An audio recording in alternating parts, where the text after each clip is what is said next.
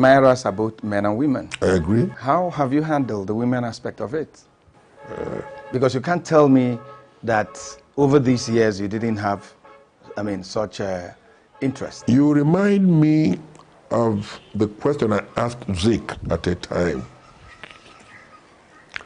I said, Nanyo Wele, when you came back from America, you were a strikingly good-looking young man, tall, and you were being appreciated by the women. They didn't have their overtures towards you. How were you able to cope with them, the women? You know what he told me? He said, well, my son, I did whatever any man my age would have done. And I answered it. Does that answer you? Peter, most thank you so much. Hey. You know, all the times I come to talk to you, I find it as an exciting experience. When the issues matter and the need to know matters. The chief of staff of Nigeria couldn't go to his village because it was being occupied by Boko Haram. Politicians and political parties have massively used money to buy votes and to change the course of electoral direction. You will also remember the very APC itself set up a Rufai committee recommending restructuring doesn't mean anything. Go back to federalism. Or the fun and the fair to relieve everyday care. Life is a riddle, my son. The land bled when Uvorawen was put in shackles. Heaven wept when Saruwiwa was laid to rest. Everything comes with the Judge Too Funny. Everything comes with who I am. The Signature Show, your show that matters.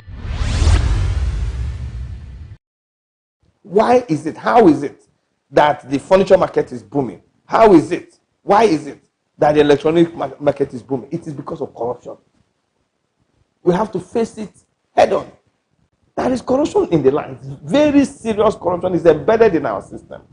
Why is it that in a country where a lot of our, the majority of our population cannot afford three meals, in fact 2 meals in a day?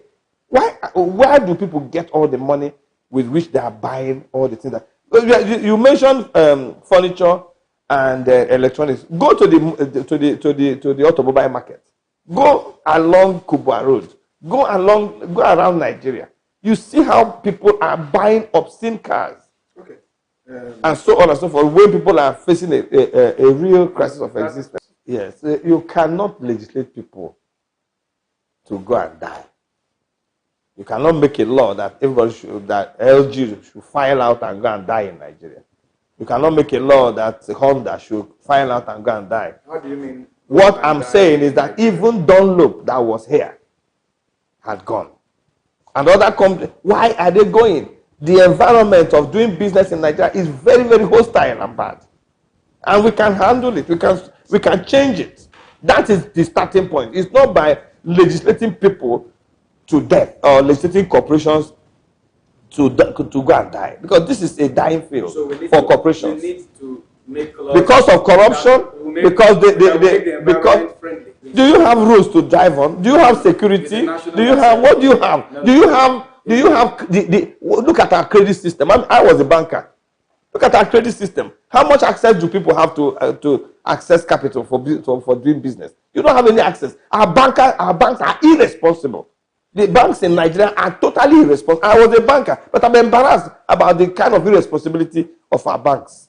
They are just milking the people and are not helping the economy at all. The banks are the facilitators. They are the energizers of economic development. Without the banks, there's very little the economy can do. But the banks are not helping, and nobody's talking about regulation. I should suggest, I should rather say that the central bank should come down on the banks very heavily. Let them become responsible. In other crimes, you have banks handhold little micro companies, incubate them, and then grow them. In Nigeria, it doesn't happen at all. Yeah. The Nigerian companies, they lend only to the people who they think are big, but some people must confront. for somebody to bring business in Nigeria is the thing that will help us to survive. So you don't allow you don't give the person any room of incentive. Nothing like an incentive exists in Nigeria. They tax people to death in Nigeria here. There are multiple taxations. The government does not care. The environment is hostile. A farmer who wants to produce rice, we leave him to the weather, to the elements. We leave him to go and face the banks. We leave him to go and buy his machinery. We leave him to go and do everything, to go and invest even in research. Somebody wants to be a rice farmer. He first of all invests in research in the high yielding varieties of rice.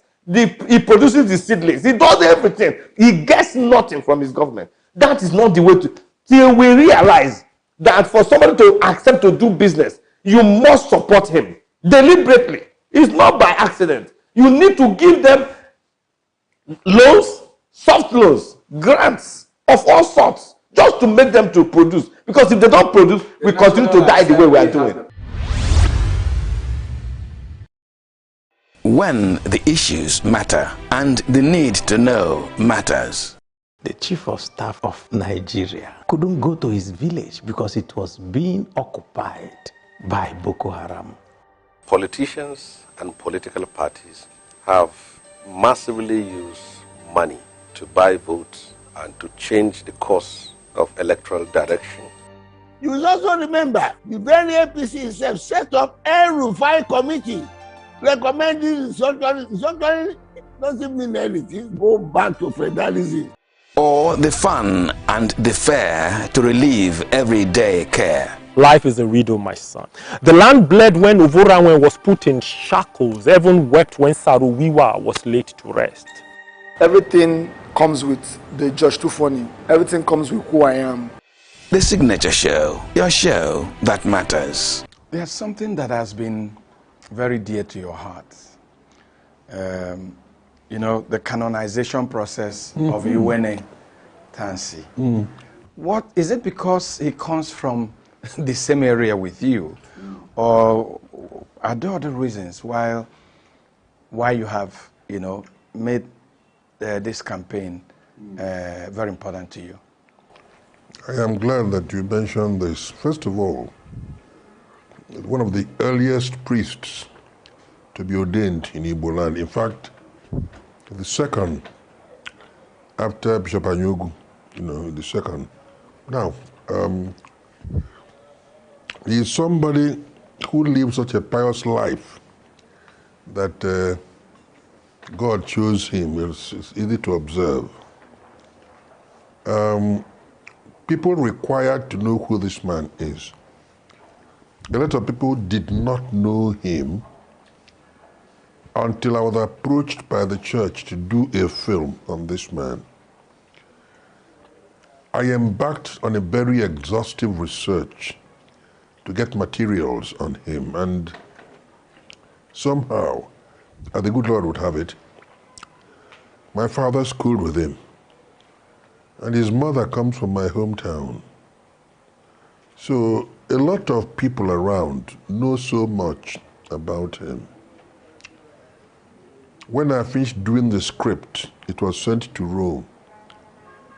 Bishop Cardinal Arinze read it and said, this is this man's history, because he baptized Cardinal Arinze. And Arinze wrote me a personal letter and said, if we could shoot the film to be as good as the script, the job on Tansi is done. And we shot the film, thanks to the former governor of Rivers State, Dr. Peter Odili, who gave me the initial grant, which was I embarked on the production. Along the line, I was injecting money at the short films, and by the grace of God, it ended up as an incredible production. We were now given a second mandate. Take this thing round the whole country. And for 15 years, we were on the road. Yeah. The fervor, the enthusiasm, the anxiety for his canonization, all these are beginning to die down now. because of poor follow-up on the part of the Reverend Fathers. Yeah. If you let people know that the struggle for his canonization is still on, then the worship will still continue. The prayers will continue. Except in parishes that are named after him now, I don't see any of these things around. And I think it's particularly painful because if you don't keep praying in this man's name, you may not get the only miracle that is required now for his canonization. We've gone through all the different stages, veneration and all, venerable, etc. We just require one more miracle to make him a saint. He's in heaven already. I mean, that's incontestable. But to make him a saint, you know. But we know that by the grace of God, we'll get it. We'll get it, you know. Normally it takes time, you know. May not even be in our lifetime, right? But we pray it happens in our lifetime. If you pray with the name of Father Tansy, you will get results that will amaze you. Yeah. You will get results that will amaze you if you pray in his name to God. You know, God so loves Father Tansy that in spite of the disability, he still wound up as a priest. You know, if you're not complete as a man, you cannot be ordained as a priest. He lost an eye in a playground, but was still ordained as a priest. You know, in 1937, along with our Belagwa and Wanebo, before he went over to England, St. Bernard's monastery, to become a monk. You know, he died there at the age of 61 in 1964, the year I was leaving the secondary school. And the process of his canonization has been so fast. Yeah. People pray in his name to God and look, wonders happen. Yeah.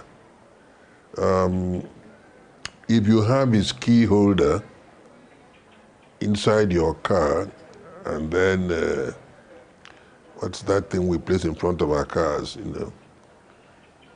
No matter the nature of accident you have, you must come out of it and talk about it. Yeah. No matter the nature of accident you have, you will come out and talk about it. Number two, if you have that Tansy figurine on the dashboard of your car, then you will never be stranded wherever it is you're going to. You won't. No matter where you are going to. I will only give you one example. A young man was traveling from Abakaliki to Uyo en route on a very cold, eerie night. His tire began to wobble and he stopped on the way. There was no sign of life anywhere. Everything was so dark. He went and examined his tire. Only one knot was still holding onto that tire. The other three had fallen off. And he went down on his knees and said, Blessed Tansy, if I had listened to Peter Doche, this wouldn't have happened to me, but forgive me, please. Forgive me. Two people, that night on a motorbike, came to him. What is the problem? He told them. They said, one of them said, okay, you stay here, I'm coming. He drove off on his motorbike. Came back a few minutes later with all the knots complete. And they tightened the tire.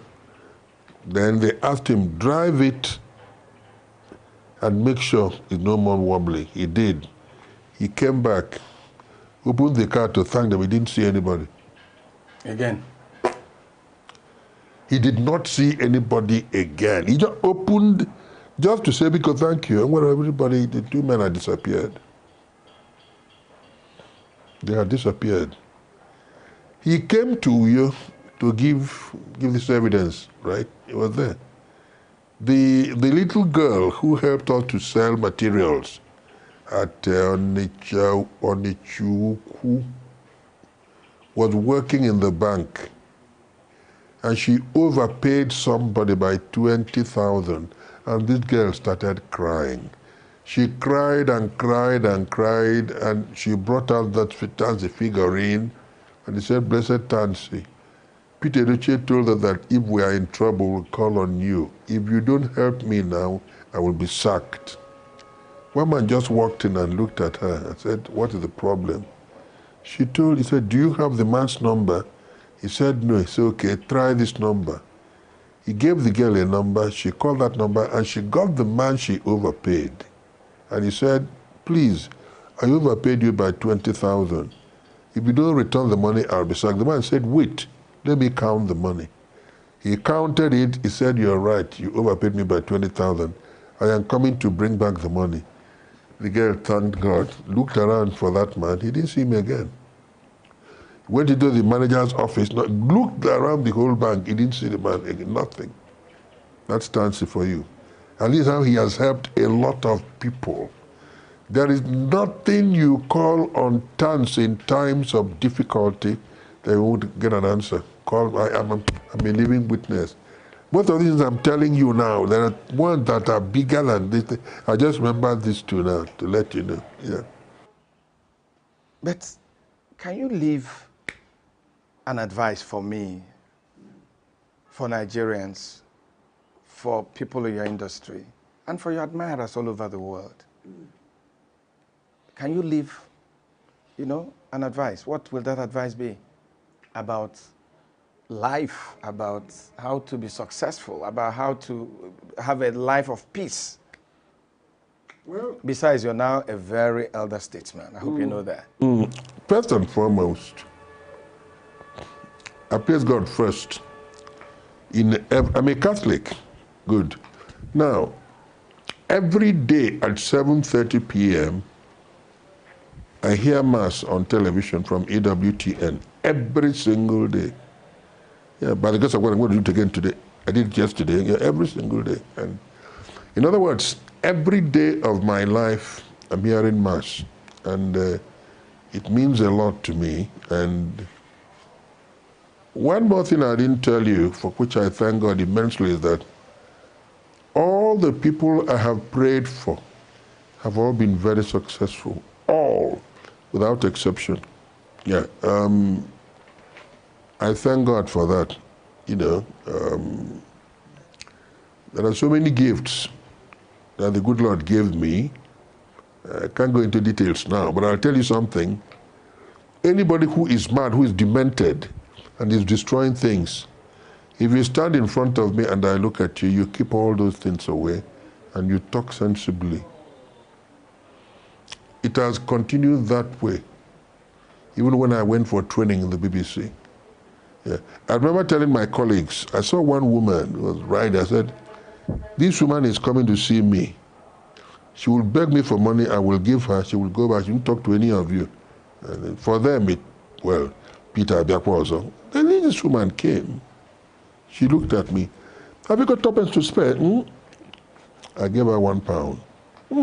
"God bless you." She turned around and she left. The other two people, unfortunately, those other two people who trained with me are dead now. Joyce and Chika Zubikeza, but they rest in peace. They wouldn't believe what they saw. I have had a lot of demented people come to stay with me in my house and living with me very peacefully, and what happens now after they would have left? You see, what I'm begging God for now is let their cure be permanent. Nyabi, that's what I'm begging the Almighty now. Okay. That aside, I want people to encourage us in what we are doing. There is one film we want to shoot, and we've been begging people who have connection to help us raise the money to shoot it. And that is what happened in 1803, called the Igbo landing in America. Vin, if you Google it, you will know what happened. Igbo landing 1803 in America. 75 Igbos were drowned.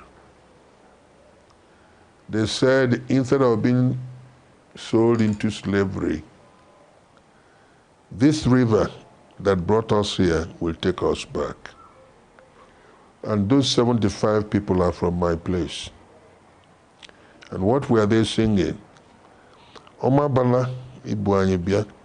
Omabala Ige Ibuanyi na. Omabala is that river at Otuacha. It's a tributary of the Atlantic. That's Omabala. You know.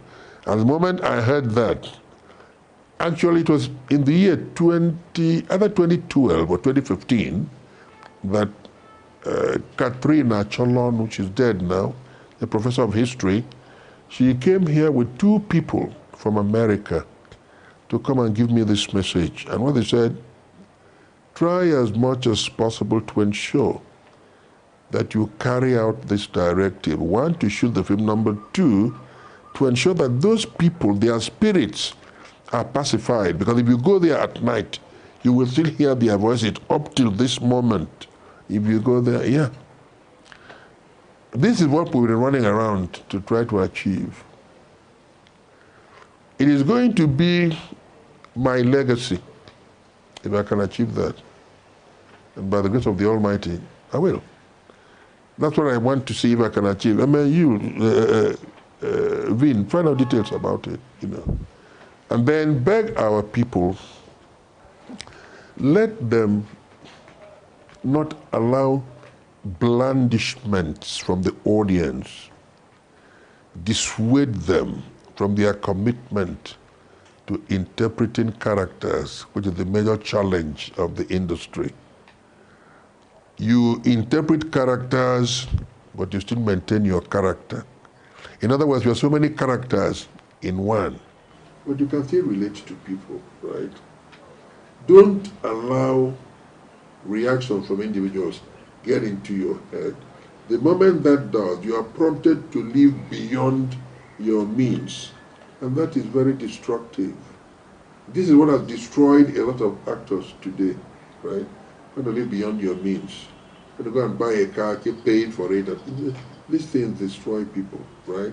But if you have the philosophy to cope with stardom and the demands of the celebrity status, come on, you'll be under no illusion about your professional relevance or the status in which you find yourself. No.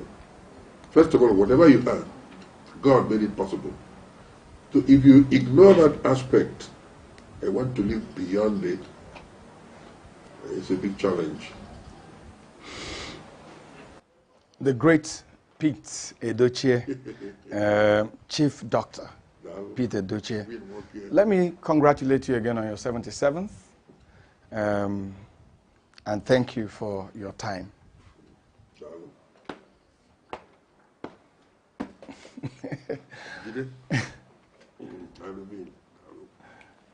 Well, I've been speaking with the great Pete Edochie, Chief Doctor Pete Edochie, M.O.N.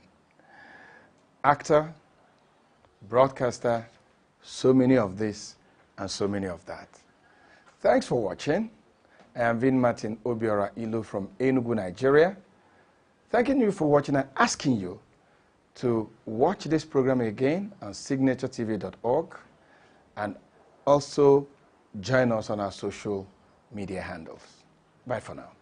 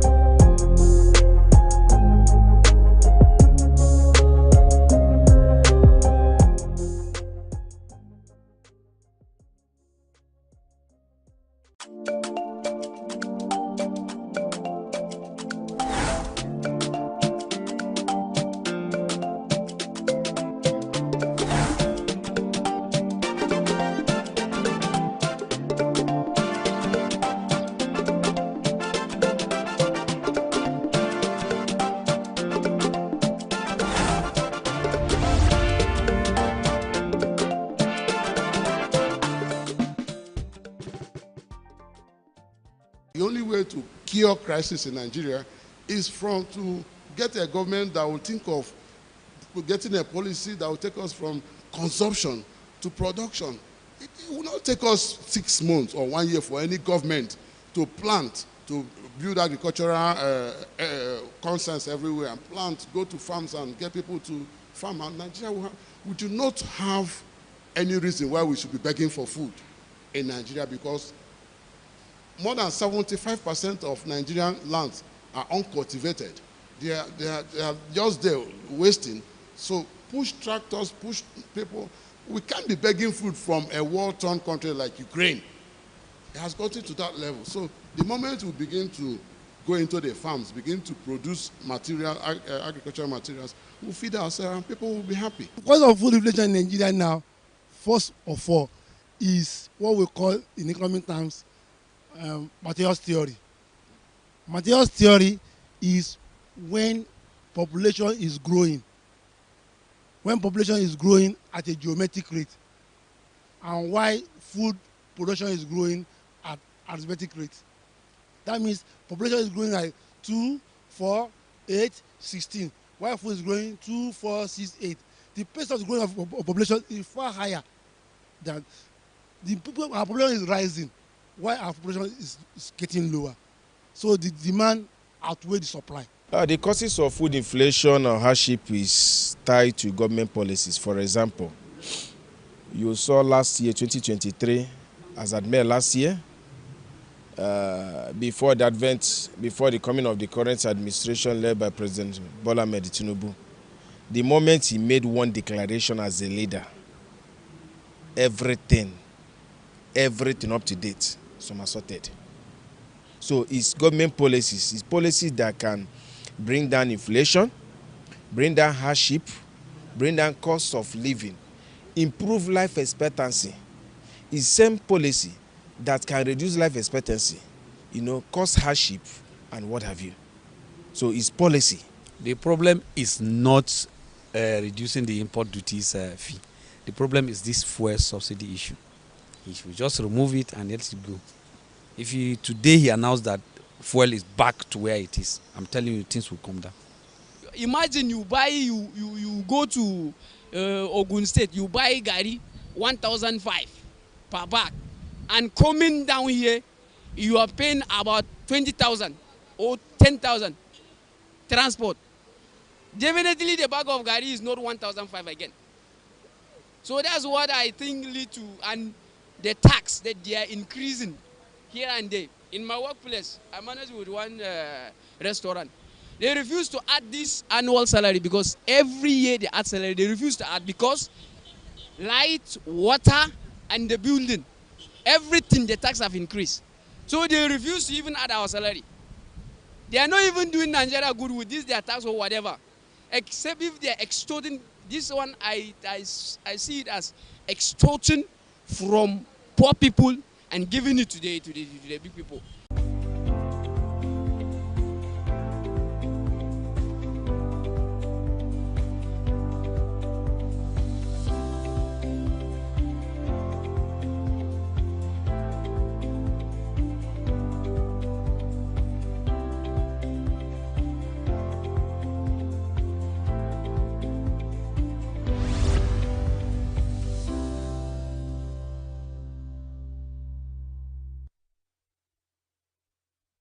Good morning and welcome to New Day this morning. Of course, Signature Morning has been on all through the week. That's why you can see here Signature Morning from me. It is a beautiful morning. My name is Joshua Ritogan. With me in the studio is... Chigi Chiagorom. Good morning to you, viewer. And welcome to New Day. Joshua, I missed you yesterday, by the way. I know you missed me. How can you live without me? Great. But wonderful to have you back with us again. Absolutely, and I'm glad to be here. With a new day comes new thoughts, new ideas, and new opportunities, and we'll have quite a lot mapped out for your information and your education this morning. So we will go on a short break, and when we come back, we'll take newspaper headlines and reviews. Please stay with us.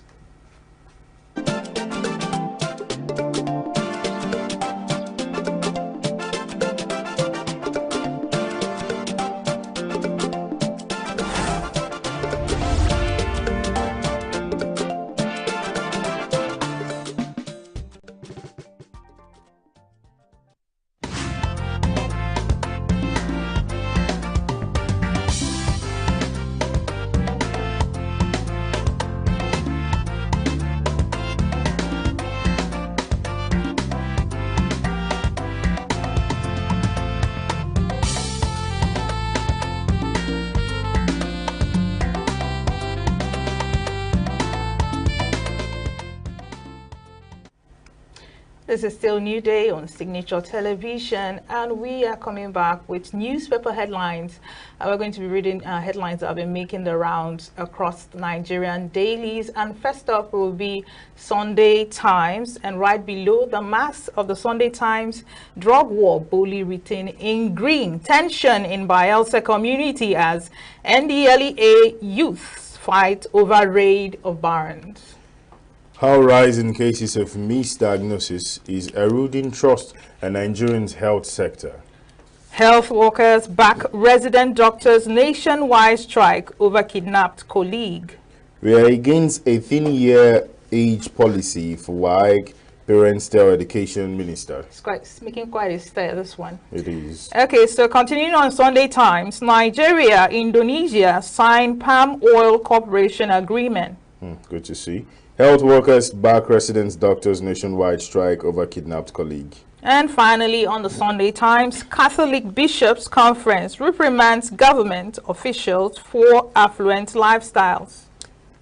And moving over to The Nation, we have just below the mast, Boko Haram invades. Okay, that's fine. Still on The Nation, right above the mast, fresh fears of flood crisis as flood sweep states, submerge farmlands with a rider. Government agencies in frantic efforts to save situation. just below the mast, fuel scarcity. Suppliers shun NNPC over 6 billion naira PMS debts. The rider has it as 5 vessels refused to discharge petrol. Credit transaction normal in oil trading, says company spokesman. Wike to PDP governors, steer clear of Rivers PDP structure or risk fire in your states.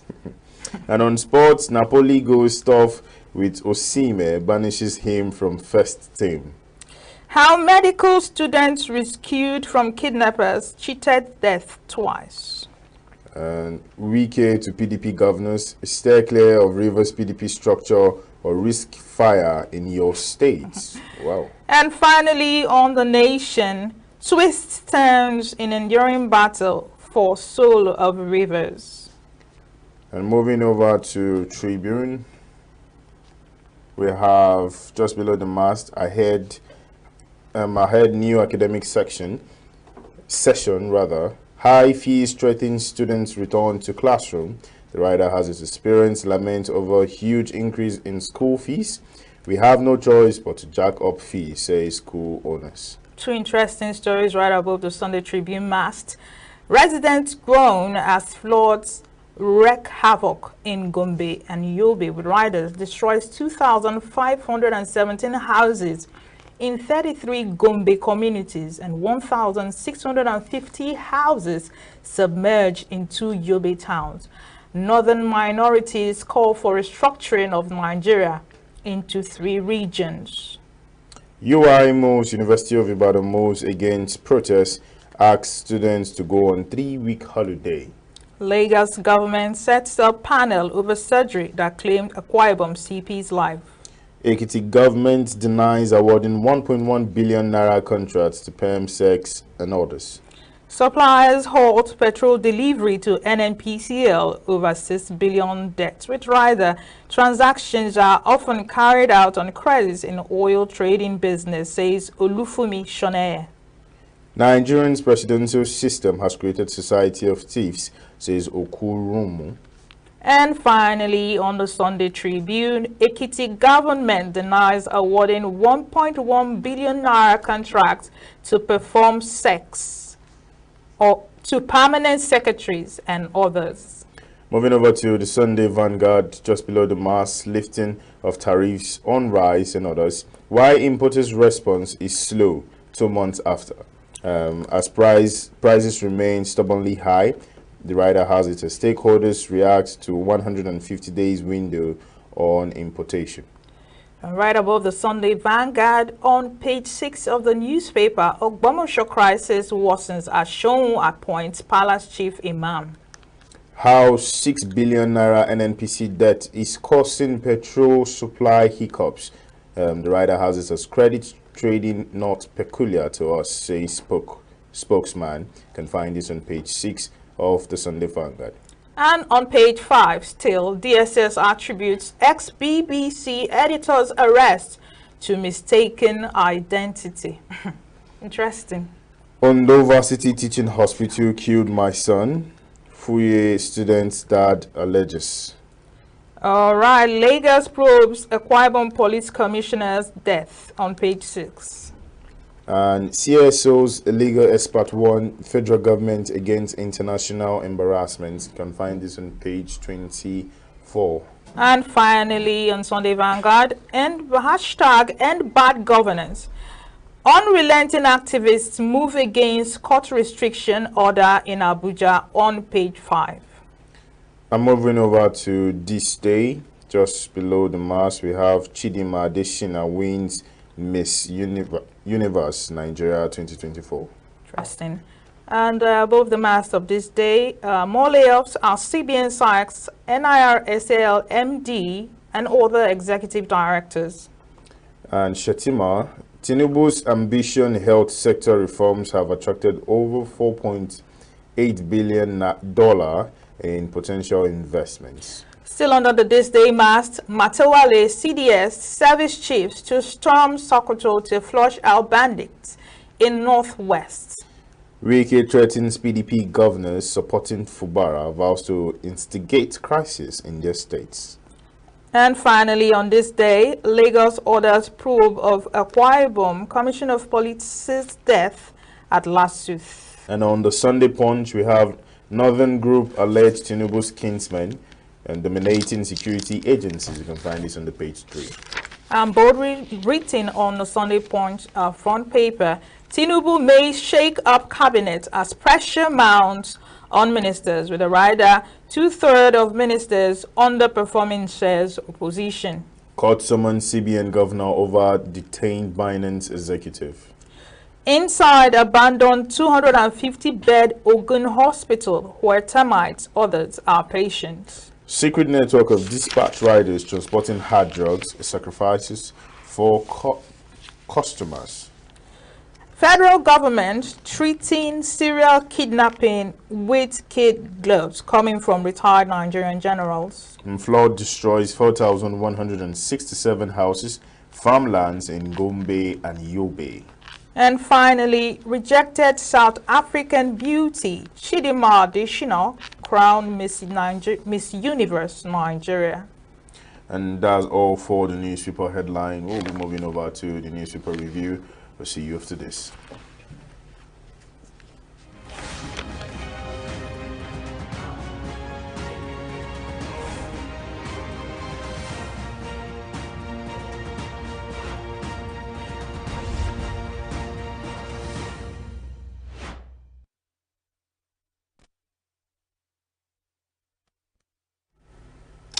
All right, if you're still there, congratulations. This is our newspaper review, and as usual, we have Chris in the studio to discuss some of the very interesting headlines that we read out today to you this morning.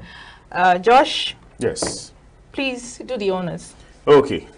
Chris, good morning. Wonderful to have you here with us again this morning. Good morning. Good morning, Josh. Good morning, Chigi. Morning, Chris. Yes. Okay, so let's start with the thing that is affecting every other thing or every other sector in the country, which is fuel. So how, Sunday Vanguard, just above the mass, how 6 billion naira NNPC debt is causing petrol supply hiccups.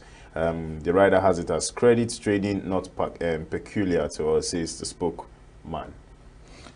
Well, credit trading is everywhere. But there's what my people say about when the loss pass the gain, you begin to reconsider your credit, the credit holidays you give to your customer. With the amount of money they're calling here, $6 billion. $6 billion. Yes. And you can imagine what that is. And somebody is owing you that and they expect you to be active, supplying. And what baffles us is that every day in Nigerian oil and gas sector, it's 1 week. This is beyond, is 1 day, one trouble. So now these are all issues hidden under the ground. And we Nigerians are expecting to buy fuel in the next maybe. What they are trying to tell us is that scarcity of this refined PMS will continue over time. Do Nigerian government know they are owing the suppliers $6 billion? What are the arrangements in place to pay them $6 billion so that me and you will buy fuel at 700 naira? We are no more talking about going back to 230. It's just that on the first day our president took over office as the president of Nigeria, incumbent president, by morning time we were buying fuel at 230 naira. After 12 midday of the same day, we started buying fuel 700, and today we are buying at over 1,000 naira. 1,002. And these stories they keep telling us every day. Now the issue of owing suppliers. Suppliers of what? I ask, because I need to be carried along. I mean, maybe I am so insignificant, but tell the other Nigerians that matter. Suppliers of what? From the first day of President Tinubu, you say there's no more fuel subsidy. Now, I don't mean that these people have been supplying on credit, because with this amount of money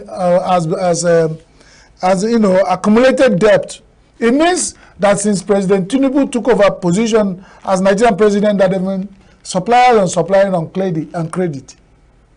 Is that what they're telling us? Because these suppliers, they didn't give the timeline of when they accumulated 6 billion, and they are now under pressure to keep supplying. And the issue of Nigeria is, if the 6th world largest supplier of crude oil, this round robin of throwing the other side, and they're jumping across to throw it back, and we buy. And these are suppliers.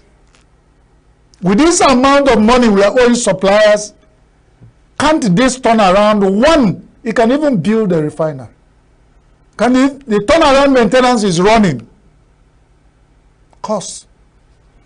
The money we are owing suppliers is accumulating.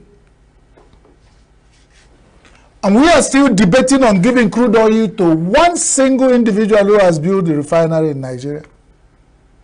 Other ones that have been asking for license to build refinery have not been granted. But we have over 78 private refineries in Europe that depend on our crude oil to supply us refined PMS. Can't you see? There is complex graft, corruption, and deliberate attempt to make Nigerians suffer, and somebody will gain. And that's capitalism. But it gets to a satanic level, you start wondering. Don't those people who do this, don't they have heart? Exactly what I was saying. Is there an end to this vicious cycle? But you can see how, when are we going to solve $6 billion dollar debt so that suppliers will stick up? And they're supplying so that you get it at 1,000 naira. Not that they're supplying. A very good question. Who are these suppliers and what are they supplying? They didn't tell us. This is the headline we're reviewing. Now, if we go into the details, they might not even, because NNPC, we know, control the whole. Why not deregulate?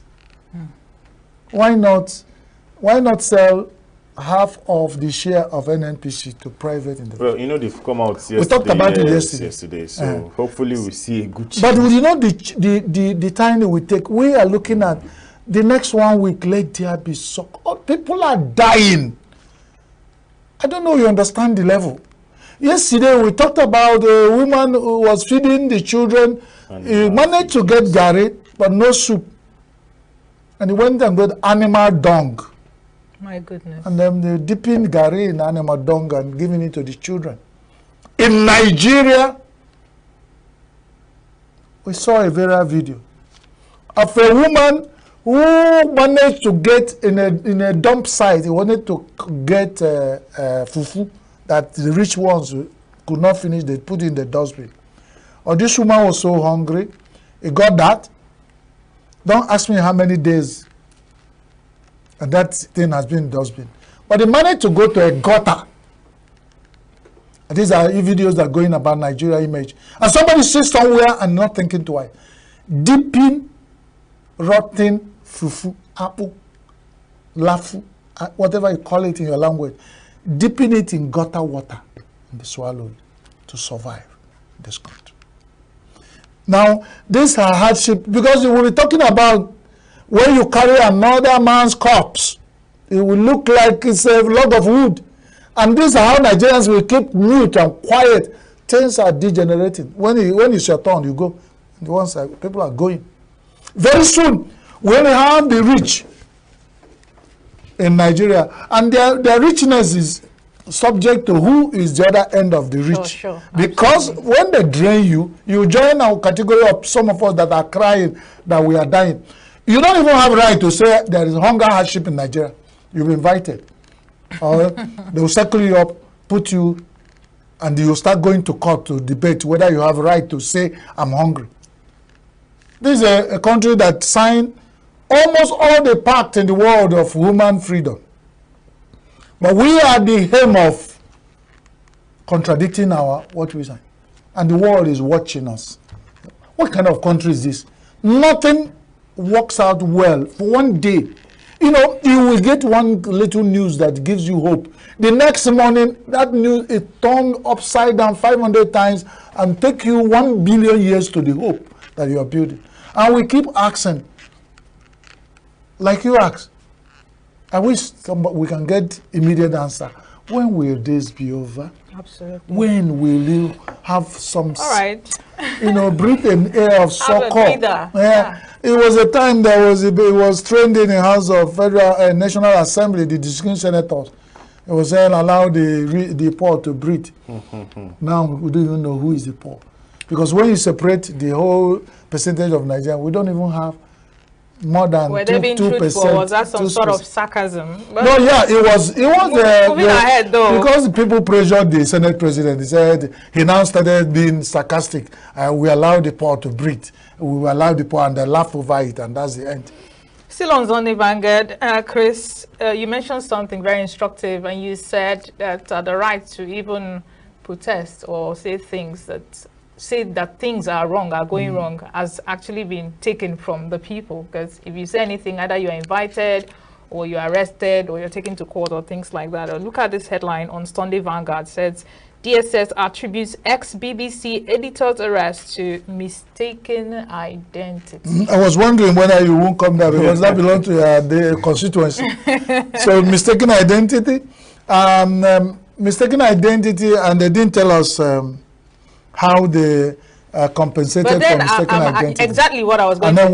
Has there even been an apology, an official apology to say, okay, we held this guy for this number of times and it has become a case of mistaken identity? There has to be an apology. There has to be compensation. Beyond the apology, has anything been said? Beyond the apology, or done? there is certain level of things that you don't put in the public domain. It's marks of shame. The much respected DSSs of Nigeria, the Directorate of, what do you call it, Secret Service. It's like CIA. It's like KGB, yes, it's like CIA. The KGB and all that kind of. MI6. Yeah. And then you mistake an identity of BBC journalist. And you come out to say you arrested after all, and you know Nigerian system of arrest. A lot of Nigerians would prefer to be arrested in Germany, in Europe, in London, than to be arrested in Nigeria. I know, I don't know why. But a lot of people have said you better commit offense abroad and they go to jail there because you are sure. So, but in Nigeria, I follow is an issue. I know follow is an issue. If you doubt what I say, try it with the nearest police post in your house. So when you know what the young man has going, and we are talking about people like we are journalists, and we have talked on this desk about harassment of journalists. What point was he arrested and for what? And then it turned out to be mistaken identity. We can only thank God. What if the mistaken identity, you mistaken him for a criminal and you have shot him there, and you keep him in a place where they're so uncomfortable and he could not come out alive. And you know, So many things happen. So many things happen under our detention of our secret agencies and all. And only them that do it secretly will know. But our prayer is that one day something will happen. Well, and those things will come out of it. But then remember, nobody has right to torture and detain people illegally. Especially those heartless torture systems and place. The whole world now is against torture, human torture. But then, if the whole world is against torture and all those kind of treatments meted out to people, even before trial, why hasn't some international organizations come out to, decry some of these things? Well, you know the case of the guy. They do. I've had the opportunity of working for a prisoners rehabilitation and welfare organization. I call it PRAWA. As a communication person. There are a lot of things that DFID did that time. They now call UK 8 now. Okay. They sponsor a lot of things when they're under their speeding of justice, J4A, Justice for All. Then they also sponsored, funded speeding criminal justice in Nigeria. And that's where they go. Because once they get you detained over time, you start losing some sense of, so they want to speed up criminal. If criminal justice in Nigeria arrested you or suspected that you were a criminal, arrest you within 1 week. Within 1 week. Yeah. But what I'm getting at is, for example, an organization like Amnesty International, have they actually come out to decry some of these things? They do, and you know how Nigeria has pushed Amnesty International and give them arm's length. There used to be a time that Amnesty International used to comment on Nigerian situation, and they were threatened, and there was so many propaganda against them, because those who kill with machete will not allow you to pass their back with machete. True. That's the way I saw Nigeria. If your hands are clean, you allow Amnesty International to report issues in Nigeria. Amnesty International used to be very critical about Nigeria's situation, and they talk everything, but now they've silenced them. I don't even think they still operate in Nigeria. And if they do, they operate at a high risk. Because when the state is against you, you know what that means. If you don't die of accident, you die of heart attack, and somebody will write the report according to Idi Amin. It was when we watch Idi Amin film, we know what government can do with excess power. He asks his Minister of Health, he said, you better write that this man, I don't know what he was forcing the minister. Kenyan Eastern yeah, he said, you don't do this, or somebody will write a report that you died of heart attack. So you better, as the power corrupts, absolute power corrupts, and then these are where these organizations come to put checks and balances. But in the hands of African leaders, we have found the excess use of power that would, these checks and balances, the system we even borrowed, presidential system we run in Nigeria, is borrowed from somewhere, and it's working out well. Their checks and balances are allowed to work. We are in Nigeria where they say that the National Assembly, distinguished senators, somebody has had the God to say that they are the unity in Aso Rock. But the Nigerian Constitution, they are supposed to be one of the critical arms. That before you do anything, the most will be involved. Now they're like, and they were looking for who we say they are. If they are not, then prove to us. Presidential jet was bought, and some of them are not aware. Before they say we bought jet, the president has flown out in presidential jet and gone out for negotiation. So many things happened that National Assembly is supposed to. CGN was appointed, and they were supposed to go and take a bow. Even if to take a bow, you say you recognize. Yes. But he has been taken and sworn in, and they are talking from both sides of their mouth that after swearing in, you still go for what? To National Assembly to go and take a bow and tell them and introduce herself as the Chief Justice of Penn. And then if you are sitting down there, you now tell him what, madam, you are not supposed to be there. We didn't see your papers. Whoever sworn you. These are things. Are we pushing the cart before the horse? These are the system we run in Nigeria.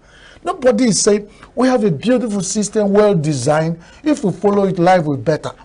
But some selfish people who have opportunity of implementing these templates want to find a way of cornering it. Somebody asked me, Nigerians go to all the politicians travel abroad every day, and you find them either in the trams, in the buses, or in the airports, and all of them will queue I've had that conversation. Like even Nigerians, the worst. Even Nigerians, not just politicians. They everywhere, and they people who ordinarily flout traffic rules will get to other countries and align. You now ask yourself, this one a clear eye.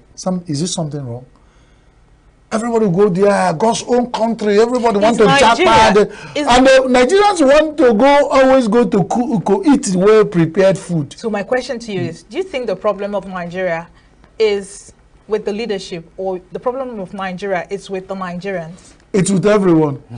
Everyone has a part to play. Because the leaders, if you lead one musician, what's his name?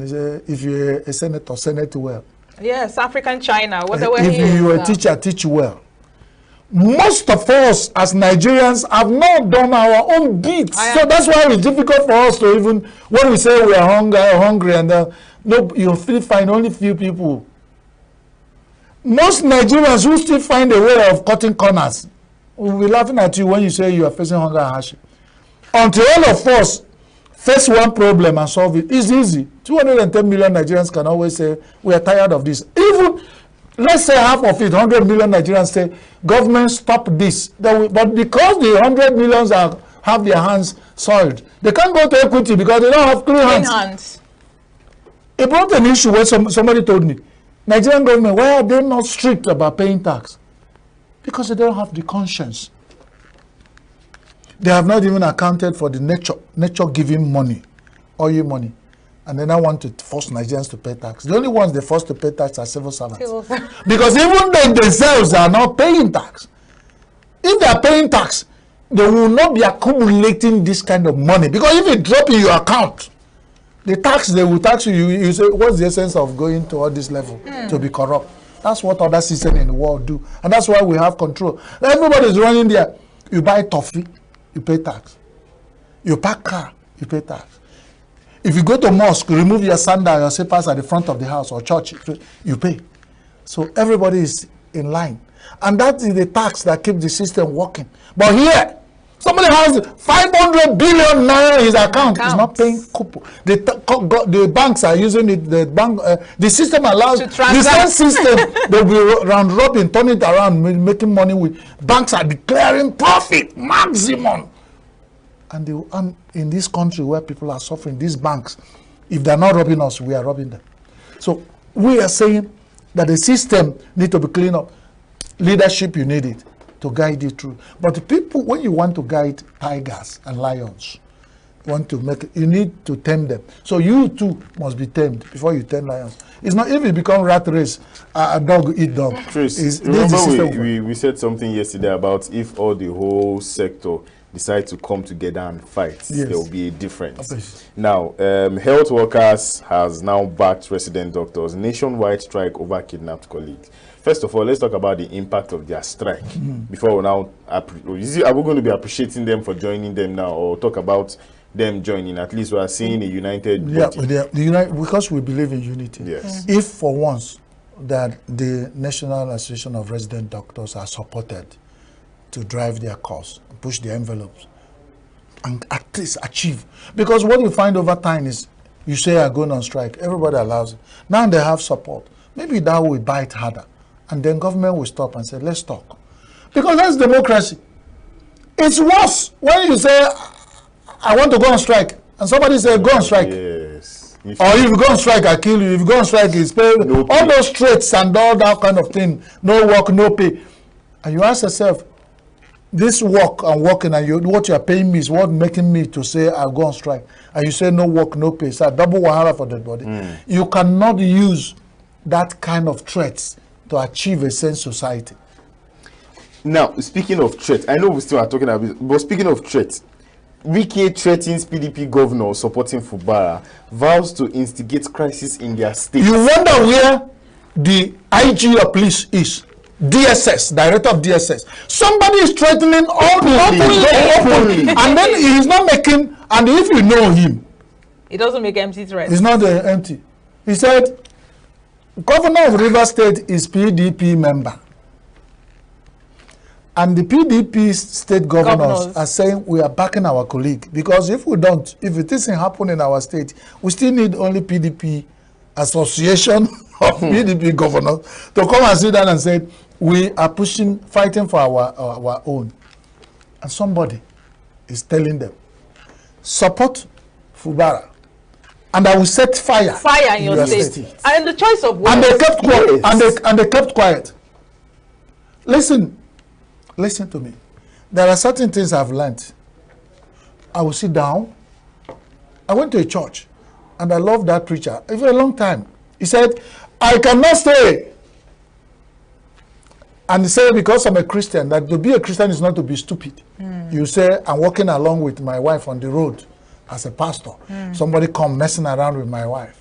And you say, God bless you. And I will say, because I will remove my I will beat you black and blue. We fight, finish.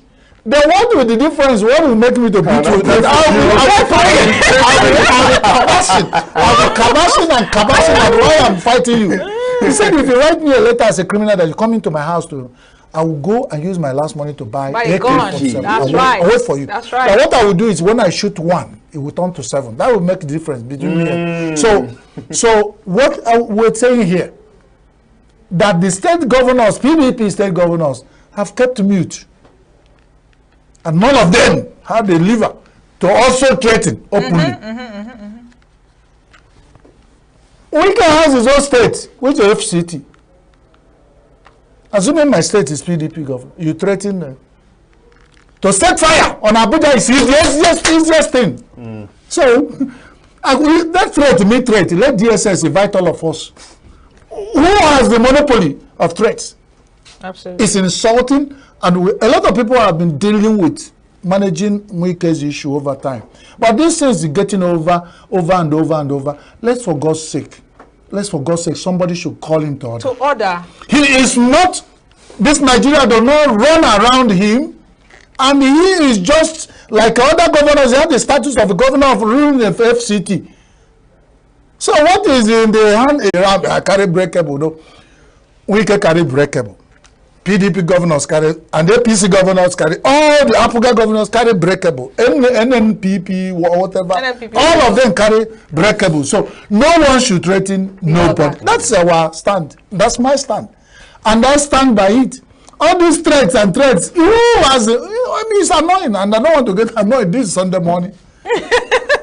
So we go to court. Go to church or go to anywhere you want to go, but don't threaten anybody. Don't threaten nobody. So I still want to take you back to the health workers issue. You know, health workers having to back the resident doctors on this strike, which is actually something to applaud.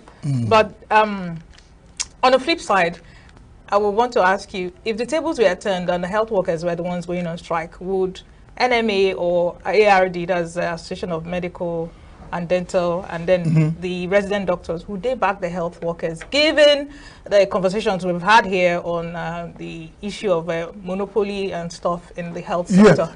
You think the resident doctors will, in good faith, back the health workers should the tables, be turned and the health workers are the ones going on strike? You know, one of the things, if the people who help you go on strike, it has happened. I've been in a situation where doctors, over time, that's what I've been saying, has said the head of medical team, the medical doctors, and they have neglected other people.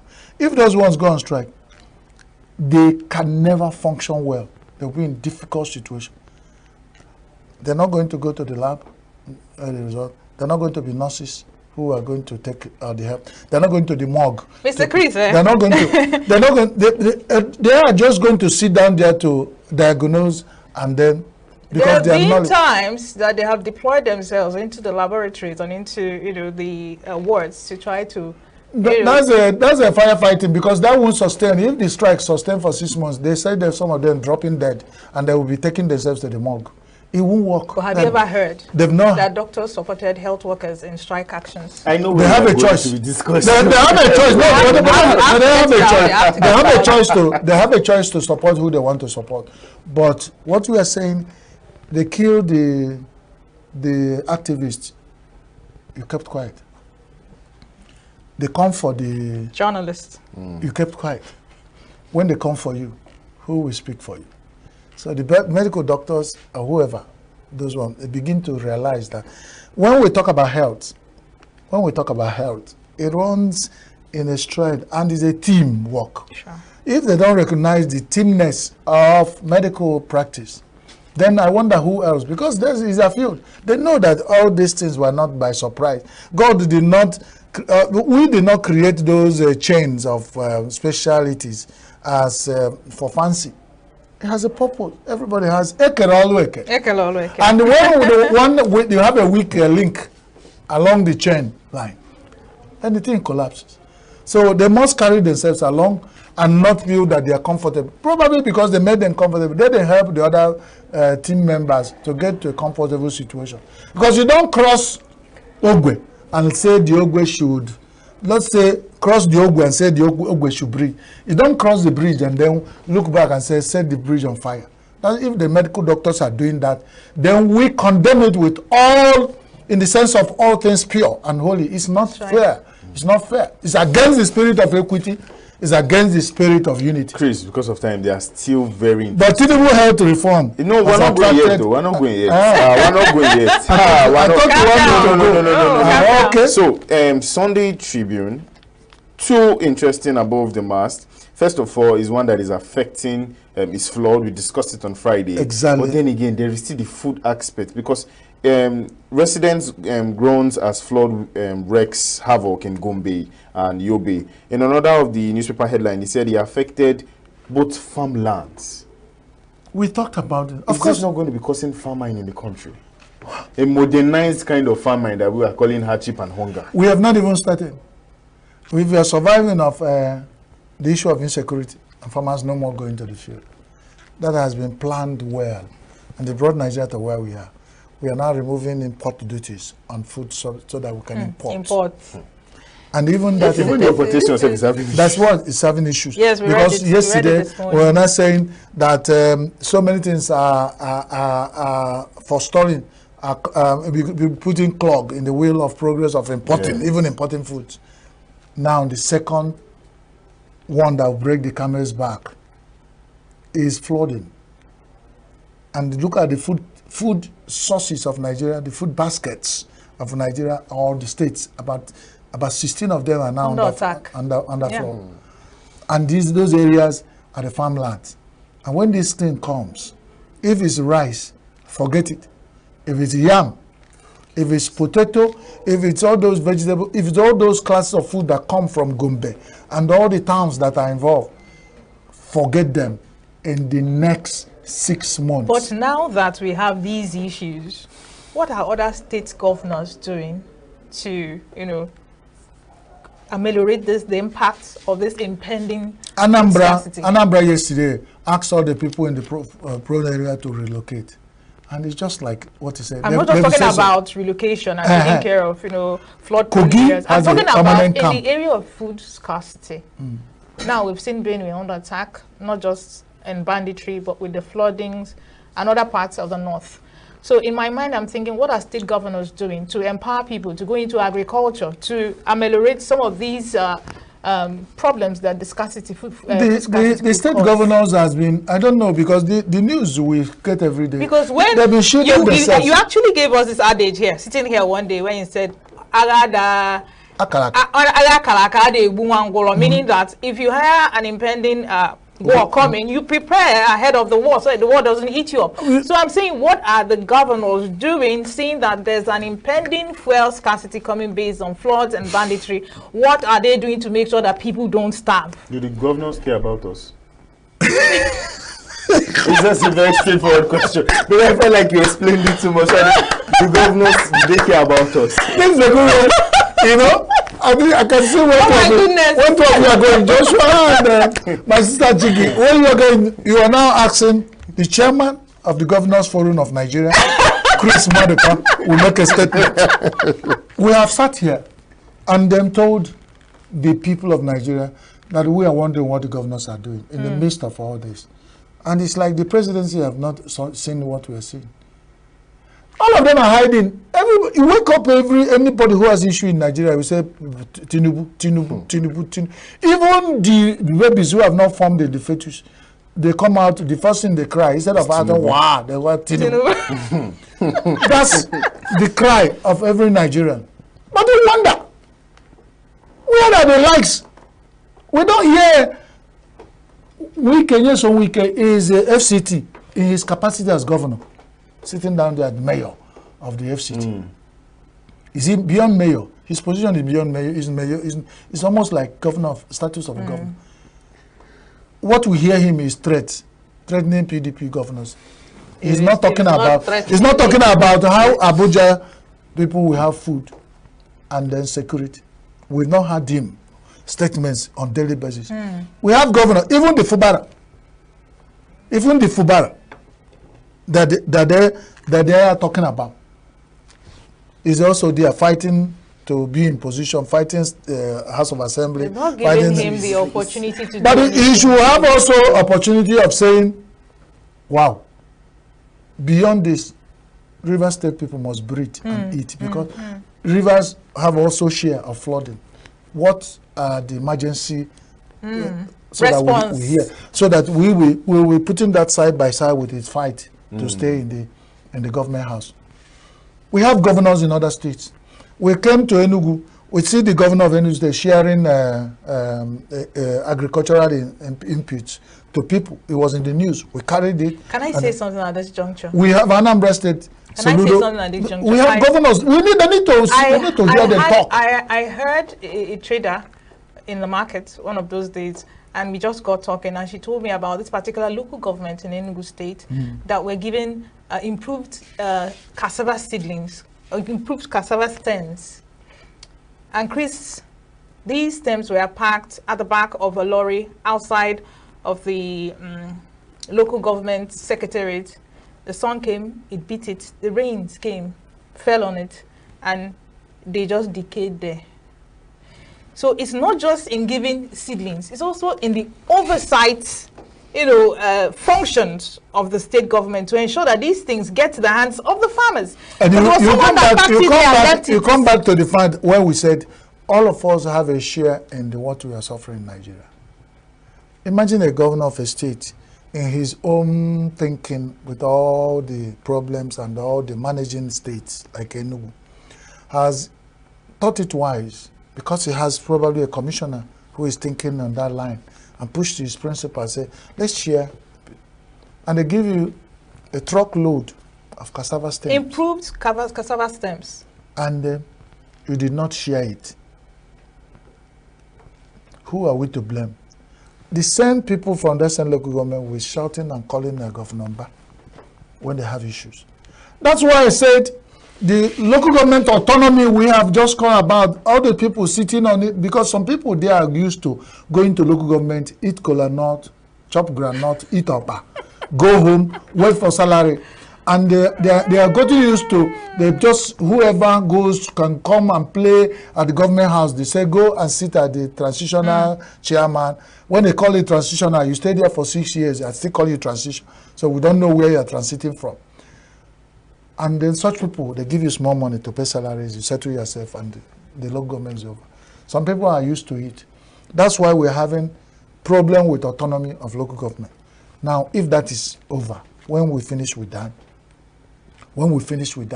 we now talk about our issues as members of the local government. Some of us do not even know. That person knew that a truckload of cassava stems rotting at the back of the house because he visited there. How many local people from that local government visits their local government and know where the location? They don't know the name of their councillor. You're talking about chairman. Councillor that comes from their town and represent their ward in the local government. They don't know the name of the local government, the secretary, all this. They don't know, some of them don't know the location of their local government. And they're expecting Nigeria to be better. So everybody wake up and shout to Tinubu. You leave the log in your eyes and you are pointing at the speck in your neighbor's eye. It won't work. That's why we're telling ourselves lies. We are calling on people to call their if they call whatever they call your local government, even a transitional chairman, or go there, ask them question so that you'll be talking with fact. How much did you receive this month from the state capital, from the state as our allocation? Have you received our own share of agro input that the governor is sharing? Begin to ask questions.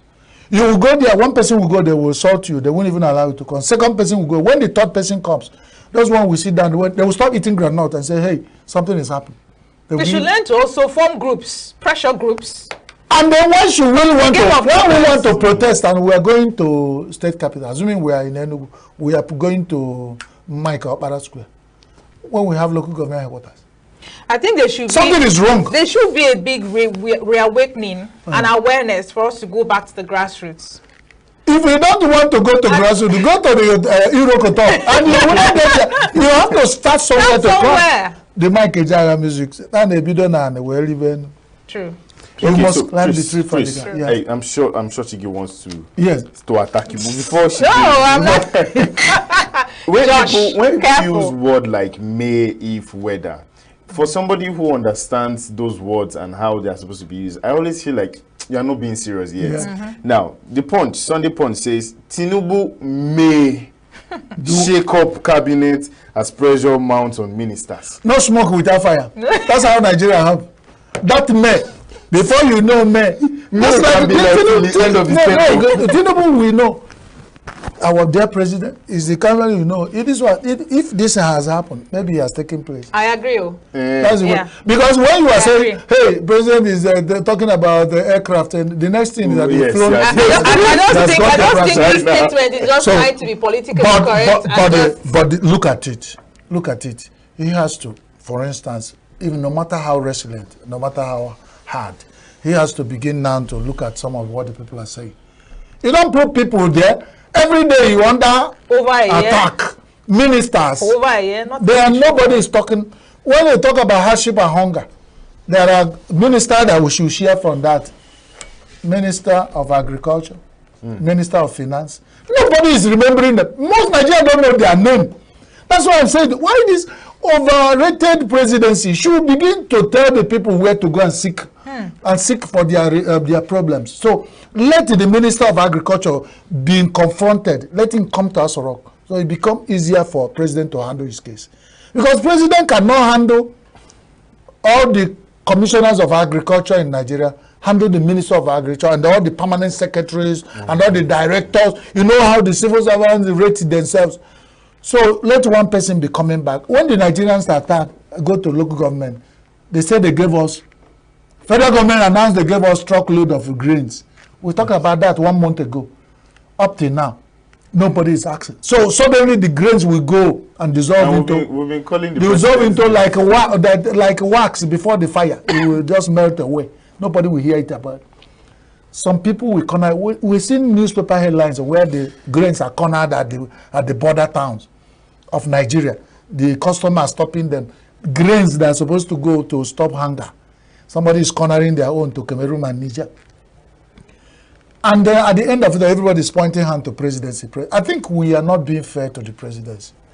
When Nigerians begin to ask questions from grassroots, let it go from top to bottom. So if I confront you as my the TC chairman, the transitional chairman of my local, before the elections are done, just tell me, or the permanent secretaries who are sitting, or the secretaries of the local government who are sitting for the whoever is there, let the people come out and then you run to governor and say, Governor, I'm dying. What do I tell my people? He will tell you what to tell the people. He come and tell us. Because all these ideas, it will not last for too long because, but I think the presidency felt that they have bigger head, bigger helmet to carry the burden. Otherwise, let them begin to deregulate, delegate these crises. Delegate crisis to the states. Let the state governors begin also to talk. They are cruising home thinking about next election. Why the Abuja is under fire? Everybody is firing Abuja. Why? I don't think it's the right thing. Nigerians are not having their priority right because they are also docile. Nigerians are they're not interested in governance and how it goes. They just want, but they don't know the governance has an issue in their welfare. No, it just realize it. It reminds me of what an ex-president of Nigeria said, that Nigerian youths are lazy. But how was that thought? It's not. I don't want the Nigerian youths to even go towards. What he meant was whatever he meant. Mental laziness. He meant that yes, they're not doing what because they feel that if they have done what they're supposed to do, nobody will have, you would realize they are not lazy. Chris. You won't even have the We're out of time. We're out of time. So, okay, thank you so much, Chris. It's always right. a pleasure to have you sit here and discuss matters. Well, thank you so much. Restructure Nigeria into 3 regions. I think that's the one I was talking about, because I wanted to, when I said 2 above the master of the report. If you check it above the tribune, that's what you see.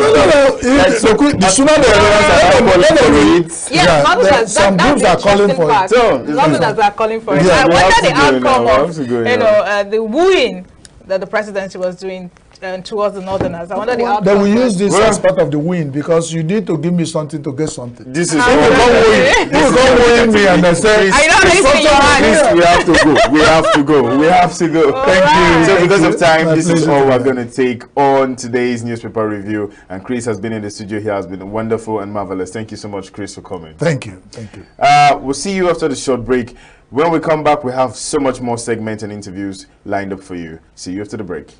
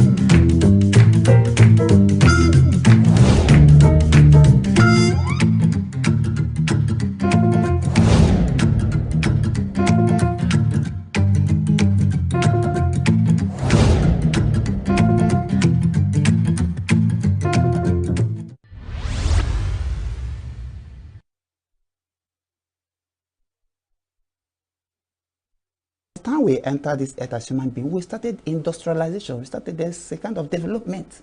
We call it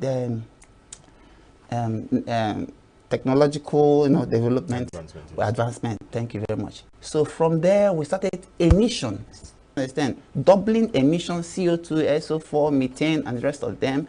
And then you started clogging the atmosphere with abnormal kind of quantity of gases. And then it started saturating. So you start seeing rainfall when it's not even supposed to fall. And you start seeing heavy rainfall. By the time you have heavy rainfall, there will be a kind of massive movement of water on the earth. And then it start causing flooding. Suffice to see that as the technology is moving on, buildings are springing up. So many people, if you go to some states, you'll find out that some people will see a waterway and they will build on it. If you go to some, then you see some people don't follow the blueprint of states and kind of building houses. That is why some governors will come on board and they'll start demolishing certain places because you didn't follow the area originally.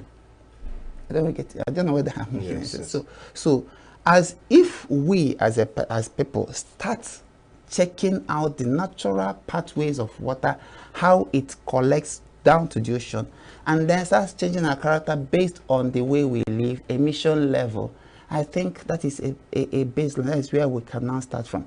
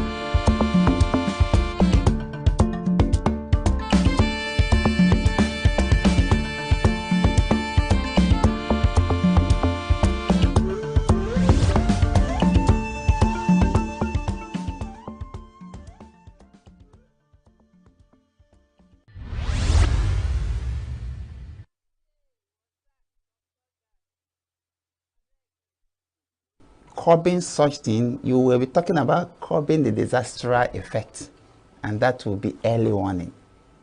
That so thing will happen. So we need to evacuate so person from so place. Now, when you now want to talk about let this thing not happen again, there are so many things associated with it. But there is one occasion by global warming when you have sunlight. I don't want to define that because I'm a deputy director of climate change department. So when you talk about that, we have to start adapting and mitigation. You've been hearing about climate change, yes. Do you understand? And it's not a year thing because it's a global issue. Suffice to say, this is my own word, that the earth don't need you to survive. We need the earth to survive. Very true. Whether you are here or not, the earth will survive on its own. If you check tectonic, plate tectonic, the fact that it breathes, all these earthquakes, all these volcanic eruptions, they are natural occurrences. And that's how the earth breathes, that's how it forms. So most of the problems you see us suffering on this earth are caused by us.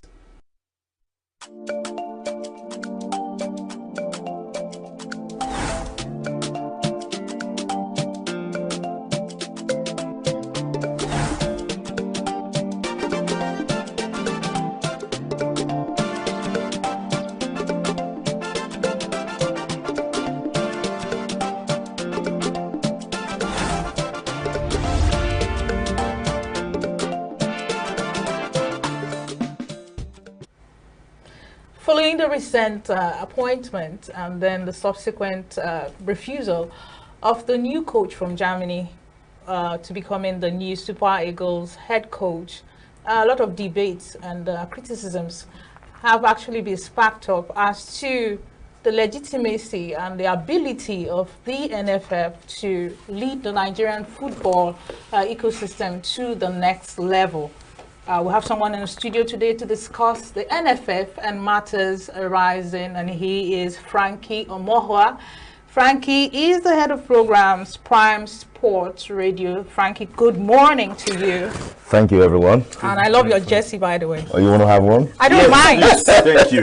We'll try and do that. No problem. Good morning to you. It's a pleasure. So, Frankie, we are curious here. A little bit angry, though, but still curious.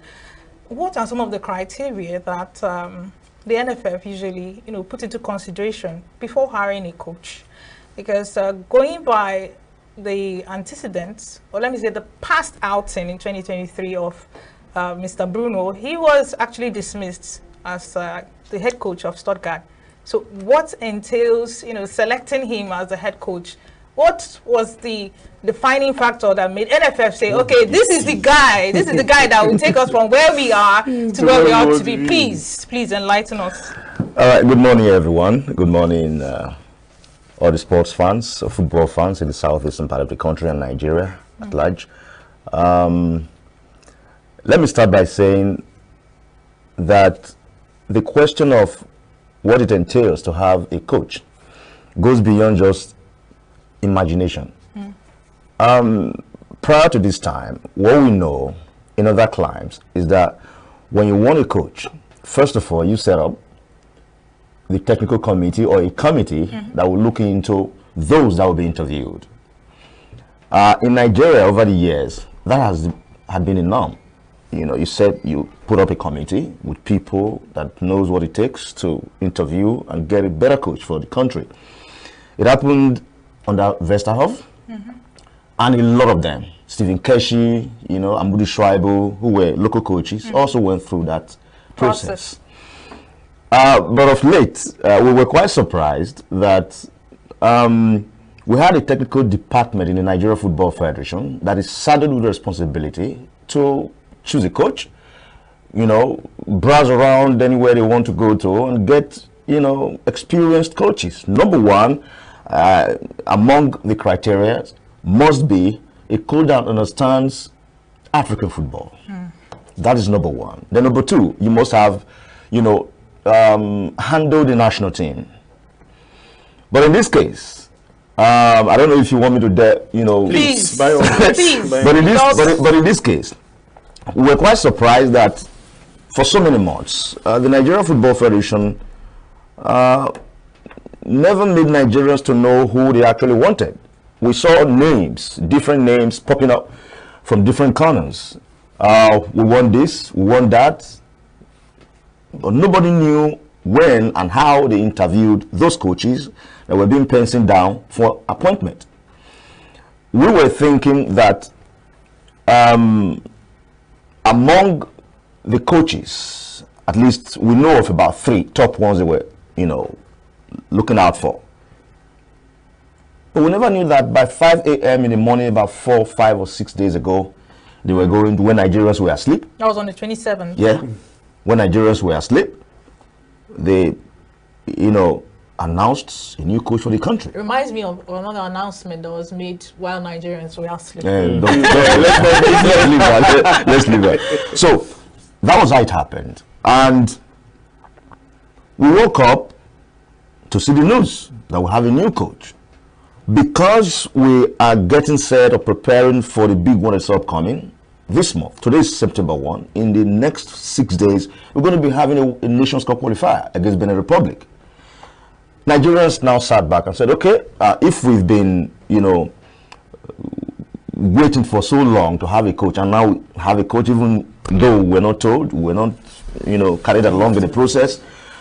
Come on, let the coach handle the team. At least let the team have a coach. And we all sat back and said, okay, it's a good development. Let's just watch the man, handle the 2 games and know his quality. Because no Nigerian will tell you that he actually knows Bruno Labbadia prior to this time. We kept cool. Across the country, journalists just, okay, let's take it the way it comes. 2 days after, the news broke that Labbadia has made a U-turn. That was a shocking scenario that happened, and that's where we're taking it from now. Now, see, according to a post by Premium Times, it was said that he did not even know that he was going to be announced. That he was not informed. He had not accepted yet. It was a premature announcement. And of course, we are saying that this is not the first time such announcement has been made. What's your take on this? How do you react? That's the form of inconsistencies we've always had in our football. Our administrators, for me, I don't know. These are my friends in the glass house. The NFA president, I'm very close to him. The former president, Amaju Pinikwe, the Deltan, a brother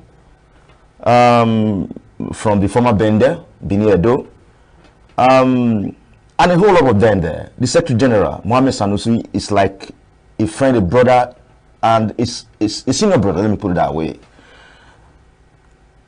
It beats me silly when a country like Nigeria don't put things in place before things are done. How can you go for a coach without holding discussions? That's not something we should be talking about at this point in time. As a big country like Nigeria, these people who are in the glass house know what it takes to hire a coach, and they know the do's and don'ts. You can't just wake up and say we've appointed a coach without any discussion. To me, in quote, it's silly. Now, you were unable to hold talks with the coach. Unfortunately, the coach dumped Nigeria. Now you're bringing up a different aspect of the whole story. That because of the tax laws in Germany, that's the reason why, because you were not able to meet up with the demands, or the German government advised the coach not to take up the appointment. Who are you talking to? Are we kids in this country, for God's sake? I felt that was lack of technical know-how from the technical department handled by Austin Eguavoin in the Nigeria Football Federation. Then, from the administrative part of the Nigeria Football Federation, the NFA should have known that this is what was happening. Why allow this confusion and controversy to come up again when we're preparing for a big game against Benin Republic? This is a question. Now, the narrative about the tax issue. Can you give us an in-depth detail or explanation as to what are the things that are really involved in this tax tax issue rather, you know, because they just quoted tax issues as the problem for causing him to, you know, retract on the whatever contract that they had. So what are the details of this tax? The main issue is the tax issue was just a bait that the Nigeria Football Federation just wanted to use to cover up issues. The first thing in the whole controversy that is happening right now is that the coach wasn't even given accommodation in the first place. No accommodation. Those he was supposed, because he was supposed to have his own backroom staff. Okay, let me understand this. He came to Nigeria. He hasn't even been here. He has not even arrived in Nigeria. So what's with the accommodation issue now? But when a coach is coming, you must arrange. Those are some of those things you must put in place. Logistics. All right. But these things were not discussed. The man said he don't even know anything about that. Okay, why going to the media to announce to Nigerians that you have a coach when you've not even discussed it? Now, the issue we are even looking at the moment is that the man probably may sue Nigeria. That is the issue now, because probably there may have been countries or clubs that wanted to appoint him. Yes, that would have just, okay, he has been appointed and then left. So they left. So that is going to be another different case altogether. But in their defense, NFF says that they reached an agreement with Mr. Labadia in principle before they made the announcement. Come on, say, we are not kids, in principle, in quote. How did that principle aspect of it come up? You've not discussed with a coach. That is just the truth. The NFL president was in ENUGU yesterday. I wanted to actually, you know, meet him to ask him a few questions, because I felt that, I mean, I decided just to let go, because we all know the truth. You can't do that in a country of over 200 million people, for God's sake. Who knows if these are some of the things Finidi George saw that made him dump the Super Eagles. A lot of maladministration in the process. What is all this about? I'm confused, like other Nigerians do as well. I was about to ask to pinpoint and help us explain or shed more light to why Finidi George had to leave. He was also there for a very short while, and everybody was happy because, of course, they've always bring in people from outside the country to come and manage Nigeria. And just like you said, one of the catches is that they should understand African football. So why did Finidi George leave at first? Let's start with that. Finidi George issue was quite complicated. In the first place, if you knew how he came on board, the signing of the contract was not even deep. It was shallow. How much was he going to be earning? What were those, support that he was supposed to get? Were those things put in place? I begin to imagine if Austin Eguavoen, who is the technical NFF technical department chairman, has a hand in that Finidi's issue. Do you think he's political as well? That's it. That's what I'm trying to say. Because there's a cabal that works behind the scene. That's the truth. We must tell ourselves the truth. Because anytime, anywhere I go, probably that's the reason why you don't even want to see me in the NFF. Because I'll definitely blow hot. Definitely there's a cabal that works behind closed doors. But to what end? To what benefit? This is it. This is it. Now, let me take you into one of those revelations that were made some time ago. Our former defender, Taribo West, revealed that in the national team, people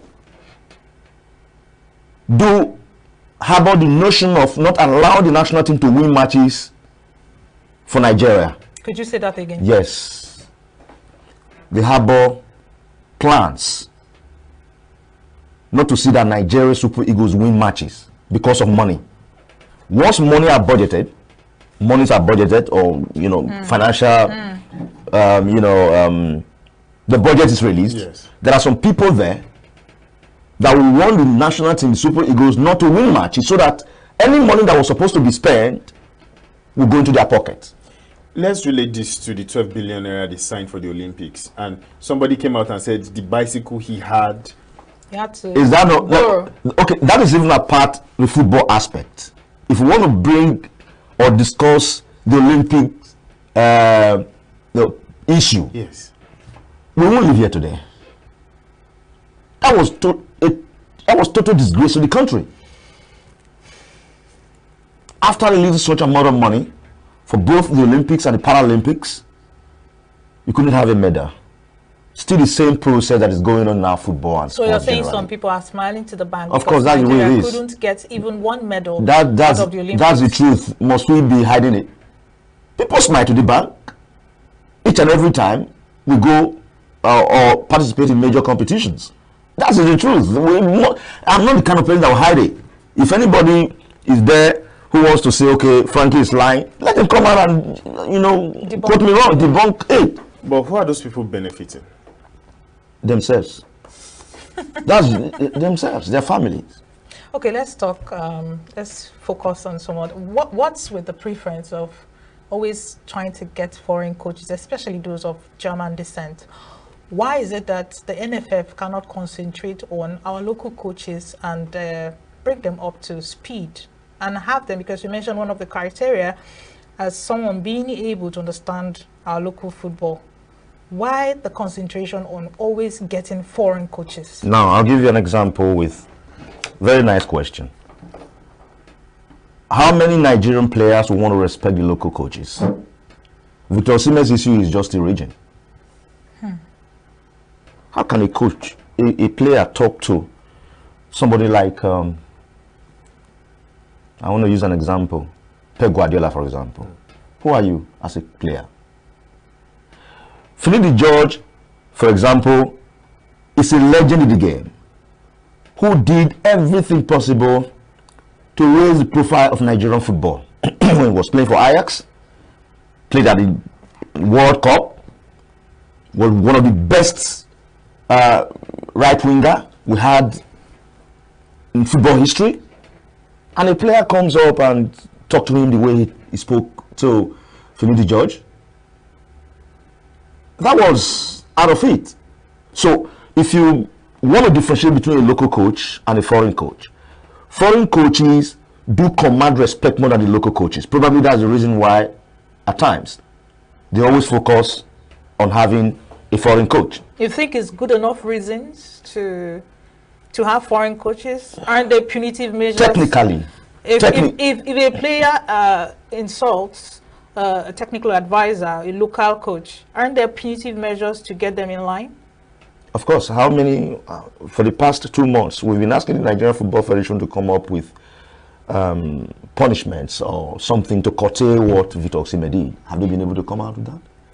Just last week, the Secretary General of the Nigerian Football Federation, Mohammed Sanusi, was asked that question. What are those things being put in place to curb this anomaly? Yes. And what have you been able to do as NFF president? Say, you don't ask me, you have to ask. We really need to have that conversation, because elsewhere in other climes, they have their indigenous coaches, train them. Italy, wherever, UK, wherever.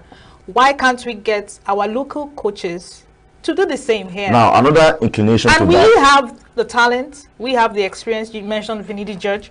So why aren't we ensuring that players align and respect our coaches so that our coaches can do the needful? It boils down to what the NFF has in stock for the local coaches. That's the truth. Now, the second aspect of it is the financial implication. Financial implication.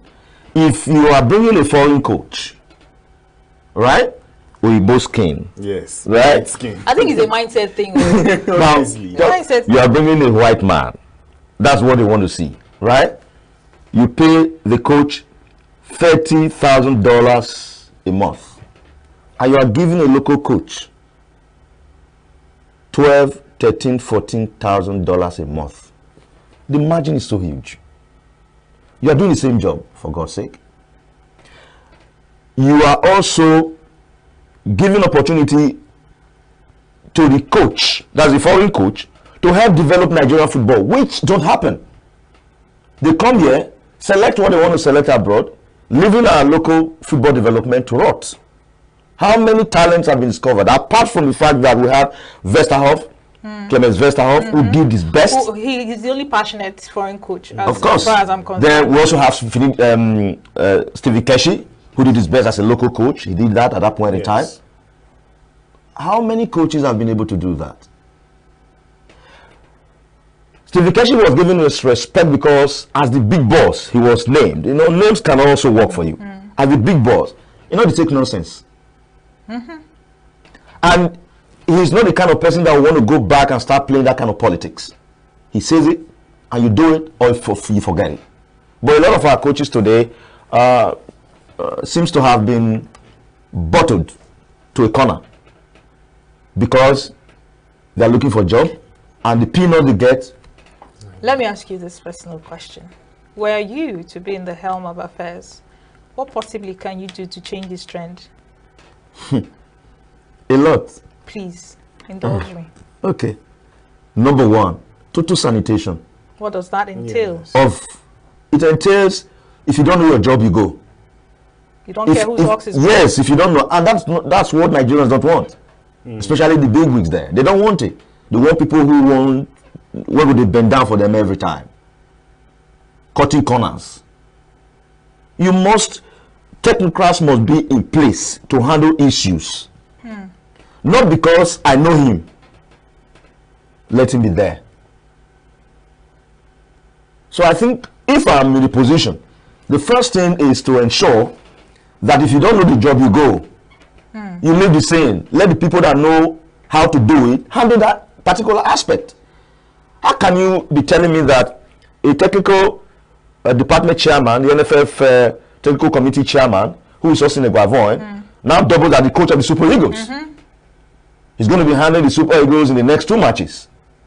Automatically, what that means was that, or is that, he has been the one behind this issue of the delay of not getting the coach. So he created this opportunity. That's my thinking.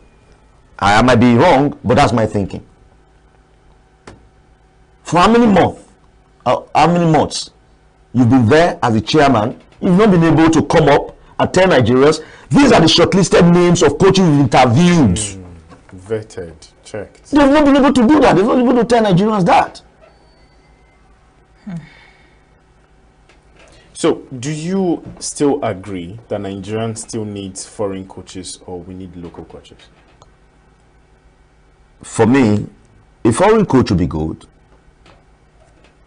because the dressing room is very important. Okay. A foreign coach can control the dressing room. How so? Dressing room means players. He can command, and he can command respect. Because he's white, or because apart from that, technically, let me even give an example. Apart from Victor Osimhen's issue, yes, there was another one that happened in camp when players ganged up against him before the Osimhen issue. Like they wanted to physically put hands on him? No, it was an abuse, of course, that he wasn't allowed to play. He was denied the opportunity to play in a friendly Nigeria had some time ago. You don't talk, a coach selects. He decides who play and who don't play. The Chelsea issue is an example. And this new guy that just signed for Arsenal alone, Enzo Maresca said, I don't want you. And there was nothing he could do about that. A day to the deadline day, which was about 2 days ago, Arsenal just decided to help him out. A coach decides who play, and who is to be on his list, and who is not supposed to be there. So, but in Nigeria, once a player is not allowed to be part of the team, they see it as this hates me. This is an issue. It should be okay. So it's easier for them to accept that this is a foreign coach and he doesn't have any. That's it. This is an issue. And even the foreign coach commands respect among the big wigs in the NFL. I'm thinking the problem is not just with leadership; it's also with followership. Of course, some of them, this mindset should be disabused, you know, with strict punitive measures. But then, sorry, Josh, yes, before I get to sure. you. I would like to know what's the difference between a coach, a tactician, and a technical advisor. And is it even remotely possible that Nigeria can run a system where we'll have a foreign coach if they must, and then a local technical advisor? These are just names. The main issue is, do you have the technical ability or acumen to handle a national team, whether technical or a manager or a coach. Or, these are just to multiply tax if you hire a coach and another a technical advisor. What do England call their coach? Manager. Have you heard that England is calling the technical advisor? No. It's just semantics. It's just semantics. I mean, it doesn't add to your personality as a technical advisor. I'm just looking at a situation where, since we so desire foreign coaches, yes, you can bring your foreign coach, but then we can have a local coach. There should be a balance somewhere. When this guy tries to act outside of character, the local coach will say, "Oga, this is and those local coaches that worked with the last coach that took us to the finals of the Nations Cup, the Portuguese. We had Finidi George there, who garnered experience at the Nations Cup, and that was actually why a lot of Nigerians had trust in him, because he was part and parcel of that system that brought about Nigeria playing Cote d'Ivoire in the final of the African Cup of Nations.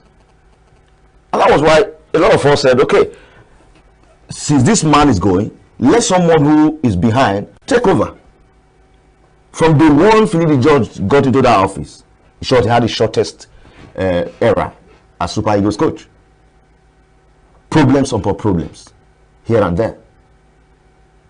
There are a lot, like we're also hearing, if Labadia had stayed, probably Fidelis Lechuku of Rangers of ENUGU would have been part of the coaching crew.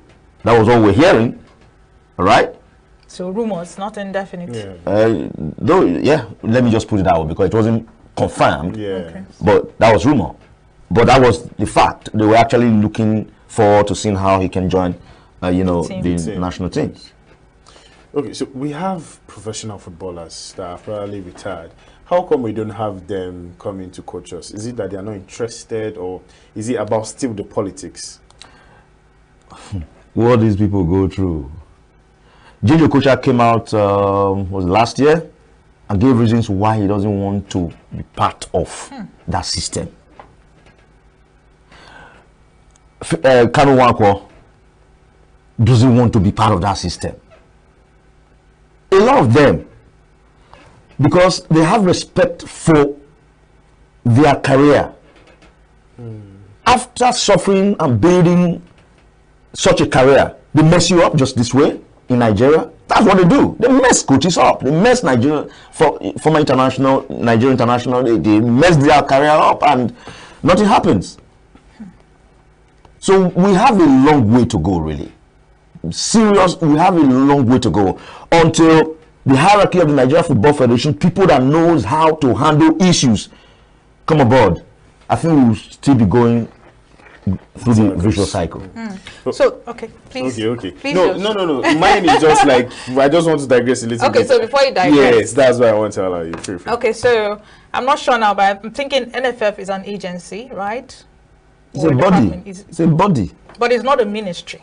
It's a body that controls football in the country. But it's not a ministry. No, it's not a ministry. They are under the sports ministry. Beautiful. So sports ministry has oversight functions over all federations. So what in all these, what has the ministry done to see how to curtail some of the excesses of the NFF? Unfortunately, I will say this: you don't give what you don't have. Right? Yes.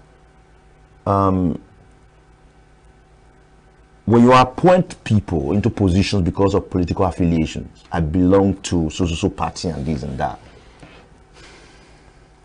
it takes us back to where we're not supposed to be. Those days when we had the Samuel Ogbemudias, former military administrator in Edo State, when sports was booming in the country, they knew what they needed to do at that point in time to make it work. Of course, we've had a lot of ministers that have come and gone. If you look at the history of how they handled their offices, you will find out that with the abundant talents in the country, we've not been able to tap enough. That's number one. Number two, the present Minister of Sports, fine. I will say, okay, he's coming from an angle of being a farmer. Now bust your brain a bit. That's just the truth. But I'm not saying he's not trying his best to. Yeah, that's not what you're saying. That's not what I'm saying. You're just telling us where he came from. Yes. So that we know how to move forward. All right? Yes. So that's just it. The main issue is that we've downplayed what Nigeria is supposed to have because of politics. And it's not just sports. Not sports anymore. Sport is also politics, but we have sports politics. But the Nigerian aspect of it is that I'm my party man, so he must be there. Okay, Josh, do you have? Yes, that's any my question? cutout. Because So I have something that is boiling up in my head now. I'm trying to. Okay, so Oga Frank. Go ahead. Now, the NFF. 1 minute, please. Let me get my thoughts together. So the NFF, you've said, alluded to many times sitting here, that there are no blueprints, there are no evidence to show that these guys are going through a particular process and they are carrying people along with the processes. For example, the hiring of the coach that just declined. But then, from your experience and interactions with some of these guys, what do you think are some of the immediate strategies they are employing, seeing that we have a tournament coming up, a month ahead from now? ENUGU will handle the next 2 matches. The same man who is the chairman of the technical department of the Nigeria Football Federation. How is he ever going to juggle those two? I need to clarity. I need clarity on this. How exactly is he going to? I don't know how he's going to do it. He obviously flouted with this saga with the German guy, and now he has a whole national team to coach. Okay. How is he going to handle this? He's been there before. He took Nigeria to the African Cup of Nations that was held in Cameroon some time ago, and Nigeria got eliminated. From then, flopped. From then, Nigeria had they've never. I'm not speaking for, but I know they've not forgiven Eguavoin, because that display was not worth it to a lot of Nigerians. It was a flop. Yeah, moving ahead. It was a flop. Let's call it the way. Yes, let's call it what it is. It was a flop. Now, after years, you were saddled with the responsibility of getting a coach for Nigeria. The same Nigeria Football Federation came out and said, we want a foreign, someone who is technically balanced. Grade A coach for Nigeria. When we heard that, we said, okay, probably these people want to change the scenario now, which is better for the country. When we started hearing names of coaches, until this, for the very first time, okay, you want to appoint a coach that doesn't even know a national team setup in Africa. Labadia. Oh, it's surprising. And it's not a pleasant surprise, by the way. At all. Not a pleasant one at all. And so, I just pray for Nigeria. I don't know what we're going to do against Benin Republic. Because we have Gernot Rohr, who was the former Super Eagles coach, and a German as well, who is going to lead Benin Republic against Nigeria. Now, talking about Germany, sorry, Josh, is there some bilateral agreements that we don't know about, between German Nigeria and Germany? Why must they have to be German coaches all the time? I don't know What's about the preference with Germany? I don't know about if we have bilateral agreement. Which is why I'm asking. I don't know about that, but probably things just happen the way it happened. I mean, there are Spanish coaches. I want to ask, so what's the process in picking? Oh, let's even assume that, okay, fine, we want to go with the foreign coach. So what are the process involved in picking a good foreign coach? I know money should not be the problem. I said, Nigeria apart from money, yes. I said it before. Yeah. That coach must have the knowledge of African football. Donatro was in Africa. He handled a lot of African countries before Nigeria, engaged him. Jose Pesero had a little bit of African football system. But for Labadia, I don't know. He was only a club coach. He was only a club coach.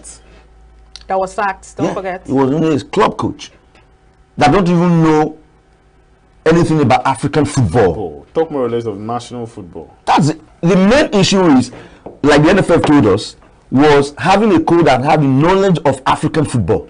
Do Labadia have? It doesn't. Okay, so now Osimhen's issue is confusing at this point in time. I don't know what is wrong with his agent. I think his agent did not do a good job. If you look at it, the two clubs that were up for him, Al Ali in Saudi Arabia and Chelsea. Osimhen felt his take home at Napoli was okay for him, and any club that is coming should not even think of reducing it. Then Chelsea said, okay, we can't pay you up to £300,000 a week because because they brought out law. It's a system where Chelsea would not pay any player more than £300,000 a week anymore. Now Al Ali came and said, okay, we'll pay you money from 60 to 65, 65 to 70, 75 to 80 million euros for the transfer.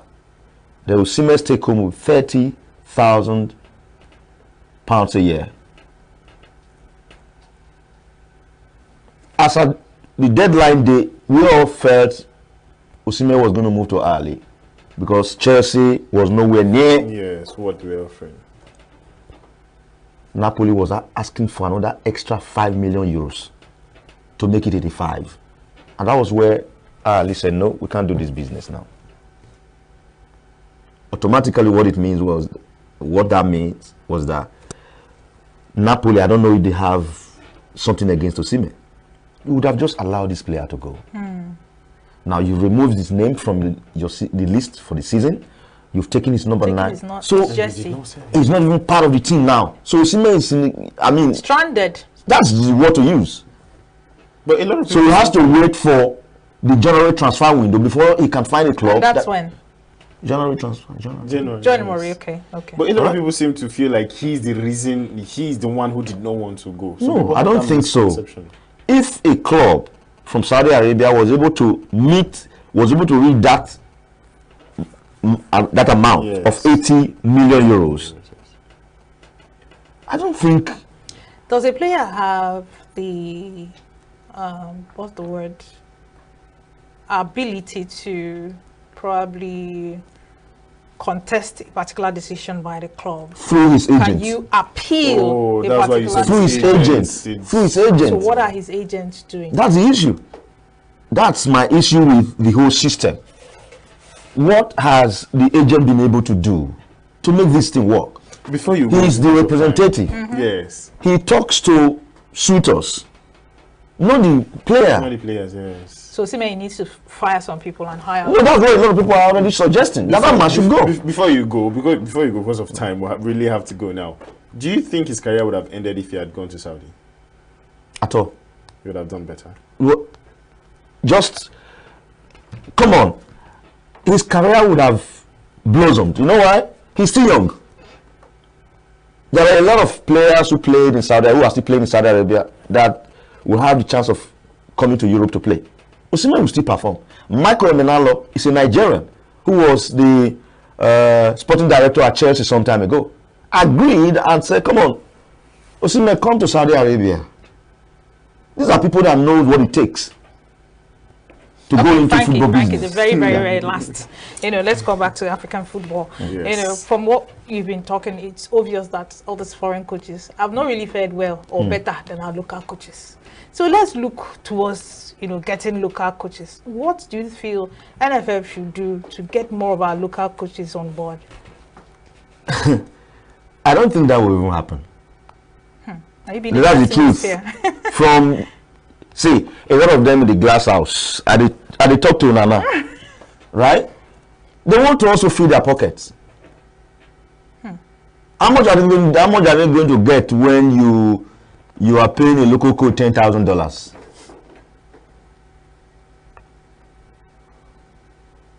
Then somebody will now, they bring out a list for them. That's even the most annoying aspect of the whole issue. Is the Nigerian Football Federation supposed to be the body or the the body that will release the list? Tell Nigerians the players that will be invited? A coach does that. But some people behind sneak in players into the team, into the list. It's been happening. So, I mean, see, if we want to discuss Nigerian football here, the thing is just. Thank you. Frankie Omokwa, it's been a pleasure. Actually, I don't want to let you go. Why? That's we have plenty. something I have to talk about.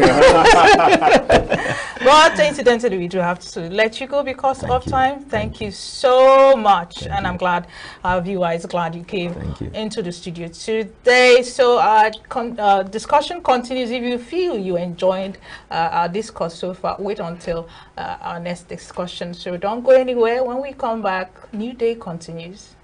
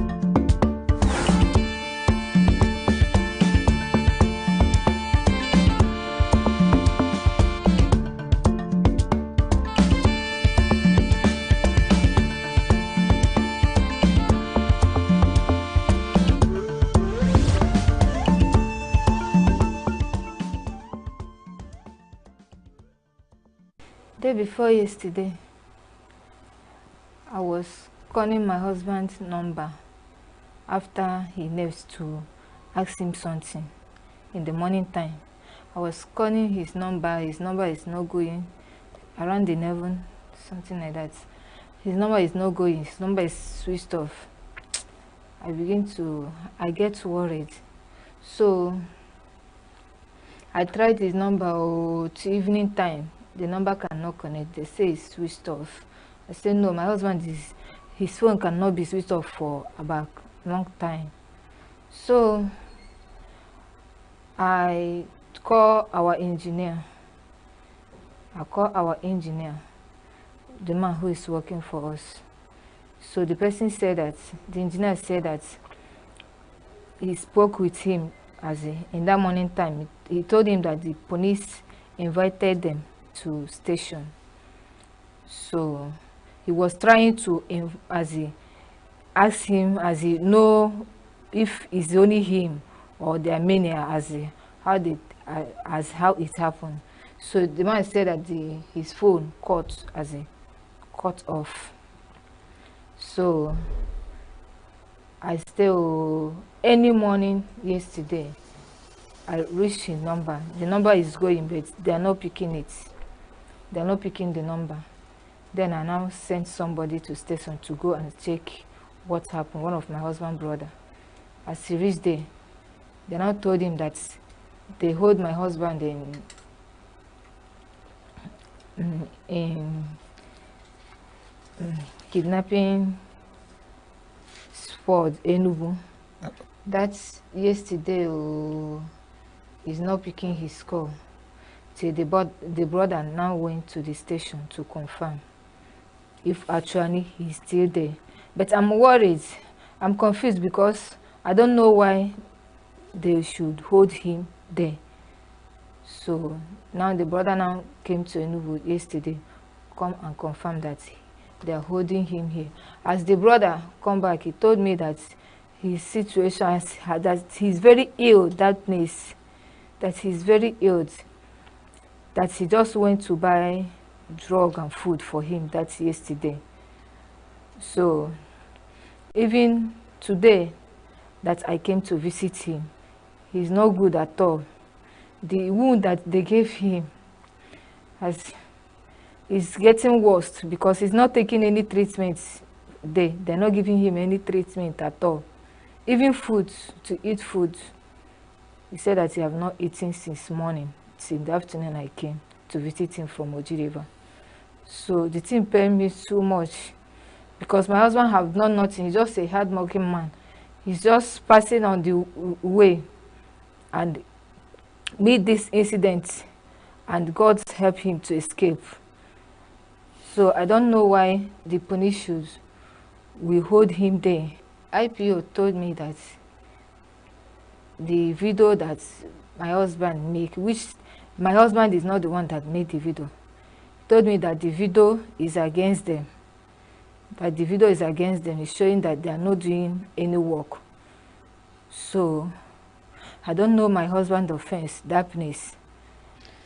Since day before yesterday, it will be very difficult for me and my children to eat, to cope because of my condition. It will be very, very difficult. And my husband, my friend is...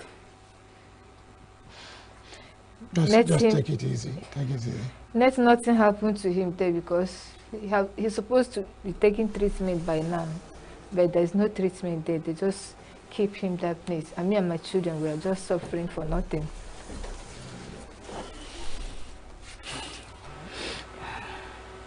It's not easy for me at all. It's not easy at all because in this situation, running around to feed the children alone and whatever, it's not easy for me at all. It will be very difficult for me. Very, very difficult. So what do you think should be done now so that your husband can be released? Okay. Yes. What I'm asking is that my husband is a very hard-working man. Very hard-working man. So he has done nothing to the police to detain him upon the injury, the wound he gets. So I'm asking the governor, the president and the IG to help me and bring my husband out from that station. Please. Kingsley Ihagazi, who narrowly escaped a kidnapping during the recent invasion of Oji River, has found himself at the center of police harassment. After raising the alarm about the kidnapping incident near the School of Health Technology, Oji River, Ihagazi was arrested by the Divisional Police Officer DPO of Oji River, accused of spreading false information about the attack. Despite clear evidence confirming that the incident occurred, Ihagazi was detained for 3 days, leaving his family in distress and confusion, uncertain of his whereabouts. In an exclusive interview with Signature TV, Mrs. Ihagazi, the victim's wife, expressed her shock and despair over her husband's detention on what she described as baseless charges. She made an emotional appeal to well-meaning Nigerians to help secure her husband's release. My friend is... Just take it easy. Take it easy.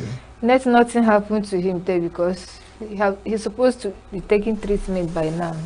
But there's no treatment there. They just keep him that place. And me and my children, we are just suffering for nothing.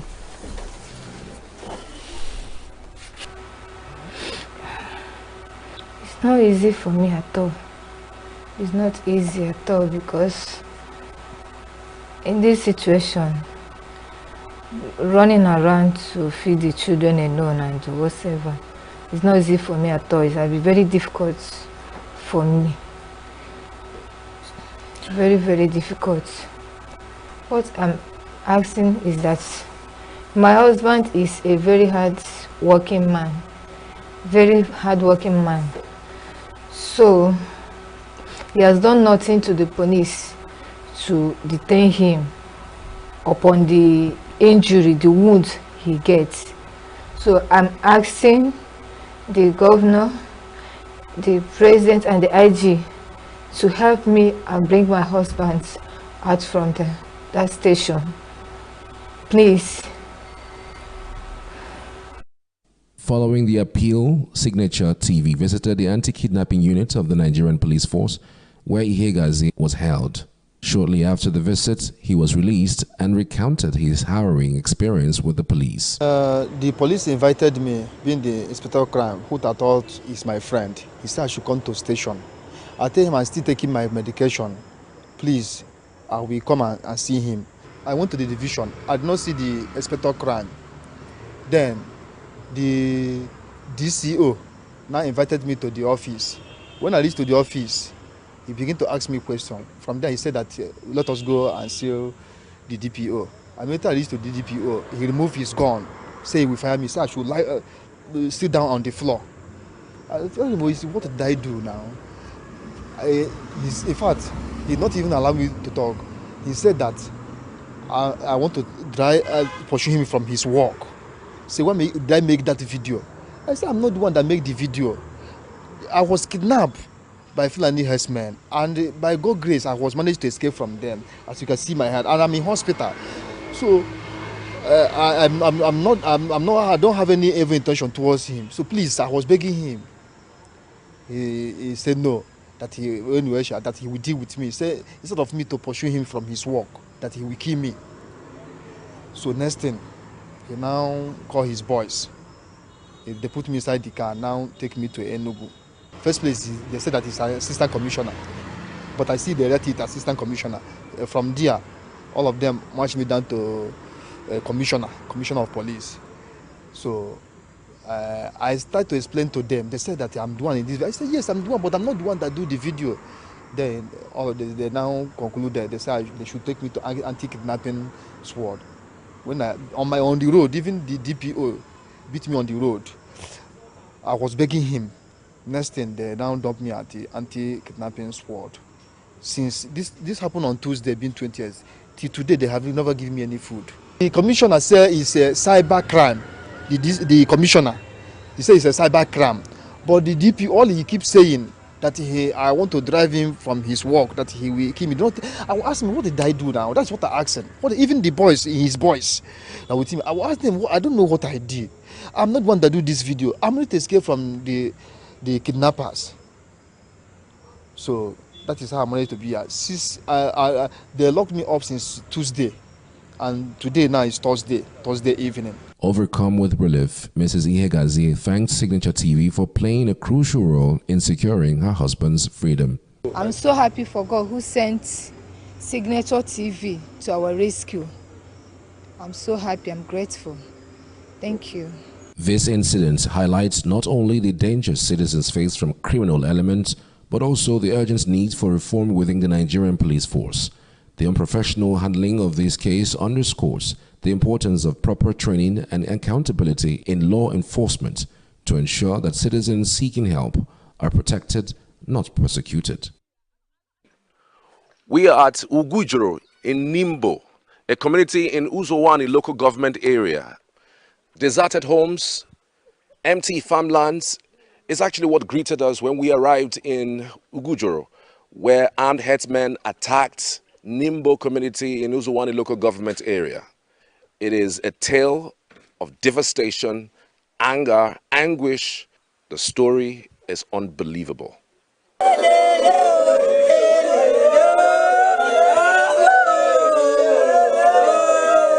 At this very spot was where the funeral ceremony was being held. Canopies were actually mounted around this area, when these armed herdsmen came through from that spot, from that zone, and attacked them. This spot was where one of them died. If you could see, there's still some blood stains right on this spot. While I was returning, I heard Hausas were shooting in the village. I didn't know what to do. I asked what happened. They told me Fulanis have killed my husband and my grandson. I was running and heard sound of gun. I returned back to inquire what happened. I went to the uncompleted building, and behold, I found my father and my son shot dead. This spot was where the village head of Igujiro was killed. He ran away from his house and came in right here to hide, only for the armed headsman to come right here and shot at him, and he died right here. I was sitting right here, that is my room. And all of a sudden, as I just entered the room because I wanted to dress up and go out, I had 3 gunshots right beside my house there. I opened the curtain and I saw these 3 Fulani herdsmen right by that side. That is where they stood and shot the gun that way. And the whole people that were sitting on this canopy scattered. Myself, I ran back towards my neighbor's place. I was following that man because I'm a stranger here. I don't know where to run to. So I was running alongside with him. When we ran down towards that very house there and hid ourselves, not even knowing that that same place we were hidden, we are the road they were passing to go back again. It was while they were going back, I now saw that there were 3 of them. It was 2 of them. I stood by the corner of the, by the wall of that house. There's an uncompleted building there. While the other man stood here with that his small grandchild on the hand, and I was holding one other smaller girl. That was when these people arrived, 2 of them by this side, and they shot. The comment I had them made that time, you don't die today. All I was shouting was Jesus, Jesus, Jesus. They now released that gunshot too that killed this man and his grandchild. We are dying due to hunger.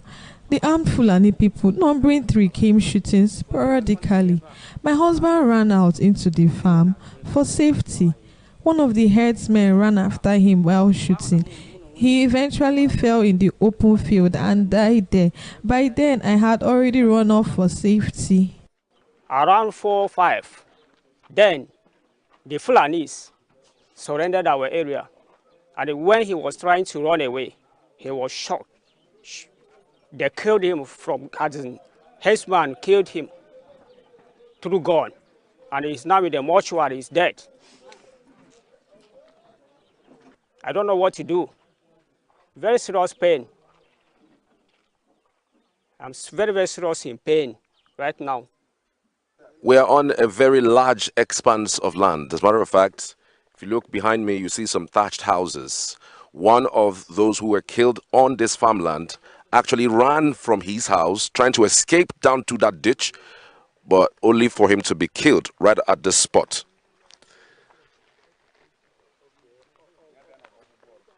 What we are witnessing in this community, especially Nimbo, Ibano, Urobo, Iyekoro, Abi, is killings by Fulani herdsmen. We have apprehended 3 kidnappers, but government released them. There is no love lost between the herders and farmers in Uzowani. They continue to point fingers, each blaming the other for the destruction and devastation. What was once a symbiotic relationship has turned into bitter anguish. The Fulani herdsmen, when they started ruling their cows to this part of the world, they were friendly. All of a sudden, they changed. They started raping our women in the farm, destroying our farmland, and it was when they started destroying this farmland, they started doing a lot of havoc to our people, that our people now got angry against them. Reverend Father Casimir Urama was a former parish priest at St. Mary's Catholic Church, Nimbo. Every Sunday when I come out to celebrate Mass, or in the morning Masses or Sunday Masses, you will barely see you barely see people, because most of them have gone to Nsukka, others to nearby villages when they were trying to secure their life. Then, and it really, just as I said, affected my ministry, because no person to minister to. Help us develop our farm projects. You won't see in other place. It's very difficult to say a place that's more fertile. If you plant cassava here, you don't need fertilizer. If you do that, it will get rotted because of the fertility of the land. The land is surrounded by water. There's this river that moves from here to Anambra. That is the boundary point. And so it makes the land to be very fertile. But we don't go there. Have you seen anybody in the farm there? It's only we go around your house, you see people cultivated here. When we have land that is being wasted, this is our natural resources. It will affect the whole, you won't talk of hunger in Enugu State. It will affect the whole nation. While we're shooting this, we just received information from the neighborhood watch here in ENUGU that there has been some shooting in Adani community that involved 2 policemen and 2 neighborhood watchmen. A development that is making more people flee from Nimbo. I won't leave my house. My tenant is leaving. Please, government should come to our rescue in Nimbo.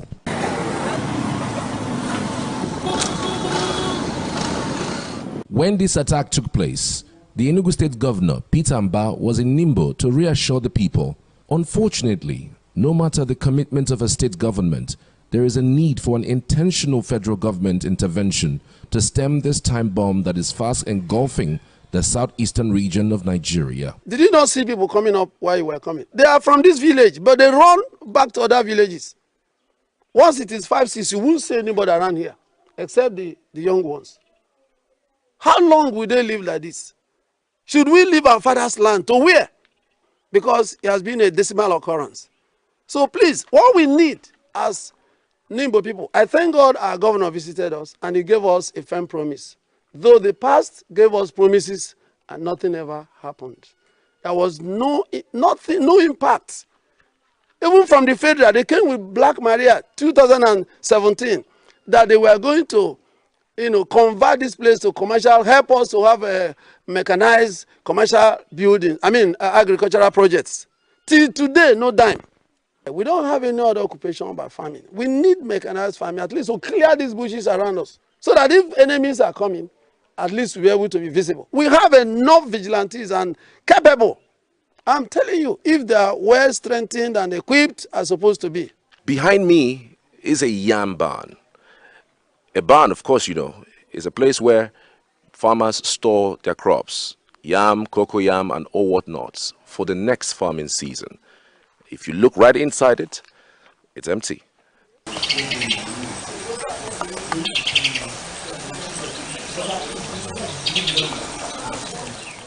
It has been a tale of destruction and devastation for this community. As a matter of fact, this agrarian community is one that produces millet, maize, and farm produce, in fact. This is what they do. They eat food from what they till. The soil is quite fertile, as far as I know, and this is even much more devastating because it is the month of May, and this is about the time that people are returning to the farm to plant crops and, of course, to eat from it at the end of the day. Nobody is headed towards the farm for fear of attacks by these herdsmen. The implications of this is that there would even be more hunger in the land. Charles Pius reporting for Signature Television.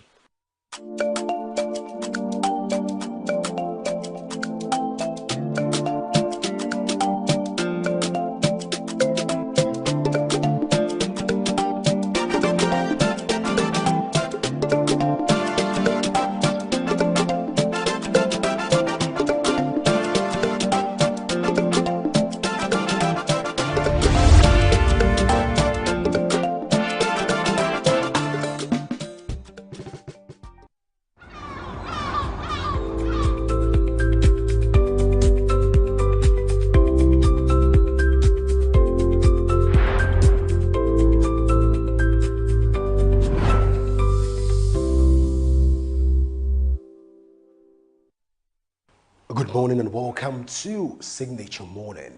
I am Godwin Sunday, and with me this morning is Enokora Joel Okoli, doctor. At least I forgot to add that, and he will be joining us this morning to help us make sense with a conversation about the challenges Nigerians from diaspora encounter, especially when they return back to serve in their motherland. But first, permit me to welcome Dr. Joe Enokora Okoli to the show. You're welcome to the show, sir. Thank you very much. All right, sir. At least I forget to also mention that Dr. Joe is the former MD and CEO of NSITF. He has served in various capacity also within in his lifetime also, and currently he's a vice chairman of the vice president of Abuja Graduate School. You're so welcome to Signature Morning. Thank you. So you talking right away, sir. First, there are a lot of controversies that tend to be built around your personality when it has to do with the way you left the NSITF. So let's begin with that conversation, and believe that a lot of people don't even know about that conversation. But what actually led to you being suspended from office? People have said that it is due to alleged abuse of office and some other incident. But let's hear from you. What actually happened? What's the story, sir? Okay. Well, thank you very much for inviting me to this show. And I've agreed to do this show for 4 good reasons. One, for believers in God, to believe that there is always God. Some lady sometime in the past said, there is God, oh, and people laughed. But truly there is God. If we believe in God, whether Christian or Muslim, God will never let you down. He'll be faithful. So I'm doing this interview because of that, to rekindle faith in God by anybody suffering or going through any tribulations. 2, people in government. When people are in government, they think it is forever. But nothing lasts forever. No condition is permanent. So when you are in government, always bear that in mind, that one day you will be on the other side. So treat people as you would like to be treated. That's my second reason for doing this, because I wasn't treated fairly by people who were above me. And I'm sure they're regretting it today. Then another reason I'm doing this is because of my brothers and sisters in diaspora who had always cajoled about coming home, why are you still abroad, this and that and the other. For them to know that you are not coming home to El Dorado. Oh yes, that even the people who are asking you to come, they might have their ulterior motives for goading you into coming home. And so when you are coming, just know that you are coming, you know, even though it's your country, you are coming home to do battle, even though you are coming to contribute to the development of your nation. You know, I think those reasons suffice for why I've agreed to do this interview. Now, coming to my experience at NSITF, Nigeria Social Insurance Trust Fund.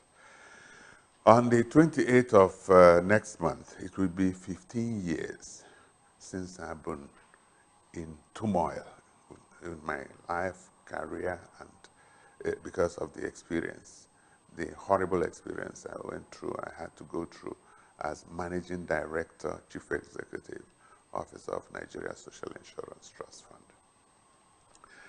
Before that, before NSITF, I had served creditably, honorably, as Chief Management Consultant to the 5th Senate under Senator Ken, distinguished Senator Ken Anamani, before Obasanjo now appointed me first as Chairman of NSITF and subsequently as Managing Director of NSITF.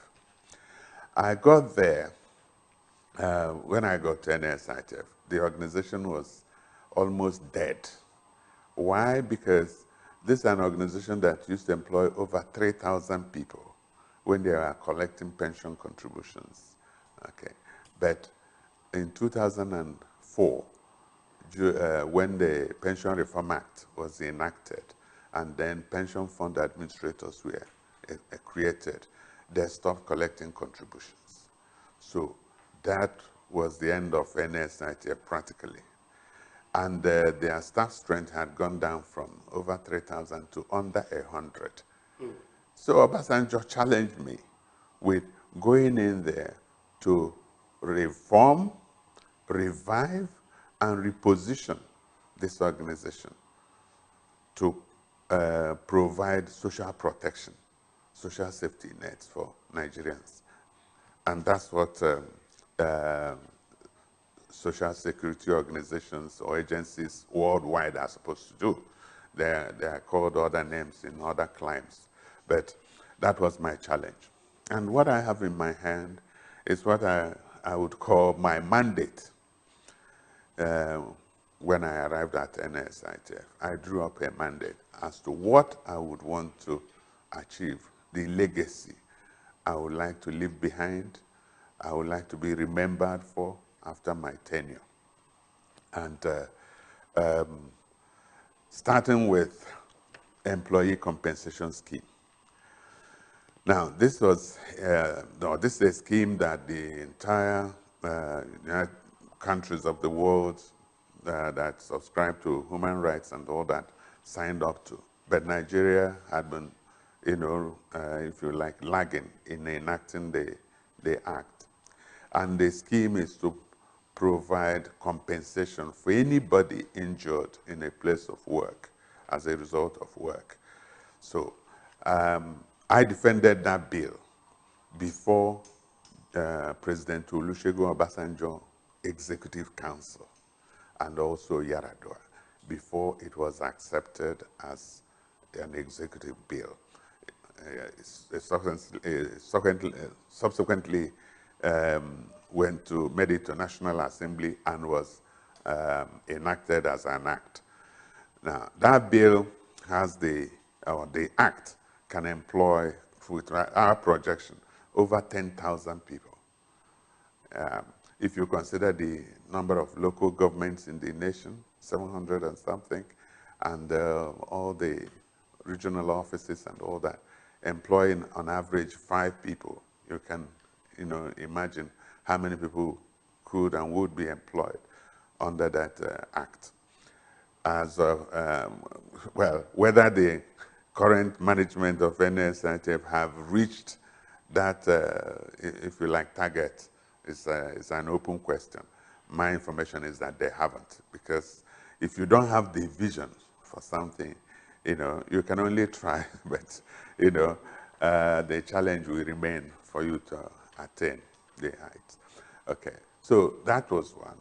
Then I also wanted to establish social security studies in Nigeria as a degree program by endowing a chair in Ahmadu Bello University, University of Ibadan, and UNN Nsukka, University of Nigeria Nsukka, to teach social security, to create a program, a degree program, so that we would have experts, people who are competent and knowledgeable about social safety nets. That obviously hasn't happened. And that's something you could just, in fact, we had written to the universities in my time while I was there, and they signed up for this. But unfortunately, I wasn't there long enough to implement that. Then, of course, we had a program to establish our own microfinance bank. And then, if you like, youth housing for young people, and business incubation centers and all that. So we had a whole lot of things planned, but unfortunately, it wasn't meant to be. My travel started when one Ngozi Olejeme was appointed chairman by Goodluck Jonathan. And she came, with all due respect, this woman, the highest thing I knew, I found out that she had done in her life was to run a hairdressing salon. And being appointed chairman of a mega institution, a big institution with so much responsibility as Nigeria Social Insurance Trust Fund was a misfit. You know, so she came there not knowing anything about what the organization was about. She was only there for herself. And she didn't mince words to say it. So she came to me and said that she had run for governorship of Delta State the year before she came, which was, she came in 2009, and that she needed to recoup the funds she expended running for governorship of Delta State. So I said, I'm sorry, madam, this is not the place for you. There is practically no money here. And I brought out the audited accounts. Of course, she couldn't even decipher, understand, or read the audited accounts. I showed it to her. I said, all we had at NSITF was 400 million. No more, no less. And that money was to cushion the transition of NSITF from its moribund situation to activity when the Employee Compensation Act is enacted, and then NSITF would swing back into serious operations. Needless to say, she came with so many outrageous demands on me, including giving her office space in the building, and she was a non-executive chairman, and leverage or leeway to employ staff, about 7 staff, to attend to her constituents. You know, so I told her, sorry, you know, you're in a wrong place. And when I had the opportunity to meet with Jonathan, President Jonathan, I explained the situation to him, told him my shock with such a woman coming as chairman. And Jonathan confessed that he was the person who had put the woman there. Little did I know that this woman had her special relationship with the president, President Jonathan, and Gordon Obua, who was Chief Security Officer to Jonathan. I'm sorry to call names. I have to, and you can verify whatever I say. I'm sorry, I have to mention names, you know, and these are facts. You can check them out, you know. So the woman was too powerful. Ministers were running scared of her, you know. And at the same time as she was appointed chairman of NSITF, Jonathan also appointed her deputy treasurer to PDP, you know, the ruling party. She was deputy to Nenad Usman, who was the treasurer at the time. Can you imagine? This woman didn't go to school, and she was wielding all those, you know, powers, yes, and positions. She was throwing her weight around. So who was I, you know, an ordinary MD and all that? So I was nobody to her. And when she saw that I wasn't buckling, I wasn't going to submit to her intimidation and whatever, you know, she contrived with people from within who were resisting the reforms I had come to implement. People from within and from without. They came up with an allegation that I had, they didn't really say it's stolen because they couldn't prove that anything was missing. They said I had refused to transfer 1.6 billion to trust fund, the pension administrator. That was the accusation. Not that I stole the money, because if you say somebody stole the money, you show the trail, how the money left. First of all, there was no 1.6 billion at NSITF at the time. All we had was 400 million. And out of that 400 million, we used 100 million to establish ProHealth, HMO, which I hope is still, operating today, amongst the health maintenance organizations. So they came up with this allegation. Ridiculous, baseless, empty allegations. I wasn't ruffled. I said, excuse me, please, prove it, And the next thing, I was to be suspended without any investigation. They are suspending me. What are you suspending me for? But it didn't bother me because I said, I'll go on suspension. You will find that there's nothing there, and I'll come back. But I was naive. I didn't know. But I don't know if we were to do it again, whether I should have even allowed myself to be suspended. One, they didn't have Olejeme didn't have the authority, the right to suspend any chief executive officer appointed by the president. Yes. In fact, let people know this. If you are a chief executive of any parastatal, your board cannot suspend you. It's only the president who appointed you that can suspend or remove you from office. But in my naivety, so to speak, and also not having gone through this kind of traumatic experience and useless way of doing business, I left. Then, of course, whether they carried out any investigation or not, I didn't know. Nothing was happening. The next thing, the minister then, Adetokunbo Kayode, now wrote to me to extend the suspension indefinitely. Then there was also a report to the police.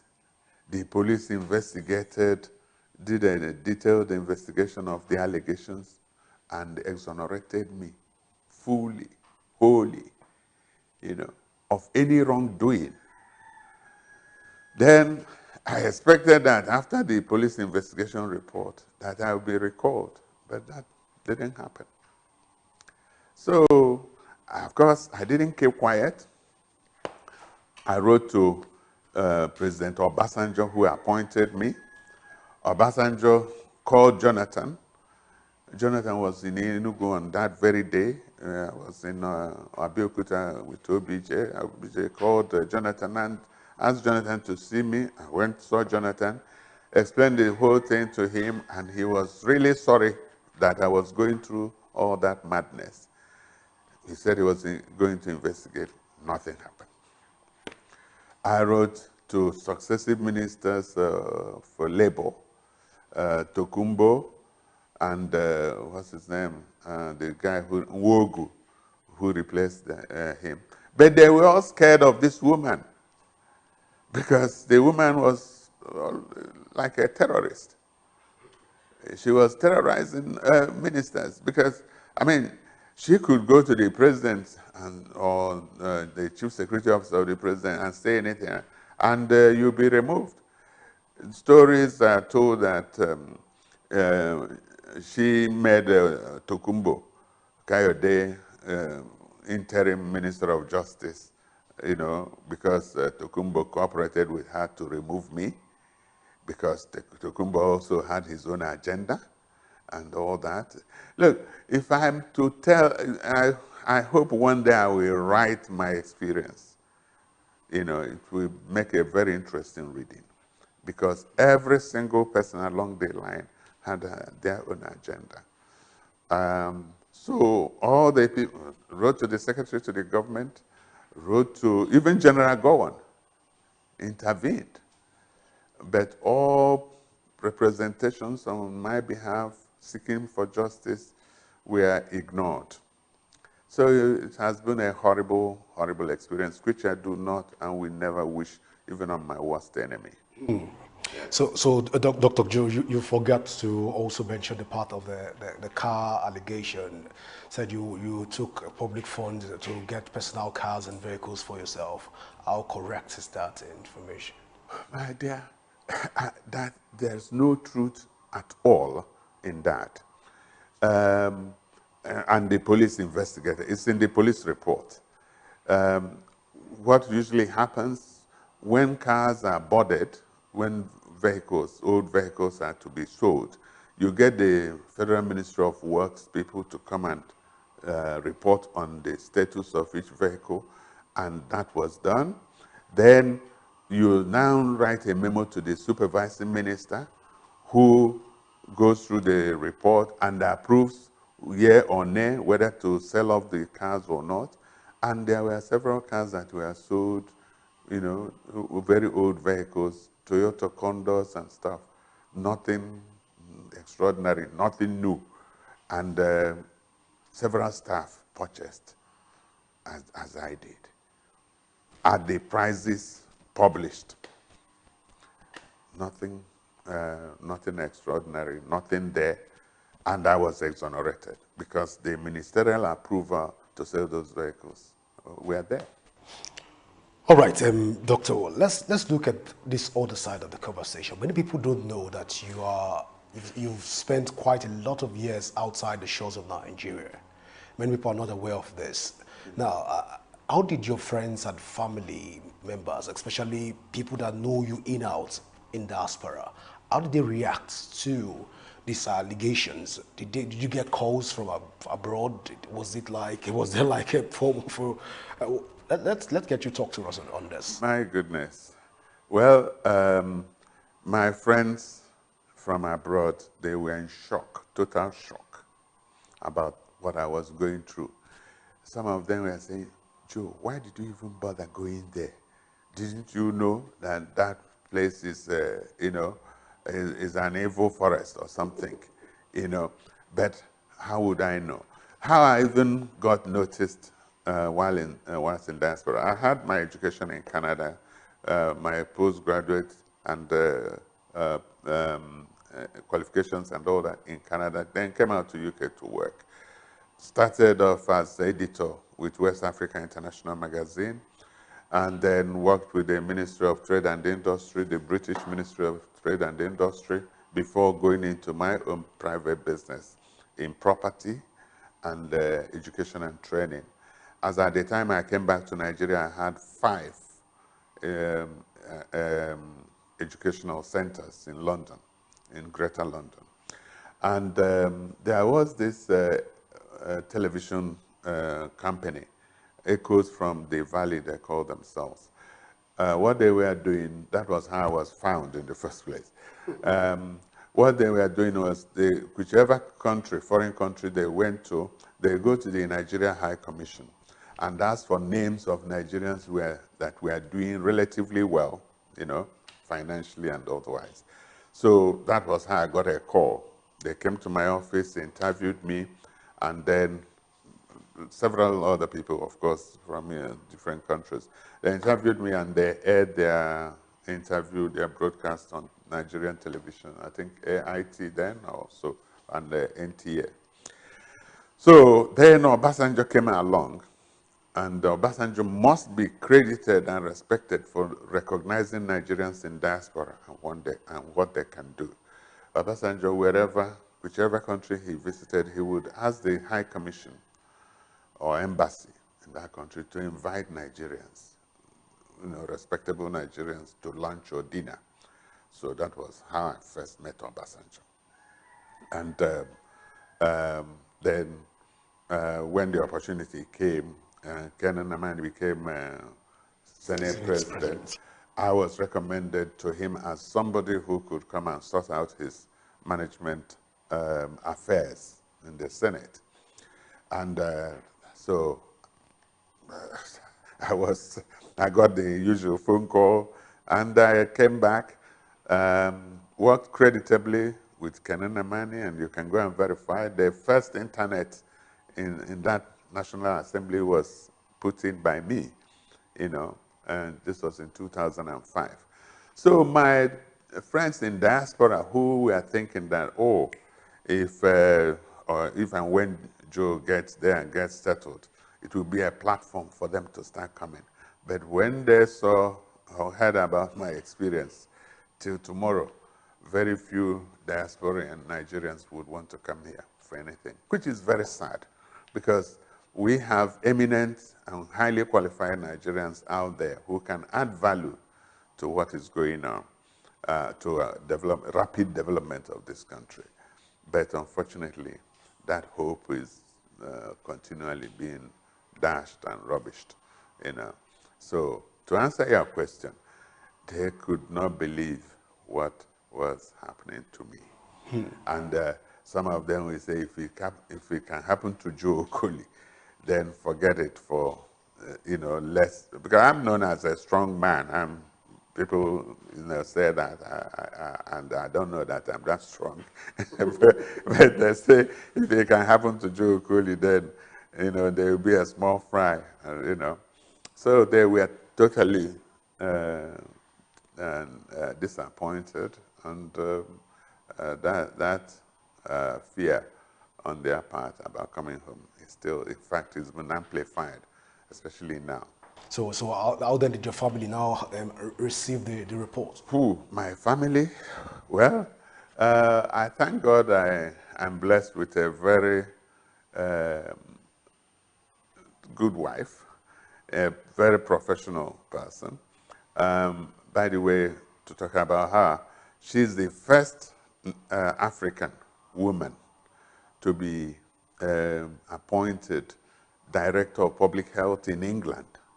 You know, in spite of their racism, she's a Nigerian, of course. In spite of their racism and all that, she was combining the position of Medical Director and Director of Public Health in England, the first woman ever, African woman. So being an intelligent woman, very professional, and she comes from a very academic family, she could help me, you know, analyze what was happening to me and remain the pillar of support and, you know, sounding board throughout the ordeal. As for my children, I'm sorry to say they haven't recovered from that. Only one of them has been brave enough to come back. And even that one that came back, sometimes he regrets being here. The other three, we have 4 children, 3 boys and 1 girl.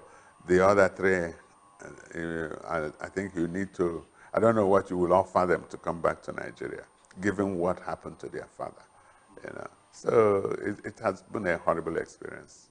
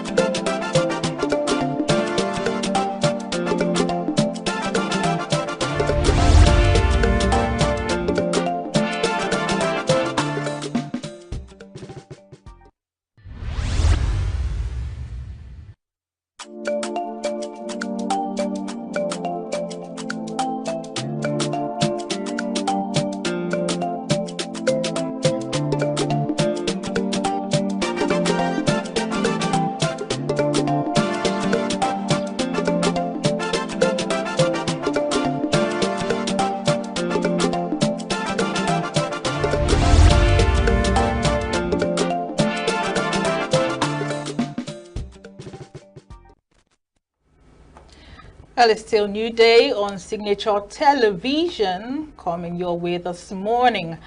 Well, this is for you ladies and gents. Have you ever had the situation where you felt you needed to have a conversation with someone you had a connection with, and when you came close and they opened their buccal cavities, well, meaning to say their mouths to talk, and from their dentition to the aroma, for lack of a better word, that oozes out from their mouth, you'll quickly put away. Well, today we are talking about oral health with particular, we are niching it down to oral prosthetics and cosmetic dentistry. I know you've never heard those before. Well, stick around. Today you are going to hear everything you need to know about those. Well, we have someone in the studio to do justice to this topic. Favor Ikechukwu is a dental practitioner here in ENUGU, and he is right here live in the studio to tell us all we need to know. Good morning. Good morning to you. How are you? I'm doing well. And when you walked in, I noticed the blazers. Thank you so Looking much. good. Love the color. Love Thank the you. packaging. For me, it's the tie. I always appreciate ties because Thank you. I Thank love you. ties. Yes. Beautiful. But a guy with a floral tie, is that a statement? Or Oh well, I'm so in love with multicolors. wow. Yeah. No, we can't tell. Multicolor. Color blend is actually very Yeah, good. You multicolor. look really good. Okay, Thank so you so let's much. get into the meat of the matter. Okay. So we've heard about cosmetic surgery. Yes, plenty times. We've heard about normal prosthetics for the limbs. Yeah. But we've never heard about cosmetic surgery. Cosmetic dental. Dentistry. Yes. Yeah. Cosmetic dentistry. Cosmetic dentistry and oral prosthetics. Oral prosthetics, Please yeah. tell us, what are those? Okay. Cosmetic dentistry, oral prosthesis. When you bring the both of them together, you're talking about dentistry at large. Okay. But before you start talking about cosmetic dentistry and oral prosthesis, you look at it from the point of the branches of dentistry. Because dentistry is a body that covers all of this. It covers the prosthesis, it covers the cosmetics. But when we are looking at the dentistry on its own has three branches. We have the preventive, we have the restorative, and we have the surgical aspects. Now, when we now want to look at it from the cosmetic area, we have to start looking at it from the restorative part of it. And the restorative part of it also covers the oral prosthesis. Now, when we are talking about cosmetic dentistry, we are talking about the appearance of the teeth, how someone smiles, how how the teeth looks. A lot of people who go out there today, especially most of the celebrities, you see them with white teeth, you see them with very Perfect white dentition. teeth, perfect dentition. You think that was how they came into the world. No, it's not true. All of these things are as a result of the cosmetic dentistries. You see somebody who is having a fluorosis. There are some persons with some discolored, dentitions. Maybe some of those people who were born in the, in the northern part of Nigeria, who maybe as a result of excess fluoride in their water, and the mothers takes it during, gestation period, and as a result of that, when the child, is brought forth, during the period when the child starts, erupting the tooth, it affects the child. So at that point, the child starts having some discolorations. And this discoloration continues until the child grows. Even after the mixed teeth falls off, for the permanent one to erupt, it continues like that. So for someone who has money and who wants to go into the global space, and you now start looking at it, what do I do to, this discoloration is really affecting me? That is where cosmetic dentistry comes in. Wait, so coloration of teeth has nothing to do with the amount of times I brush my teeth? No, it has something to do with it. Discoloration of teeth most of the time could either be as a result of excess fluoride or could be as a result of DNA? No, not just DNA. Excess fluoride could be as a result of it. The kind of drug the mother takes when she is pregnant, like testosterone, can be as a result of it. Or some persons who take a lot of coating, Milo, takes a lot of these chocolates. It affects the teeth. Well, for the records, tetracycline has been banned, right? I wouldn't know about that. Okay. I wouldn't know about that, but I know for some persons who have discoloration of teeth, majority of them, or few number of them, could be as a result of the tetracycline the mother takes during the pregnancy stage, or for some of them who are coming from the northern parts of Nigeria, the water there is not too good. So they have excess fluoride in the water. So when they take in the water during the gestation period for the mother, it affects the child. From the fetus stage, it tends to affect the child. So when the child grows up, you discover some brownish patches all over the teeth. And at that point, when you say you want to be a celebrity or you want to go into the global space, you can't go with such kind of dentition. Okay, so I get cosmetic dentistry, but what are oral prosthetics? Because once you talk prosthetics, I'm thinking of artificial additions. Yes. So what are they really? Yes. Cosmetic is one part on its own that talks about the appearance. And that's why I had to talk about the discolorations and all of that. But when you're talking about oral prosthesis in this point is a case where we have a lot of prostheses. We have limb prosthesis for the limb, we have for the hands, we have so many. But the prosthesis we're talking about, oral prosthesis, has to do with the oral cavity. The oral cavity and other parastructural parts. What does that mean? Of the body. It has to do with the eye, it has to do with the nose, it has to do with the ear. That's the parastructural part. But when we want to just marry it down to the oral cavity, we have to start looking at it from patients who have lost their tooth. You agree with me that 65% of people who walk around go to their business and their work. So many of them are wearing artificial teeth, which is called a denture, and it's also called a prosthesis. But you see them smiling very, very beautiful, but you don't know what they are wearing is not the natural teeth. So someone can lose the teeth, maybe due to accident, due to poor hygiene, due to one situation, fight and all of that.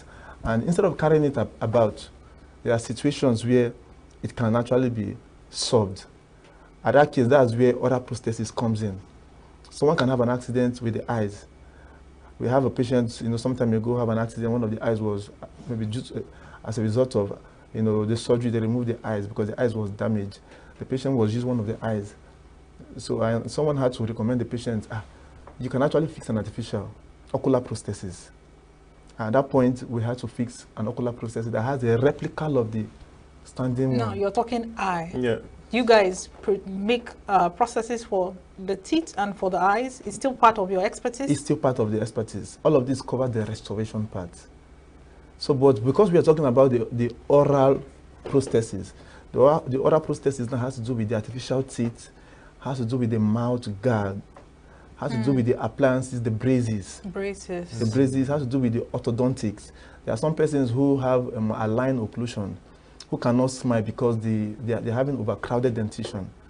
And because of that, there is need to correct it. There are some persons who the primary tooth, that's the milk tooth, couldn't fall off at the right time it's supposed to fall off.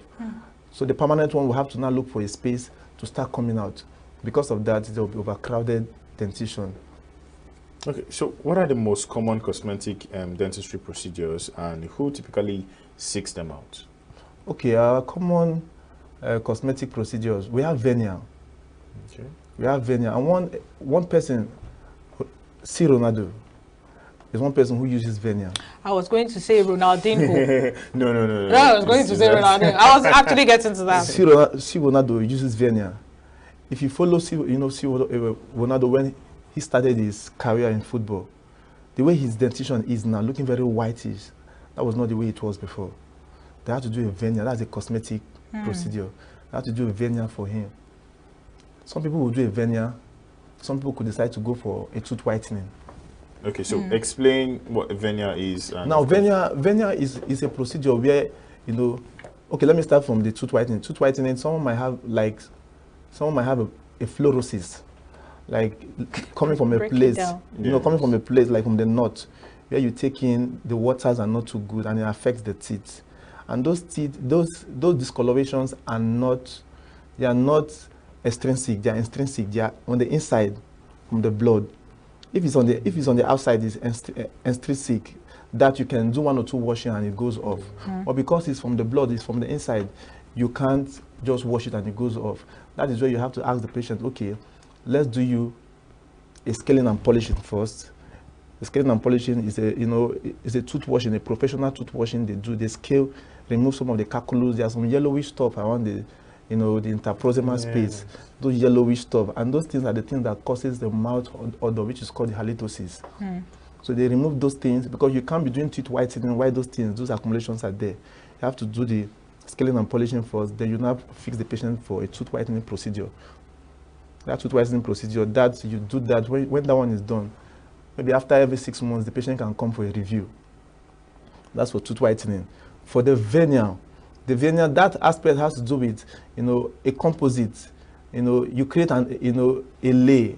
You put a lay, depending on the kind of shade, the shade of white the patient wants. You fix it on that patient's mouth. It's like a cap. You cap it on top of the teeth. It's white. It could be there for as long as the patient eats with it, the patient does everything with it. It doesn't affect the patient. Comfortably? Comfortably. Just like, imagine, Ronaldo using it. And a lot of persons, a lot of celebrities who are into media who also use it too. Okay, so you've said a lot of things, including scaling, polishing. Scaling and polishing. And scaling involves trying to scrape off excess accumulations, calculus. Beautiful. Yeah. Now, are there any possibilities that there could be infections, based off of some of these procedures on a patient's teeth? Are there any kind of consequences, maybe after the patient was worked on, after a while, the patient developed some kind of infection around the gums? Okay. Yeah, there could be some little, not really infection. Is it like the body trying to reject not really something that is not indigenous, some kind of an autoimmune response or inflammation? I think I understand what you're trying to say. Now, let me use the word tooth whitening.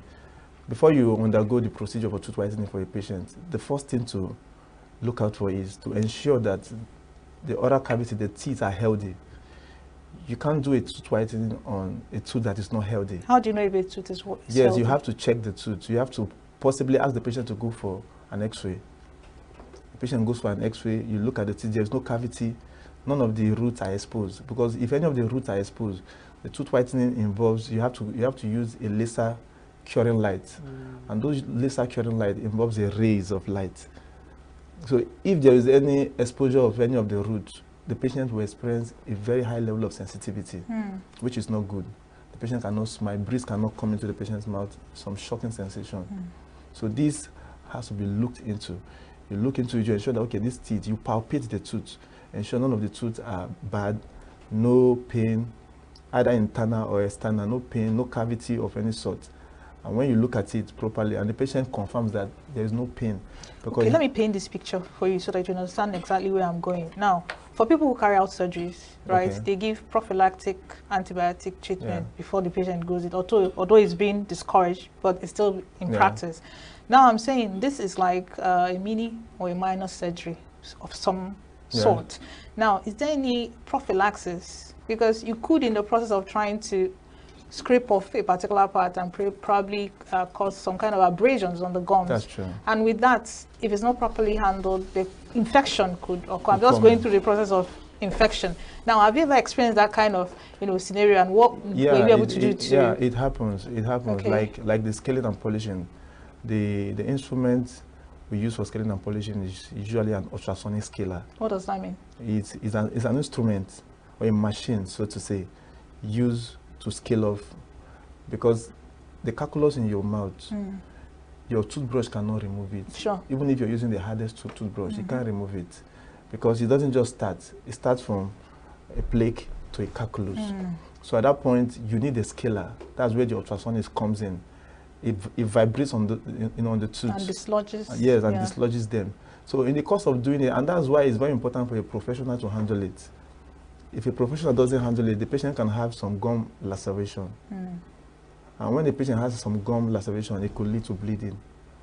At that point, that's where you have to now ask the patient, okay, give the patient some post-operative instructions. When you get home, this is what you're supposed to do. Get a vitamin C, get some fruit, get a hot water and salt exudation. Use it to gargle for 1 week to ensure that any form of infection that will want to come up, because there's already some of the gum already exposed.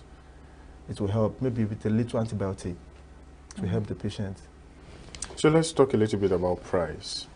How expensive is it? Oh, price. Wow. Cosmetic dentistry is not for the poor. It's not for the have-not. It's the way he tries Guys, to look for. try to sound politically correct. Yes. It's not for the have-not. Because every time he said, if you see the celebrities, if you want to go to global space, I say, hey, let me ask how much. No, it's not for the have-not, but it's not like people can afford it. You can afford it based on what you're projecting yourself to. I think we're actually becoming. looking for numbers, so you can give us like an average. Okay, let's say for a number, let me use from 1 to 10. We can, from 1 to 10, we can get like 1 to 4 who come for it. What we're saying is the amount. The ego. Assuming the after cost. this interview, I want to like have just my, want to do a little bit you know, since we are going on a global. I know, right? So I want to smile and then confuse what my should girl. I budget before coming to meet you? Okay. Now, if you're looking at the budgetary aspect of it, you'll be looking at it based on the location you're going to. Okay. Like from where I work for the government and also for the private. I work for Federal University of Allied Health. We have a clinic there, and also for High Smile Dental. Now, for the government, the price for the government is quite different from the price for the private. If you're coming for the government, like you want to do, scaling and polishing, you can pay, if you get your card and your consultation fee, you can pay, 5,000 to 7,000 for scaling and polishing. Yes. But if you're going to the private, you should be budgeting 15,000 to 20,000. What informs this huge difference in pricing? Yes, because the space. Space is one of the factor. So the space will help me feel better. If you're going to a private clinic, the comfort you get there and the comfort and the preferential treatment you get, you can't get it with the government. Like for the government where I work, if you have to see a doctor, you have to be there as early as 6:37. And by that 6:37, you already have about 20 to 30 persons on ground. So they give you your number before it gets to you. If someone is having a pain, you're almost going off. Okay. Yes. So let's assume ladies that first after the fine, guys. ladies first. After the guys. No. I'll be a gentleman. So go ahead. Okay, Favor. So I have this in mind to ask you now. Can someone be born with a perfect dentition? White, perfect dentition. That is one. And then secondly, we've heard from some quarters that it's actually there are long-term consequences of teeth whitening. In fact, I've had that conversation with some people, and they're like, don't leave your teeth the way it is. Okay. Don't. So just take us through, that thought. Can people be born with perfect dentition? And if people want to go for teeth whitening, are there long-term consequences? Okay, for people being born with a perfect dentition, I would say yes. These things are genetics. When you look at your father, if your father has a white teeth, your mother has a white teeth. Let me not say the father and the mother having a white teeth. Maybe either of them have a white teeth. There are gross tendencies that you might be fortunate to having it. And when you have it, the white teeth can be there, but there are possibilities that you keep growing because of the intakes, the things you take, the shade keeps reducing. You might come up, you might be born with a shade A1. Oh, there are different gradations. Yeah, there are different shades. There are different shades of it, different shades of white. Oh boy, which shade is your own? Can you tell by just looking? Yes. Which shade? He's shade A3. And I'm shade what? You two, you are A3. Yeah, no, he's like A2, you are A3. So thank you. What are you feeling like? Because his is more whiter than yours. Whiter than mine. Yes. Wow. He's 2, you're 3. Wow. Yes. So what are the other grades? Yeah, they have A4 for people who smoke. Oh. They have people who take bitter cola. A5. Wow. All of them are just in A. No, there's no B. They have B1. It's still white. They have the human being has B. Wow. C1 is still white. Okay. C2. But as it keeps going, the shade keeps reducing. So for someone who has a very brownish teeth, we still have your shade. We still have your shade. So that's why when someone lost it, if someone has an accident and maybe the person lost 1 or 2 teeth and you want to replace it, most of the time the patient will say, can you give us the color of my original teeth? We'll tell the patient, don't worry, we'll have a shade for you. We just get a shade guide. We have a shade guide from 1 to 20. So those shade guides, you just look at it, you know which shade fits the patient's natural teeth. So that when the patient is wearing it, it's going to look natural. Obvious, yes. Nobody gets. That's why I said there are a lot of persons who walk around who are using the oral prosthesis, but people don't know. Except when they remove it and show you, you know this is a prosthesis. I have a patient, she's married and she's been using a denture, that's the artificial teeth, for about 9 to 10 years. But the husband is not aware. Yeah, the husband is not aware. So one of those days, I don't know what she was doing, and it broke. So she had to run. She started calling me. It's been a long time I did it for her, and I don't have the number again, and this number keep calling. I had to pick. The next thing she said is, where are you? Where are you? Where are you? I said, who is this person? I don't even want to go to the details of this one. She said, where are you? Where are you? I said, what is the problem, madam? She said, I want to see you. Just tell me where you are. It's your patient. I had to ask her to come. When she came, she said, I need it today. Any amount I will pay. I said, what is the problem? Then I asked her, is your husband aware of this thing? She said, my husband is not aware. Sounds very serious. Very serious. Very serious. Now she's in the kitchen cooking, and she wanted to bite something, and all of a sudden it just broke. And she had to follow through the back door because the husband is inside. You know, things happen. I don't want to go into it. Well, okay, just give an advice because of time. We really have to go now. No, before he gets to the advice, please tell us about golden tooth. There are people, especially those that go on Hajj. You see them smiling. You see, a silver tooth or golden tooth. Yeah. What does that? I mean, how is it anything special? Nothing special. It's just still for cosmetics. And it doesn't have any effects. It doesn't have any effects. People do it. Just they want to look different. How do you care for your dentures? Well, denture, you ensure that you keep it clean at all times. So once you sleep, you remove it. Once you're sleeping, you look for a container, a very clean container. There must be water inside. It is either the denture is inside the container of water or it's in your mouth, because it works with water. Okay. So once it's not in your mouth and it's not inside the water and you keep it out, there's a possibility when you want to put it, it will not fit again. Okay, I'm pretty curious, because I'm using my imagination now. Okay. I don't know, how is it just the crown, or it comes with something that can glue to the gum? Yes, it comes with something that can glue to the gum. So it comes with a crown and something that can glue to the gum. But that's the temporary one. They have the one that is just the crown, the permanent one. It doesn't have any other attachment, just the teeth on its own. That one is the permanent, is the fixed one. They call it dental ceramics. Would you advise children to go for, because there are a couple of children I've seen with plaques on their teeth. Would you advise a child to go for plaque removal, or what would you advise? Scaling and polishing. I think the first thing I will advocate for is for parents to look out for their children's oral cavity.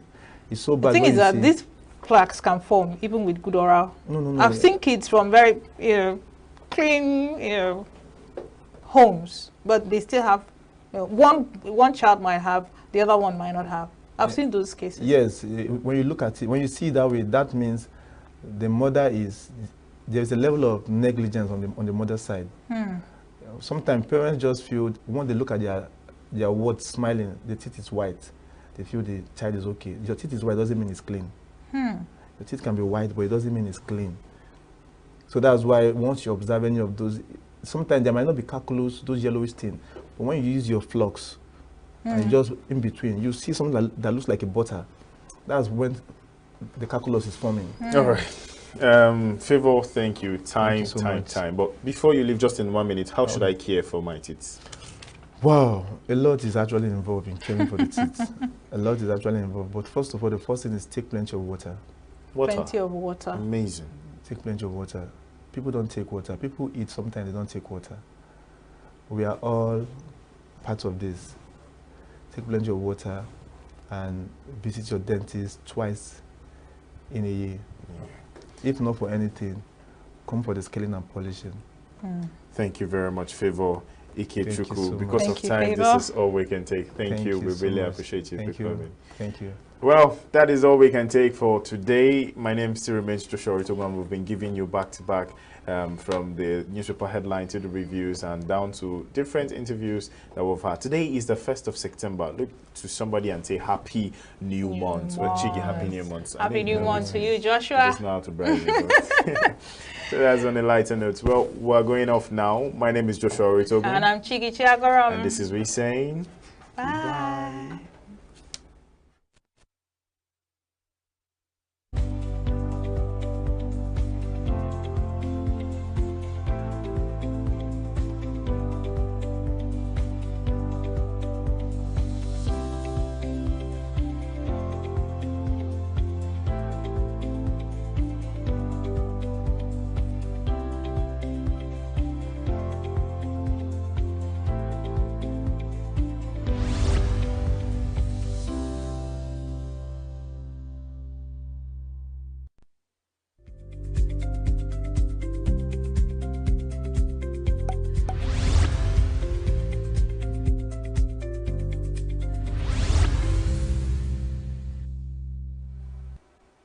Hello, and a warm good evening. Welcome to Uncommon Conversations on Signature Television. And of course, we are reaching you from the cool city state of ENUGU. Like I keep saying, ENUGU is still the capital of Southeast Nigeria. My name is Uche Nasrelanyuke. Today, we're going to have an uncommon conversation around a rare topic. Yesterday, the world marked World Nature Conservation Day. It happens on the 28th of July every month. And so yesterday was a Sunday, and we chose today to talk about it. And of course, the theme for this year's program is connecting people and plants, exploring digital innovation in wildlife conservation. And we've elected to invite an environmental consultant to throw more light on what we should know about Nature Conservation Day. And he's no less a person than a man who has bestridden the climate like a colossus. He's an expert in his field, and he has done great things in that area. Do I call him comrade? Yes. Okay. Thank you very Comrade Uchani. Comrade, good evening. Good evening, sir. And welcome to Signature Television. It's a pleasure to be here, sir. Okay. First of all, I want our viewers, those who are watching us, to know who Uchan is. So can you tell us briefly about yourself? Just like you said briefly, once more, may I greet my audience. I want to be brief because we have to hit the main topic of the day. So it shouldn't occupy, time should not be spent much on introducing myself. Briefly, I'm an environmental consultant, and I'm the principal consultant of Environmental and Human Resources Limited, which is an environmental consulting firm that specializes in environmental impact assessment, environmental audit, environmental monitoring, contaminated land remediation, pollution tracking and management, oil spill, and waste management, just to mention but a few. I'm equally one of the trustees of Mother Earth Preservation Foundation. And Mother Earth Preservation Foundation is a foundation born out of our burning desire to make sure that we do all necessary things at our disposal in our own small way to preserve the Mother Earth, because Mother Earth is facing serious and dire environmental consequences. Well, do you have more to say? I have academic qualification and professional qualification in environmental management, but in summary, I'm a fellow of Environmental Management Association of Nigeria. I was former managing director ENUGU State Waste Management Authority and former state coordinator UNDP ENUGU State. Let me stop here. You come with a rich resume that could actually wild any person. But I'm going to ask you, this year's World Nature Conservation Day took place yesterday. Yes, sir. And like I said before, the theme is connecting people and plants, exploring digital innovation in wild conservation. Can you critically x-ray what is meant by exploring people and plant in an ecosystem, as well as exploring digital innovation in wildlife conservatives? Honestly, I have to commend most immensely those people that crafted the theme of this year's World Nature Conservation Day, because that is exactly the contemporary issue facing humanity. It is tagged connecting people and plants, exploring digital innovation in wildlife conservation in any ecosystem. What can be more than that? We know that the food crisis we are facing and the environmental degradation we are facing currently, both nationally and globally, are principally because of the existing widening gap between people and forest and plants. Because what is the major component of an ecosystem after human beings is plants, that's vegetation. So people have been so much detached from plants and vegetation for several years, and people have been the major destroyers of the forest. Human beings are major destroyers of the forest. So most of the forest, most of the vegetations in different countries of the world, with particular reference to Nigeria and the Enugu state in particular, because I have to bring it home and bring it even to local communities. Most of the vegetations in every state of the federation have been completely deforested. What do I mean by deforestation? Deforestation is the deliberate or accidental felling of trees and other grasses from an ecosystem and giving way to physical development. You can see that most parts of Enugu state are either trees are being cut on daily basis. Some are using it for cooking because of excruciating lack of alternative sources of Enugu and the ravaging poverty that are affecting many homes. So most women go into the bushes and even cut the ones that are not dried up. They cut it and leave it for some time to dry so that they will use it as a source of energy for their cooking. And many people are selling their land, constructing buildings. In short, most villages are now and communities are rapidly turning into semi-urban centers. And what usually give way for this is cutting of trees and vegetations. So that's why the people that crafted the World Environment Day now said there has been diminishing population of vegetation relative to increase in population of human beings. And we know that life and forest or vegetation are interdependent. Without forest, without trees, there will be no survival of man. So there is a big gap being widening now between forest and people. And that is why the people, the WWF Fund and other United Nations organizations that developed this year's concept decided that there is a time to connect people and trees of vegetation. Think, for instance, I checked from empirical study, the number of youths that are in agriculture. You know, there is no agriculture without trees. Yeah. The number of people that are in agriculture in Nigeria, percentage of youth, is 9.6% out of 100% of youth. So we're saying that only 9% of youth in Nigeria are into agriculture, are having direct contact with trees and vegetation. That is terrible and that is abnormal. Because that shows that most of these people, these youths now, don't have anything whatsoever, no interrelationship with them, with agriculture. That's why you see some children that their father came into contact with their mother in urban center. They went to the village and do the traditional marriage and come back to the urban centers. These people have no contact at all with nature. Neither wild animal, domestic animal, nor trees in the villages. Because they can't, if they are living in a state like Independence Cloud or GRA, of course, because of the colonial masters, they have some existing trees, but they are being constantly inundated and being cut down by the president, that is Nigerians. Now, Nigeria have no regard for environmental conservation. I'm sorry to say that, but that's the reality of the moment. So once they are more than now, they start, they start giving birth to children in urban center. These children don't have any contact with nature.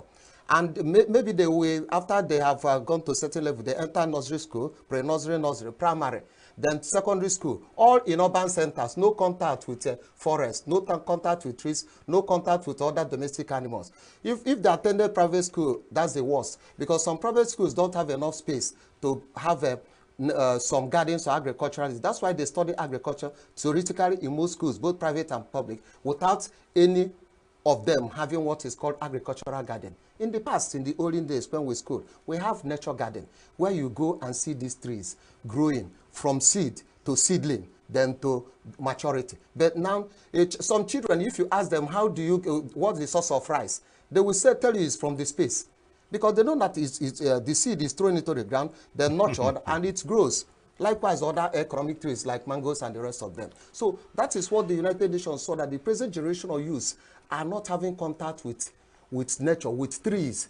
Some don't even know what trees is all about, what is producing. So as a result of that, they decided that it is high time we now bring people and connect people and trees together. If we don't get this thing right now, most children don't even know that you get most of these herbal drugs, pharmaceutical drugs, that they come from trees.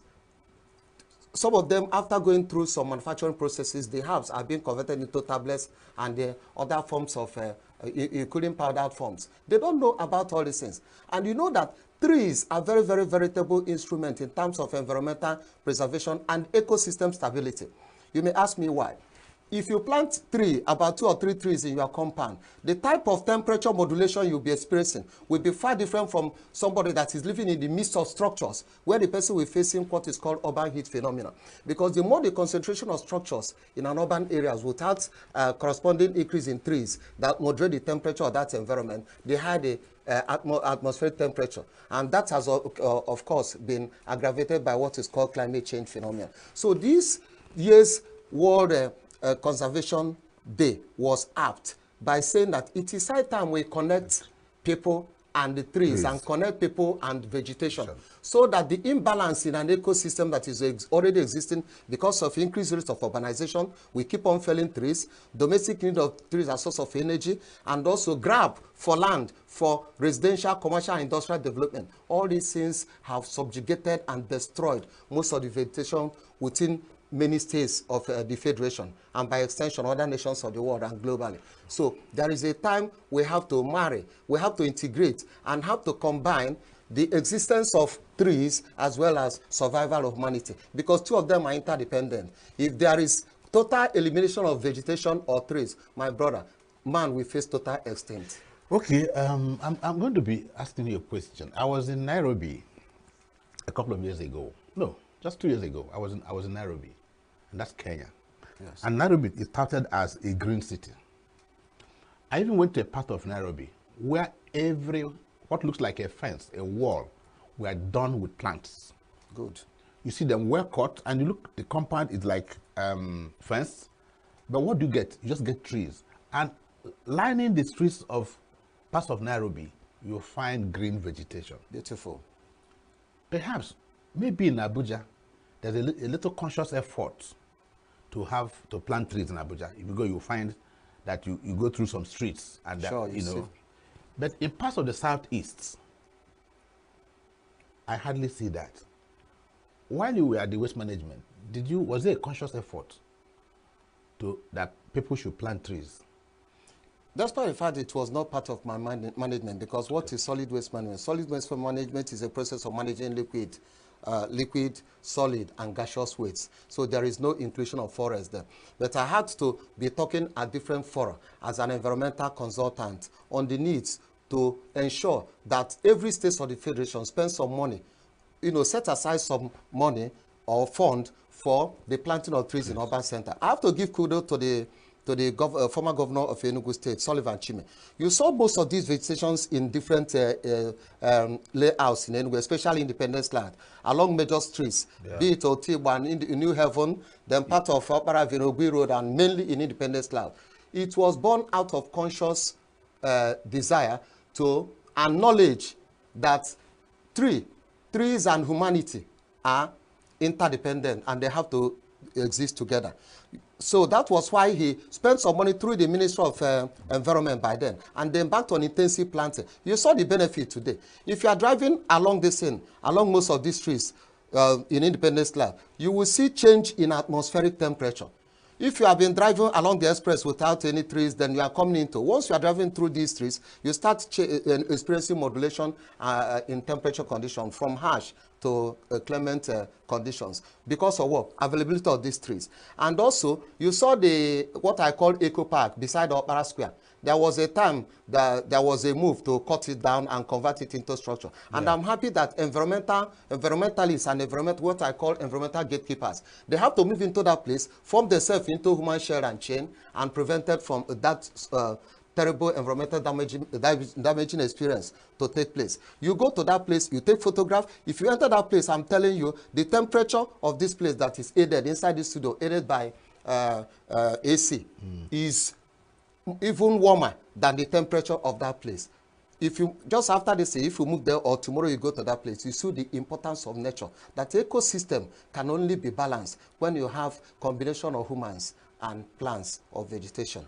So many state government, you mentioned Abuja, it is very, Abuja is showing as an example. But once you move into other states of federation, you don't see many states. Like I said during my introductory speech, that GRA, our former colonial masters, we build a small structure. They build small structure, plant many trees there. And these things have been moderating the temperature. I tell you, tree is a source of life. Let us not forget that it is tree that supplies, or trees or vegetation that supplies all the oxygen we need for our survival. Because we know in our simple science that photosynthesis is a process whereby plants use carbon dioxide that are breathed out by human beings, both animal and man, to prepare their food with the combination of sunlight. They use it to prepare their food. So the source of food for plants is carbon dioxide, which we breathe out and which is dangerous to our health. And in the process of photosynthesis, the plants or vegetation which we use to cut, that should use this excess carbon dioxide and bring sanity in the atmospheric air quality condition. They use it to prepare their own food and breathe out and produce oxygen back for us. All the oxygen we use to survive, we are breathing in. Because they say we breathe out carbon dioxide and breathe in oxygen. Yes. All the oxygen we use, we breathe in, are sourced from plants. So imagine a situation where you now cut down these plants, and these plants can no longer convert the carbon dioxide during photosynthesis activity and sunlight to prepare their own food for their survival. Then you see the world full of carbon dioxide. And when the world full of carbon dioxide, automatically nobody can survive. Okay, I want us to come home. And how has this year's theme honestly affected the environmental landscape of our state, which of course is the ENUGU state?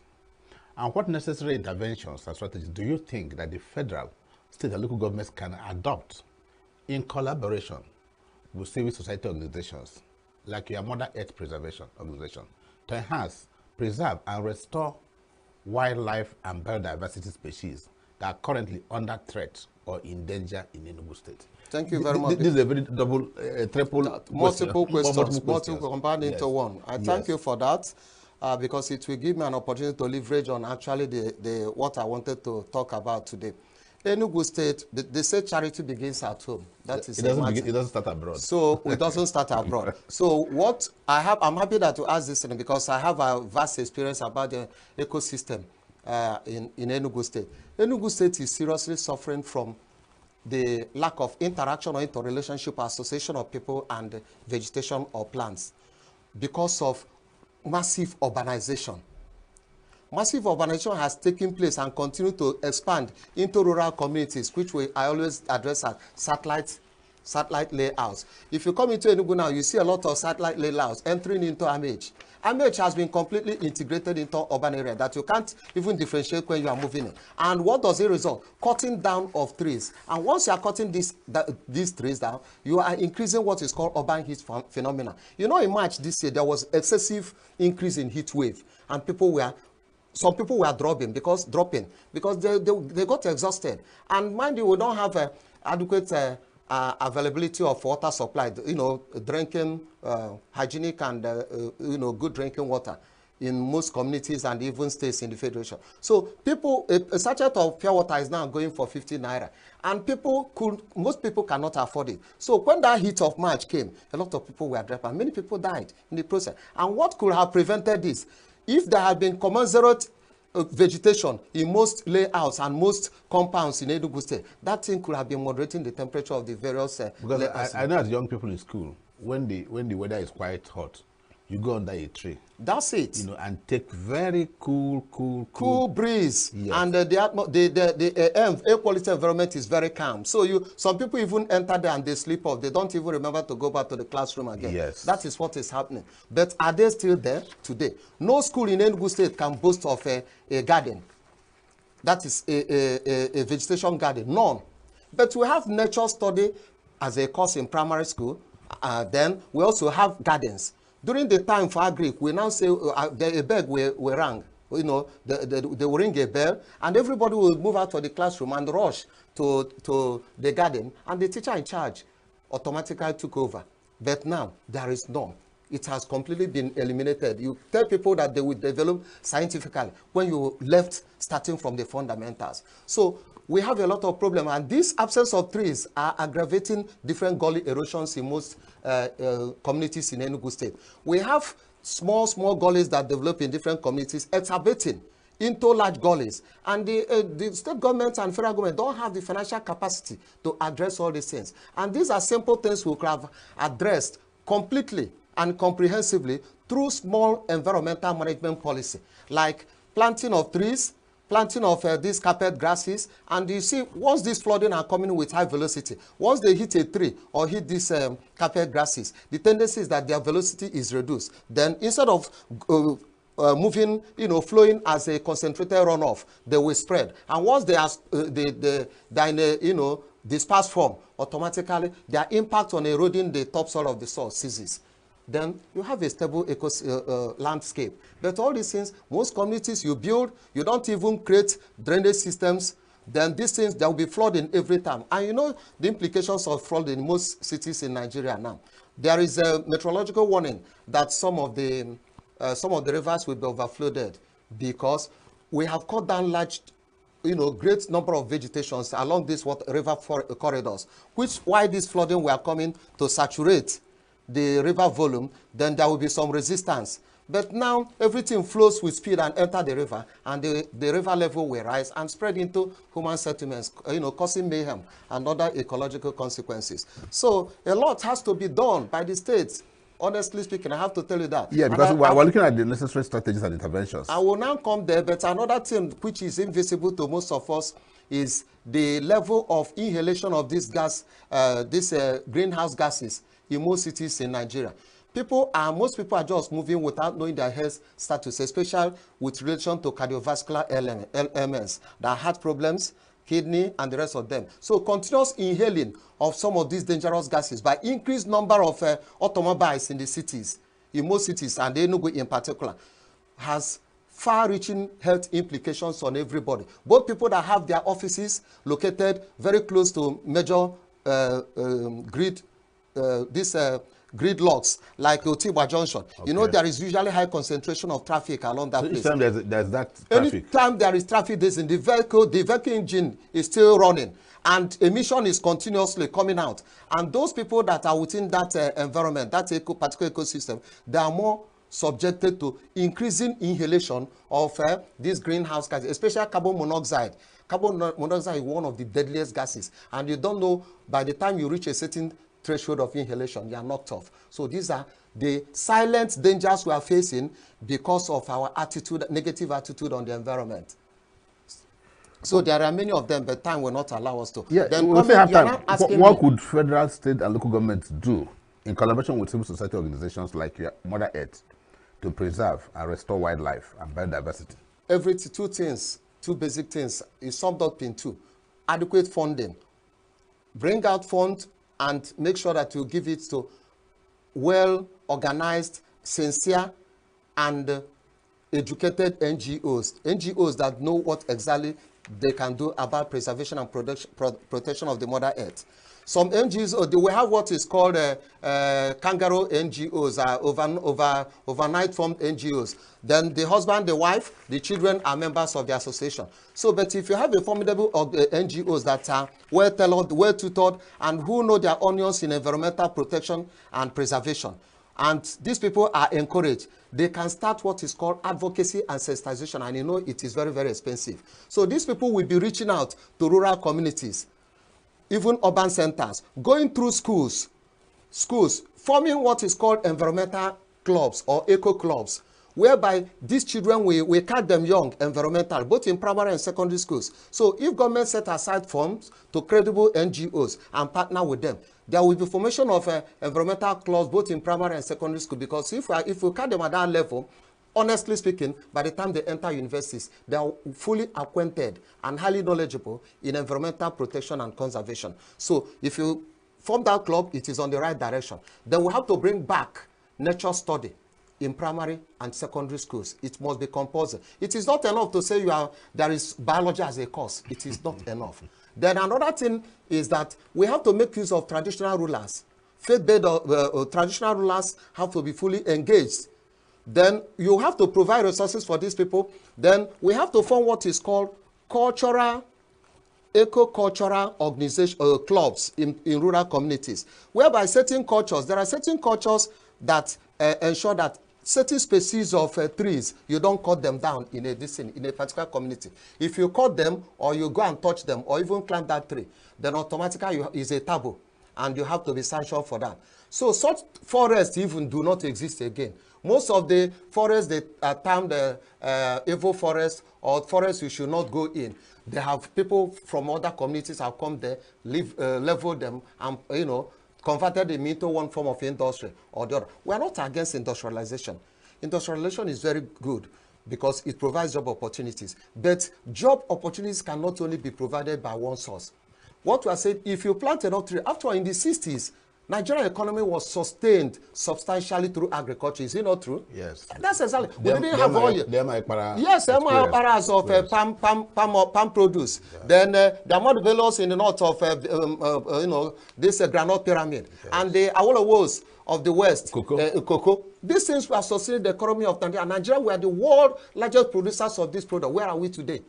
When oil was discovered in Olobri in the 50s, then we lost track of our direction and mindset in terms of agriculture and entered it. You see what oil is now costing. There is no time in the existence of man you can say that you will face agriculture because it is the practice is harmful to the environment. But you are now seeing that crude oil is gradually to be faced in the next 30 years because of terrible environmental implications in the atmosphere. So very soon now, you will see that all countries that have oil will not be proud of having oil again because there will be international ban, and when you don't have a buyer, a supply is just as useless as any other thing on earth. So these are the issues and challenges that are facing us. So another area we can say that they will partner with us is that some of these NGOs, like our own NGO, we intend to establish what is called Eco Garden. There is no zoo again in the whole southeast and south. Tell me anyone. After the conversion of the zoo near the H2DIF into most highbrow residential area, I learned that a piece of land now goes between almost 200 million, a piece of land there, up to 1,200. So the animals were taken away. We don't have zoo. Children don't even know. We ask a child, born about 70 years, he cannot even tell you different types of animals. But we used to go to that place and see different lion, this, that, monkey, and the rest of them. So we intend now, while we are participating effectively in this area, we have intention to start. We have procured land. Yeah, I'm really going to ask you, because in the course of your introductory statement, you mentioned Mother Earth Preservation Foundation. So I'm going to ask you, before we actually go on a break, to briefly tell us about Mother Earth Preservation Foundation and its objectives. That's all right. Yeah.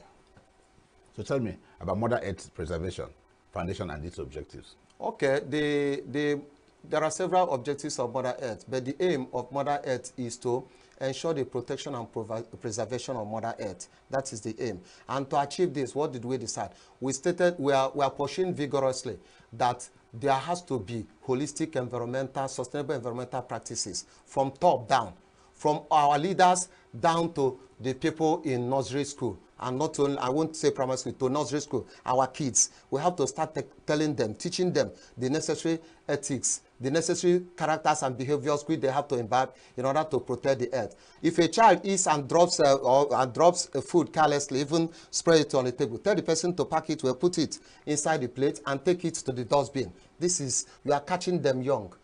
Are you getting me? Yeah, so yeah. Some elders, some grown-ups, politicians, and even some civil servants, people, parents, fathers, mothers, you see some of them are eating in a vehicle while their driver is driving them. After finishing the food they bought from one of these roadside or even from these restaurants, fast food centers. They will just finish eating, wrap it and throw it, just wind down in their AC vehicle and throw it. These are harmful practices to the Mother Earth. So we want to imbibe comprehensive environmental education because we've seen that from even the people we call elders, they lack it. So we are going to use effective systems, both in radio, so that while we are talking and educating people, if you tune your radio, unless you decide to tune it off and tune to another radio that is giving you music, but we'll be bombarding through radio stations, going through environmental clubs in different schools, both primary and secondary, and also going through different platforms like community community meetings, because there are some community meetings, and of course we are targeting that we are going to partner with government and some rich individuals to establish community viewing centers, where we will now, through a control room in our office, we'll be sending issues and discussing issues on wildlife, then different species of trees, different species of animals, what you can do, that animals are your friend, trees are your friend. Don't treat them as enemies, because human beings cannot exist without these animals. And also... Comrade, I'm going to pause you a little bit. We're going to take a short break. When we come back, you will continue this conversation around the objectives of Mother Earth Foundation. Thank you very much. So, viewers, don't go anywhere. We'll be back shortly, and we'll continue the conversation.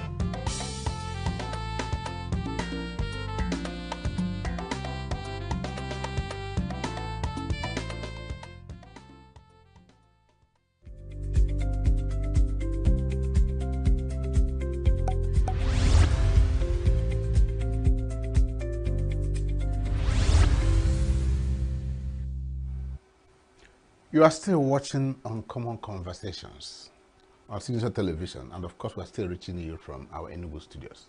My guest is still Comrade Uchani.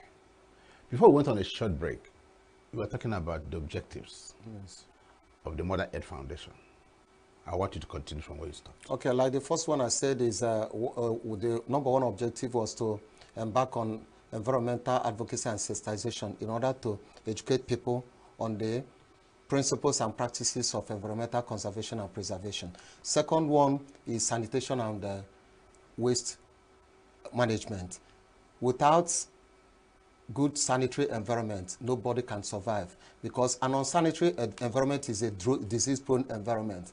So we embark on education too, because they are interrelated with the first one. We embark on education, telling people the sanitary practices they have to embark upon.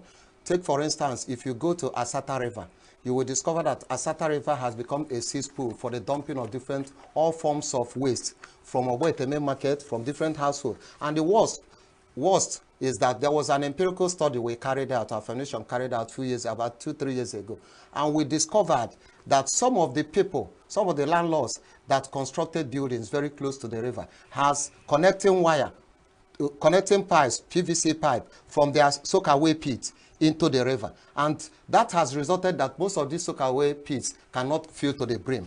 And they are now saving money to embark on by engaging the services of sewage evacuation companies to come and evacuate it. And while on the other side, they are polluting that Asata River. So the Asata River is heavily polluted with both human waste, that is feces, and some other forms of waste, both from people's residence, commercial establishment, as well as major markets like Oboeteme market. I'm telling you from point of knowledge, position of knowledge, that most of the abattoirs in the main market, once they finish killing, slaughtering these animals, all the contents of the stomach, everything that is there. They just push it and flush it, and the whole thing will flow straight into the Asata River. So we're embarking on serious sensitization because some communities that are at the poverty level, some that are highly impoverished, cannot access good water. And while this water is flowing at Asata River and migrating, they are passing through series of vegetations, and a filtration process is taking place. But the water may be clean, or what I call translucent, but it is still full of different germs and organisms, which are very, very threatening to human life. And these children from these poor families, innocent children, we fetch it and go to their house. Some will use it to bath, some may be. So some of these bacteria can enter into our bodies, the bodies of these innocent children, unknowingly through this process. So we are embarking on serious environmental sensitization and campaign that people should stop throwing their waste, even their abattoirs.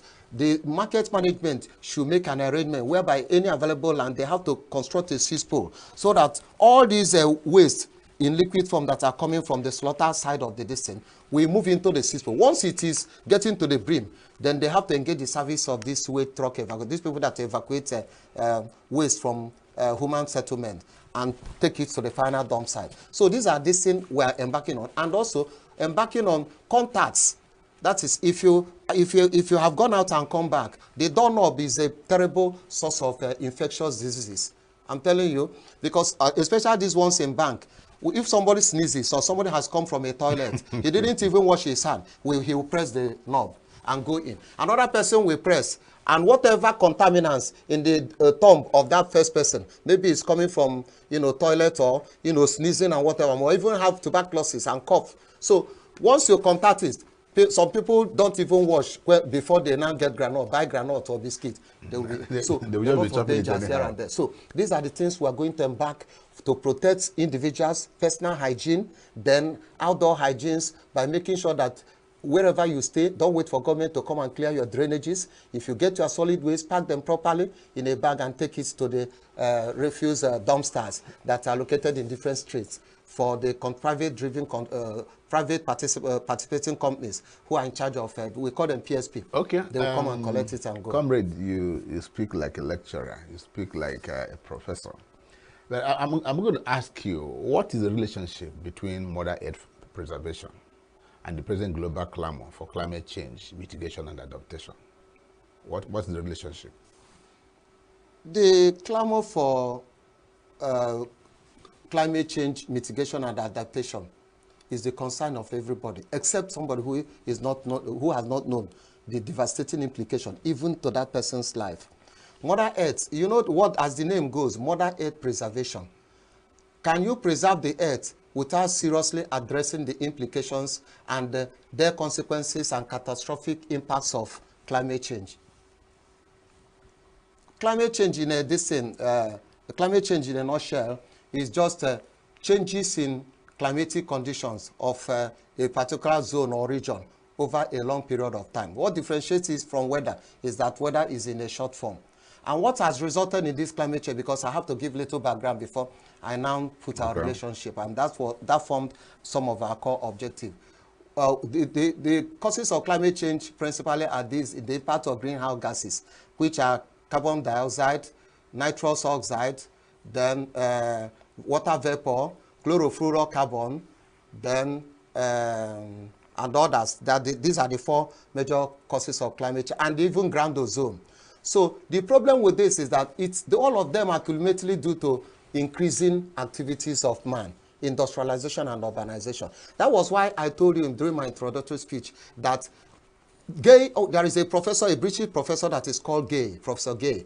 He stated that when God created the Mother Earth, he created it with a balance between vegetation and human activities, so that the quantity of carbon dioxide man and other animals will breathe out will be commensurate with the quantity vegetation and trees, because they are called vegetation in this, need for their photosynthetic activities. And they give equal balance of oxygen to man to continue the survival. But what has happened, what is called disequilibrium in the ecosystem, vegetations are depleting. population of man is increasing. The quantity of carbon dioxide emission and other green gases are increasing. Then vegetation that helps as a buffer and a system that tries to weigh down the adverse consequences of this, the impact of this CO2 are no longer there because of industrialization, buildings and rest of them, road construction, railway lines, and what have you. So they are no longer, they are going down. The arrow is vegetation is going down, then human population is going up. And as human population is going up, heavy quantity of carbon dioxide, which is the major, carbon dioxide is the major contributor to ozone layer depletion, which is the principal cause of climate change and global warming. So since there is increased supply or emission of carbon dioxide from different sources into the atmosphere, and we're having depleting population of trees and vegetation, climate consequences will continue to arise. So, and this has resulted in increase in flooding, then increase in what I call urban heat phenomena, landslide, and also increase in cases of cardiovascular ML, like I told you. I'm not saying that the removal of fuel subsidy is a totally a blessing, because there are no commensurate but it is the right path to go, but there was no commensurate alternative in order to cushion the adverse consequences. But I'm telling you that due to removal of fuel subsidy, number of vehicles, some families have about 4 to 5 vehicles, and they put them on the road. Ike will take 1 vehicle and drive. The wife will take, the husband will take, then Messi will take. So about 5 vehicles on the road with emitting different gases that threaten the ozone, threaten the atmosphere, resulting into climate change. But I'm telling you, with the high cost of fuel now, PMS, many families are managing 1 vehicle and parking the rest. Don't you see? On the other side, it has resulted in a reduction of gaseous emission into the atmosphere, which affects and contributes to climate change. So that's sad part. So a lot of dangerous impacts of climate change are here and there, and that is why even the longevity of human beings are reduced, especially in African countries, where we don't have some systems, both in terms of good food, that's balanced diet, good medication, or medical facilities. You have it in advanced countries, but international pollution has no international boundary. Whatever pollutant that hits America will continue into the air, coming into Africa. But the only difference is that as it's crossing the oceans, the tendency is that the vapor will be pulling some of them down. So by the time it's reaching Africa, the volume and intensity is minimized. But I'm telling you, air pollution has no international boundary. If Nigeria pollutes its atmosphere, it will reach Cameroon, it will reach Togo, it will reach Niger, it will reach Chad, and continue like that, even Burkina Faso. If such things come from these countries, it will come. And collectively, they will change the climatic condition of the region in terms of climate change. So coming to our relationship or our interest in climate change, there is no Mother Earth Preservation Foundation without its principal objective or aim centered on climate change, addressing climate change. That's why it is called preservation. How can you preserve the environment if you are experiencing climate change volatility? There must be stability in the climatic condition for Mother Earth to be preserved or conserved. That is number 1. So, like I stated earlier, that was why we have far-reaching measures on ground. Like this thing we are trying to establish. We are trying to establish a zoological garden or botanical garden along after Peace Mass Transit from Ezimo to this OP Road to Nsukka. So the you doing it to connection with the government? Is this a private initiative? Is it a private initiative? That's our foundation bought the land, and we are collaborating with the government. We discovered some unique. We didn't just do it as an economic venture. We are an NGO, non-governmental organization. So we made some preliminary research and discovered that there are rare species of monkeys and other animals that are peculiar to that particular area. So what we did was to arrange with the community and even co-opt with them, because they have a stake in the project. Okay. So we co-opt with them, but we paid for the place. Then we are co-opting them too, so that we preserve those species of animals and the vegetation, wildlife that are in that place. So we now want to prepare the place in its natural state, possibly construct nets around the area. There is also a lake there that contains many aquatic and marine organisms within that area. And there is a waterfall too. So we want to produce that thing. What we are going to develop that place is nature to nature. the type of structures, there is what is called eco-architecture. Most buildings in urban centers don't wear eco-architecture. It's only physical structure. If you put eco-architecture, you integrate both traditional ways of preserving the environment with the modern architecture, and that's what we call eco-architecture. We are going to make sure our structures that we are going to develop in those places combine with modern architecture and traditional architecture. And people will be driving that place with their children who have not known anything about wildlife to get there and see its life. And we'll put some structures like satellite images through it, and also cameras, high-resolution cameras and drones.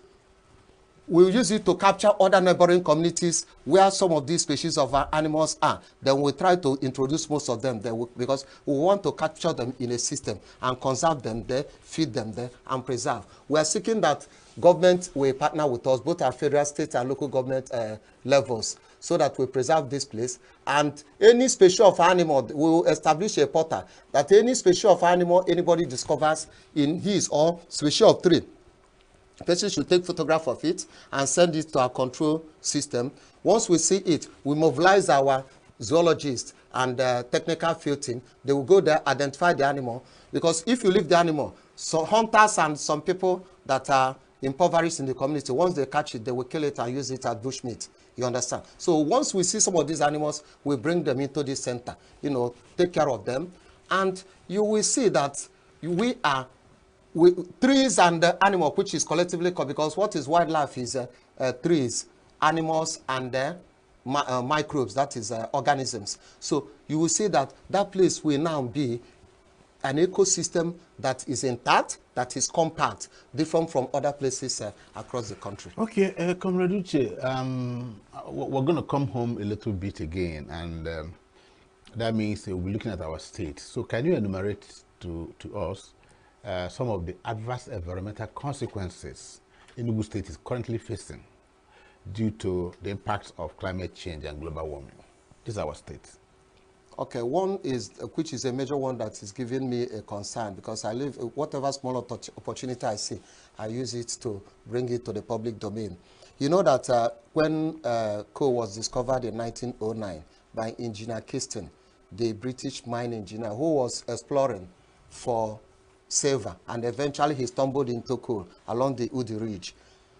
About 16 underground mines came into existence because the whole system was underground tunnel mining, you understand? Okay. So most of these tunnels now, because it's under industrialization, which is part of the factors that fuel climate change, the first industry in Eastern region, because I'm not calling it East Central State, it was formerly Eastern region, then East Central State, before calling it Southeast. Then Anambra State. After Anambra has gone, then Enugu and Eboy remain. After Eboy has gone, it now came down to Enugu.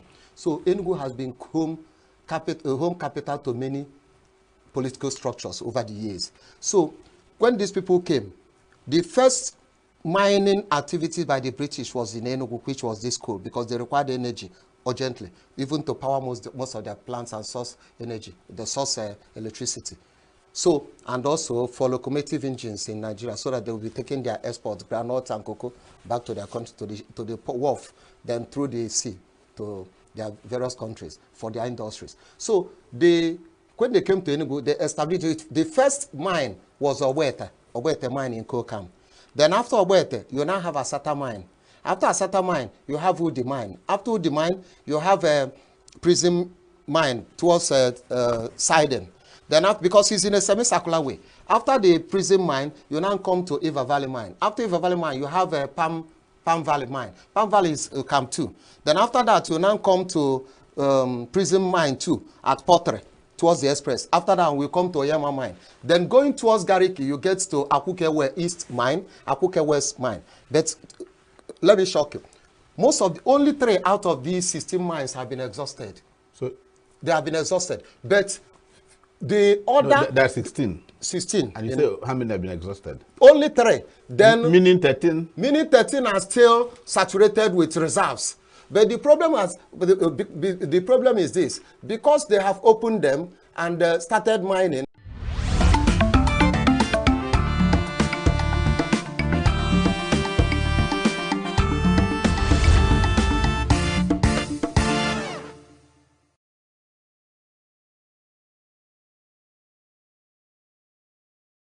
the only way to cure crisis in Nigeria is to get a government that will think of getting a policy that will take us from consumption to production.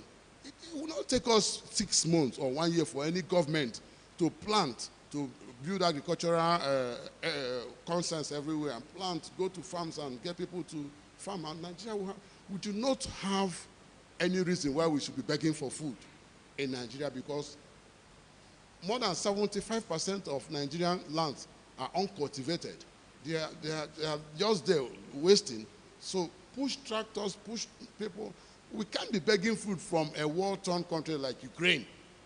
It has gotten to that level. So the moment we begin to go into the farms, begin to produce material, agricultural materials, we'll feed ourselves and people will be happy. The cause of food inflation in Nigeria now, first of all, is what we call in economic terms materials theory.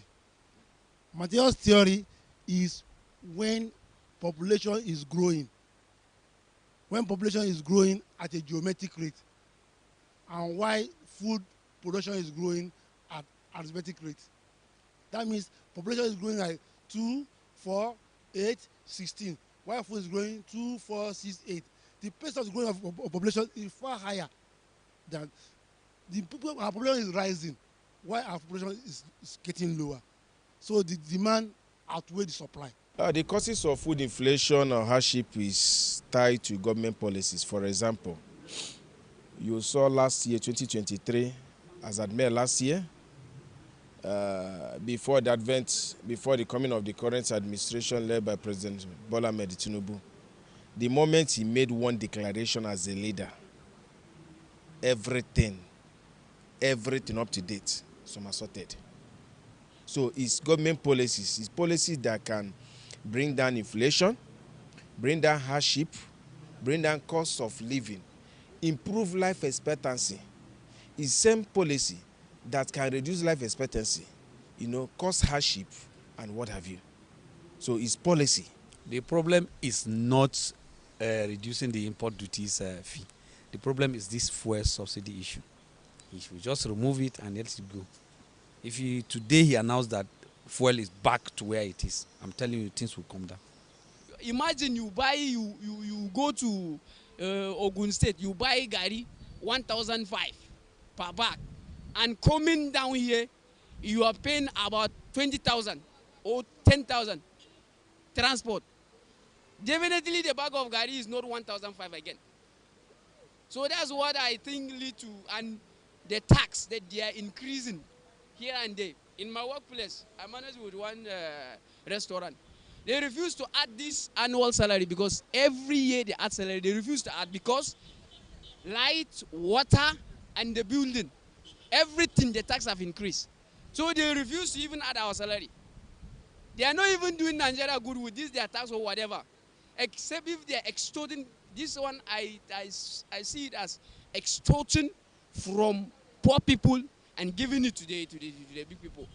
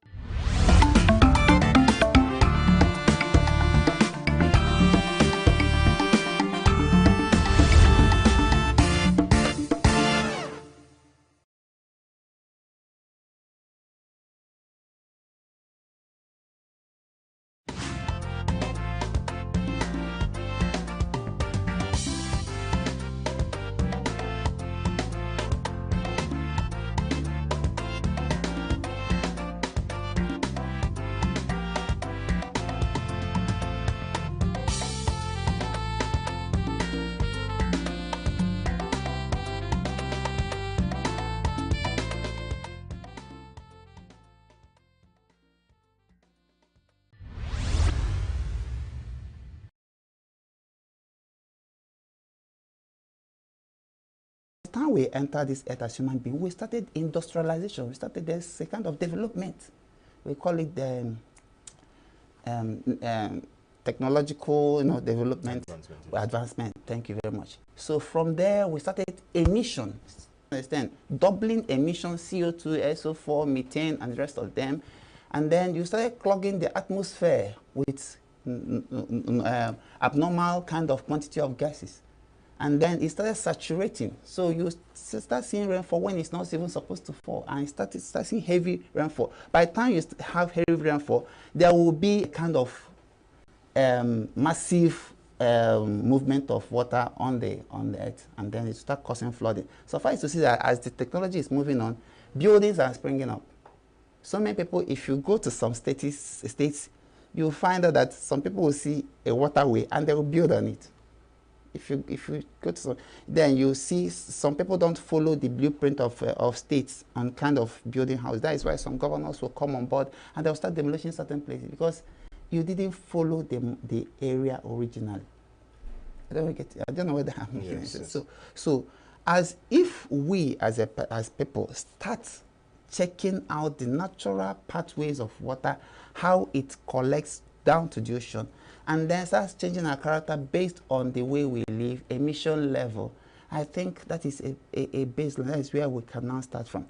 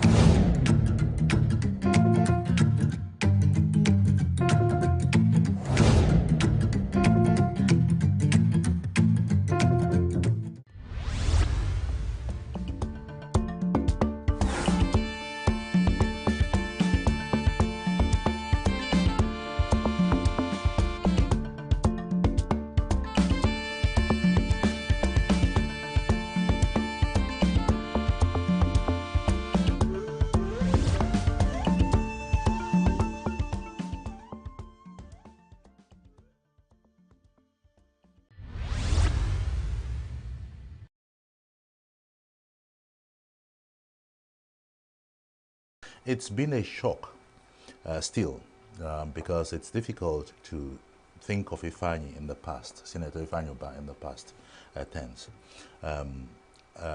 He was a bulldozer. He was a great mobilizer of our people. He understood the grassroots and was able to relate very well with the downtrodden, more than he did with the elite amongst us. So he's been, badly missed at various levels, but missed mostly by those who looked up to him as a greater mentor than others may have done, and who actually benefited from his benevolence, because he did quite a lot of charitable stuff for those of us from Nnewi and Anambra South senatorial zone. So he will be missed sorely. But you see, life goes on. Life goes on. He came like a meteorite, did his job, finished it in good time, and was called back home by our Creator. So, we're not here to question God. We just pray that his soul continues to rest in peace, and our good Lord is able to get him a wonderful room in one of his many mansions in heaven.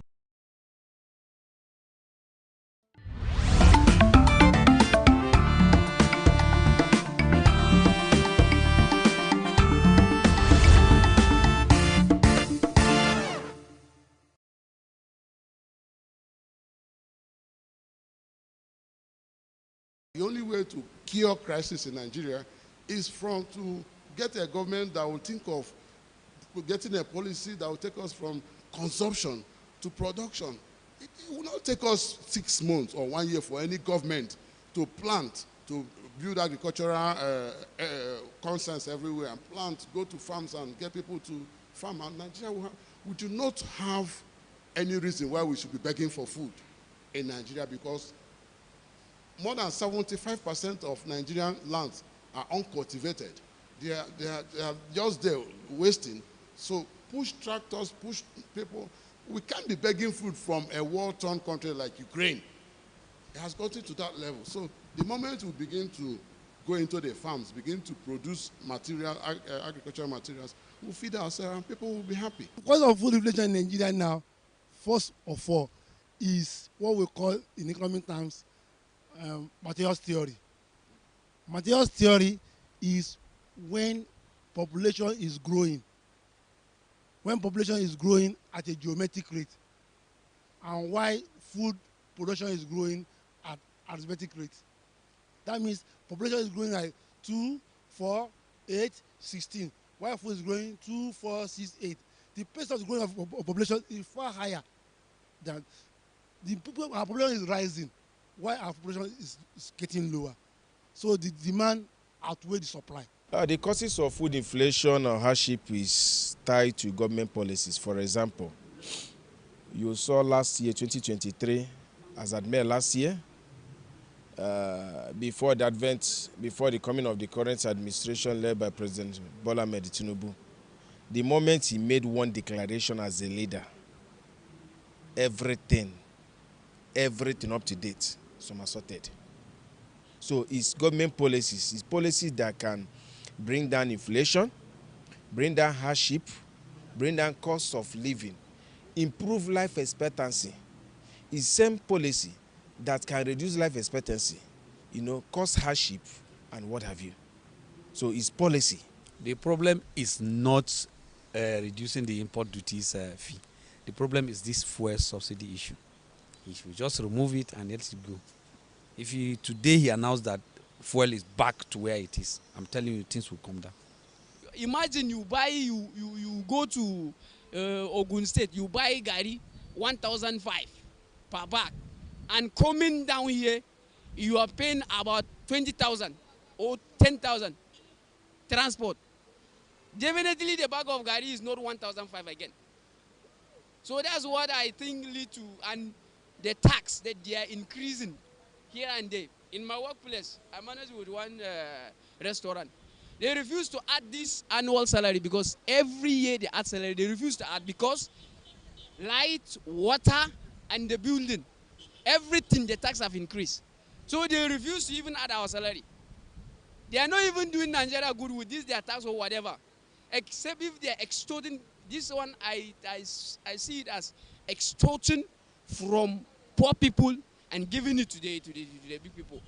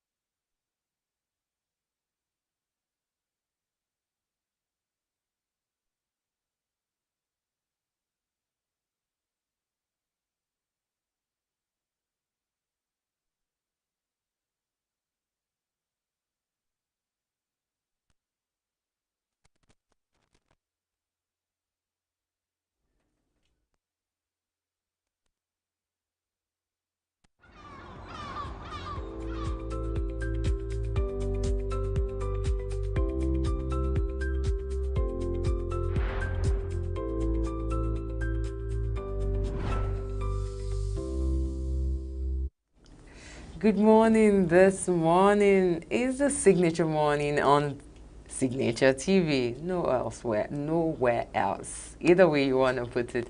This is where we are always, and we are live. It's a Monday morning, the second day in September. That's the 2nd of September, 2020. It's a bright day. My name is Chomalina Jean, and I have with me Joshua Oritogun, always delighted to be here, especially this on the very Monday morning. Okay. So we're moving straight with the global news. To stay with us.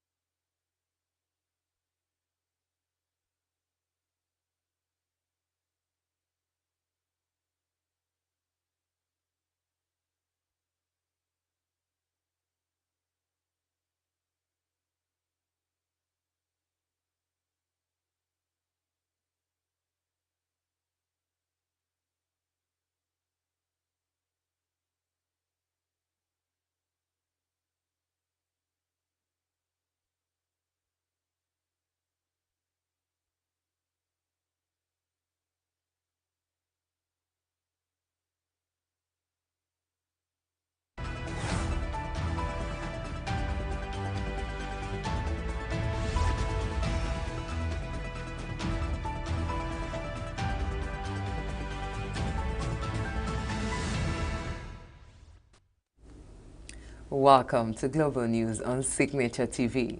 I'm Chomalina Jean. In the headlines, NNPC Limited faces financial strain, threatens fuel supply. Federal government to invest $800 million in construction of power substations. Law students take to Mexico City streets over president's judiciary reform. And Paralympics, Nigeria's badminton sensation Bolaji loses semi-final match. Details shortly.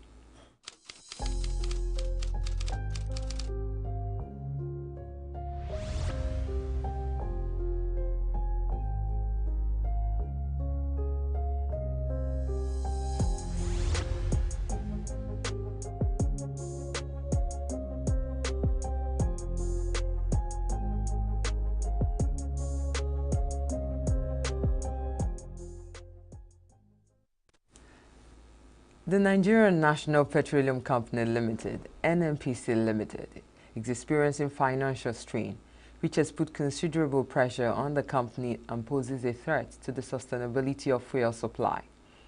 Mr. Olufemi Shone, Chief Corporate Communications Officer of NNPC Limited, made this known in a statement on Sunday, acknowledging reports in national newspapers regarding the company's significant debt to petrol suppliers. The incessant fuel queues and scarcity have been allegedly attributed to the $6 billion owed by NNPC Limited to suppliers, causing them to become reluctant about importing premium motor spirit, PMS, for the company.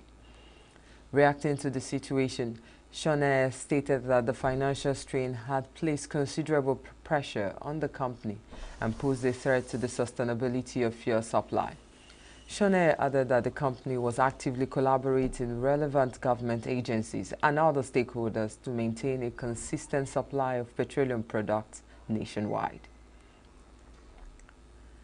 The federal government has announced an $800 million investment for the construction of substations and distribution networks as part of the Presidential Power Initiative, PPI. According to a statement by the Special Advisor on Media and Strategic Communication to the Minister of Power, Mr. Balaji Tunji, the investment will be divided into two parts to cover areas under Lot 2 and 3.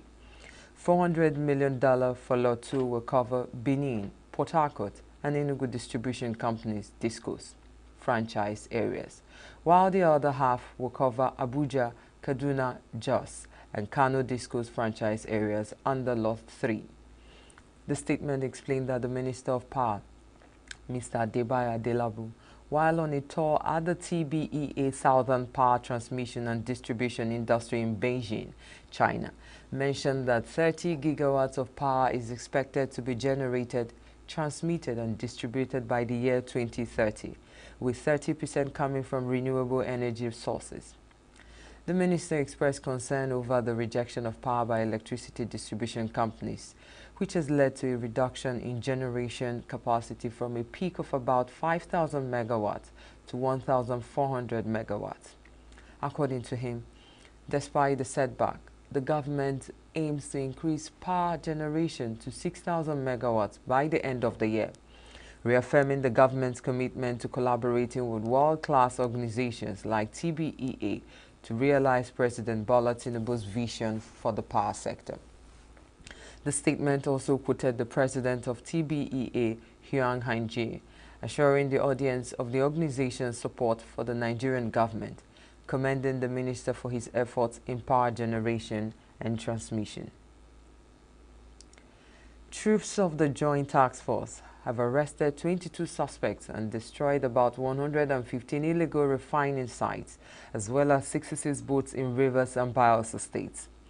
A statement by the Acting Deputy Director, 6th Division Army Public Relations, Lieutenant Colonel Jonah Danjuma, said that 27 stolen pipes and 4 pumping machines were recovered, while 5 illegal connections used in siphoning crude oil by the suspect were clamped, with over 170,000 stolen products confiscated in addition to other ancillary items deactivated.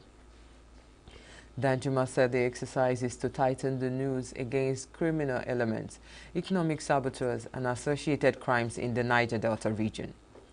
Meanwhile, the General Officer commanding the 6th Division, Nigerian Army, Major General Jamal Abdulsalam, has urged troops to ensure zero tolerance for illegal artisanal refinery activities and associated crimes in the Niger Delta region. Abdulsalam urged critical stakeholders, particularly the communities where these illegalities thrive, to rise to the occasion, given the devastating effects these criminalities have on their immediate environment and the nation's economy. The Transmission Company of Nigeria, TCN, says in order to keep the national grid frequency within predetermined bounds, it intends to purchase a spinning reserve. This was made known by Mr. Sule Abdulaziz, the managing director of TCN, in an interview with newsmen on Sunday in Abuja. He claimed that even in the event of a disruption or system malfunction, the spinning reserve would keep the grid operational. The quantity of underutilized capacity in online energy assets that can make up for power outages or frequency dips in a specific amount of time is known as a spinning reserve.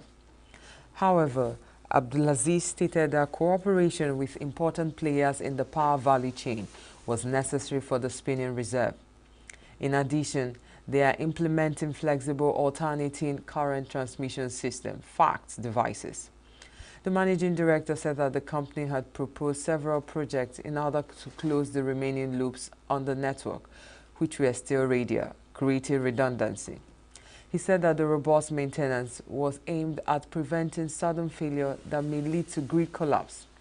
The TCN boss said that the company had continued to carry a regular upgrade of its equipment to prevent technical failure that would reduce downtime, using advanced monitoring and control systems to detect and respond to issues promptly. The managing directors further said that TCN's engineers had equally deployed an in-house designed Internet of Things (IoT) technology in response to the challenge of limited visibility of power generators. The Standards Organization of Nigeria, SON, has reiterated its commitment to digital transformation and transparency in its service delivery.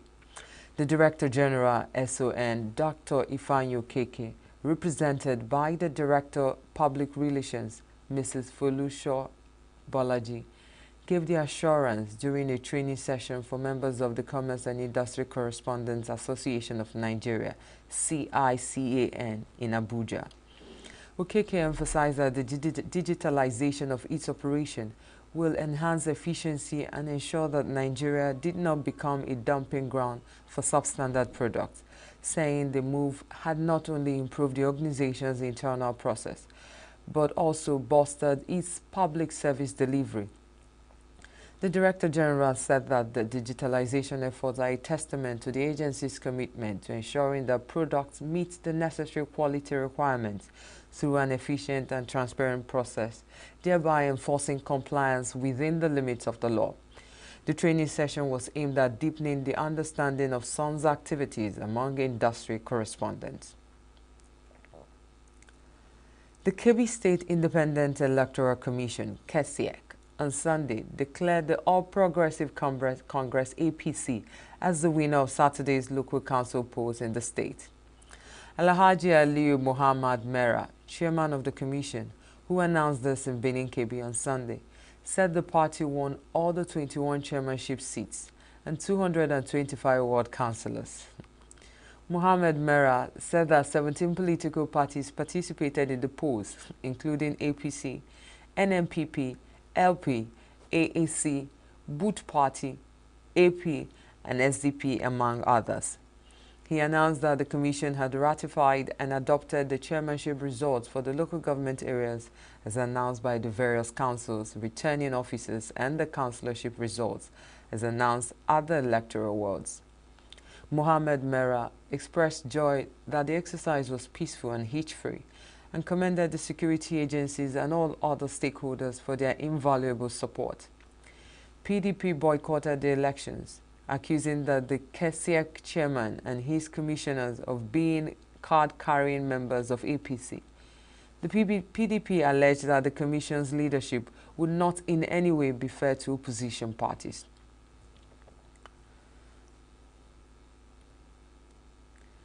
Gender equality in Nigerian politics has been demanded by Erelu Modupe Martins, a prominent member of the All Progressive Congress, APC, in Ondo State. Martins described the recent termination of her employment as the Senate President Godswill Akpabio's senior legislative aide, SLA, as discriminatory in a statement she made on Sunday in Akure. The APC chieftain criticized her sack, claiming it was illegal, and urged women's rights advocates to step in. She emphasized the disparity in treatment between men and women in politics, noting that if it were a man, he was unlikely to be relieved of such a position without due process.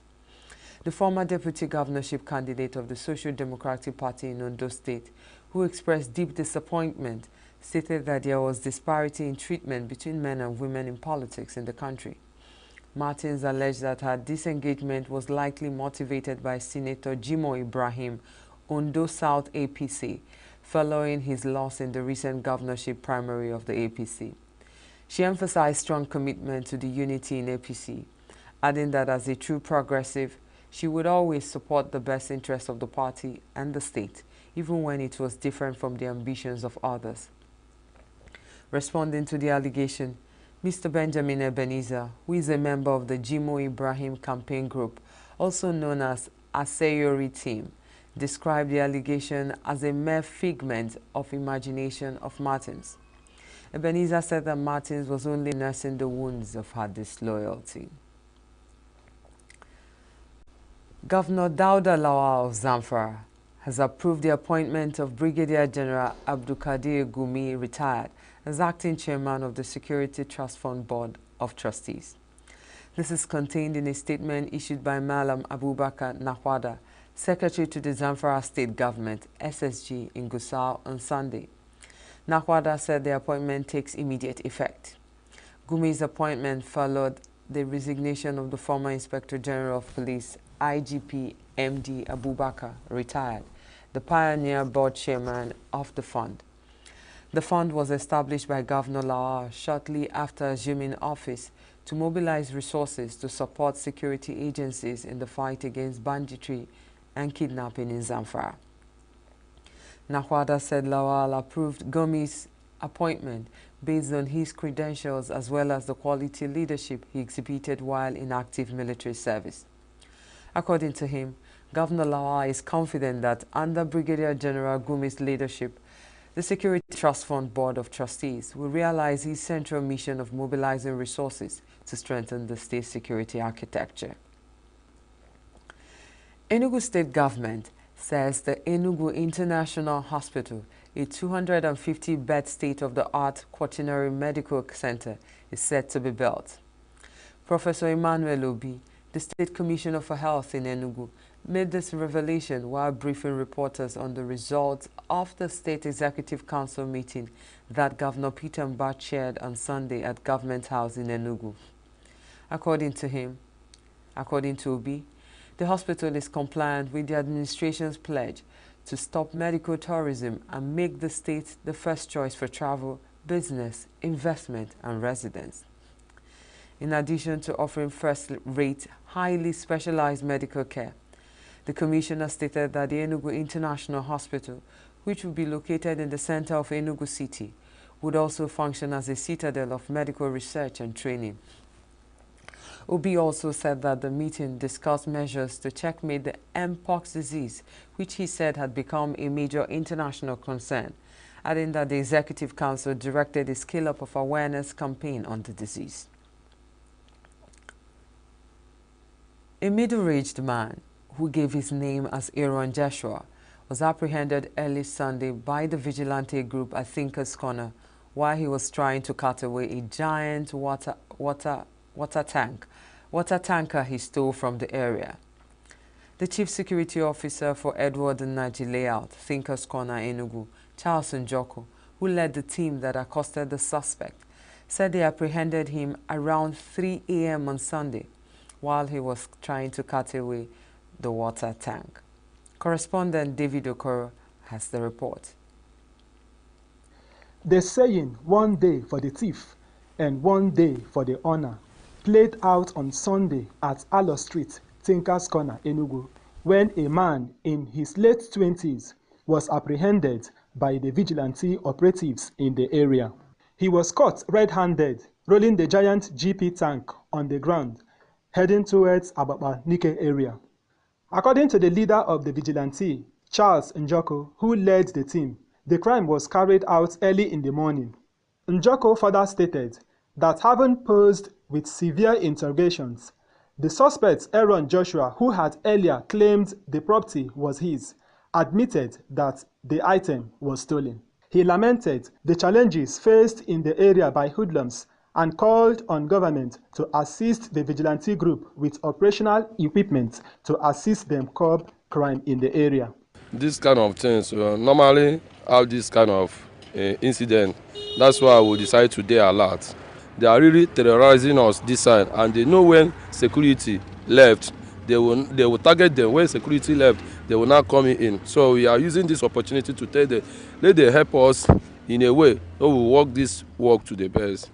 Two other residents of the area, Victoria Idris and Anthony Ochi, disclosed that several items and household equipment have been stolen by hoodlums in the area, making the residents to sleep with one eye open. They called for government intervention to save them from the menace of the hoodlums ravaging the area. Over there, there's a drug squad there. They sell drugs, they do drugs. If the government can assist us to get rid of those people, at least this crime and this kind of criminality will reduce. They called area command, the DPO. What the DPO said is, if they can get a keke to bring the suspect to the police station along with the item he stole, which is not going to be possible, who is going to foot that bill? So government should assist as well, so that if they call the police, they will be prompt to respond in picking suspects or taking action. The governor should help the security people to boost their tools in use to work, you understand? And also the governor should also help the youths in helping them to engage them to one or two affairs that to stop them from going to steal other people's property. The suspect, who gave his name as Aaron Joshua, in an interview with Signature TV, confessed to committing the crime, which he blamed on the harsh economic situation of the country. Nobody wishes to steal and nobody wishes to be a bad person. Currently, like him, I don't have any job and I've been applying for jobs. There is no any job. I have no option. I have some responsibility. That is, let me just cut it short, this condition. That is the only thing. Nobody, I don't wish to be a bad person to steal anybody, take from anybody. Even in this meeting, I will get angry, I know, but I don't have any option. Other residents who spoke on the incident appealed to the government and security agencies to deploy more personnel to beef up security in the area for a safe environment. In ENUGU, David Okoro, Signature TV News. NAF Special Forces eliminate notorious terrorist kingpin, others in Kaduna. NYSC CAL members undergo financial literacy training in Katsina. Do stay with us.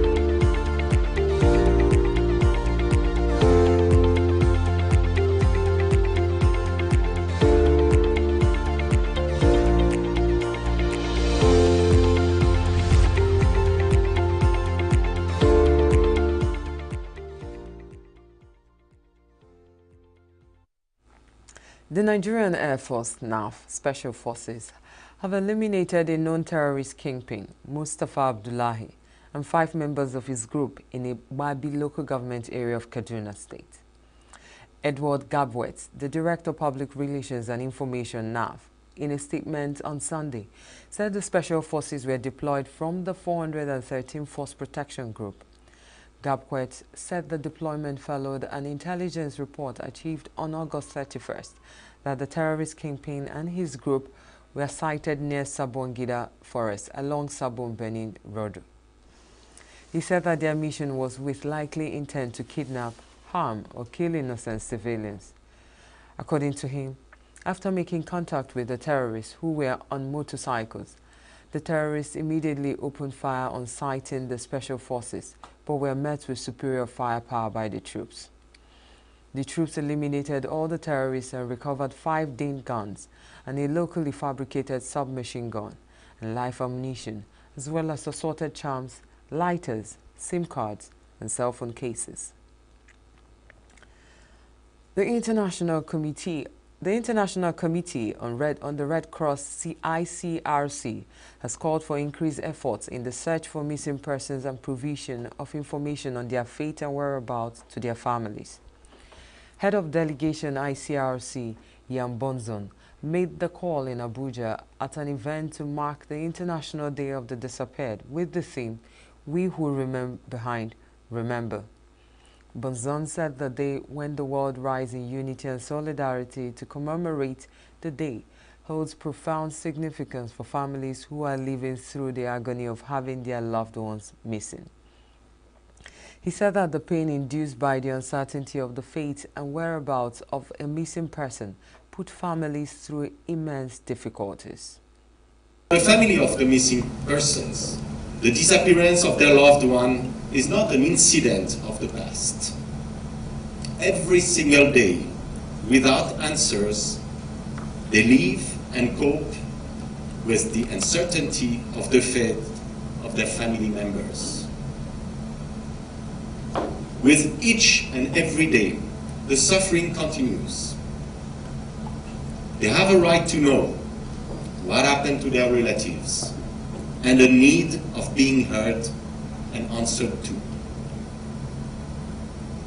The pain induced by the uncertainty of the fate and whereabouts of a missing person puts families through immense difficulties, from the tremendous emotional and psychological toll to legal, administrative, economic, and psychosocial needs. To the International Committee of the Red Cross, the tragedy of a missing person represents a humanitarian crisis and one that cannot be lost. The International Today, the ICRC underlines and calls for increased efforts to search for those who are missing and provide information on their fates and whereabouts to their families. As we commemorate the International Day of the Disappeared, we renew our commitment to advocate for the rights of the disappeared and for increased and continuous effort to search for missing persons and provide answers to their families. The testimonies and lived experiences of our esteemed guests should guide us in our humanitarian action. Let us stand together, amplifying the voices of the families of the disappeared, and collectively succeed in ensuring that no one endures the pain of uncertainty. I thank you for your unwavering courage, for showing us the power of unity, and for allowing us to stand beside you in this important journey. Vice President Kashim Shettima says the federal government's health sector reforms have attracted more than $4.8 billion in potential investments. Shettima, who made this known at the inauguration of Sahad Hospital in Abuja, said the investments are part of the commitment of present administration to revitalize Nigeria's healthcare system. He noted that the health sector reforms under the Tinubu administration are anchored on a robust roadmap designed to tackle persistent issues that have plagued the system for decades.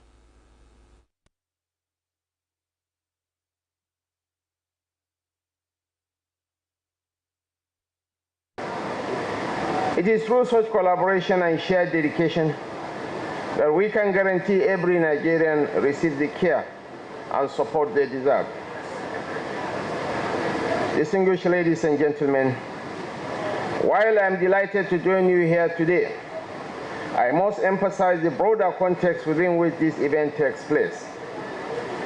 This administration's ambitious health sector reforms, which have already attracted over $4.8 billion in potential investments, signals a strong commitment to revitalizing our health care system. These reforms are anchored on a comprehensive roadmap designed to address long-standing challenges. And central to this are 4 key pillars: transforming healthcare governance, improving population health outcomes, unlocking the healthcare value chain, and strengthening health security. The Honorable Minister of Health and Social Welfare, Professor Muhammad Ali Pati, and his colleague in the ministry, Dr. Maruf Tunji Alausa, have launched various initiatives to facilitate investments in our healthcare sector. We have set out to achieve this by boosting domestic production of essential medical supplies and drugs, and by strengthening primary healthcare through the doubling of fully functional centers across the nation.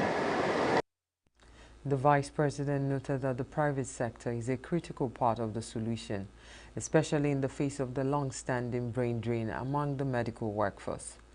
The Minister of State for Health and Social Welfare, Dr. Tunji Alausa, said the hospital marked a new chapter of healthcare in Nigeria. He said that the inauguration of the 200-bedded Sahad Hospital was a testament to the unwavering commitment of a private citizen. This momentous occasion marks not only the beginning of a new chapter for healthcare in our nation, but also the celebration of vision brought to life. A vision that exemplifies what can be achieved when public-spirited individuals invest in the health of his fellow citizens. The commissioning of this 200-bedded state-of-the-art facility is a testament to the unwavering commitment of a private citizen like our dear brother Alhaji Ibrahim Mijayawa, who has taken bold steps to complement the effort of the federal government of Nigeria in improving the quality of healthcare to citizens of Nigeria. It is a commitment that we recognize deeply, and we are very appreciative of this. Thank you, Alhaji Mijayawa. In the Ikorodu division of the Lagos State, the chairman of the Local Government and Local Council Development Areas, LCDAs, have started a campaign of intense public awareness against the cholera outbreak among the local populace. In order to stop the sickness from spreading, the chairman of the various councils gave the Environment Department instructions to start raising awareness. Ikorodu Division is composed of 4 LCDAs: Ikorodu Central, Ijede, Igbogbo Bayeko, Ikorodu West, Imota, and Ikorodu North, and 1 local council. The Standing Committee on Cholera Sensitization was established in Ikorodu by Lagos State Health Education and Promotion Board. On June 11, Professor Akin Abayomi, the Lagos State Commissioner for Health, issued a warning stating that they had recorded many cases of severe gastroenteritis, cholera. Abayomi disclosed that cases of severe gastroenteritis were reported from communities around Etiosa, Lagos Island, Ikorodu, and Koshofe local government areas of the state. Mr. Wasiu Adeshina, chairman of the Ikorodu local government area, advised residents to take preventive measures against cholera seriously. He directed heads of the environment departments in the councils to set aside 2 days for cholera sensitization. The council boss said the disease was basically caused by what we eat and inject into our body systems, and urged residents to ensure their source of water was safe and the environment clean. According to him, some of the preventive measures will include ensuring safe drinking water by boiling, safe bottled water, and maintaining proper sanitation, drinking good water, and safely disposing of feces. Veterinary officials of the Adamawa state government have started mass vaccination of cattle in several local government areas after a disease killed more than 1,000 cows in neighboring Taraba state. The mass vaccination in Adamawa state, which began at the weekend, targets local government areas sharing borders with Taraba state and Cameroon Republic after the disease named hemorrhagic septicemia killed more than 1,000 cows in Taraba. The Adamawa State Commissioner in charge of Livestock and Aquaculture, Tijani Maksha, led a delegation of ministry officials and veterinary doctors for the flag-off of the vaccination exercise at Gongoshi in Mayo Belwa local government area. He recalled that the dreaded cattle disease, said to mostly affect cows in Saradauna local government area of Taraba State, had spread to some other council areas in that state and led to the death of cows. The director of the State Veterinary Services, Dr. Bertilemus Nyalas, gave the names of the targeted local government areas for the first phase of the vaccination to include Numan, Demsel, Lamude, Tongo, Fufore, Mayaha, Mubi North, and Mubi South, and the Mayo Belwa, where the exercise has now started.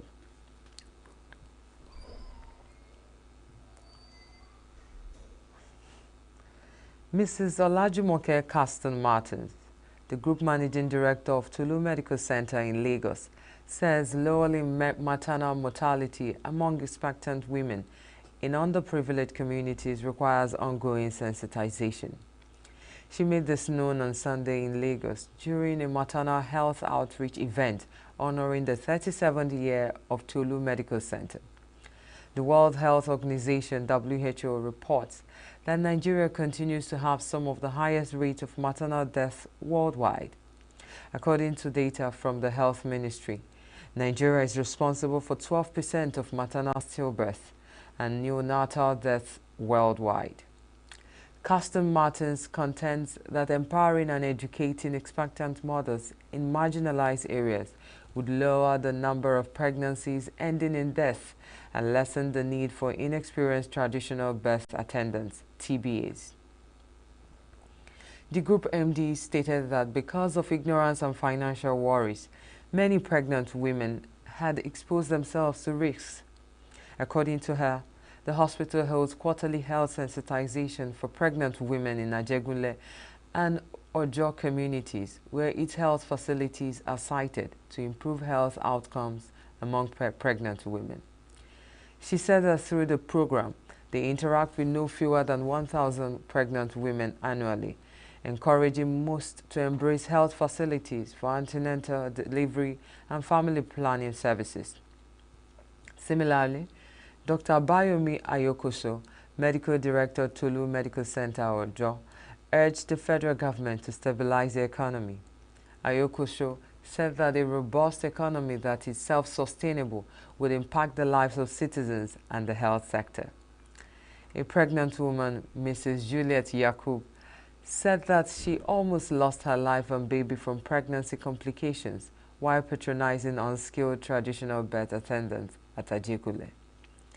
Fewer than 300 pregnant women were present at the medical outreach, which featured health talks and counseling, subsidized ultrasound, antenatal services, among others. Governor Caleb Mutfwang of Plateau has called on residents to exercise patience and continue praying amid economic challenges. He made the call during a service at the Church of Christ in Nigeria, COCIN, in Gariki, Abuja. The governor acknowledged the widespread hunger and frustration, but emphasized the need to seek help from the Lord. Reverend Dimfa Mamsha, COCIN's Deputy General Secretary, urged the church to be deliberate in its effort to live a holy life, in line with the church's theme for 2024, living in holiness. Quoting from Hebrews 12:14, he admonished the congregation to be mindful of their speech, eating habits, and dress sense, so as not to lead others astray. The National Youth Service Corps NYSC Batch B Stream 2 Corps members deployed to Castina State have undergone a one-day sensitization program on basic financial literacy training. The program, held on Sunday at the NYSC Orientation Camp along Mani Road, served as a precursor to the scheme Skills Acquisition and Entrepreneurship Development SAED program, commencing September 2nd. Alhaji Saidu Ibrahim, NYSC coordinator in the state, disclosed that the training was conducted in partnership with NYSC, Nigerian National Petroleum Company NNPC, and Kudimata Nigeria Limited, a financial education outfit. He explained that the training aligned with the objectives of the SAED program, aiming to equip corps members with vital life skills to become self-reliant. Ibrahim emphasized that financial literacy was crucial for success in the competitive labor market and a stepping stone towards self-actualization. He encouraged corps members to leverage the knowledge gained from the training to avoid relying solely on white-collar jobs. The NYSC coordinator reiterated the scheme's commitment to empowering youth corps members to become employers of labor. The training featured a financial expert who provided insight on financial identity, planning, practical money management, and budgeting. Education stakeholders have remained divided over the federal government's recent policy announcements on candidates' eligibility for secondary school final exams. According to a recent announcement made by Professor Tayo Maman, Minister of Education, a minimum age of 18 is now required for candidates taking the National Examination Council (NECO) and the West African Senior School Certificate Examination (WASSCE). According to Maman, candidates for the Joint Admissions and Matriculation Board (JAMB) administered Unified Tertiary Matriculation Examination (UTME) must still be at least 80 years old. He claims that going forward, these institutions won't permit kids who are younger than the required age to take their exams. On the other hand, some stakeholders praised the policy and said it was appropriate, while others said it was out of date. They called for an introspective evaluation and further consideration to ensure that it did not have adverse effect on the education system. A former beauty queen, Oluwadamilola Aderinoye, has turned herself in at the National Drug Law Enforcement Agency (NDLA) office in Lagos. The ex-beauty queen, who was the Miss Commonwealth Nigeria Culture in 2015-2016, was declared wanted after evading arrest following a raid at her Lekki residence on 24 January 2024. A statement by the agency spokesperson Femi Babafemi says 606 grams of Canadian loud, a synthetic strain of cannabis, an electronic weighing scale, large quantities of drugs packed in plastics, a black RAV4 SUV marked Lagos KSF 872GQ, and her picture frame, among others, were recovered from her apartment. Babafemi noted that the suspect, who claimed she had been hiding in Akure, Ondo State, since January, however, surrendered to the agency on Wednesday, 28 August. The statement also reveals that the agency intercepted over 31 million pills of tramadol, 225 milligrams, and bottles of codeine-based syrup worth over 17 billion naira in street value at the Port Harcourt Port Complex, Onne, River State, and Tinkan Seaport in Lagos. About 350,000 bottles of codeine-based syrup, he said, were also recovered from 2 containers at Tinkan Port in Lagos on August 29 and 30, 2024, while over 3,000 cartons of codeine syrup containing 554,600 bottles of the opioid were recovered from the suspect at the end of the exercise. Still to come, Israeli forces kill Palestinian suspect in an intense Hebron shootout. Zelensky says nearly 50 injured after Russian attack on Kharkiv. Details after the break.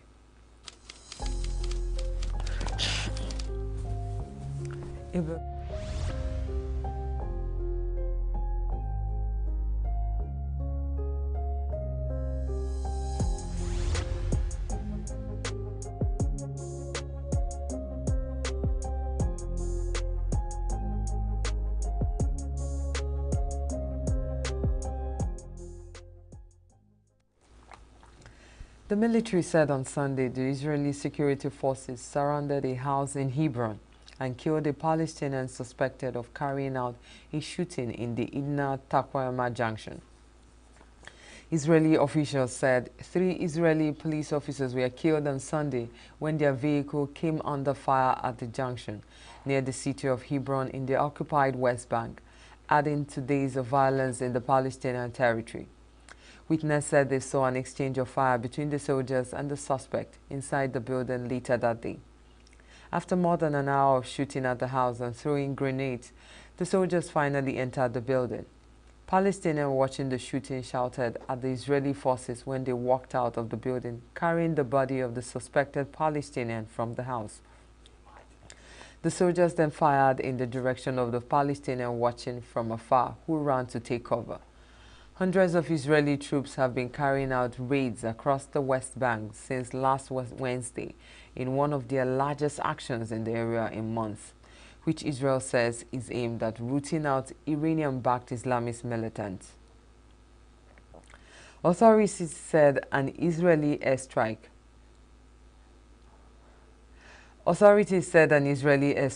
hit a school sheltering displaced people on Sunday, killing at least 11 Palestinians in Gaza City civil defense. Sledgehammers were used to try and break through concrete during the search operation to rescue those trapped at the Safat school in Al-Zayatun, a suburb of Gaza City. Gaza civil defense spokesman Mahmoud Bassal said that the strike hit the western wing of the school, where people were sheltering after being displaced during the war. Israel and Hamas have agreed to brief pauses in their 11-month war to allow a United Nations polio vaccination drive in Gaza. But Israeli forces continue to battle Hamas-led militants in several areas across the Palestinian enclave. Residents said Israeli army troops blew up several houses in Rafah near the border with Egypt, while tanks continue to operate in Zaytun. The enclave's health ministry says over 40,000 Palestinians have been killed and about 95,000 injured in Israel's military offensive in Gaza. Rescue forces in Ukraine's Kharkiv extracted a man alive from beneath rubble in an event hall that was struck by missiles on Sunday. The strike survivor said moments after his extraction that he was feeling fine, after which medics placed him on a stretcher and carried the seemingly unharmed man away. Russian missile strikes on Kharkiv injured more than 40 people, including 5 children, authorities said. Several missiles have struck a shopping mall and an event hall at noon in the eastern city. Ukrainian President Volodymyr Zelensky said in his nightly address on Sunday that nearly 50 people had been injured in a Russian attack on Ukraine's northeastern city of Kharkiv. Officials said Russian missiles struck a shopping mall and event complex in Kharkiv. Earlier in the day, Russia said Kyiv had launched one of the biggest drone attacks against it since the full-scale war began, targeting power plants and an oil refinery, while Moscow forces made further gains towards a key town in eastern Ukraine. The Kharkiv attack prompted Zelensky to renew calls on all allies to allow Kyiv to fire Western-supplied missiles deeper into enemy territory and reduce the military threat posed by Russia. Law students from several Mexican universities rallied on Sunday against the government's plan to reform the judiciary, a controversial measure that would involve electing justices of the federal system by popular vote, among other changes. Students and professors marched along Reforma Avenue, one of Mexico City's main street, chanting slogans and waving banners defending the justice system's independence. A congressional commission approved the reform on Monday, paving the way for a final debate under the new Congress, in which the ruling Morena party and its allies hold a two-thirds submajority in the lower house and are one seat short in the Senate. However, according to a legal document reviewed by newsmen on Saturday, a Mexican judge ordered the lower house of Congress not to discuss the reform schedule to be considered by lawmakers the first week of September. The reform will see around 7,000 judges, magistrates, and justices, including the Supreme Court, elected by popular vote, lower experience and age requirements, and a reduction in the size of the nation's top court.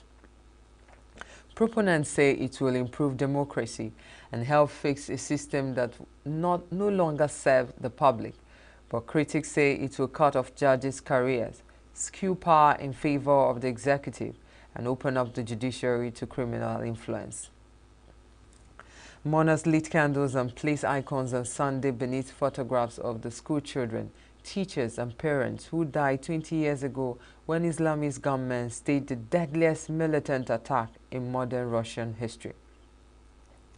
At least 32 attackers linked to a separatist insurgency in neighboring Chechnya took over the school in the small town of Beslan on the first day of term on 1st September 2004, seizing more than 1,000 hostages and holding them for 3 days. More than 330 hostages were killed, including at least 180 children, when Russian special forces launched a military assault on the building to bring the siege to an end. 20 years on, the interior concrete walls of the gymnasium in School Number 1, where the hostages were held captive, are covered with carved inscriptions lamenting the dead. Outside the gym on Sunday, survivors of the siege and their families stood under the late summer sun and held aloft photographs of their loved ones while a bell tolled. The crowd then processed into the gym, where they and local officials lay red and white roses at the foot of an Orthodox cross erected in the room center. On the gym's exterior wall, a large placard hangs, reading, "Remember us. As long as you remember, we are alive." Outside stands a statue of a small child entitled "Scream of Beslan." In the days and months after the attack, survivors accused the authorities of bungling the siege by using tanks, flamethrowers, and grenade launchers while hostages were still cowering inside the school gym, and then covering up what happened. The streets of central Tel Aviv were filled with tens of thousands of protesters on Sunday evening, calling on Israeli Prime Minister Benjamin Netanyahu to do more to bring home the remaining hostages in Gaza. Israel on Sunday said it recovered the bodies of 6 hostages from a tunnel in Gaza, where they were apparently killed shortly before its troops reached them. Netanyahu said Israel would not rest until it caught those responsible. In Jerusalem, protesters blocked roads and demonstrated outside the Prime Minister's residence, while Israel's trade union called for a general strike on Monday to further pressure the government into securing a hostage deal. The recovered bodies were from about 250 hostages captured during the Hamas-led shock incursion into southern Israel on August 7th that sparked Israel's retaliatory war in Gaza. Their deaths leave 101 Israeli and foreign captives still in Gaza, but around a third of these are known to have died, with the fate of others unknown. Bolivians took to the streets of La Paz and El Alto on Sunday for the annual Pedestrian Day celebration despite thick wildfire smoke blanketing the cities. The event, which temporarily banned all motor vehicles from the road, saw families, cyclists and runners fill the avenues with sports activities. The celebration occurred on worsening air quality in El Alto and La Paz, caused by burning wildfires in the Santa Cruz region. In the last month, wildfires have been particularly intense in Santa Cruz, and smoke has reached the cities of La Paz and El Alto. The Southern Hemisphere nation has recorded the largest number of outbreaks of wildfires in 14 years, with 3 million hectares of land burned already in this year, and peak fire season still ahead. The National Day of the Pedestrian and Cyclist has been celebrated on the first Sunday of September since 2011 in an effort to raise environmental awareness among the local populace. Nigerian para-badminton sensation Eniola Bolaji on Sunday lost her semi-final match in the women wing SL3 category for Jiaxi Zhuqiang of China at the ongoing Paralympic Games in France. Zhuqiang defeated Bolaji with a 2-0 win. The match was played at Porte de la Chapelle Arena in Paris. The African record holder put a brilliant performance but lost to a more experienced Zhuqiang. The tournament number 3 seed betrayed emotion after the game, crying and displaying the photography of her late coach. Bolaji made history as the first African to play in the knockout stage of para-badminton. She overwhelmed Mandeep Kaur of India in quarterfinal by 2-0 to overlook and see the slot to the semi-final. The Minister of Sports Development, John Eno, told newsmen after the match that Bolaji lost due to inexperience, but in all, she did well and hopes she can pick up the bronze in the third-place match. Bolaji will on Monday play Koznia Oksana of Ukraine in the third-place match. Oksana lost to Sinakor Ikta of India 2-0. And that's all we have for you on Global News this morning. I am still Chomalina Jean. Do stay with us because Signature Morning continues.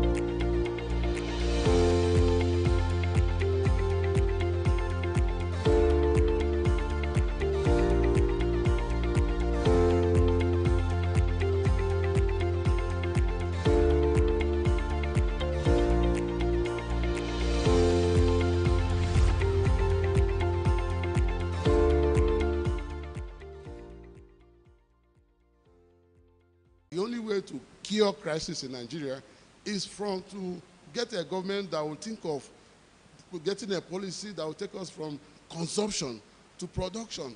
It will not take us 6 months or 1 year for any government to plant, to build agricultural concerns everywhere and plant, go to farms and get people to farm. And Nigeria, we do not have any reason why we should be begging for food in Nigeria, because more than 75% of Nigerian lands are uncultivated.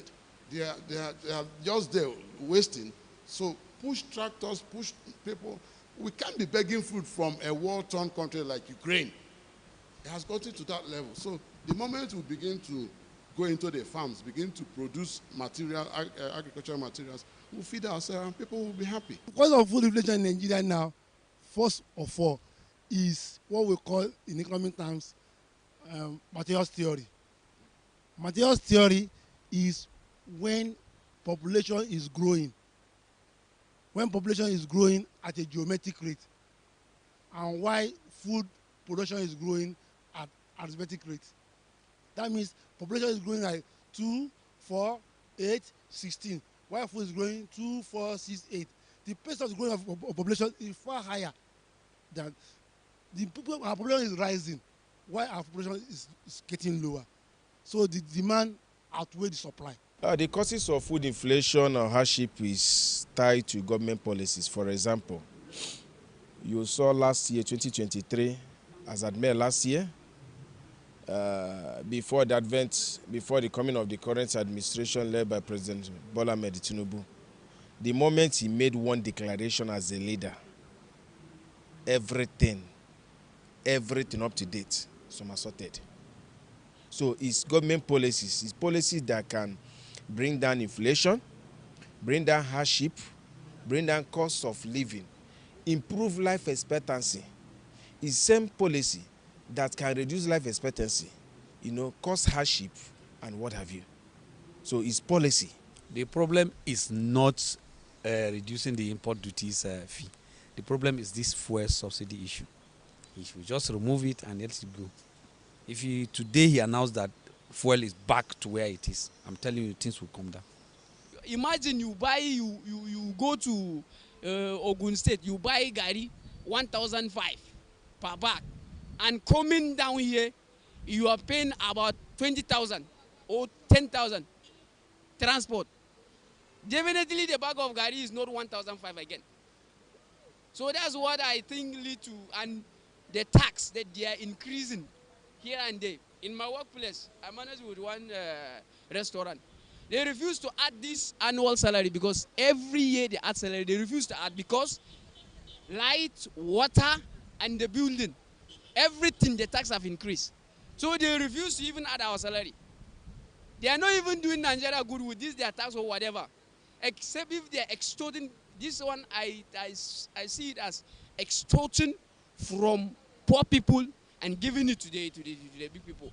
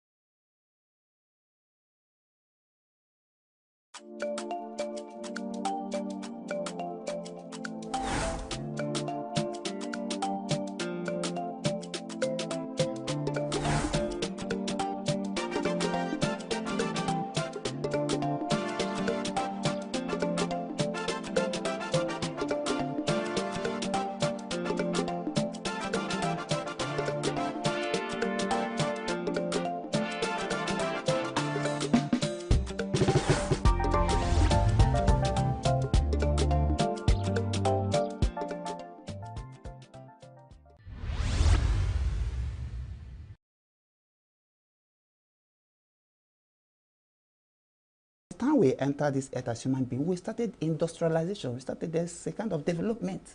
We call it the import fuel, says NNPC, that's a big one, admits $6 billion debt to petrol suppliers. Subsidy to hit 5.4 trillion naira in December 2024. We can't borrow anymore to sustain importation, says federal government. We cannot import because of forex scarcity and others, says marketers. As fuel scarcity bites harder, while Nigerian economy continues to struggle, says NECA. And finally, we have asked government to focus on productive reforms across key sectors. And on page 9 of the Vanguard, Atiku demands listing of NNPCL on stock exchange. Ooh. And on page 8, just above the mass, we have Zenith Bank maintains top position with 2.1 trillion naira earning in the first quarter of 2024. High interest rate, 2.5 trillion naira loan strangulates consumer goods manufacturers. Atiku demands listing of NNPCL on stock exchange. Moving over to the next newspaper. And on Daily Independent this morning. Just below the mass, we have Nigerian Airlines banned from flying to US. Experts offer solution with the rider FAA delist Nigeria from Category 1 status countries. Hope of air peace, other aspiring indigenous carriers dashed, and 5 of other Rwanda, 5 other African countries retain status. Oof. Banks kick may lose 10 trillion naira to CBN directive on dormant account. With the rider, analysts say move will end incessant fraudulent activities. Volatility profit-taking drag NGS performance down 1.22% in August. And on page 7, Serap sues Akpabio Abbas for fixing NAS allowances running costs.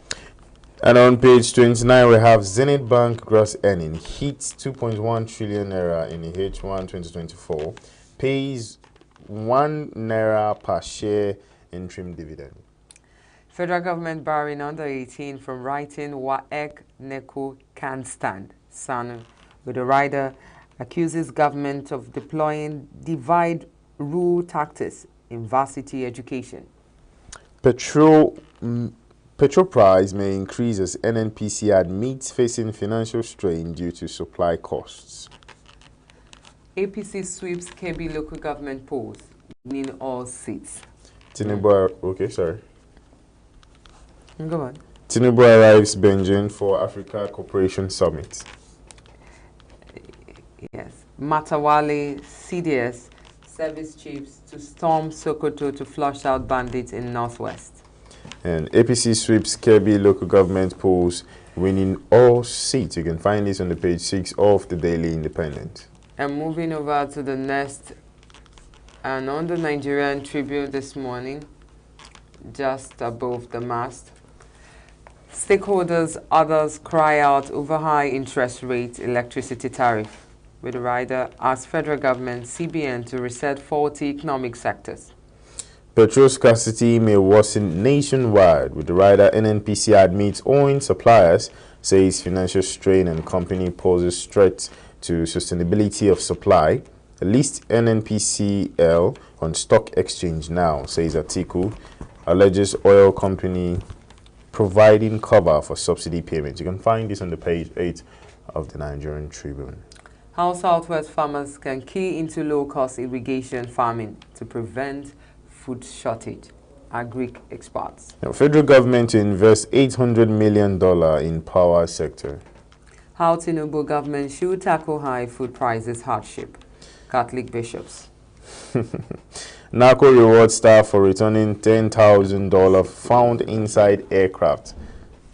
League of Northern Democrats seek roles for El-Rufai Lukman as group lobbies traditional rulers. With the rider, coalition plans to reposition the North ahead of 2027. And that's on page 4 of the Nigerian Tribune. And on minimum wage, you have Ekiti government constitutes committee to negotiate with Labour. And moving over to the Punch. On the Punch this morning, Petrol scarcity set to worsen as NNPC admits $6 billion debt. With a rider, debt to petrol suppliers has caused financial strain. PMS supply threatened. NNPC. Petrol queue spread. Motorists lament as fuel marketers decry PMS shortage. Dangote Refinery petrol ready for rollout. You can find this on the page 19. Wow. Bill Gates is saying something on page 3 of the Punch. He says, Nigeria has second highest rate of food insecurity. Bill Gates. Hunger protests, federal government arraign activists, British ally today.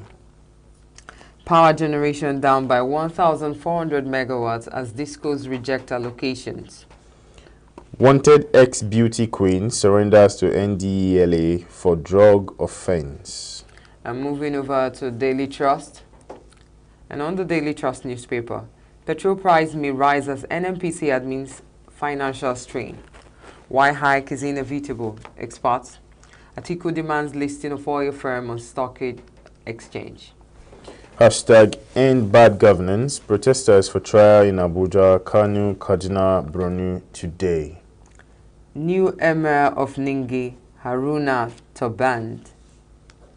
CBN mourn over bulletproof SUVs for governor and deputies. Now Fund. Kano, Borno, Benue, Kastina, top loan applicants list. New Emir of Ningi, Haruna Toband. Concerns over Bajabia Miller's oversight of agencies. CSOs seek scrutiny of COS action. Senior civil servants divided. Action not against our mandate. Reps. And finally, on the Daily Trust, we have Zenith Bank posts 406.8 billion naira pre-tax profit in the second quarter. And on Blueprint this morning, terrorism in Northwest. Blueprint newspaper, terrorism in Northwest. Federal government order to CDS. Others excite Sokoto Castina residents. With the rider, Arawa youth back move. NAV kills Kingpin Mustafa Abdullahi. 5 others in Kaduna. ACF calls for Niger Republic renew ties. Traders to federal government. Tackle fuel, electricity tariff to crash food prices. Idris to represent Tinubu at Indonesia Africa Forum in Bali. Bala appoints Haruna Dayaya new emir of Ningi. NGF boss hosts Africa's first ever indoor golf championship in Abuja. And NDLA intercepts 31 million pills opioid worth 17.9 billion naira in Lagos. And on this day, newspaper this morning, 2nd of September 2024, Matawale CDS service chiefs to storm Sokoto to flush out bandits in Northwest. Zenith Bank's gross earning hits 2.1 trillion naira, pays 1 naira per share interim dividend. Wike threatens PDP governors supporting Fubara, vows to instigate crisis in their states. That's on this day newspaper. And Shetima, Tinubu's ambitious health sector reforms have attracted over $4.8 billion in potential investment. Okay. And that is that on the... We have the Nation newspaper. Okay. And on the Nation newspaper this morning, joint CBN SEC NDIC team to verify banks' new capital base. $6 billion debt may affect petrol supply, says NNPCL. Discos turned down 1,400 megawatts wheeled by Gencos. Zenith Bank grosses 2.1 trillion naira in first half. And with that, we come to the end of reeling out the newspaper headlines for this morning. And we will have to move straight for the newspaper review. To stay with us.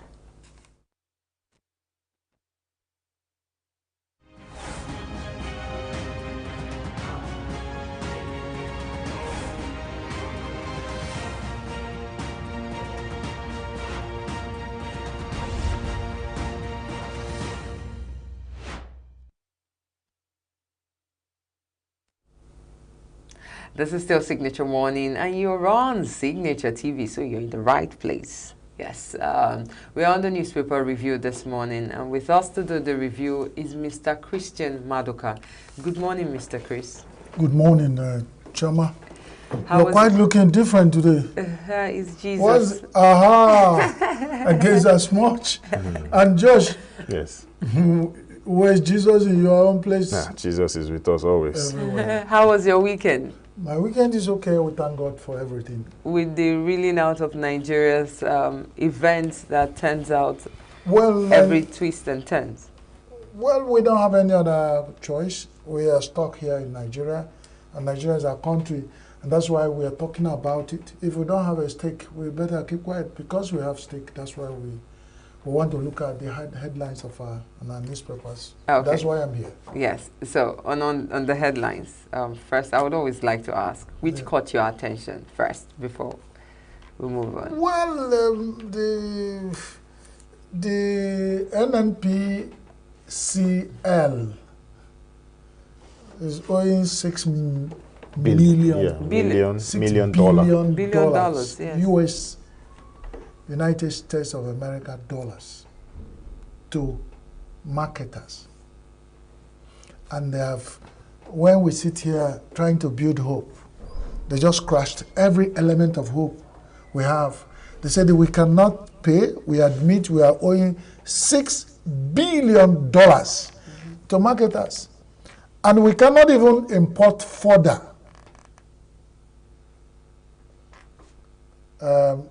refined crude oil products. And then what it means is that NNPCL correct, has just told Nigerians that you on your own. There is no end in sight. That's what all the newspaper headlines are just saying. It said no end in sight to fuel crisis, scarcity, and all the associated issues. I know the second name of every Nigerian is fuel. You know, because when you go and ask your neighbor, you say, good morning, neighbor, you say fuel price. Maybe you go to the market, want to buy vegetable, they say dollar. So if it's not our issues, if it's not around dollar, it's around fuel. And now that we are owing $6 billion, we are owing. And already we are owing that, and we, from all indication, the government is continuing. If you do not pay now, you pay later. So what do you think they actually do with the money they recover? Remember, like there's a recent... Recover from where? Illegal refineries. No, they are not. That's where I'm coming from. They are destroyed, as at yesterday, 115 illegal refineries. 115 illegal refineries. We are spending money burning them, destroying the environment, keep destroying illegal refineries that I have one way or the other. I'm not supporting illegality, but I'm saying that Nigeria, we would have, in our usual way, we are just all out to make sure we find ourselves in difficulty. We have called for, is there no other way you can explore this situation, use it for good? For 115 illegal refineries, beyond the ones that have been destroyed earlier, and you know NNPCL is having these issues. Maybe ask you, the illegal refineries you are destroying, where are they getting the crude? The organization Nigeria gave their life to control crude oil movement, however it operates, has failed. We have very high percentage of crude oil that Nigeria produces stolen. And they have a high level of debt they are owing importing refined crude. And we are spending also, nobody has told us the amount of money we spend destroying what they describe. Because as far as I'm concerned, all the refineries in Nigeria that have not worked to service Nigeria and they have turnaround maintenance are illegal. If you want to destroy, let's start with them. Go destroy all, so that we know we start from ground zero. the people you are destroying, I'm sure, ask all the people owning filling stations from Port Harcourt to Sokoto. Most of the trucks you see conveying fuel are conveying this fuel they got. All they know when they want fuel, they don't even want to know the source. And if you put it in Nigerian vehicle, it will start. Nobody is talking about the environmental impact, whether those ones are verified. And that's where the federal government would have come together, get them, form them association of illegal refiners, set a regulatory body on them, get them together, even study the technology they use to do this, and see whether do we need Dangote's huge dollar refinery and all those things to refine oil in Nigeria. When at the backyards, young boys and young Nigerians are refining oil and we are using them. I'm sure some senior officials in government of Nigeria have been buying from downstream sector or filling stations this illegally refined oil. They are not asking questions. Just like we go to the market, buy what we call fake drugs. With faith, you can even take it and you get killed. Because even the originals are no more anywhere. And so we are totally, this one discouraged me so much that NNPCL is telling Nigerians, we have lost it. We are not in control again. We can't import, or even at this huge. And we ask ourselves, our dear president said he has removed subsidy. Whether it's right or wrong, the people who can explain better can decide that. But we expecting that, I keep saying that, from the first day of accepting to be Nigerian president, when he was sworn in, he removed petrol subsidy, fuel subsidy. Now he has brought it back. How many weeks after? No, in fact, it's getting worse. So we then say, all this back forth, what's the exercise? So that's what caught my attention, and they've got, because I'm breathing, every Nigerian sleeps and wakes up thinking fuel, how to survive. I know what it cost me to get here. Do you think this is actually still persistent, this cries we're having concerning our fuel, the oil sector, because of the lack of transparency in the industry or in the government? It's obvious the oil and gas sector in Nigeria is reeled, overwhelmed, and intimidated with massive corruption, graft, and sleaze. I'm sorry to say. And they know. People are calling for what can be done now. Sell half of the share of this. And somebody said, why do federal government hold on a unit of the that is not yielding one kobo, and you keep spending and spending and spending? There is unaccountability, there is no transparency, there is so much open sleaze, graft, corruption, massive. And we still hold on that? For how long? And Nigerian situation is worsening. I'm sure if you get into, even these organizations that are buying our stolen crude to refine to send back to us, let them come and invest here. And let's see what will happen. Sell off 50% at least. Still maintain controlling share, if that's what makes you comfortable. So that you still remain president and minister of oil. How interesting do you find this headline that says Nigerian airlines banned from flying to US? Experts offer solutions. They will offer solution. Quick, they will offer solution after everything has spoiled. Why do you think they banned Nigerian airlines I don't know. To US? I'm not operating as they gave you the body of the US organization, their federal aviation. FAA said Nigerian airlines cannot land or take off from their airports because of the standard they set for themselves. So as far as we're concerned, it can be here setting standard, providing solution. If your solution do not meet up with their own standard, you remain banned. And that's one thing we keep forgetting. We say, let our dog and the dog of the neighbor fight. Let our own bite that one to death. I will pay. Let my own dog bite, be the one. Yeah. So, but we always allow our dog to be beaten to death and we'll be crying.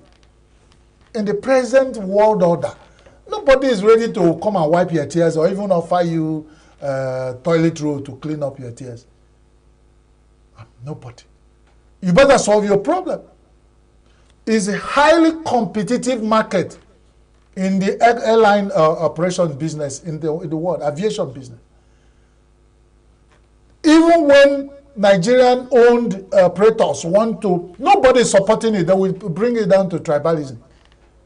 Who owns the airline that? Meanwhile, now that they banned all of them, I wonder even whether the presidential jet, the one they seized in France, is worthy to land in the US. These are things we're talking about, and we are here.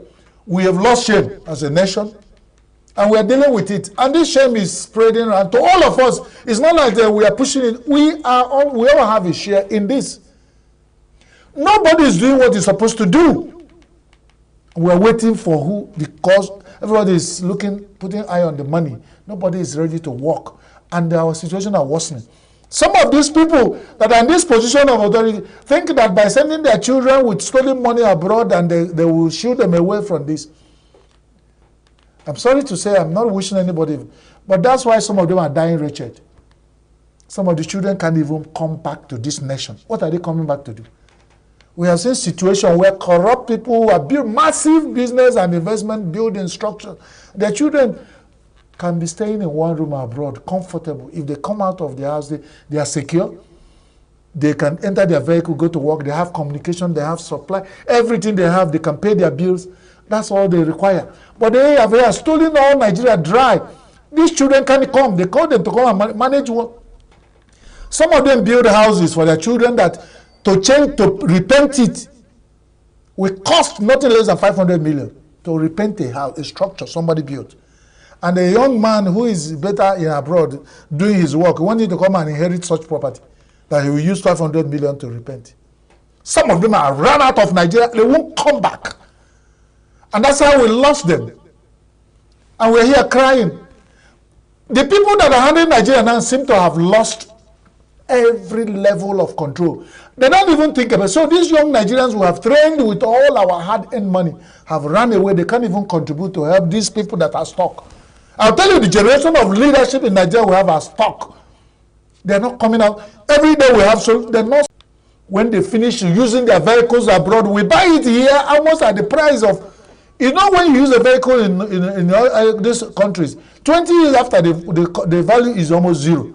But here we still buy it almost at the price they've used it. Every Nigerian, even our senators, don't be surprised that the 160 million naira worth of SUVs they're using, even in the central bank now. All the directors in central bank have released their own. And central bank this morning kept mute. How much they use to buy SUVs for their directors? Why are they buying SUVs? Before now, if you are a CBN worker, you enter your official car, quietly go to work, come back to your house.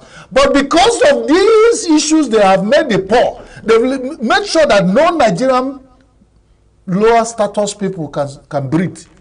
They themselves are finding it difficult to breathe. So they are buying breathing equipment, aids. All these building mansions that put themselves in prison, buy SUVs, are just survival aids they are buying for themselves, thinking it will save them. I don't think it will be a solution. It won't save them. Because you continue until they find to start buying flying cars to fly, when they fly and land. And they will even have their national assemblies constructed into flying national assemblies because people can now reach them. You see the massive security they provide, and these are people we send there to talk for us. They spend all the money providing security for it because they are not secure. And what is it? Their conscience is not clear. So the only thing they will do, secure. The money they spend in securing themselves is enough to change the system. So is it possible we're just whirling round, like gyrating? Are you reading my mind? But you can see we are gyrating. But even people, there's some club in Nigeria, say Pan Wine Drinkers Club, they say they do gyration. Even if they're gyrating, they have a leader. They have the people they say Chifo. So when they're gyrating, they follow Chifo. They will singing and dancing and they enjoy themselves. So in Nigerian situation, we are gyrating without leadership. We are flying blind. Have you entered an aircraft where the pilot is flying blind? It's not enough that he's flying, but he's blind now. It got to a point where it's flying without skill. Now, you have pilots that are flying blind. So it's not an accident, whatever happens later. So this spinning movement, you know, even in science, they say something has to alter. When something happens, it alters the move of a matter. What do you think that would change the spinning effect that is happening in Nigeria? It will get bad. And the government. It will get worse before it gets better. And we're almost there. With what NNPC have tell us this morning, we are sure we have close to the worst. So expect better. So, Zenith Bank gross earning, of course, this was in all of the newspaper headlines today. And listen, in this country, they are declaring this massive. Where are they getting the money? That's why I said earlier, if this banking system is not robbing Nigerians, Nigerians are robbing them. I told you I've worked for an organization where they owe me so much money, and I'm still trying to work because of fashion. It's a media organization in Nigeria. The early part of my career, I was owed more than 3 years salary. So one day the owner came to the office, called all the staff. We thought it was to announce new in palliative. He want to provide succor. Then we don't have the word palliative. It's Gen Z leadership in Nigeria that they gave us palliative. So they put it in the record that during Gen Z leadership and Gen Z era, we have palliative as solution to Nigeria. But it's not so Gen the Z leader, I don't know if because you are Gen Z, it's don't not worry. Gen Z's that It's not my word against you. Gen Z will defend themselves later. But my Oga came back to office. We all have high hopes. We were surrounded for a meeting. He said, I owe you guys for this length of time, and you're still here. There's something wrong. If I'm not robbing you, you are robbing me. 3 years after, I owe you salaries, you're still working. Something is wrong. I think that's what the problem of Nigeria. Nigeria has operated for too long with Nigerians, their resilience, and their hope that it will get better. And it has not gotten better. So if Nigerians are not robbing their leaders, then it's our leaders that are robbing us. And it's become very clear. How can we continue this? Zenith Bank declared 406.8 billion, is it? Million, okay. It could have billion because even million doesn't have. What's it called? Daily Independent said that actually Zenith Bank gross earnings hit 2.1 trillion. Gross earning. This is middle of the year. Yeah, that's for the first half. First half. This middle of the year. And you keep wondering. Somebody made a joke. He said, every day you see Nigerians line up at ATM. And you ask them, he said, there's no money. And they say, what are they collecting? And is it their sins? They are cashing their sins. And it's funny. We have to find a way of giving ourselves hope. Yeah. Well, yeah, sure. That's why I say in every system, it is the kind of banking system we have in Nigeria of this today. So in every time era, we have a banking system that they are grossing money while people are dying. We have the leadership and governance situation where people are buying SUV, even the central bank workers buying $1 million SUVs to move around and go to work. I don't know whether these SUVs need to convert them from their house to the office. The office is highly secured, one of the most secured places in Nigeria to work. And they live and work in their headquarters of the bank, Central Bank of Nigeria. So the madness has gone round. Maybe because it has not gotten to me. If I get my SUV to come to work, but then even when you give me SUV, who will fuel it? So if CBN directors have, and the commercial banks they control are declaring this profit, very soon, we now ask whether these are the unidentified flying objects that make up 210 million Nigerians. Is it the same? Please, can somebody tell me, is it the same country? Because I can't understand whether I am alive or dead. Somebody will touch himself. Is it me? Is it true? Some of these things we have. For God's sake, other banks will self-declare their own. And when you put the number of commercial banks we have in Nigeria declaring massive profit, and then our legislators are on Jumbe pay, and the presidential, that's the first arm of government, is buying new jets, new yachts, that actually escalates. also brings us to a headline. And we go, and you come down to states, yes, and see how the state governors are their empires and their own MP rates. And you see the State House of Assembly people, you will know that we have been raptured. How do you justify, you're Christian, you believe that we have been raptured. How do you justify this, or what's your take or reaction towards the fact that Serap sues Akpabio and Abbas on They have just recorded another fixing NAS allowances. They have not recorded legal. They will put it on her risk. Or what the Serap is doing. Sometimes we declare. I think it was Joshua who was saying Serap has not won any. We only record that we sue Nigeria. But the step they are taking, okay, like Daily Trust actually said 21 million jumbo pay. Serap sues Akpabio Abbas for fixing NAS running costs. And also Daily Independent, Daily Independent carried it as Serap sues Akpabio Abbas for fixing NAS allowances and running costs. They will sue, if we sue to court, there will be co-respondent. No, so all the 109 senators should be joined in the suit. If I fix salary for you and the Fed is uncomfortable, you are collecting it, only the man who fixed it. And let me tell you, NAS or Federal House of Reps allowances are not fixed by one person. It comes with committees, or board, whatever they do until it's debated and the set is accepted. And sure, if that thing that is set that didn't accept it, they would have called for the eyes, the ear, the nay. But they didn't, meaning that they are joint. Yes. However, but you know when things go wrong, is the head they No, not in this case. If the body of anybody is found somewhere, I understand. I said in court, they don't do it that way. If you as a mother commit an offense and your children support the somebody who sues you can sue you and say all your family are joint. They go there and defend. So go join respondent. So all the National Assembly, NAS, should join Akpabio and what's the other person's name? Abbas to go and defend Serap. But my concern is not even Serap. How many other people are joining Serap to sue?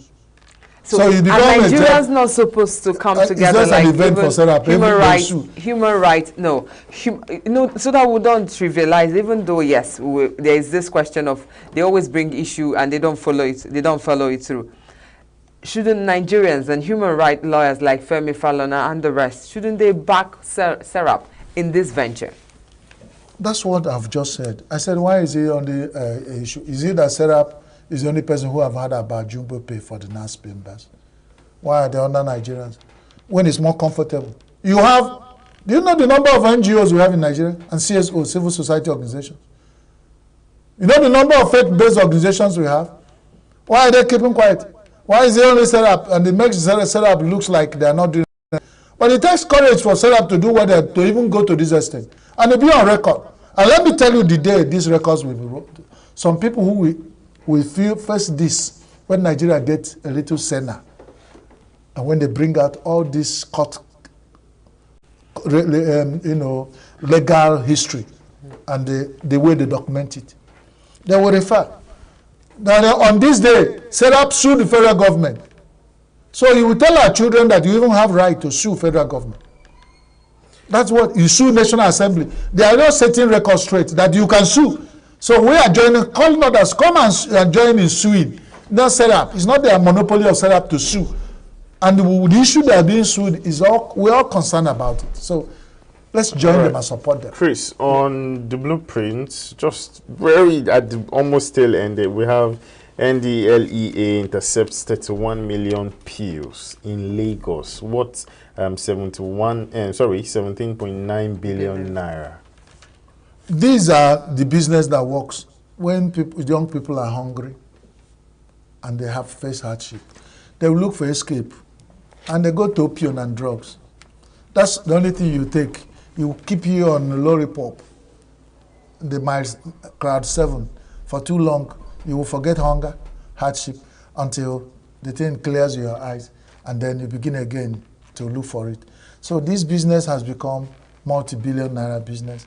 And that's why every day the NDLA will catch people and people still go there because they find out there's a lucrative business. If it's not lucrative, who are the patrons? In as much as some of the children of the big men that whether it's a curse on them, stolen Nigeria dry, most of the people who patronize this drug thing are the children of the well-to-do. So it's left to them, knowing them, no, I'm not God, I'm not wishing them bad, but what my people talk say, You know, when you go for, if you're a native doctor, I'm not one, but I know they say a native doctor goes to do juju for somebody there. When he's going, they give him chicken. When he gets home to his shrine, he will still present that chicken to the shrine and say, this is what I got today for you going successfully leading me on a juju making spree. Then he will kill that chicken therefore. So it means that and go. I won't bite my tongue trying to explain this to you. It's an African proverb, and they say if an African proverb is given to you and they explain it to you, that the money they used to buy your money, I see no actually I say that with all, so it's not me. So I don't want to go there because I know I value my friends, and your mothers are rare gem of inestimable quality. Hey, yes. So I remember when one of the headlines that really that was interesting, wasn't even interesting now. Bill Gates coming out to say that Nigeria has second highest food insecurity. Nigeria has the highest level of insecurity, and you know the propaganda theorists have come to tell us that Nigeria.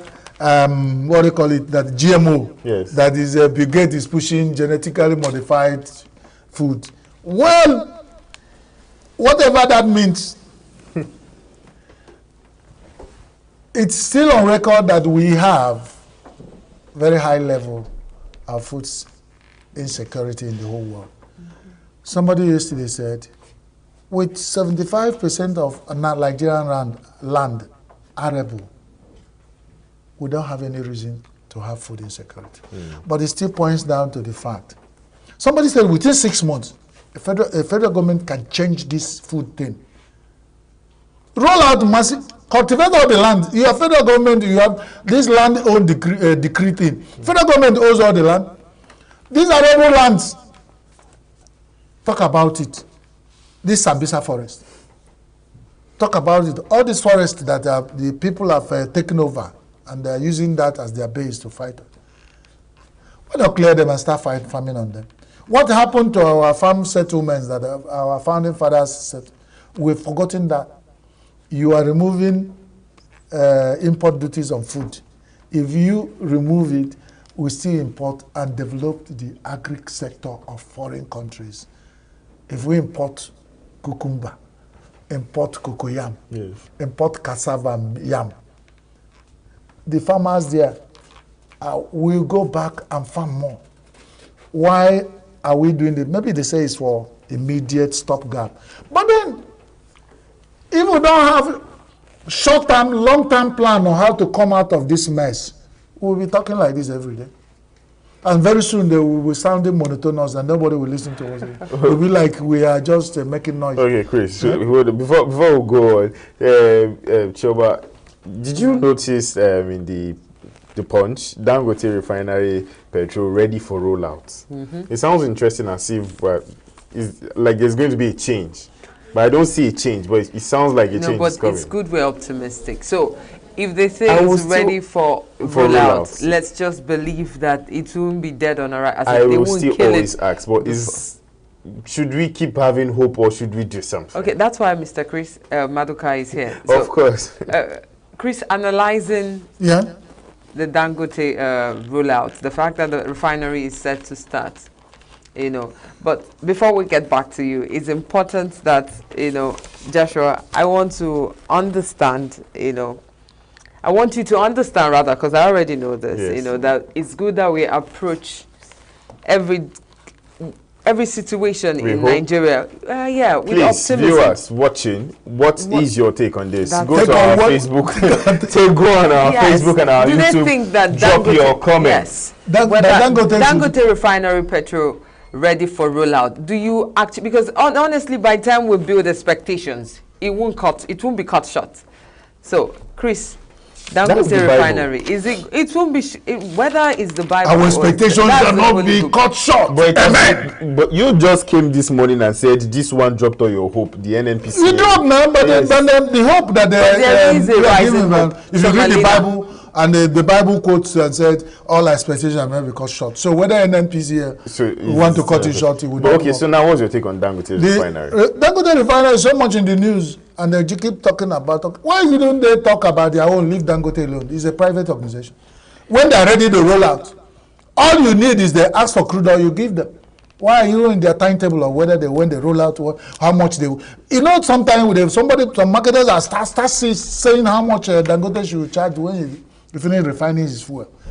That will tell you the level of complicity of these marketers and all the people surrounding them, that this is an individual, MBs, whatever, the one that bottle Coca-Cola and Fanta, nobody goes to tell them how much they, is in when they come out in the market, they set their price. If you can buy Coca-Cola, buy.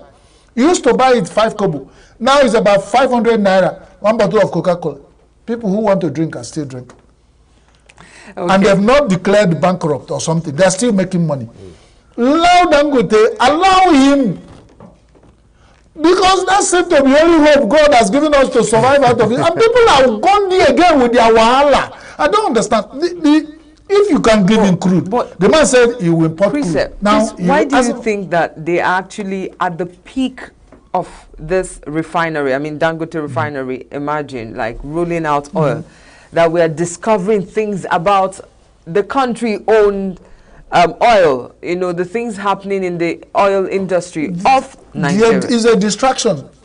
You know, when 2 kids go into the forest to fetch firewood, if one fetches firewood more than the other one that didn't fetch enough, we say, Chioma went to fetch firewood in evil forest. You have opportunity of going to the evil forest to fetch. You did it, but they want to fetch firewood, and I say there will always be reason. If Dangote refinery is allowed to operate, if they allow Dangote refinery room to breathe, all these lease and graft and corruption that working in the public interest refineries will be glad, will come to glad. And they are running around, but thank God it's becoming so obvious, Nigerians have known it. So the only thing is that we don't even know who to trust when it comes to oil and gas in Nigeria again. Because so much is involved. So much. So even the 78 refineries in Europe, we had one time on this seat that I have interest, that are making it difficult for, are interested. Some of them have shares owned by Nigerians. And that's something you know, one day it will come out to the glare. Did you ever know that 78 refineries in Europe have interest? Do you ever know? It's the same Dangote. If they don't allow Dangote refinery to breathe, the thing they will expose, it will expose certain things to the point that they are actually doing all of this to strangulate the hope of Nigeria via Dangote refineries. They've done the worst product. They've done the worst. Anything more than this, at the point we are now, Nigeria will come to a crash. No matter the resilient, you know, you push people to a point. The only thing is that there's not that anything will happen. It's not that they'll go to this. You'll find Nigerians waking up in the morning, everybody lying down at home. So if you're a governor, you go, you don't see people to govern. So you stay in your office few days, you take off if you have private jet. Because you might not even, to go with your convoy on the road, you will become even fearful. Because if you are going with the highest level of convoy on Nigerian road for 5 minutes, you didn't see any car coming or going. Even you that are being convoyed. Protected. You become you will not start asking questions, what is happening? It will get to that point. If anything more on crumbling Nigeria, why are you cutting your nose to spite your face? Who are the Nigerians? That's what these people do not know. We are Nigerians, and we are talking here, and you are there, probably listening or watching, and feeling that these people are talking. Is it because we can still manage to even come out and talk? The day we can't even talk again, it becomes more dangerous. You know what bottled up energies can do? When people, there's certain things, 2 things that can kill a man: indifference. When somebody is doing that, imagine when Nigeria wake up and they say, the people are making noise, saying all this, and nobody's responding. And they will do it for 1 week. Some of them will start resigning and running away. So, because we are still interested in moving Nigeria forward, when they talk, we talk about one of the headline that flagged twice for me, I saw it, I think it's more than twice. It's Disco's turned down 1,400 megawatts wheeled by Gensco. What's it called? Daily Trust actually had the way it carried it. Was it Daily Trust? Yes. The fact that Disco is rejecting 1,400 megawatts. What's your reaction towards it? If you give them more than enough, they can sell. Well, the capacity they can sell, and I've done with Genco, they say they get, and then when they give you the light, you're supposed to return the equivalent of the money. Yes. The transition, whatever I call it, of Nigeria, TCN, gives to the They say distribution the power companies. generation is So down when by they give 1,400 so when they give you more than you return, if they give you 1 million watts, you return money value for them. They don't want to know whether you sell it or not. So the distribution companies are asking for the much they can accept. It's not more when Nigeria were good. You know how much it costs now? There's some people that are on greedy A, a family of 4 that have only fridge, refrigerator, and fan, and maybe light points. They spend nothing less than 25,000 in 3 weeks. And this in this hardship, and so some people their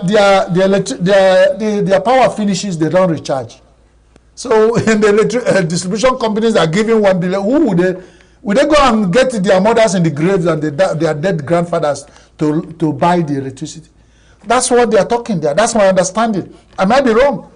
But some people now, I want even a situation where they give us, when you are going to work and you feel that your children are rascal, you just collect your card, put it in the pocket and go to work. When you come back, you slot it there with light.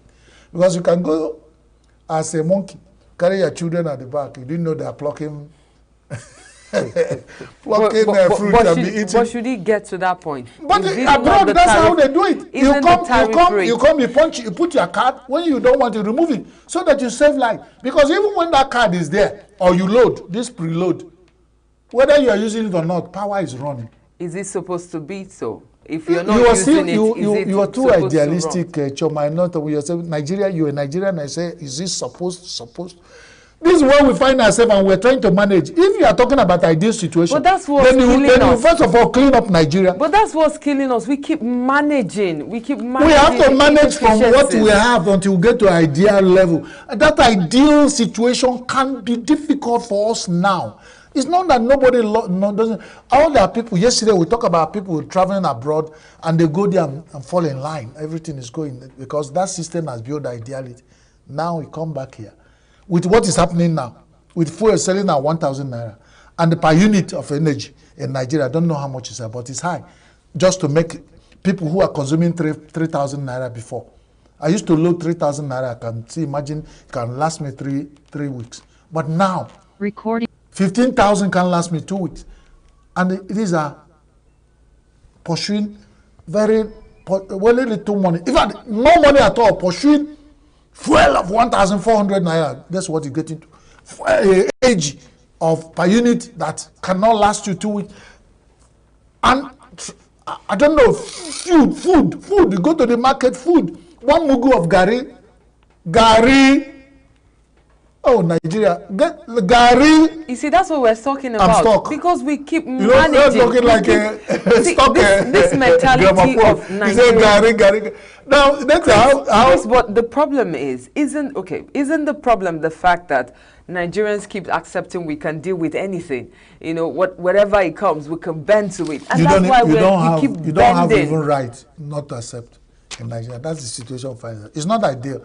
But even when you protest, protesters are still being tried. They turn it an event. They will try to protest that in 6 states. So it's massive. And why is government always taking this issue? Something they cannot manage. Why are you trying the protesters of end bad governance in 1 day in 5 states? It become an event, distraction. We forget that we're going to the street to do bad governance, and everybody concentrate discussing about releasing protesters. But I suppose the court of competent jurisdiction has said struck out the case. I don't know why in these 5 states they're still holding people and they're going to do mass trial and they're going to be doing it at the same time. That's distraction. Why not finish with 1 state, do it in another state, do it so that Nigerians will find another way to look at what's happening in Nigeria. So even in Nigeria, you don't have right to feel the way you want to feel. Okay, just like well, the Sorinkas of Pramoyo, see, there's a character in that book that said, they said a police came in. That is a drama. They were doing this. A police came and said, you have right not to do it. No, the federal government has said to right now nobody should die. The old man said, what? Oh, you don't even have right to die. He said, I will die now. He closed his eyes and died. So they prove to them that he has a right. So you get to the point when you say, can I talk? They say, you don't have right to talk. What is happening in Nigeria is not good. Can I talk? They said, no way. He said, I don't want to die. There was somebody want to commit suicide. They climbed the top mast. They lowered him down and they arrested him. So even in Nigeria, you don't have right to climb mast to commit suicide. So you do it secretly. That's why most people are committing suicide secretly. Because if not, they'll be coming out, some of them jumping into the lagoon at night. So they are not recorded. And Nigeria can go comfortably well. We can record it. Because if they come out to say, I want to die, they will arrest them. It is a country you don't have right to die. Anyway, just like hunger protest, like you said, federal government arraigns activists, British ally today. That means that's on page 7 of the Punch. If they have British ally, they begin to ask questions because we might have Russian ally, other countries might be allied to, and then when those people are seeing what we are suffering. An interesting thing I want you to talk about is the clean sweep that in Kebbi State, APC won the chairmanship for all the local governments. Congratulations. But do you smell something fishy? Congratulations. No. Do I have always nose to smell fishy? They have campaigned and won the Federal Court Appeal Court. A clean sweep. Appeal Court has fought for LG autonomy. And these are when we have good templates for Nigeria to go for development. If we choose, Joshua asked the Jewish people, the Israelites, choose you this day who to serve, but me and my family. So let every individual choose what is right. But if you are looking at that you will do something for your girlfriend son to call you papa, it won't happen. Not in Nigeria. The politicians, the kind of political atmosphere we have for future winner takes elections. it all. Winner takes it all. It has happened in Kebbi. So if you are Apuga governor in any Apuga state, what they are telling you is that as a blacksmith that doesn't know how to make a gong, look at the tail of a kite. You make your gong. Now, Kebbi has set a template. So if it happen in PDP state, it happen in Apuga state or MPP, NNPP, what are you going to say? We are not ready. And somebody will sit comfortably in Kebbi and say we are running democracy. This is democracy. It has never happened anywhere. That a whole state, everybody is so much in love with one party, and they've all gone to the local government at the grassroots and voted for them. Something is wrong, and we know how this is. Nigeria is not new. So with all the LG autonomy being put forward and all, some people are still bent on pushing us where we are. Okay, Chris, at this point... of course, at this point, I'm already packing. I can see how you're doing that judiciously. Yeah, so we need to go now. Yeah, we're because bringing this we can't to finish a halt. Nigeria issue one day. We can definitely not, but we hope for the best. This is still Signature Morning, and you're on Signature TV. That was the newspaper review that was ably done by Christian Maduka. Do stay with us. We'll be back.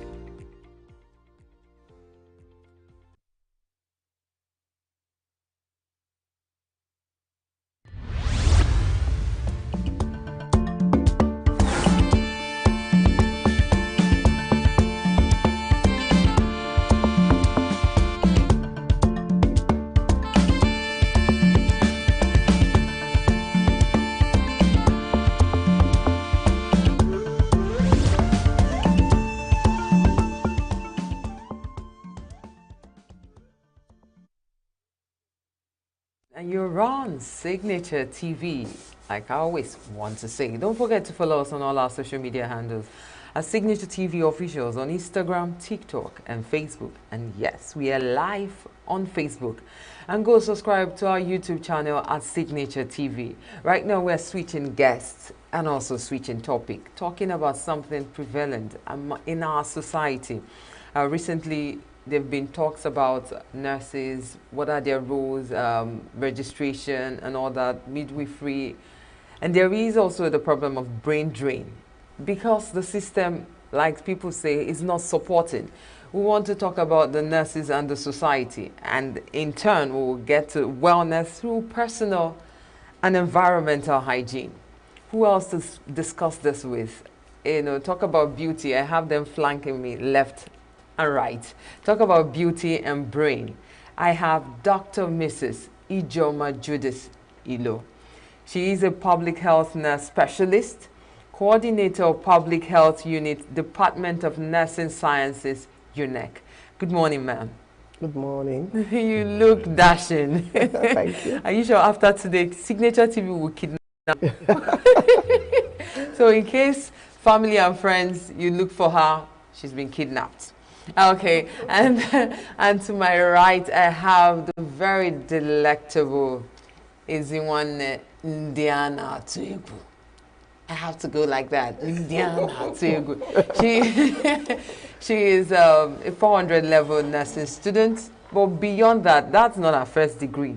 That's, you know, don't be deceived. She's a 400, we want to learn, you know, and going by the person she's learning with, there is a whole lot with her. Good morning. Good morning. Thank you for having us. How was your weekend? Very well. Okay, moving straight to understanding nursing. Nurses, you know, what is the primary role of nurses in the society, and how has this role evolved over time? The role of nurses in our society is to ensure that people live healthy. And we do this through promotion. In promotion, we promote people's way of life, having them engage in physical exercises, having them have good nutrition, safe water, safe environment to promote health.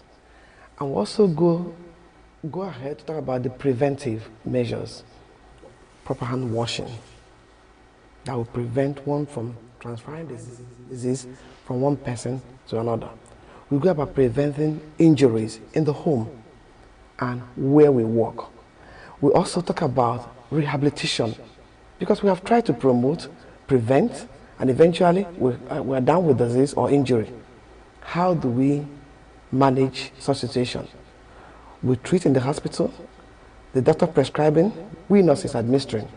At the end of the day, if there is need for rehabilitation, we ensure that there is prompt rehabilitation. By so doing, we have covered the first degree, second degree, and third degree of care. First degree of care being preventing that injury from occurring. Second degree of care being prompt treatment, and third degree of care being rehabilitation. Okay, but do you think the role of nurses has evolved over time, or has it always been preventive and the other two you mentioned? Yes, the role of nurses has actually evolved.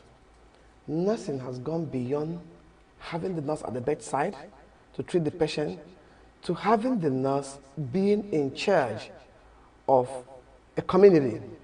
Like we train our nurses in community health,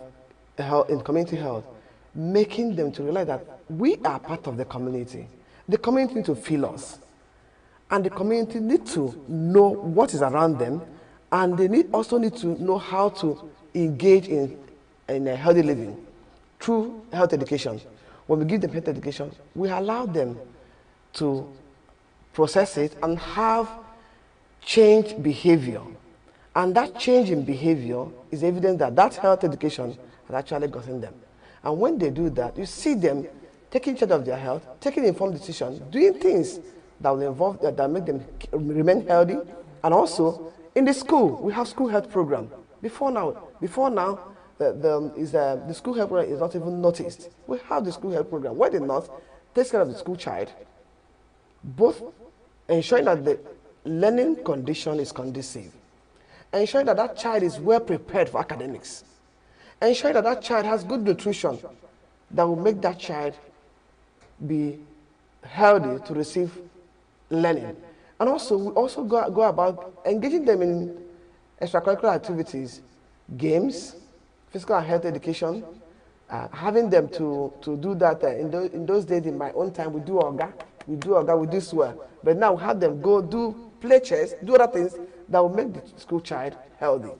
Okay, I'd like to ask you, a 400 level student. Oh, yes. So, what has been the major challenges in delivering those degrees of care? I understand that there are 3 from what Doctor has said. So, what are those challenges you face? Before I go into challenges, I would like to, first of all, let us know what the school curriculum for nursing students are like. Please educate. You know, when in our 300 level, we introduced the community health as a course.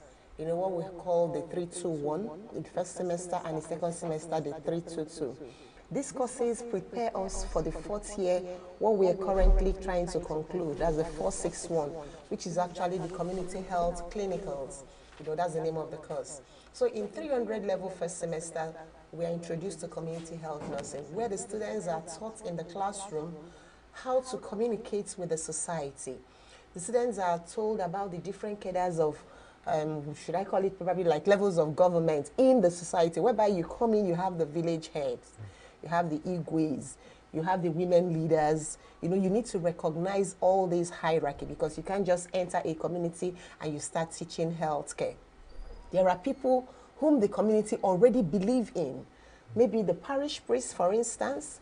You know, there are people who when they hear, because they don't know you, you come in your uniforms and they are like, who are these people again? So, but when their Igwe calls them and tells them, we have people in our midst, listen to them. When they call you, please come out. So when we come in, we even go as far as even getting to, if there are police people who are like the DPO, we let them know that we are here, so that even the security of the students are also guaranteed. So you find out that once these are done, we now start going home by home. These things, like I said, were introduced in the 3rd year. Yes. So you do it in the first semester, you do it in the second semester, preparing you for the clinicals, which is what we are currently trying to come. We've been in communities for 6 weeks. We've been in 8 communities. We've had our programs, the outreach, because community health has different segments. You know, we try to reach the maternal and child care. There is food and nutrition, like she has said, because you need to be sure they are eating well. At times, even the students, there are some students who have been posted in some communities and they've been able to report probably there's this trend going on. Everybody here is coming down with this kind of illness, and they take it to appropriate quarters. So this is actually like what the curriculum is all about. Yes. Oh, okay. Talking about job satisfaction, you know, what do you find most rewarding? You've been in this field for a long while. What do you find most rewarding about being a nurse? Okay, I want to talk about community health nursing. What I found most rewarding in being a community health nurse is my interaction with the society, my interaction with the village women. Because we're taking this health to the grassroots, and that is the primary health care initiative. And this primary health care initiative is about bringing health care to where people live and work. And what do? We do health education, telling them what they need to do to remain healthy. We talk about maternal and child health care, she already rightly said, where we talk about pregnant women, take care of them, they go through the antenatal to ensure that at the end of the pregnancy, we have a life baby and a life mother. We talk about environmental sanitation, which is a topic of this year's annual health day, wellness through personal and environmental hygiene. In that environmental sanitation, we talk about how do you keep your environment clean? How do you take care of your environment so that the environment will be healthy?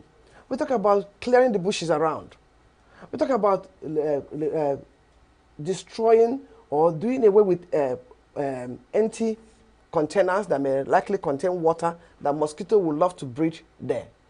Then we talk about food and nutrition.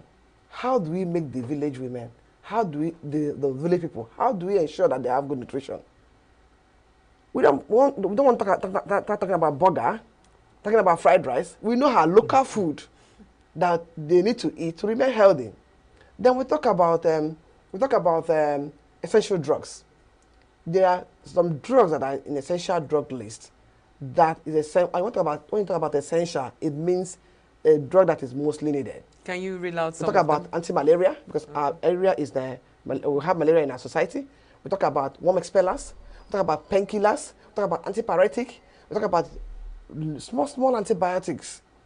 Antibiotics that will help them to remain healthy. Then we talk about how do we now translate these things that we have taught these children, our students in the class, how do we translate into practice? That is by exposing them to community health clinicals, which they are already doing now. And in the villages, they mobilize people, we treat people, we make sure that we give them mosquito treated nets that will help them when they lie under it, covered. They won't have mosquito bites, but the thing that causes malaria is mosquito bite. And when you ask these villagers, how do you get malaria? Say, hey, when you eat plenty of oil, when you eat plenty of granite, and that's not it. But these villages we've been into in the last 6 weeks, we've been to Obago. Obago is in Nkano. We've been to Amechokunan, right opposite Jingobodo's house. We've been to Akuke. We've been to Owani. We've been to we've been to Asata. We've been to New Haven, and we've been in Kata Street.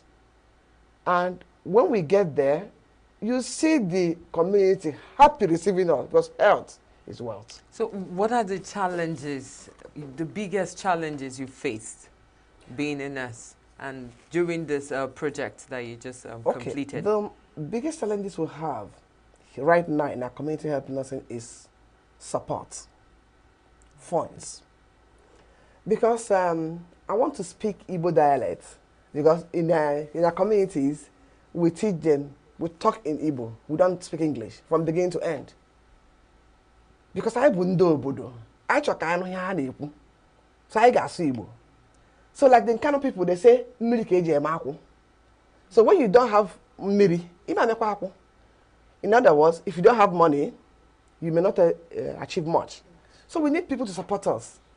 Years now, we have the WHO coming to our aid, helping us with supplying us with some essential drugs and even mosquito nets. But this year, I don't know what has happened, but we discovered that we are not able to do as much as we used to do before. We got some people, our friends and family, to make some donations so that this thing will go on. And the little we're able to raise, we are putting them into good use. We've got some drugs. Johel gave us some drugs. AC Drugs gave some drugs. Nimel gave us some drugs. And from the money we raised that people supported us with, we bought some drugs too. We have food. Because if you go to communities, you're talking about food, you're talking about drug, mosquito net, you want to be because that's, when we talk about the community, they want that drugs, they want your treatment, they want to listen to you. You've not done much. So we provide food. Okay, so you did cook for them? Of course. We provide food, we provide drink and water. So even if they don't want to, they don't want to come. They will come for the food. Some people are ready for the food. They say,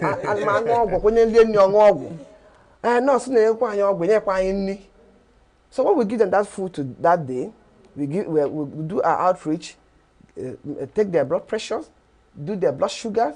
Okay. If we see that the blood sugar is way beyond normal, is abnormal, we refer you to either Parkland or UNTH. We have our doctors coming from College of Medicine. The other day we had Dr. Ugunna. He was there in Akuki. All through. We had Dr. Chioma Odimegu. He came. Years back, we had Professor Ilo coming too. And that Ilo, they used to call Ilo my husband because we share the same son. That is not. So we have Professor Ilo, a pediatrician, coming to see the under 5 children, and also people like, he also saw people that are about like below 18 years. So we do all that because we want the community to feel us. We want the community to remain healthy. Our greatest joy will be that our community are healthy. We are healthy because if an individual is healthy, Yeah. it will translate to a healthy family. From a healthy family, we have a healthy community. From a healthy community, we have a healthy state. From a healthy state, we have a healthy nation. From a healthy nation, we have the healthy world.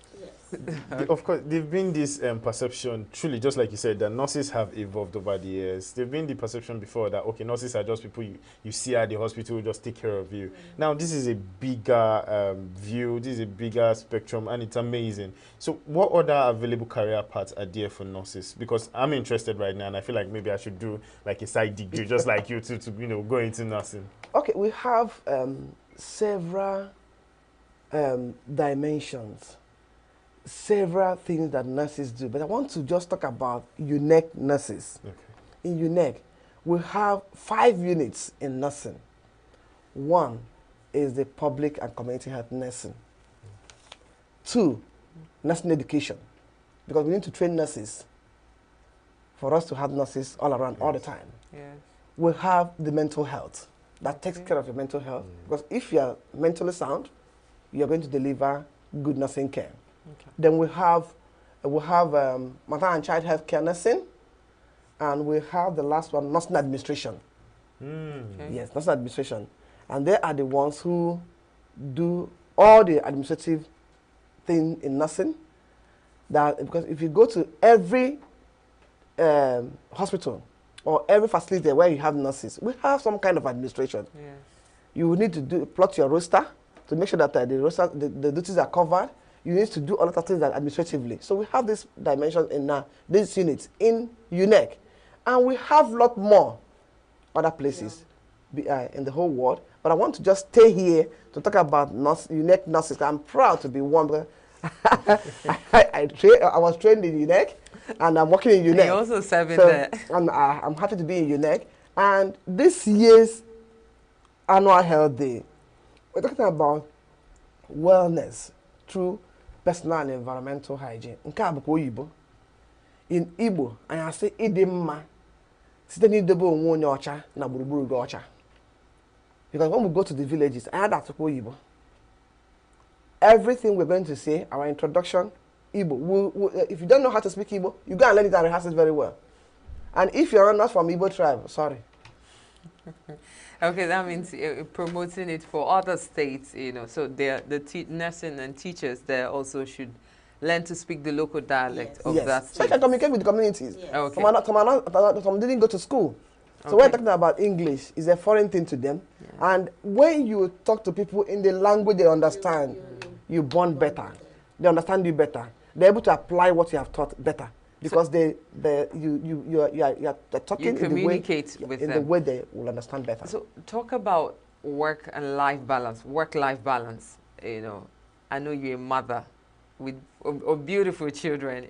So how do you balance nursing with life? I know of someone who said the reason why he deviated from studying being a medical doctor is because you should be at the beck and call of everybody who is ill. So how do you balance the fact that currently we are living in an unhealthy society?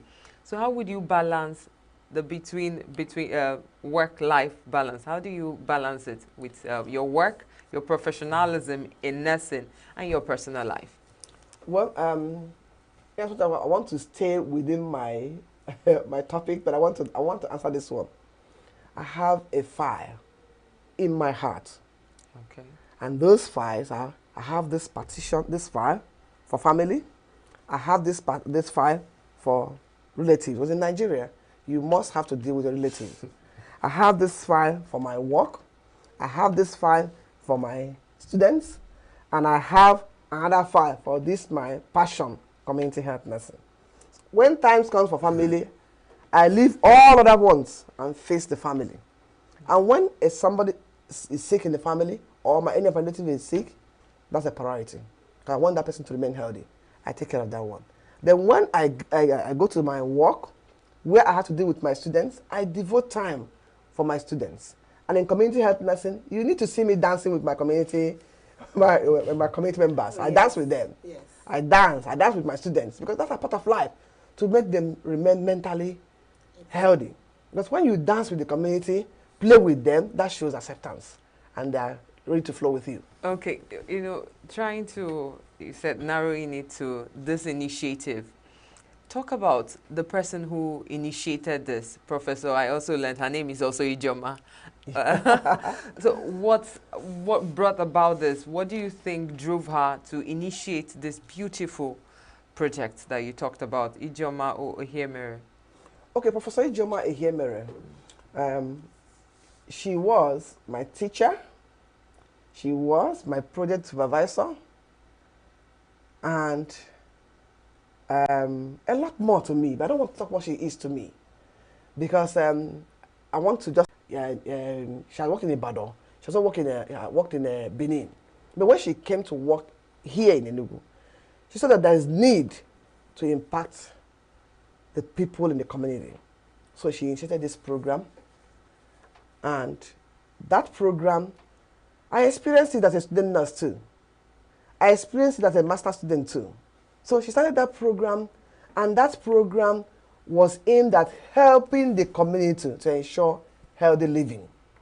In that program she started, she taught us how to go into the community, entry into the community. Like she rightly said, you don't just come to community and, hey, I'm a nurse. No, nobody will listen to you. There's a procedure. When you want to enter the community, you meet the Igwe of the community. She taught us the procedure. She took us to Igwe Edward Nnaji, though late now.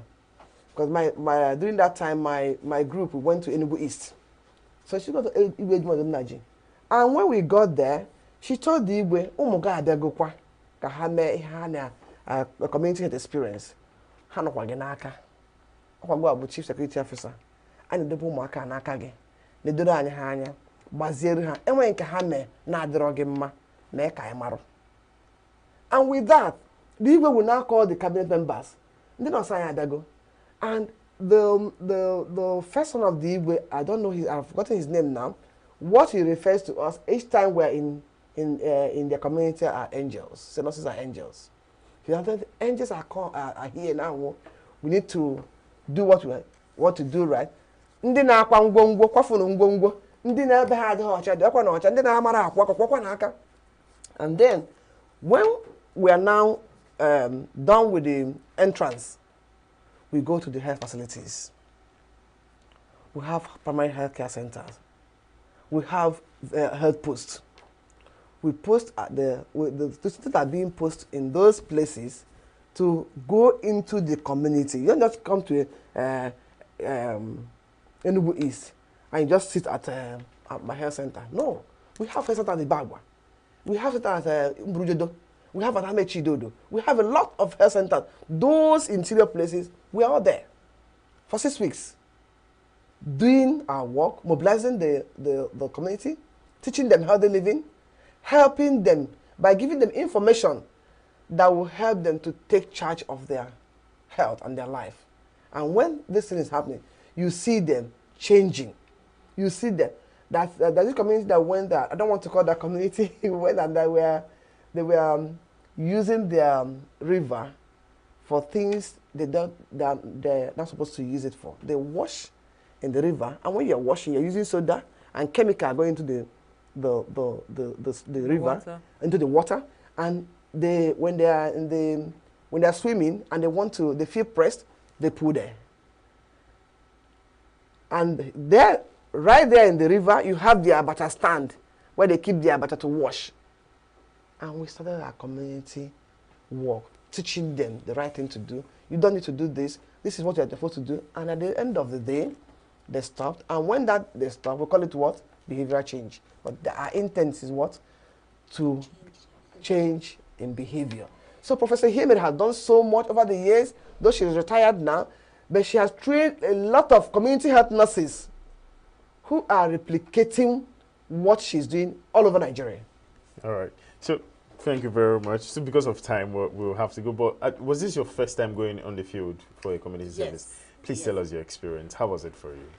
It's been quite rewarding, you know, because it was an opportunity to practicalize what I was taught in the classroom. It was just like the exact thing, trying to see it happen. And you find out that what nurses actually do what this experience is bridging that gap of theory and practice. You know, that's what this whole thing is of. And she mentioned mental health. It's actually an area that I love so much, because it's not everything that you have to take drugs for. Some people, there are issues, probably they didn't sleep well at night because one issue or the other. And the symptoms are showing as if the person has malaria or the person has got typhoid. But by the time you speak with them, you find out really that these are psychological issues. Did you meet any patient like that?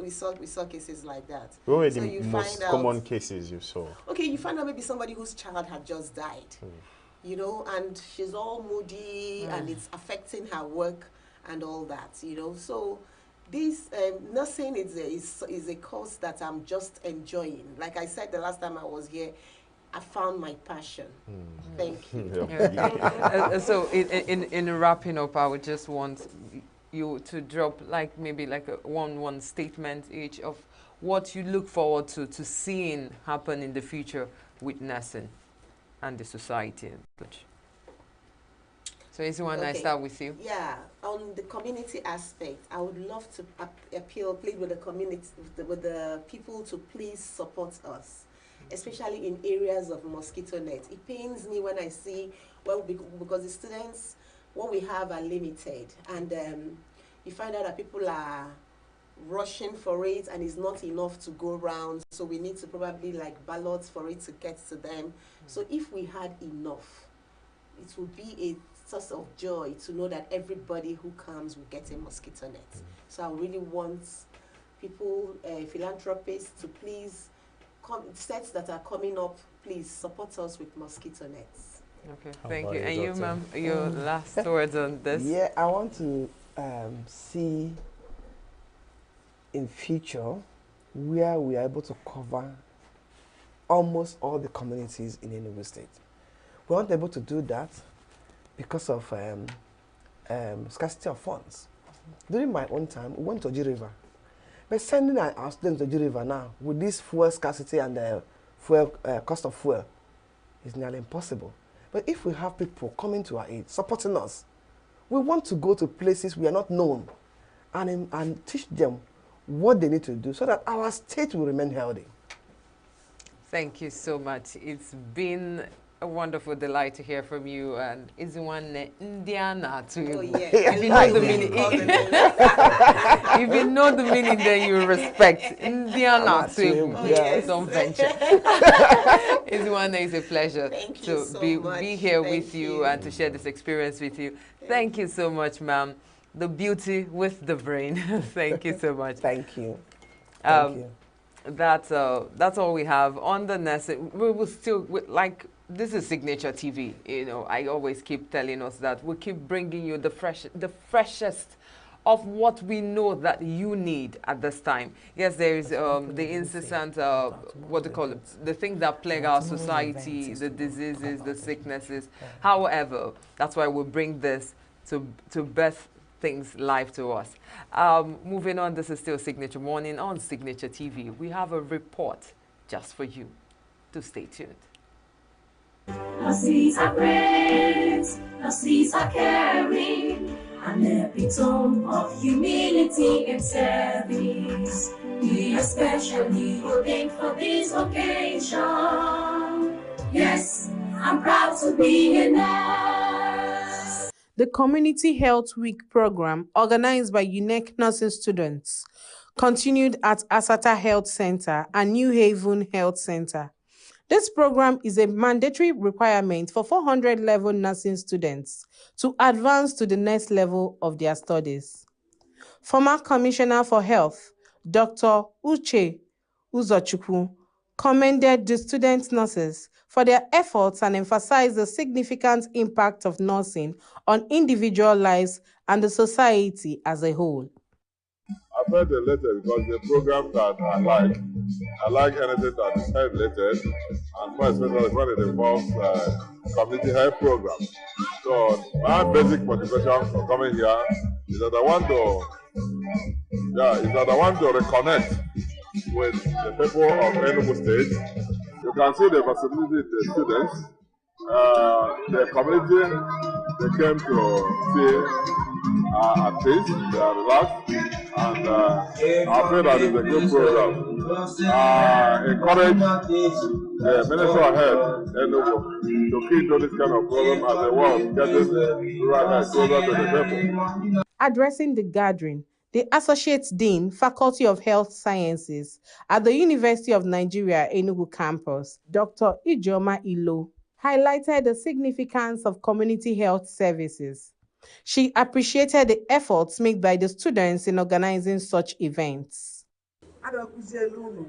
Na-enweta ahụike site n'ndobe onwe onye ọcha na okirikiri mmadụ ọcha ka anyị ghara ịdị na-akpa akụ ka onye iro bụ typhoid na malaria na-eri anyị kpaa akwa ihe n'aka anyị biko nụ ụzọ kasị mma esi egbochi nje kacha wee dị mfe bụ site n'ịkwụ aka. Ịkwụ aka na-egbochi nje akụzigala anyị ka esi akwụ aka na mgbe eji akwụ aka na ihe eji akwụ aka. Ọ bụrụ na anyị baa n'ime obi anyị ebie na anyị ga-ebido ugbu a na-akwụ aka, nje ga-agba ọsọ na-eri nne. Ọ bụkwa na enwe otu nje a si wee bịa na-abanyeghị mbọ niile anyị gbara ka anyị bịa n'ụlọ ahụike ENUGU Health Center ebe a ga-eme anyị ahụike nke ha na-agaghị emeli, ha na-eme ngwa ngwa inyere referral ka ọ ghara inyere referral mgbe ọ ga-abụ ọ dị late. Ihe a chịkọbara tata bụ ụmụaka anọ na ENUGU Health Center bụ nchekwawari anụ nwa gọọmenti nyere anyị ego ọ ndị ole na ole nwere ike ịgbapụta anyị mana majority of ihe mere tata bụ ụmụaka bụ ihe mere andọ ndị nne na nna ha bụ ndị kwadoro ha ma ndị lụrụ dị n'ime ha ọ bụrụ di ha kwadoro ha.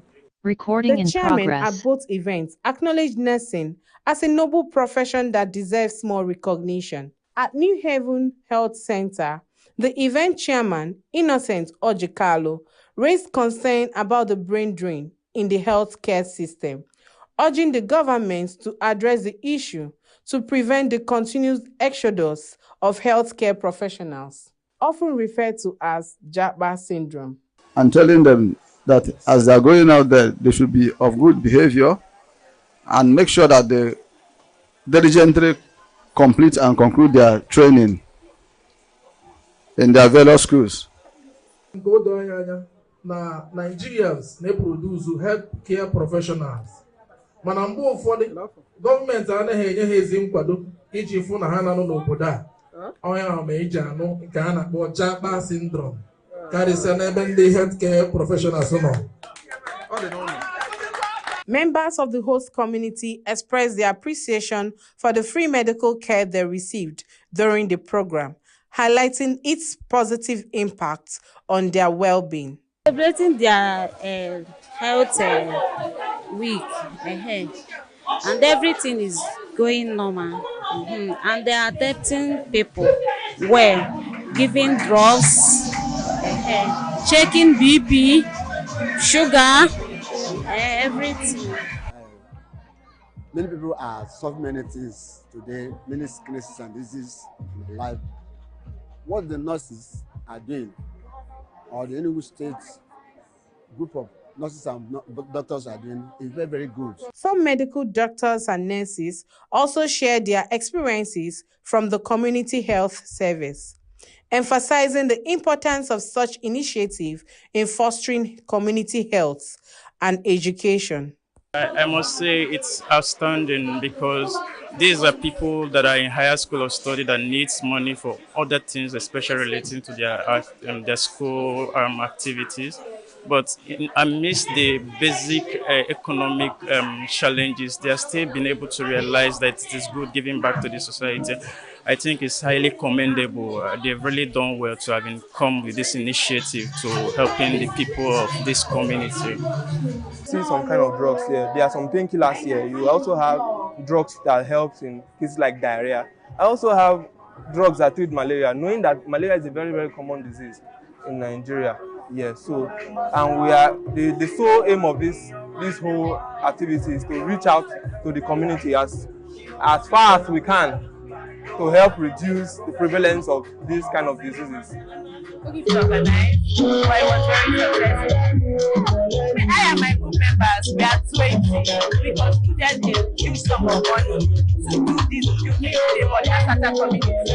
Today, We did their vital signs, they saw the doctor, we gave them drugs, we are going to share mosquito nets, we entertain them, we taught them how to do mothercraft, how to make liquid soap, I found so many different things. So today, we are now. The highlights of the event includes the presentation of gifts to the host health centers, introduction of healthcare facilitators, demonstration of mother crafts, as well as drama and cultural dance performances.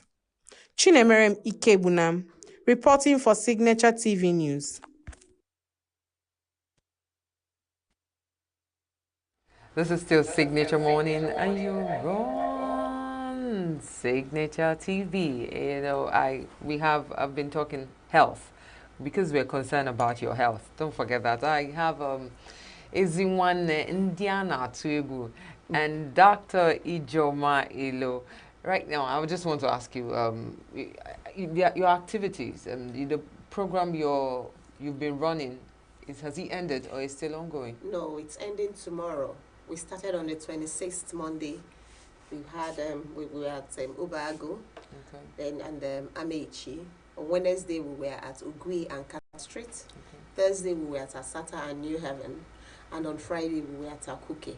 So on tomorrow, Tuesday, the 3rd of September, will be our grand finale at ENUGU South Local Government's Pavilion. So what am I to expect?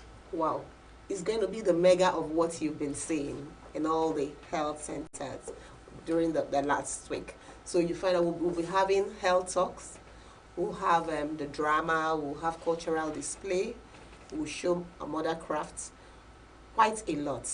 There will also be outreach, which will start in the morning, free medical checks. Doctors, as usual, will be on ground. There will be dental checks, you know. So it promises to be very rewarding. What time is it starting? 11. 11. And for those that like food. 11 a.m. And for those that like food, remember they said there's going to be food. Oh, yes. Okay, you did mention, ma'am, that there is doctors to give a prescription and the nurses to administer it. Do they also conduct tests, laboratory tests and all that? Well, you know, in that outreach, our aim is to identify problems. And when we identify problems, for instance, if we take the fasting blood sugar and is abnormal, or the blood pressure is abnormal, what we do right there, the doctor will see you, and that doctor will refer you to where you will get the treatment. When you get there, there might be some laboratory investigations. But the main one we do there is the quick malaria check. Okay. When you get there, we'll do the quick malaria check. If you have malaria, we give you anti-malaria. That's the much we can do at that point. Okay. Others is referral. So how often should people expect this kind of program? And you mentioned some places. What of places like Edago, Uji River, other parts of Enugu State? Well, like Ezinwanne has already said, this is a program within the nursing curriculum. Okay. So anytime we have the course code is NSC 461.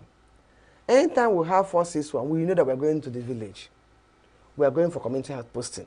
So usually it's supposed to be an annual event every year. This year we had two because of we had a very short university calendar.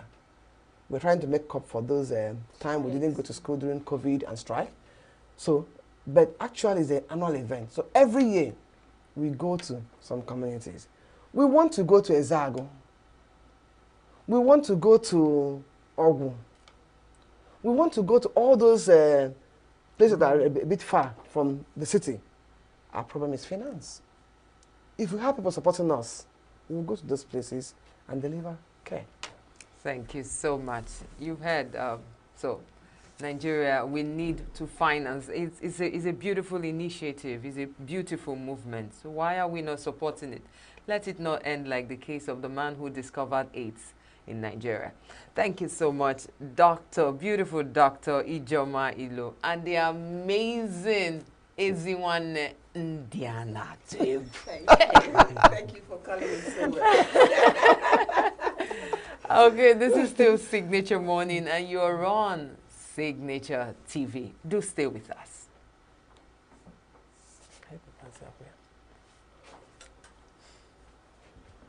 Yes. Yeah.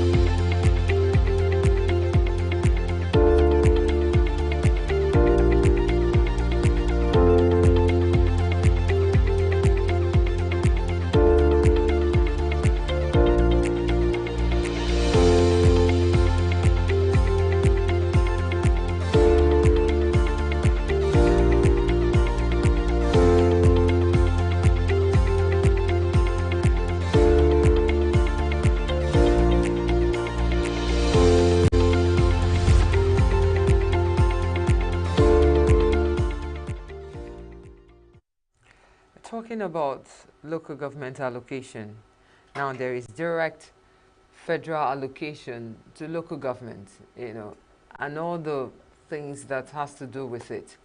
We want to discuss this morning, and we have Honorable Ngozi Iroma to do this with us. Good morning.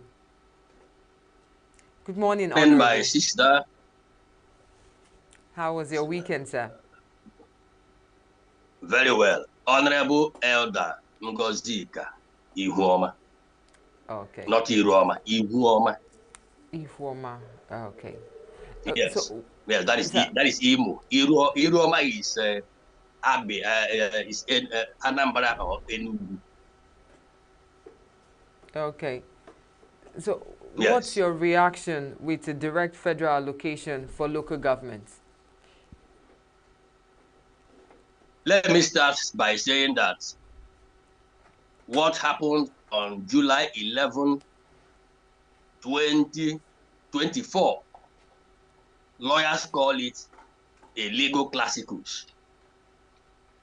It was God's sent judgment because so many commentators who came after the judgment, which I am going to read some of their opinion, have shown that it took only God to intervene in the suffering and agony of a people who God and destiny had provided for way back in 1958. What am I saying? As an economist, factors of production are land, labor, and capital. Again, it is on record that since 1958, by providence and destiny, OPEC has been able to manage our oil reserve and oil resources and made monthly remittances to us, which incidentally have been squandered by past leaders. Now, in 1976, there was a reform called the Suki reform in the local government system. That is just about 9 years after the military created 12 states from 4 regions in 1967. Then in 1979, there was supposed to be 3 tiers of government. That 79 constitution captured in section 7 that there shall be a local government system that will be run democratically. That never happened. That is where we started getting it wrong. Section 149 of the 1979 constitution was where we talked about the federation account for the first time.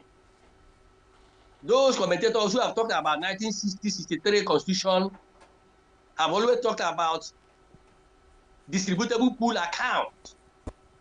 But it was a 1979 constitution that brought about federation account. And this federation account in section 149, top 1, talked about the distribution, which shall be among federal, 19 states, and 305 local government councils in 1979. The local governments were supposed to get from that direct allocation 10% of both federation account and then 10% of the state internally generated revenue. And that is what is called state joint local government account. The federal government gets its own share, the state government gets its own share, then the local government gets double share.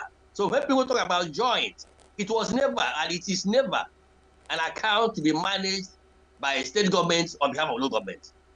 The state government gets their own share, then the local governments will get their own share of federation account and get a second share, which is the IGR of the state.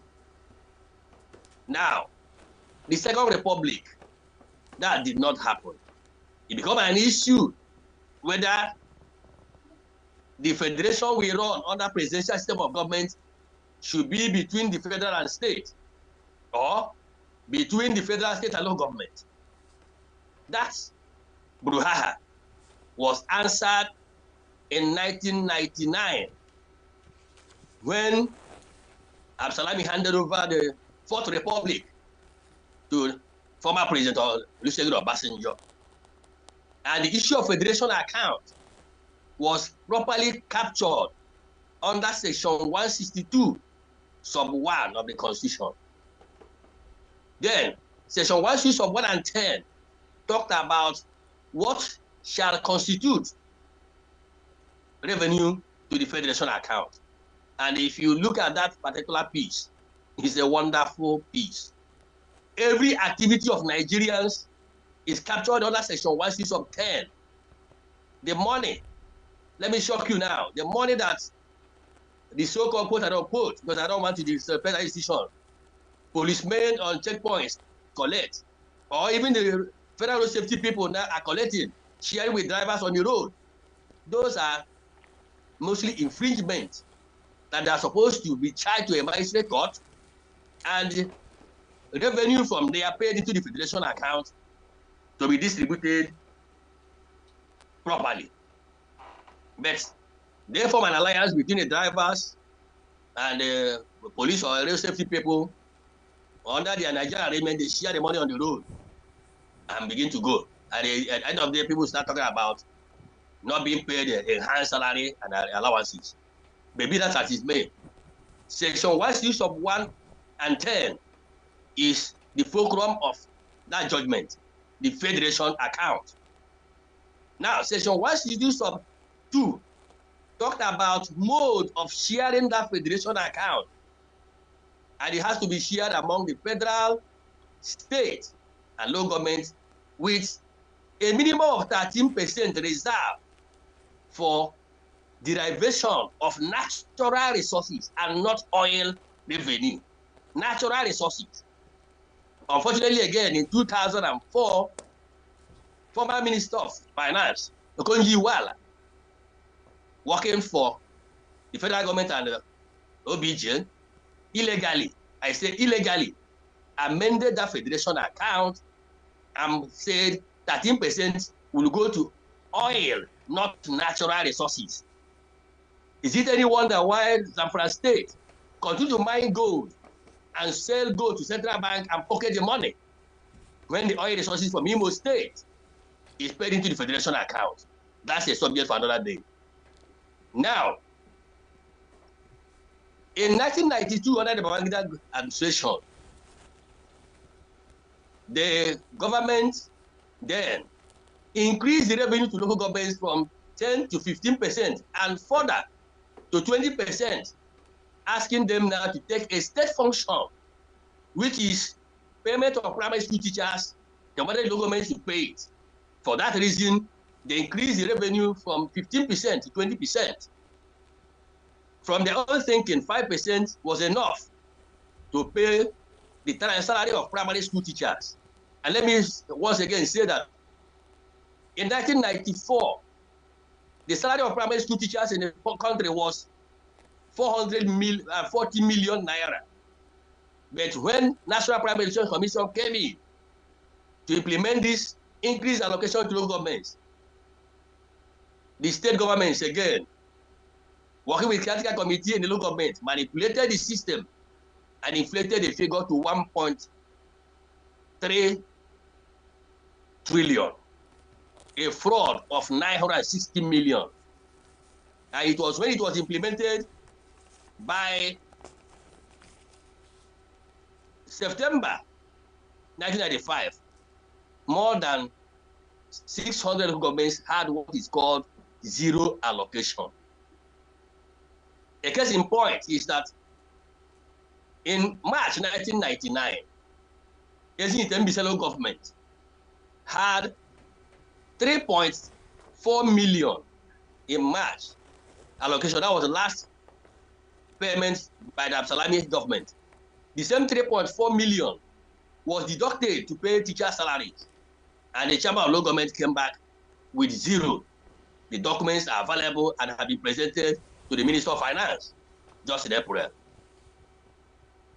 In August 1999, under Obasanjo's government, the same local government got 10 million as revenue, and the same 10 million was deducted for payment of teacher salaries.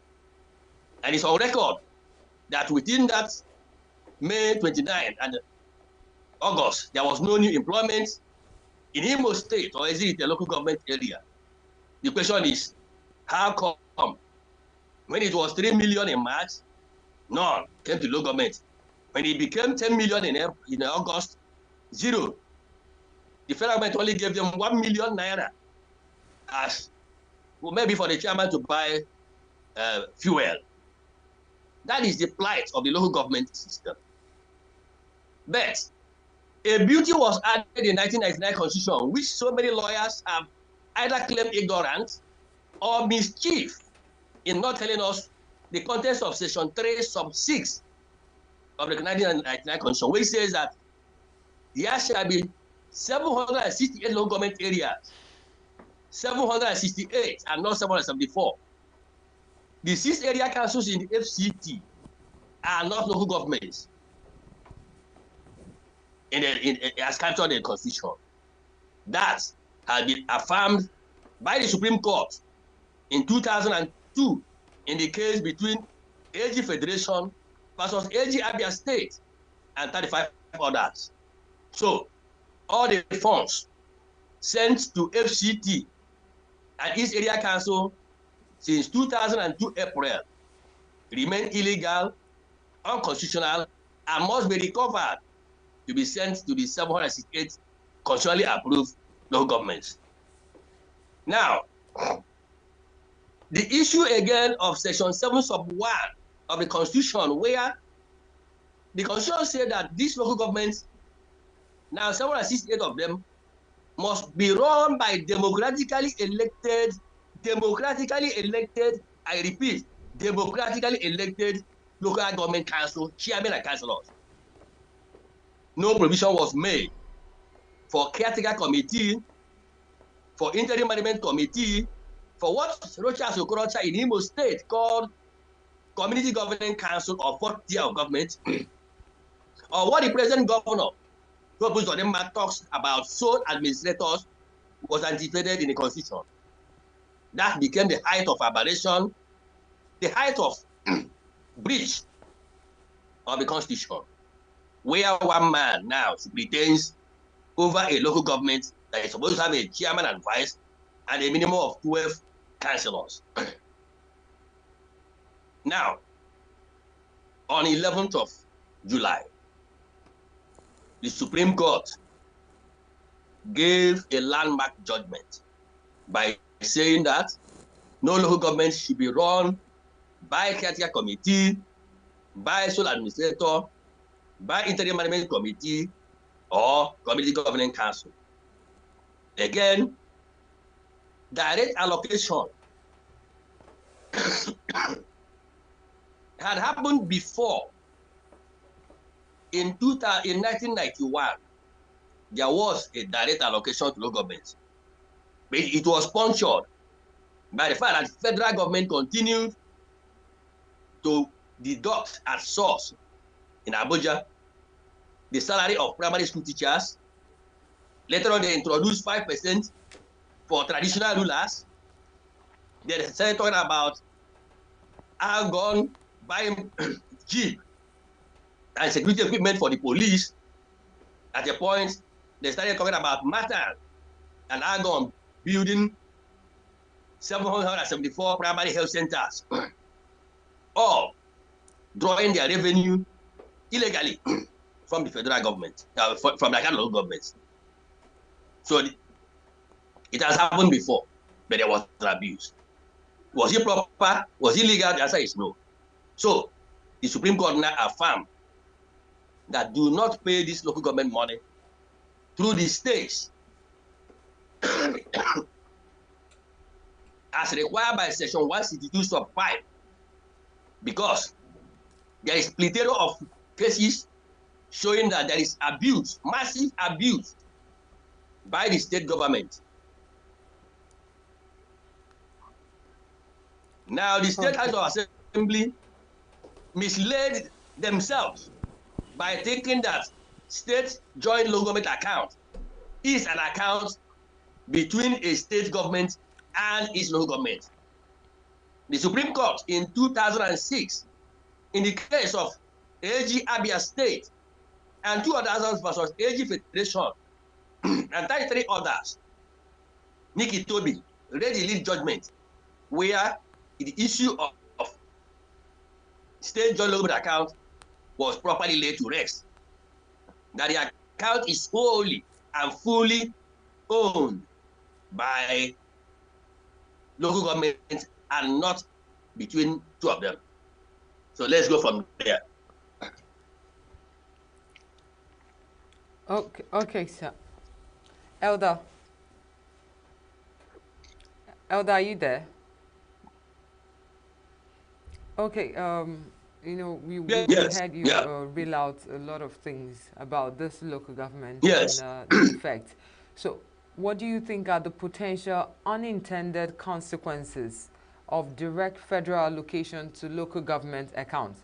For example, could it lead to a dependency, a total dependency on federal funds? Or would this also stifle local innovations and self-sufficiency?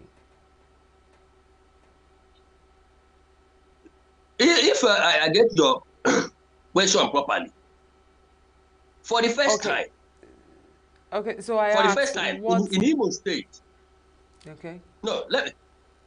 the first time in Imo State, June allocation was to local government was 7.1 billion.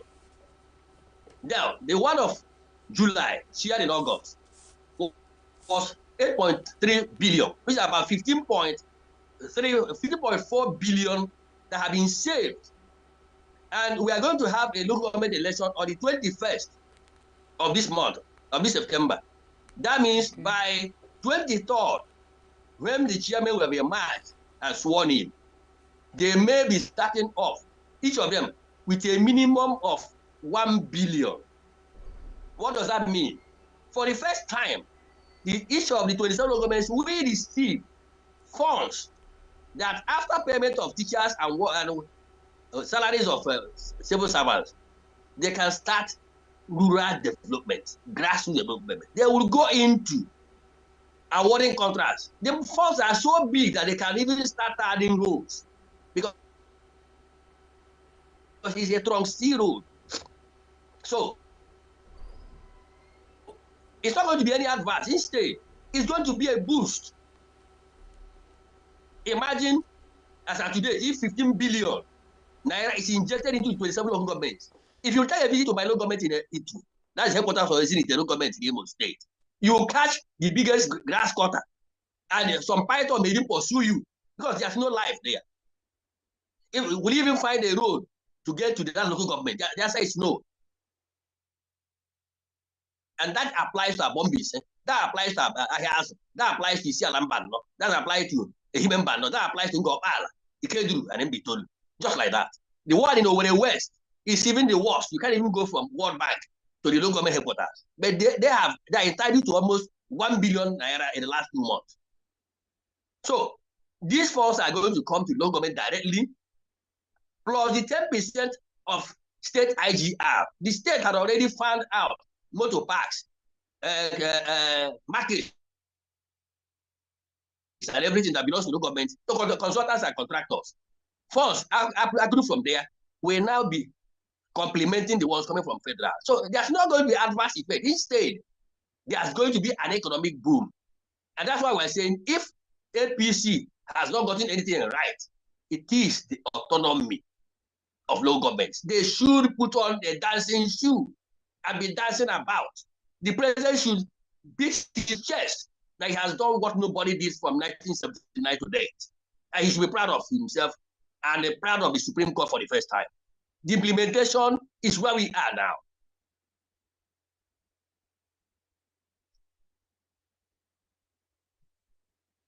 Who manages it? Talking about the fund. So who manages the allocation of the local government? How is it managed? The local government, each how of will them, it be managed? The 768 local government areas are each independent and autonomous. What is going to happen is that there used to be what in 1970s is called unified local government system. It was a temporary arrangement that ended in 1979 Constitution. As at October 1, the 305 local governments then, which is now 768, are independent and autonomous. Every the local government is autonomous from Abombis, from Ahaz. The chairman that will emerge on 21st and their councillors will appoint their supervisors and advisors then there's going to be a local government service commission in each local government to now recruit, because those who have been there in the last 25 years of this Fourth Republic have shown a lot of ignorance, and they cannot be entrusted to manage these funds. So the local government service commission will come on board in each local government, and then recruit proper, adequate, competent workers who will now work with the political aid and the legislature to take on their local government funds for rural and community development. That is why under the Revenue Mobilization and Efficiency Commission, the salary approved for in 2000, what you call under the monetization arrangement of the passenger government, what was approved for a chairman of local government in 2000 was about 450,000 naira per month. A councillor was to earn 330,000. If you check the naira devaluation today, that means the councillor should be taking home close to about 700,000, while the chairman takes home about 800,000 to 1 million. And if that amount of money is the remuneration of a councillor and a chairman, I do not see reason why captains of industries cannot go to their local government to now manage funds that are in the region of 400. The least local government in Imo State, only Imo local government got about 300 million in June. Shared in July, got about 400 and something million in July, shared in August. I think it is the captains of industry, bank chief executives, industry, media giants that can manage that kind of money. It is not going to be business as usual for anybody. All right, Honorable. According to FAC, which is the Federation Account Allocation Committee, the federal government is to receive 52.68%, state is to receive 26.72%, and local government is to receive 20.6%. What's your take on this? Do you think this is enough, or this is not adequate for the local government? Let me say that under section 313 of the Constitution that talked about system of revenue allocation, it is long overdue. Again, because since 1991, there has been an attempt to illegally move primary school teachers' salaries and allowances from state governments to local governments. If the local government should today pay teacher salary, they should earn additional 10%. So we're talking about, instead of 20.6%, they should be getting about 30.6%. With that 30.6%, they will be able to comfortably pay primary school teachers' salaries after an audit, a personnel audit, because the one my firm did from UK in 1996 showed a massive fraud. Okay? And it's been proven that local government has provided an avenue for operators of Universal Basic Education Commission, we used to be MPEG, National Public Education Commission, to siphon and steal, I say steal, local government funds.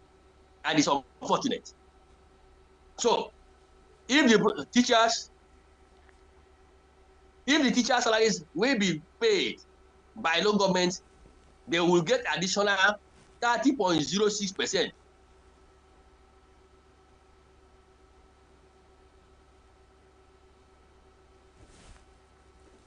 Okay, hello, Honorable Elder. Okay, I think the network isn't good, a bit good.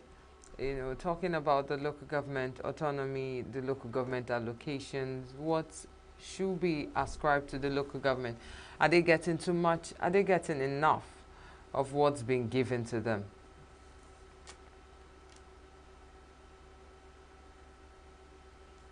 Okay, so I think Elder isn't responding. I think his network is not responding. We'll listen to some voices from the street to hear their take on this. For it, because if they are dependent on the state government, right? They feel controlled, and then their power is limited. So they wouldn't be able to use the funds to the best of its capabilities if it's coming from the state government. But if it's coming from federal directly, it will be made proper use of without any intermediates breaking the usage of the funds. I'm always for it because I believe their independence will give them the room to express themselves and operate based on the need of their locality. I think that is the more reason why for creating those tiers, so that they can meet the grassroots, know what a particular environment needs, and provide it for them. But the lack of autonomy will always allow the state to suppress, and therefore dictating things that may not be necessary in that local government. So the autonomy would be a great idea. The way things are going in the country right now, I think the state governors are subduing everybody. In fact, they are suffocating everybody. Because if resources can trickle down to the local government, it gets closer to the people. The local government are the ones closer to the people. But everything goes to the executive, which is the governors. And we are not seeing the effect in the rural areas. I think the local government chairmen, they are the ones closer to the people. And if these people are duly elected, they have the autonomy on their, at least they have the mandate of the people. Nobody is managing or controlling them. They are closer to the people. So I think we're looking at it from every perspective. Local government autonomy is the best thing that can happen to this country. Now, I will tell you that today is the best day in Nigeria. The sprinkle just caused a tsunami among the governors, because it has been, if you read the judgment, if you go through the judgment delivered by Emmanuel Egim, he was so vocal to tell the government that for 3 decades they have held government to ransom. And what is the implication of that? There's no development. So the financial autonomy to them is the best thing that will happen. But I hope that Sprinkle will not stop at that. I hope they will go further by abolishing what they call States Independent Electoral Commission. So that by that time we know that we have removed the wings of these governors. Because I don't know how a governor will be a governor. You are being elected, but you don't want the other tier of the government, not to progress. So look at now, take for instance for ENUGU State, what is happening? For more than we don't have local government chairman, we don't have caretaker. What we have is we have civil servants running local government, which is against the constitution. So, and I also love what the Supreme Court also went ahead to say that any state that doesn't have elected local government chairman, they should not release fact to them. I believe we should start from there. So let us know whether we can stop the madness of the governors, because they are mad, and we need a madder people to tell them to stop their madness. That is it. I want the local government to have it, to be independent, let me say that word. Because I noticed that most of the federal government initiatives and programs really you can only see them viable within the local governments, the grassroots, within the interior villages. So especially the SME programs and programs from the Ministry of Agriculture and other incentives from the government. So you see those programs within our villages, but we'll not see the effects of the state governments within these villages, most of the federal government programs. So I think the local government autonomy should come. The people will benefit from it because these councillors and local government chairmen, they know the people, they know their land, they know what they need, and at least the traditional rulers and the PGs, the whole community will be to bring a big benefit to the people. So at least it also help protect the government properties that will be established within these communities. Local government is closer to the people than any other local government you can ever think of, any other arm of government. Because to reach the grassroots, you have to talk about the local government. And they are the people that ought to even have the money more than the state and the federal government. That's what I believe. Because all over time, you've just seen what have been going on in Nigeria. They'll send money, the state governor will go, or the state government will go to the federal government and collect money and then come down. I don't know if they even give money to the local government at all. You understand what I mean? The local government chairmen there, they are not functional. They are not effective. We don't even see their impact. And the local government chairman, I just want to tell you, they've never been election about it. They've been selected. The governors will select few individuals, possibly people that have been their talks and all that, and place them in that position. That's what they've been doing. And once the money comes in, they'll just remit, in fact, they'll just share the money among themselves, and then every other person can go to hell. I am for. Why? Because it will help the local government to work well, to be on their own. There are a lot of work they are doing, and they're expecting federal government or state to release the money for them. It wastes their time. So I am in support that they are now free on their own. This is still Signature TV, and this is Signature Morning. We've been keeping you up to date with things happening and interviews. We had Honorable just a few minutes ago, but we lost him due to a network. We'll be going over to our business report from Abuja studio. See you after this.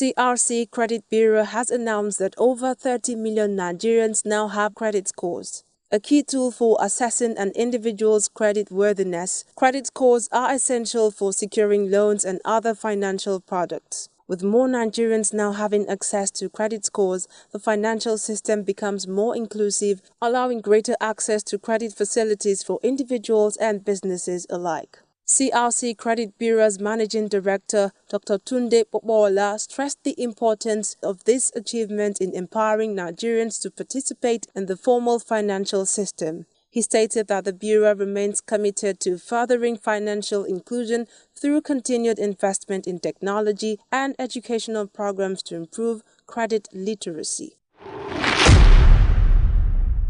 The Federal Competition and Consumer Protection Commission (FCCPC) has announced a one-month moratorium for traders and market forces to reduce the prices of consumer goods. During this period, the FCCPC will closely monitor compliance with consumer protection regulations.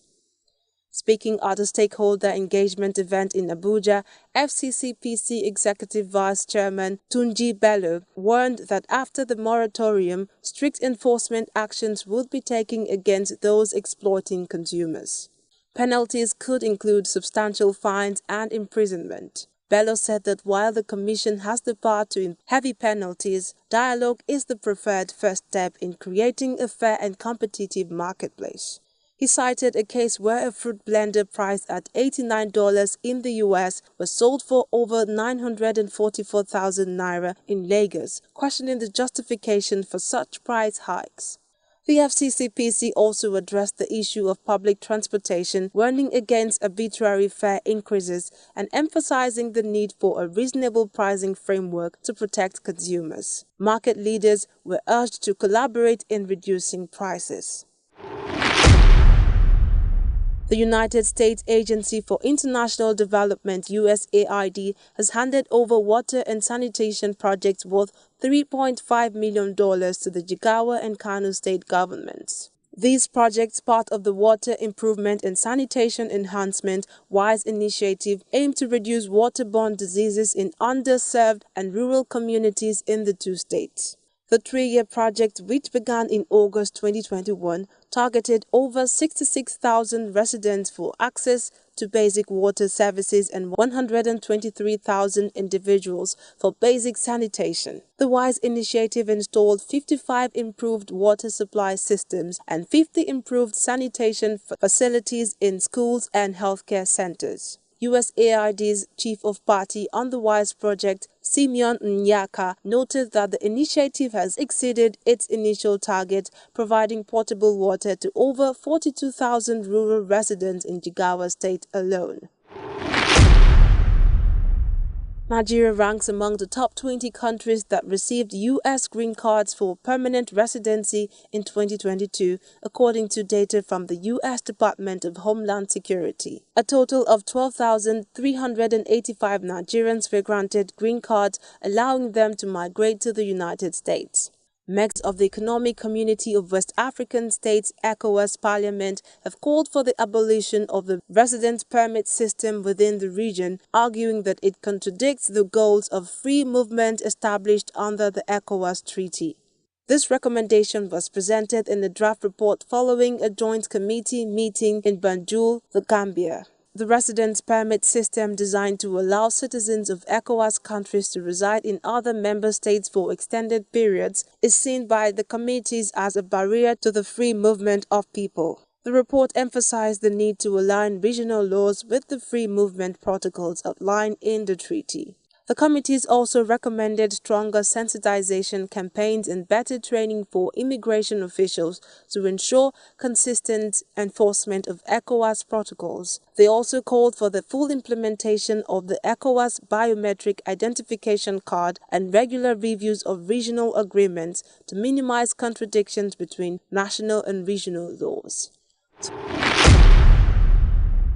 South Africa's rand has reached a 13-month high, boosted by improving investor sentiment as the country's economy shows signs of gaining momentum. As of Friday, August 30th, the rand was up 0.7%, trading at 17.63 per dollar after briefly hitting 17.5950, its strongest level since July 2023. Analysts attribute the rand's strength to a structural improvement in South Africa's economy, supported by over 150 days without power cut as a result of improved performance at Eskom, the state power utility. At the close of the final trading session on Friday, August 30th, on the Nigerian Stock Exchange, a total of 573.96 million shares were traded across 12,754 deals with a market value of 31.58 billion naira. Despite a 41% decline in trading volume compared to Thursday, August 29th, turnover improved significantly by 326%, alongside a 29% increase in the number of deals. The NGX current market capitalization stands at 55.5 trillion naira, reflecting the overall market strength. Out of the 120 listed equities that participated in the trading, 27 posted gains while 26 experienced losses. Beggar Paints led the gainers, with its share price appreciating by 10%, closing at 14 naira 30 kobo per share. Deep Capital Management and Trust and Owando followed closely with gains of 10% and 9.94%. Other notable gainers including McNichols, which rose by 9.93%. On the losing side, Etana suffered the largest decline with a 9.95% drop to close at 26 naira 60 kobo per share. RT Briscoe, Tantalizers and Charms also posted significant losses, declining by 9.90%, 7.25% and 7.17%. In terms of trading volume, Judas Berger Nigeria recorded the highest number of shares traded, with 121 million shares changing hands. Owando followed with 93.9 million shares, while Jay's Bank and Guarantee Trust Holding rounded out the top four with 54 million and 26.3 million shares traded. And that's it on Signature Business Morning News. I am Tom Sinime Natus.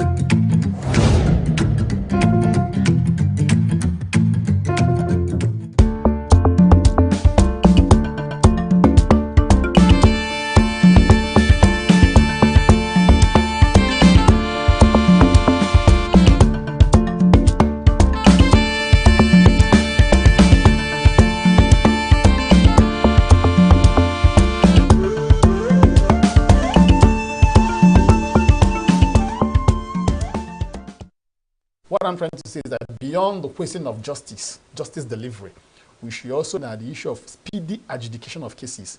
You may be shocked to know that there are some cases pending at the Supreme Court, cases that were filed as late as 1985, 1980, that are still pending in court as I speak. Apart from cases that are time-bound, most especially election petitions, you discover that many conventional civil and criminal cases do suffer undue delays. And these delays that cases suffer are caused by multifaceted factors. So if my Lord can put in place, while exercising her powers, let me say his, because we don't refer to them as using the feminine description. If my Lord can exercise his powers as the Chief Justice of Nigeria to put in place proactive policies that will help ensure that at least there is improvement in the manner in which cases are handled in our courts, especially the appellate courts, it will be a very wonderful legacy. And we may not be quick to forget her. Now, the law is that for this appointment to be solidified or for it to be formalized, then the National Assembly, specifically the Nigerian Senate, has to give, legislative approval to the appointment made by Mr. President. So for now, my Lord is operating on acting capacity basis, in which case it is lawful. The law allows that. So to the best of my knowledge, they cannot just reject the appointment without giving cogent reasons.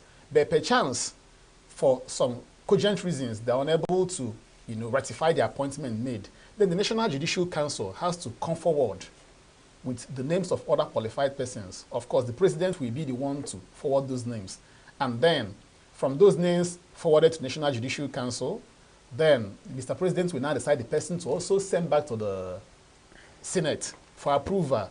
Notwithstanding, even if the Senate fails to give a stamp of approval to the appointment of the acting Chief Justice, the President can still send her name again back to the Senate for approval if there are reasons raised for the initial rejection of her candidacy. If that particular anomaly is rectified, if there is something that the Senate believes has not been done, or there's a deficiency, constitutional deficiency that is yet to be taken care of, for instance, and it is addressed, the President can rescind that name, just like what obtains maybe in cases of appointment of ministerial nominees. If the Senate or the National Assembly says that, look, we cannot confirm the appointment which you have made in this regard based on so and so reason, if that the issue raised is addressed, the President can rescind that name, and then the National Assembly will. Anyway, there are a plethora of reasons. For instance, in the first instance, even ordinarily before one is made a Chief Justice of the Federation, the appointment has to be sanctioned by the National Judicial Council. And for that to be done, the person has to be deemed to be qualified to occupy that position. For instance, there is a particular number of years, because in as much as it is conventional for the Chief Justice of the Federation to be appointed from the 7 Justices of the Supreme Court, there is no law that also prohibits the President from even going outside the confines of the Justice of the Supreme Court to appoint a practicing lawyer. For instance, a practicing lawyer who has practiced law for at least up to 10 years in the country is also qualified to be a judge, in which case the President can go outside, the shores of the already existing Justice of the Supreme Court to appoint. So if, for instance, the person you are trying to put forward is not qualified constitutionally to occupy that particular position, then that would be a ground upon which the Senate will say no, that you have forwarded this person's name for us to give our stamp of approval, but we will not do that. Secondly, prima facie, the candidate may be qualified, but there may be an allegation, a very fundamental allegation against that person. Let's say allegation bordering on corruption. If prima facie the allegation is weighty, then the Senate may say that based on public policy, that if you have the right to, to put forward the name or names of candidates, as the case may be, who you want to occupy this particular position, that this particular individual whose name you have forwarded to us, that there are fundamental challenges that has bedeviled his candidacy based on so and so reports. Let's say security reports. If there is a very, not just flimsy, if there is a very cogent security report against the person sought to be made the Chief Justice of the Federation, based on that security report, the Senate can say, based on national interest, that we will not be given our approval in as much as the president is giving that powers to appoint whoever he wants to, subject to the fact that that appointment must be done in line with the Constitution. So it's not an open-ended power. And that's why the National Judicial Council is there to ensure that whoever may be put forward to occupy that position should be someone who is constitutionally qualified to occupy that position.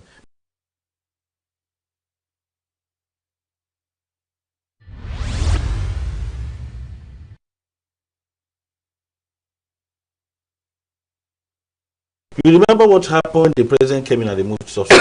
Though we've not gotten to that point. But all these things are accumulation of poor preparations. You see, if you are going into anybody that wants to drive will first of all learn to drive. If you want to do anything, you learn it. But in Nigeria, you learn by just name. And you run into the system. And when your car breaks down, you look for the best mechanic, not minding the tribe, not minding the religion. But Nigeria is sick. Nigeria is like a car with a lot of, but we keep on hiring the worst people on the basis of tribe and religion sentiments. How will it work? Look at NNPC. Even as we talk, we've been complaining that it needs total overhauling. Because the people there do not show any sign, have the capacity to run the system. Even after removing fuel subsidy, we've not gone out from. In fact, it's like we are fast running back to what we left before. You remember years back, we stopped experiencing queues in filling stations. Now it's coming back, and coming back with speed. As we talk, there is no PMS price in Nigeria. You cannot say that as I'm going in station A, I know how much it should be, or you are going to finish station B. No, once you go in, whatever you see, you buy. You can come in now and they will write, like when I was coming out, the filling station where I bought fuel, 950 naira. Go to other states, it's 1,000 plus. And just like that. If I take it to be 1,950 naira now, I may enter another fuel station and see 1,100 or whatever. That is the way it has become. Even the Department of Petroleum Resources that we had before, they tinkered it without changing any of the systems. So I must tell you that the stories they are about vessels loading from this point to they have even brought in middle persons and so many bureaucratic approach that will help them cut corners. They divert all those. In fact, even as we talk, the quantity of product leaving the country illegally is another issue. If the nearby countries are getting our products, but the city cannot get it, that is an issue.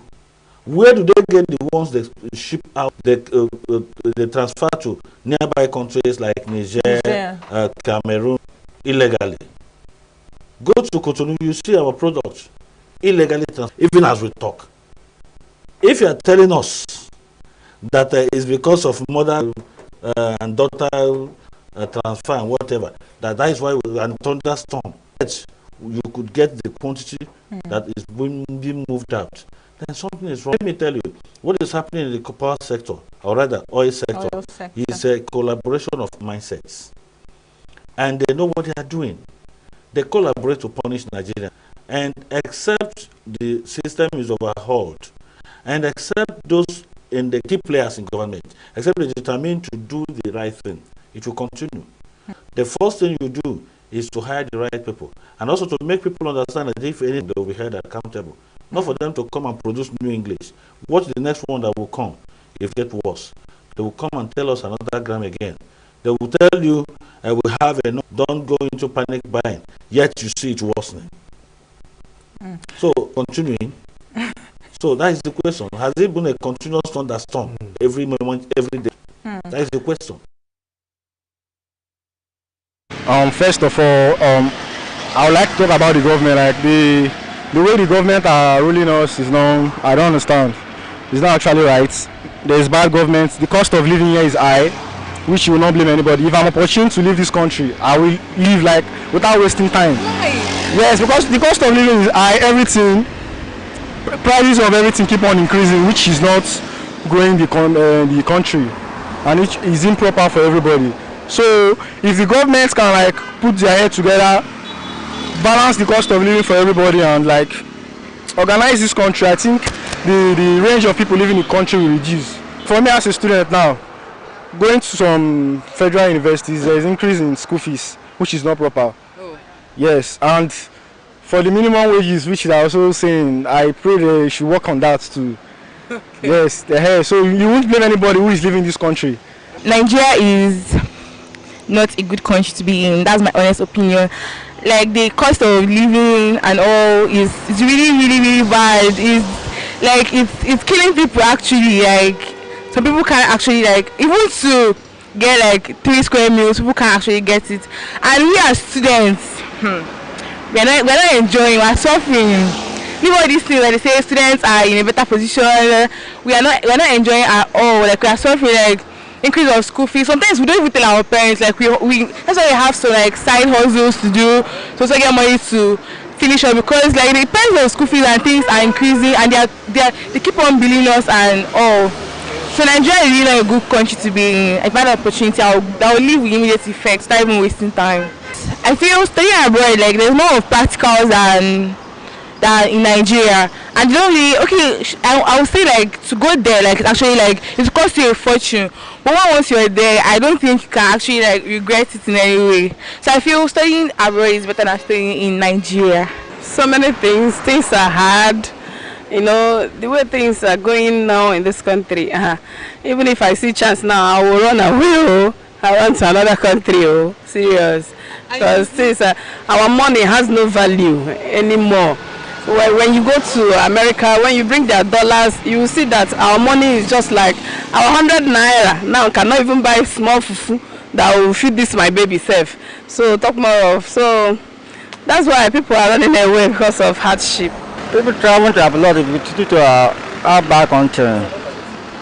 It's not that thing. So if you say government still they do this country normal as it's supposed to do.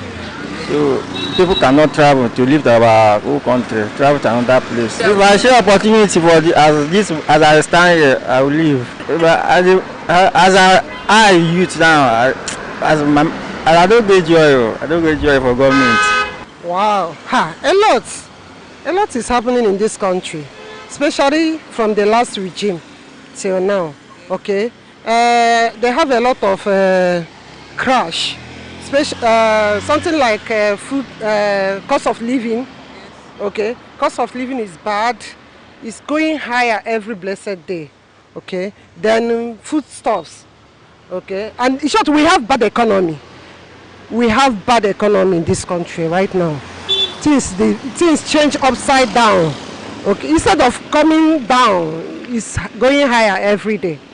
My dear, I'm living today, if I have the opportunity, I will just call my children that I'm moving out. Because what we are seeing every blessed day is too bad. Nigerians are living in Nigeria because of hardship that the country is suffering today. And that is why everybody is finding a way to leave the country. Okay, because of the situation of the country, I think individuals are looking for greener pastures outside the country. So, and the government is not helping matters at all in this country. So, anyone that has the opportunity to go outside to, earn more for a living, will grab the opportunity.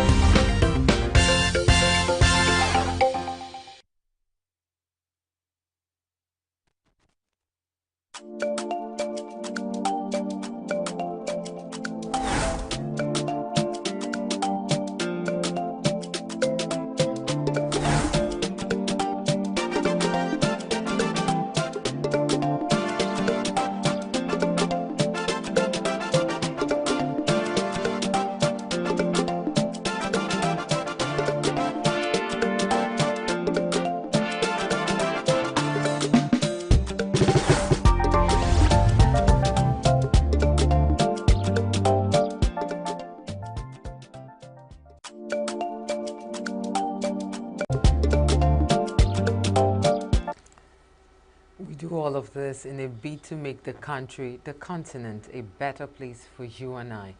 Yes, of course, I said earlier that today is World Coconut Day. And for those of us that don't know the importance of coconut, it has so much health benefit.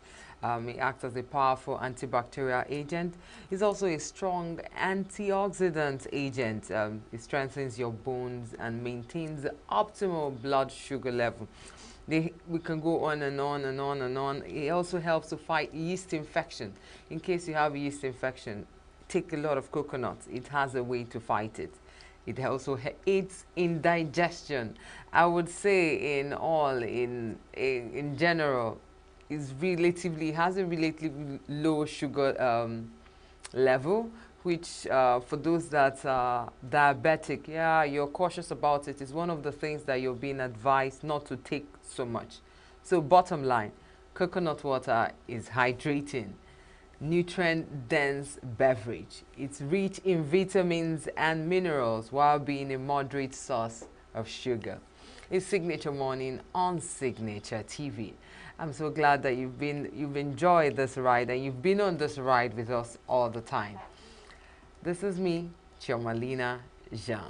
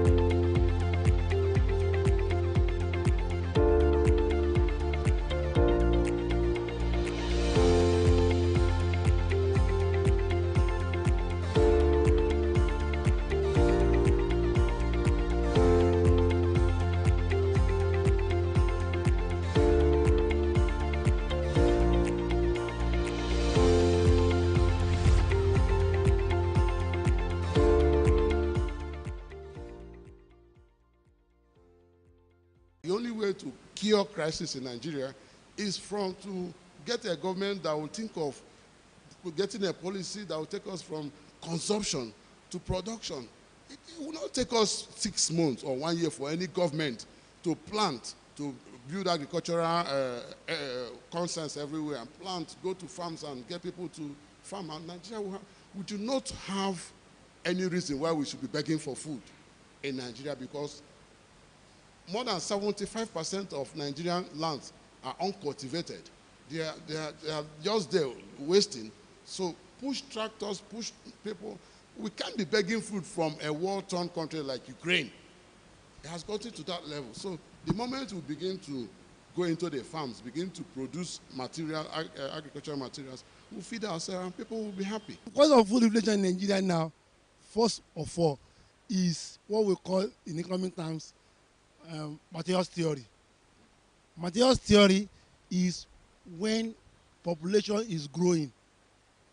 When population is growing at a geometric rate, and why food production is growing at arithmetic rate.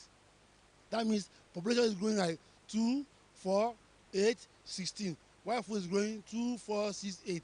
The pace of the growth of population is far higher than our population is rising, while our population is getting lower. So the demand outweighs the supply. The causes of food inflation or hardship is tied to government policies. For example, you saw last year, 2023, as at May last year, before the coming of the current administration led by President Bola Ahmed Tinubu, the moment he made one declaration as a leader, everything up to date, somersaulted. So it's government policies, it's policies that can bring down inflation, bring down hardship, bring down cost of living, improve life expectancy. It's same policy that can reduce life expectancy, cause hardship and what have you. So it's policy. The problem is not reducing the import duties fee. The problem is this fuel subsidy issue. He should just remove it and let it go. If today he announced that fuel is back to where it is, I'm telling you things will come down. Imagine you go to Ogun State, you buy gari 1,005 per bag, and coming down here, you are paying about 20,000 or 10,000 transport. Definitely the bag of gari is not 1,005 again. So that's what I think lead to, and the tax that they are increasing here and there. In my workplace, I manage with one restaurant. They refuse to add this annual salary because every year they add salary. They refuse to add because light, water, and the building, everything, the tax have increased. So they refuse to even add our salary. They are not even doing Nigeria good with this, their tax or whatever. Except if they are extorting. This one, I see it as extortion from poor people and giving it to the big people.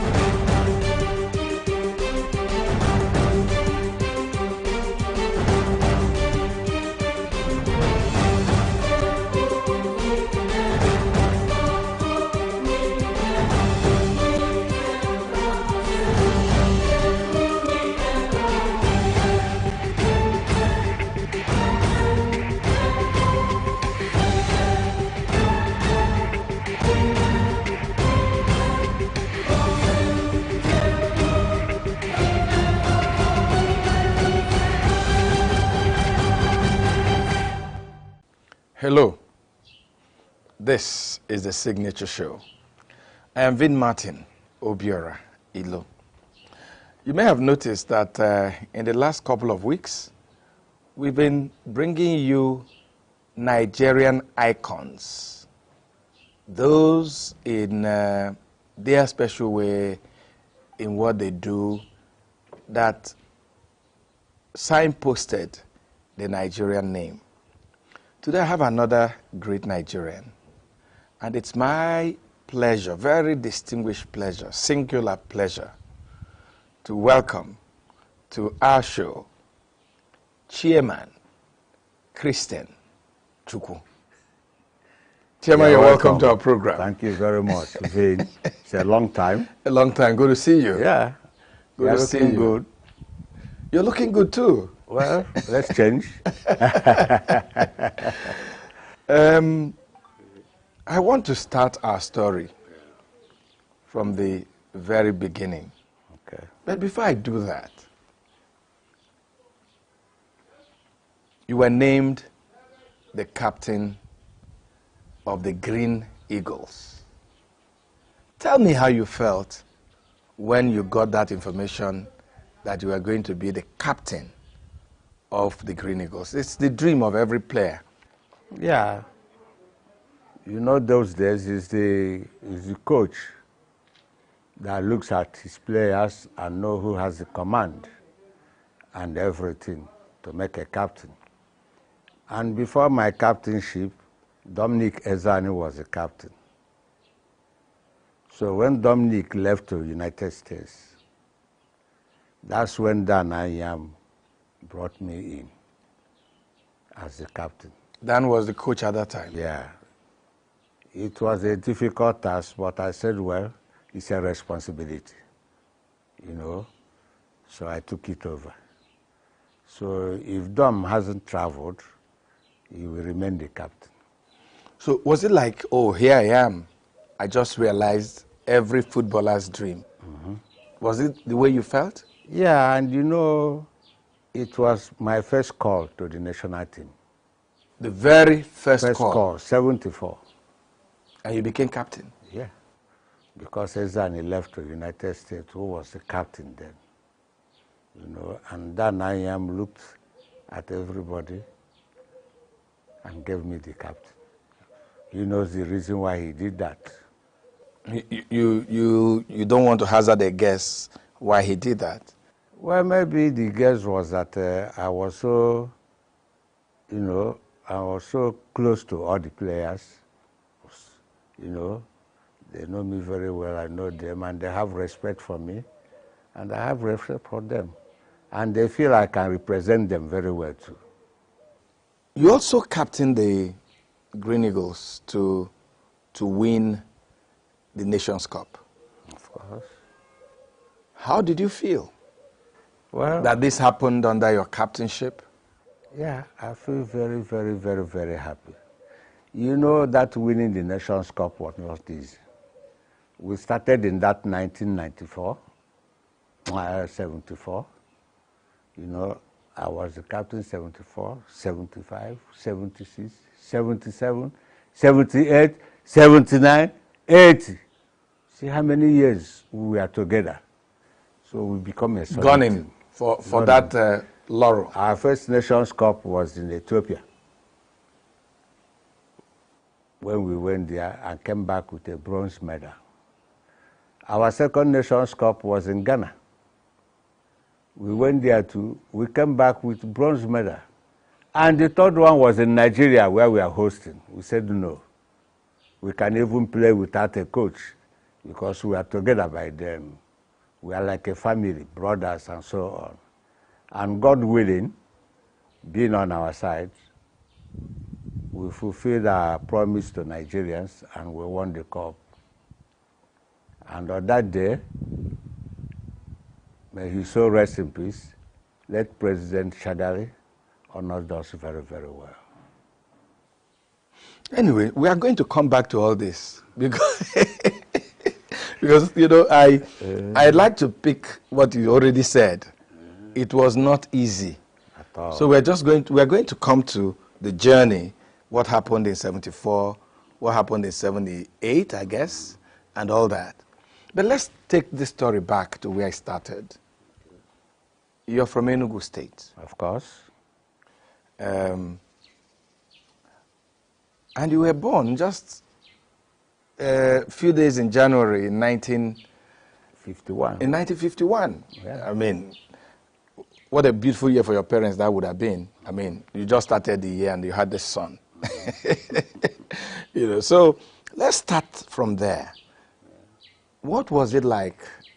Were you born, I mean, were your parents in ENUGU State at that time? It wasn't, of course, it wasn't ENUGU State then, it was the Eastern region and all that. Were they in the East when you were born? Were you born in the eastern part of Nigeria? Of course. I'm from Kano local government, ENUGU State, yeah? Yeah. So I was born in Kokam.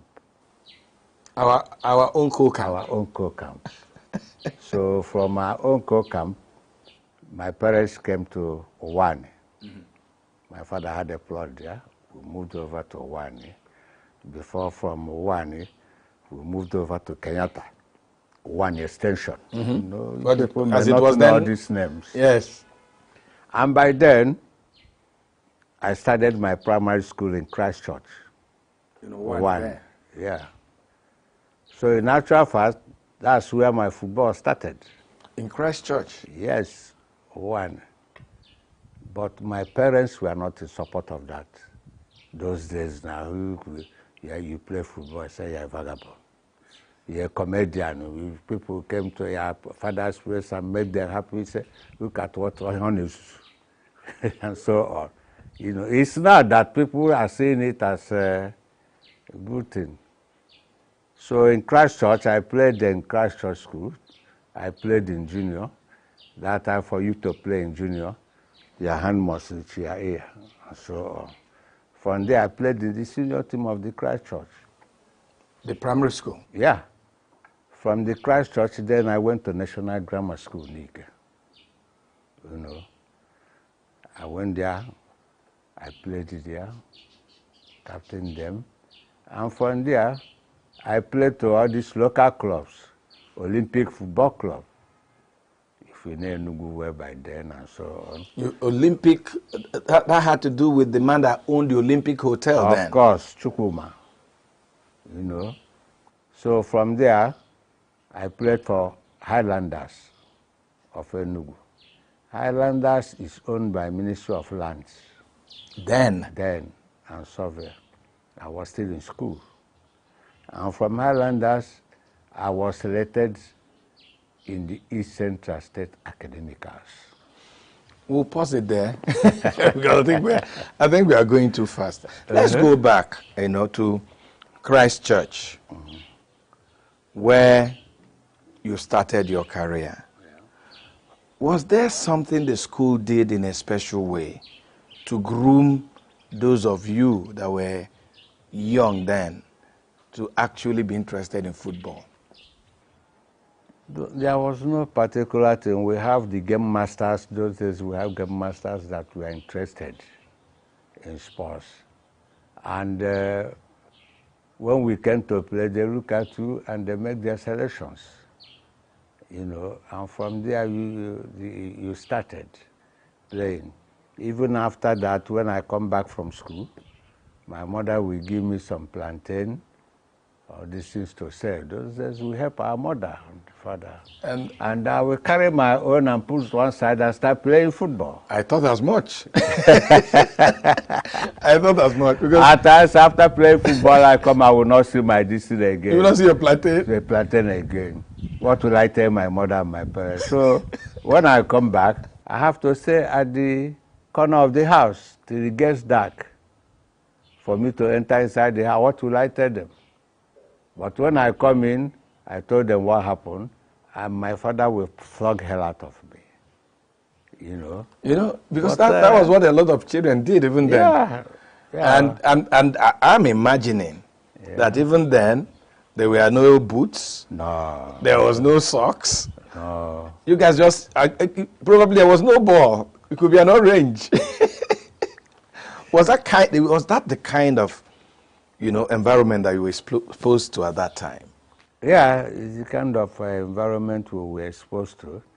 But because of interest I have in football and everything, my parents cannot stop me. No matter how much they flogged you? Because I was stubborn and I love football, you know. So that is how it started. Would it be right to say that even then, you knew what you wanted in life? You knew that this was your star, this was your talent.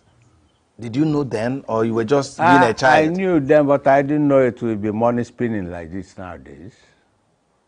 It's just for pleasure. We use it for pleasure. We are not playing for money. We are not playing for anything. After the game, maybe the head of the place or everything will buy glucose. You put in there, you lick orange and so on. That's what you get, and you are happy. You know, you are part of the team. You were playing for Highlanders in ENUGU. Yeah. A team that was owned by the Ministry of Lands, which even brings something out. That even then, so many individuals and organizations were interested in growing football. Because you talked about the Olympics, which was owned by Chukwuma, who owned the Olympic Hotel in ENUGU then. Yeah. And one is wondering why you don't see such interest anymore in the football, especially in the Southeast. Not many individuals want to invest in football in the Southeast. Well, it's because of interest. Most of them don't have the interest.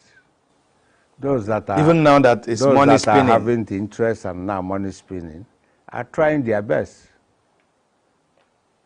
They are trying their best, but it's very expensive to run a football club. It's very, very expensive to run a football club.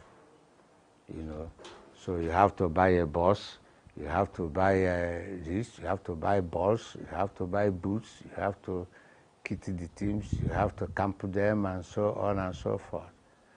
So many of them don't have that kind of money. And those that have that kind of money don't have that kind of chance and interest. But gradually it's coming up.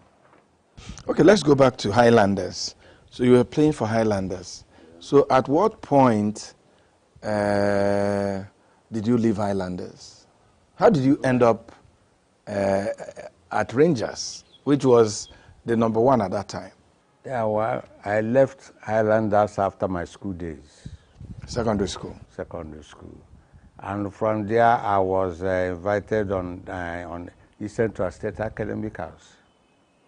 And we went to Lagos, East Central Academy. They say, we are just from war. We don't know how to play.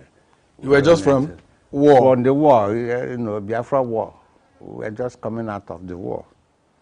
And the Igbos were not regarded in football-wise and so on because we were fighting war. And from there, we won the Academic House. Oh, the team that came from East Central State? Yeah, we beat the Kwara Academic House 2-0 in the finals, and so on. So on that day, the Igbo people in Lagos went wild. That is what started giving Igbo people the courage, the power to come up. As we are leaving the stadium, you can see the Igbo people singing a hymn, and any car that blocks our bus, they do a shobe and put the car out of the way, and so on. You know, that must have been very, very exciting. So during that time too, the Rangers won the Amakri Cup, which is National League now. Oh, that same year. That same year. That your school team won the Academicals. Yeah. They won the Amakri Cup the same year. So the two teams, we have to come back. They organize a friendly match between the Academicals and Rangers. Rangers as the champions, you know. And there, after the match, only 3 of us, myself, Ezani, and Obueze, were drafted into Rangers. The rest of us went to Vasco da Gama. That will tell you why Vasco was a very formidable side by then, you know. So that's how it started. You know. So you started playing for Rangers? Yeah.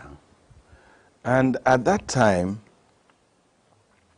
Rangers, like you said, was a very formidable team in Nigeria. Of course. As a little boy, I don't know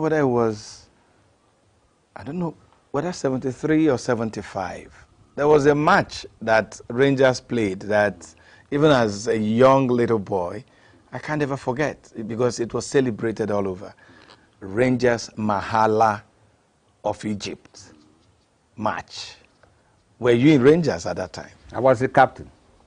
Of Rangers? Yes. Tell me about it because as a little boy, it was the #1 story. When we were drafted into Rangers, not quite long ago, Achebe retired and became our coach. Luke Obara retired, and he played briefly and went on. You know those people that came from Lagos that formed Rangers? You know, Will Amosu, NSU Fele, name them, that formed the Rangers. Okoseme, yes, you know, and so on and so forth, you know, that formed the Rangers. So we started replacing them gradually. As they were retiring. As they were retiring. We started replacing them gradually, you know. And by then, for you to enter Rangers, you must come from school, academicals, and so on. And not now that anybody can come and they say they are going to bring him and so. Rangers have their procedure. And tradition. Tradition of promoting team. So that's how we came in, all of us. So you were captain? Yeah. When you played Mahela. Yeah. Which year was that? We played Mahela in 76 or so, you know. We went to Mahela and we lost.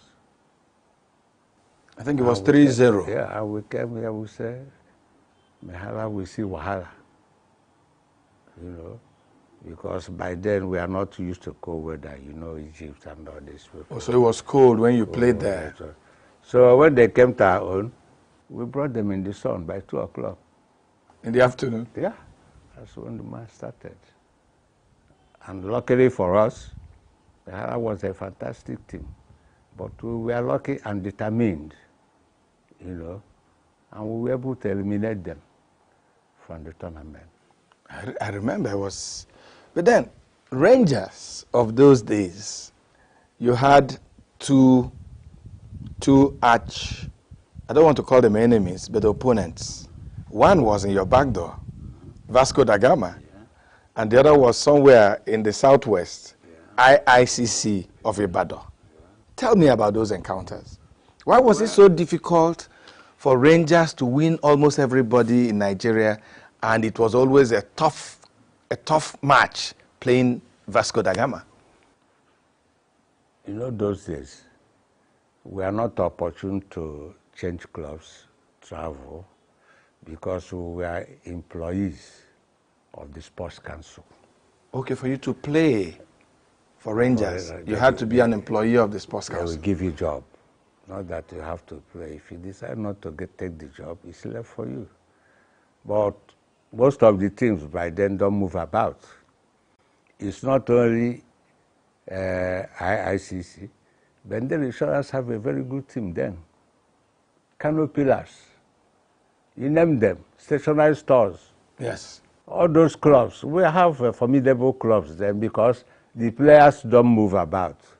Like nowadays, you know, I'm playing for Rangers and another club can come and offer me better condition. Then I leave. You know, those days there were no such things. And that's why we have formidable teams. Secondly, the two clubs, Rangers and IICC, have a strong chairman. Lekon Salami is a fantastic chairman, football fanatics, and he's the chairman of IICC. Jim Mobodo is the chairman of Rangers, and he's a fantastic person too, you know. So these two big wigs are always competing, not only the players and so on. And Vasco da Gama have a good administrator, Ogufere. Ogufere started Vasco da Gama, and they have a good team. That's why he took about 18 of us, you know, to their team. And so teams were very strong by then. But immediately we finish match, we beat Vasco da Gama, we know we are going far. Did they ever beat Rangers? Did Vasco ever beat Rangers? Well, I couldn't remember to my knowledge. But it was always a tough game, because they have Patrick Ekeji, you know, Waha, Osaka. All those are colleagues. That knew even how you guys played? Yeah, in the academicals. Umero was the goalkeeper. We was our goalkeeper in the academicals. A lot of them, you know, were playing for Vasco da Gama. And Vasco was a very formidable side by then. How did your team, even then, because there was something you said about when the Academicals won in Lagos and the new pride it gave to the Igbos who were just coming back from war. When you played for Rangers then, because Rangers became like a rallying point for the Igbo people, did you see yourself as an ambassador? You and your colleagues, when you played for Rangers, did you see yourself as ambassadors of the Igbo people that, look, we have to win? Well, that is our motivation. We don't want to disappoint Igbo people. Because if you go to IICC, it's all Yoruba. You go to Bender Insurance, it's all Benin. You go to stationery stores, it's all Lagosians and so on. So everybody has people they are representing. So we don't want to disappoint our people, the Igbo people, you know. And that is what is part of our motivation. You know, then there was no money, there was nothing, you know. It's for you to make sure that you represent your people very well. And they reciprocate. Because after that, when you come out in the streets, you are being held. You go to market, they dash you meat, they dash you everything. Ah, Christian people. Ah, Benyan, no problem. But, you know, and so that is our benefits those days. Not the money. And we are proud of it. There was no money, nothing. And when we win any tournament, the Sports Council gives us promotion. Oh. That's another promotion, another motivation. We get promotion, we go to the level of level 8, they give you a car, you know, then, and so on. So that's kind of motivations we have, you know. And Jerry Yazo was our director of sports by then.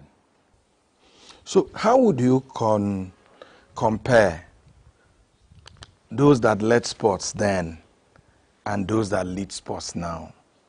What, is there anything missing? Commitment. Commitment. Those that were then when we are playing are very, very much committed to the game. I don't know about those now, because there's money in it, everything. Everybody wants to be this. Even a lawyer will leave his profession. He wants to be chairman of NFF. A doctor leaves his profession. You know, those days you don't have such things. You know, that's the difference. Commitment. Commitment. Let's look at your days in Rangers. When you look back, which match can you tell me was the most challenging for you in Rangers? I know there were so many. So many of them, but the one that got us angry and annoyed was the final we have to play with Hafi of Guinea. That's for the club championship, African Club Championship. We went to Guinea and played. And when we come to Nigeria, instead of them allowing us to play it at ENUGU, we were forced to play it in Lagos. And we were in ENUGU preparing. Who forced you to play in Lagos? The National Sports Commission. So we have to enter, we struggle to enter flight that day in the morning to be in Lagos, to settle down and play the match. And we lost that match to Hafi of Guinea, which would have been the first African Nations of Cup we would have won. In Nigeria? In Nigeria. Do you think there was sabotage? Well, I believe it's sabotage because those days it was home and away. When you go away and come back, you play at your home, and our home is ENUGU. No matter we are Nigerians, it's all the same thing. But they forced us to play in Lagos. It's just the same thing like when we played IICC, Tracy now. We played them in Lagos, they choose Lagos as their home. We played them there. On the second leg, we were supposed to play in ENUGU. And they said no. They brought in politics that ICC did not play at their home. Our home is in Ibadan. But they choose Lagos. It's not we that choose Lagos. So it became a big controversy. And the Yeredua, the then head of state, have to decide that we move to Kaduna. That's how we moved the match to Kaduna. And luckily for us, when we got to Kaduna, the match ended in a penalty, which we won. So even then, there was a lot of politics in football. Of course. Of course. So how about matches that were tough because of the opponents you were playing that was not politics? Do you remember any? I believe all the matches were tough, especially African competitions. You know, I could remember we went to play police and they believe they have won. So when we went there, we said, we beat them. And they beat hell out of us. And Obasanjo had to send us a flight to come back that night. I'm not laughing really, but you mean like they descended on the players? Straight ahead, everybody. You know? So Obasanjo sent a flight that night? We came back that night. We went straight to our hotel, packed our luggages and so on. The flight was waiting for us at the airport. We have to fly back before we are killed. You don't know what they will do next minute. This must be the dangers of playing football. Yeah, a lot of Was it something that worried those of you then? Because it's No, not like today that there's so much security. We were surprised that the people that did this was police of Senegal, who would have given you protections and everything. And when police of Senegal did that kind of a thing, why are you sleeping? You don't know what will happen in the night. It pained them a lot. They never believed it. But that's football. But that's football. That's football. Yeah. So you were captain for Rangers for several years. Yeah. How did you end up in the Green Eagles? Super Eagles as we know it today. Yeah, in the Super Eagles, I ended up after the Nations Cup in 1980 when we won the cup. No, how did you get into Green Eagles? At what point were you invited into the team? Yeah, I was invited in 1974. That was the same year you joined Rangers? No, Rangers was 72. Okay. I joined the national team, Green Eagles. And by then, Achebedem, all these old players have gone. Ezani became the captain. And not quite a long time in that 74, Ezani traveled to the United States. And I was made the captain.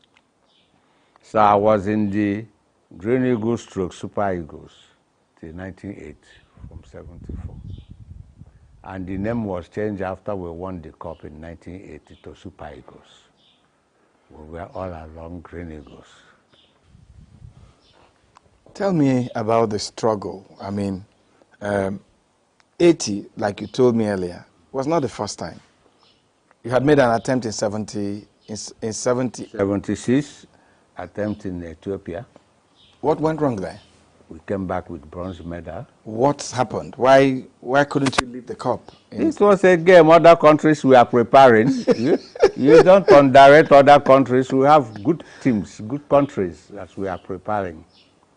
You know. So you lost in Ethiopia? We lost in Ethiopia, but we came back with bronze. We won the 3rd position. Okay. You know. Then you went back in 76. You went back to in 78. We went to Ghana. And the same thing happened to us. We lost in the semi-final, then played in the 3rd position and won the bronze. Then in 1980, we won the cup. Tell me about the journey. Tell me about how it was possible. You were captain, so you knew. It was not easy. All of them were not easy. They were very hard journeys. But luckily for us, we were building ourselves. We were knowing ourselves, understanding ourselves very, very well. You know, at a stage, we became brothers and everything. At a stage, I can close eye and pass the ball to Shego Debame without knowing where he is, and he will get the ball. You know, so we became one unit.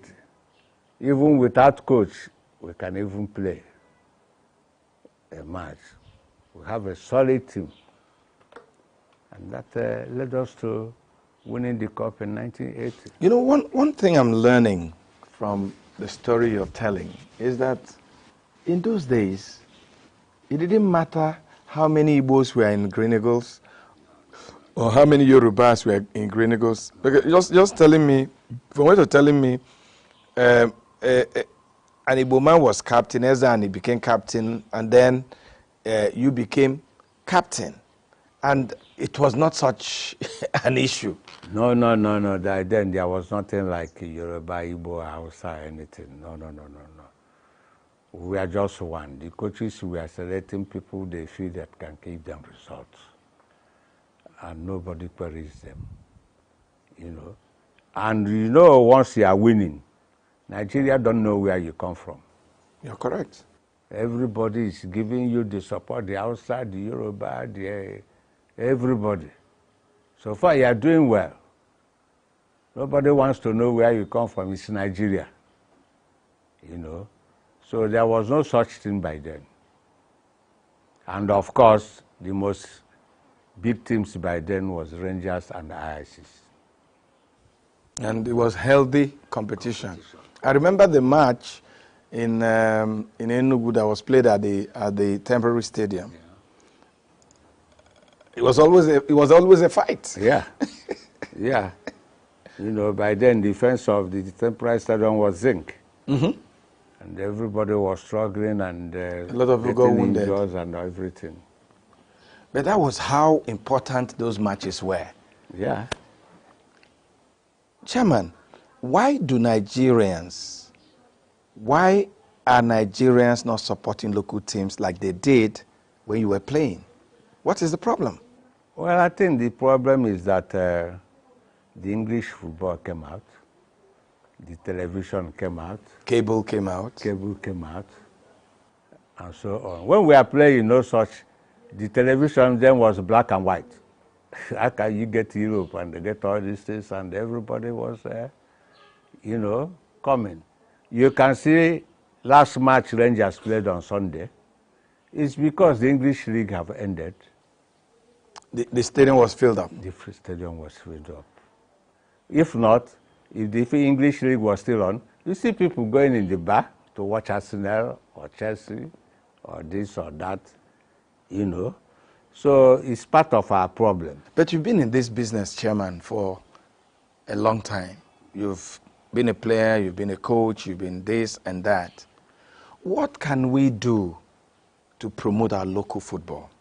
What should we do? Yes, we know there is the English Premiership, the European Premiership, and all that. What would you suggest we do so that we can have a robust, you know, local football in Nigeria that will not only bring money for the sponsors, it will bring money for the footballers or whoever is interested?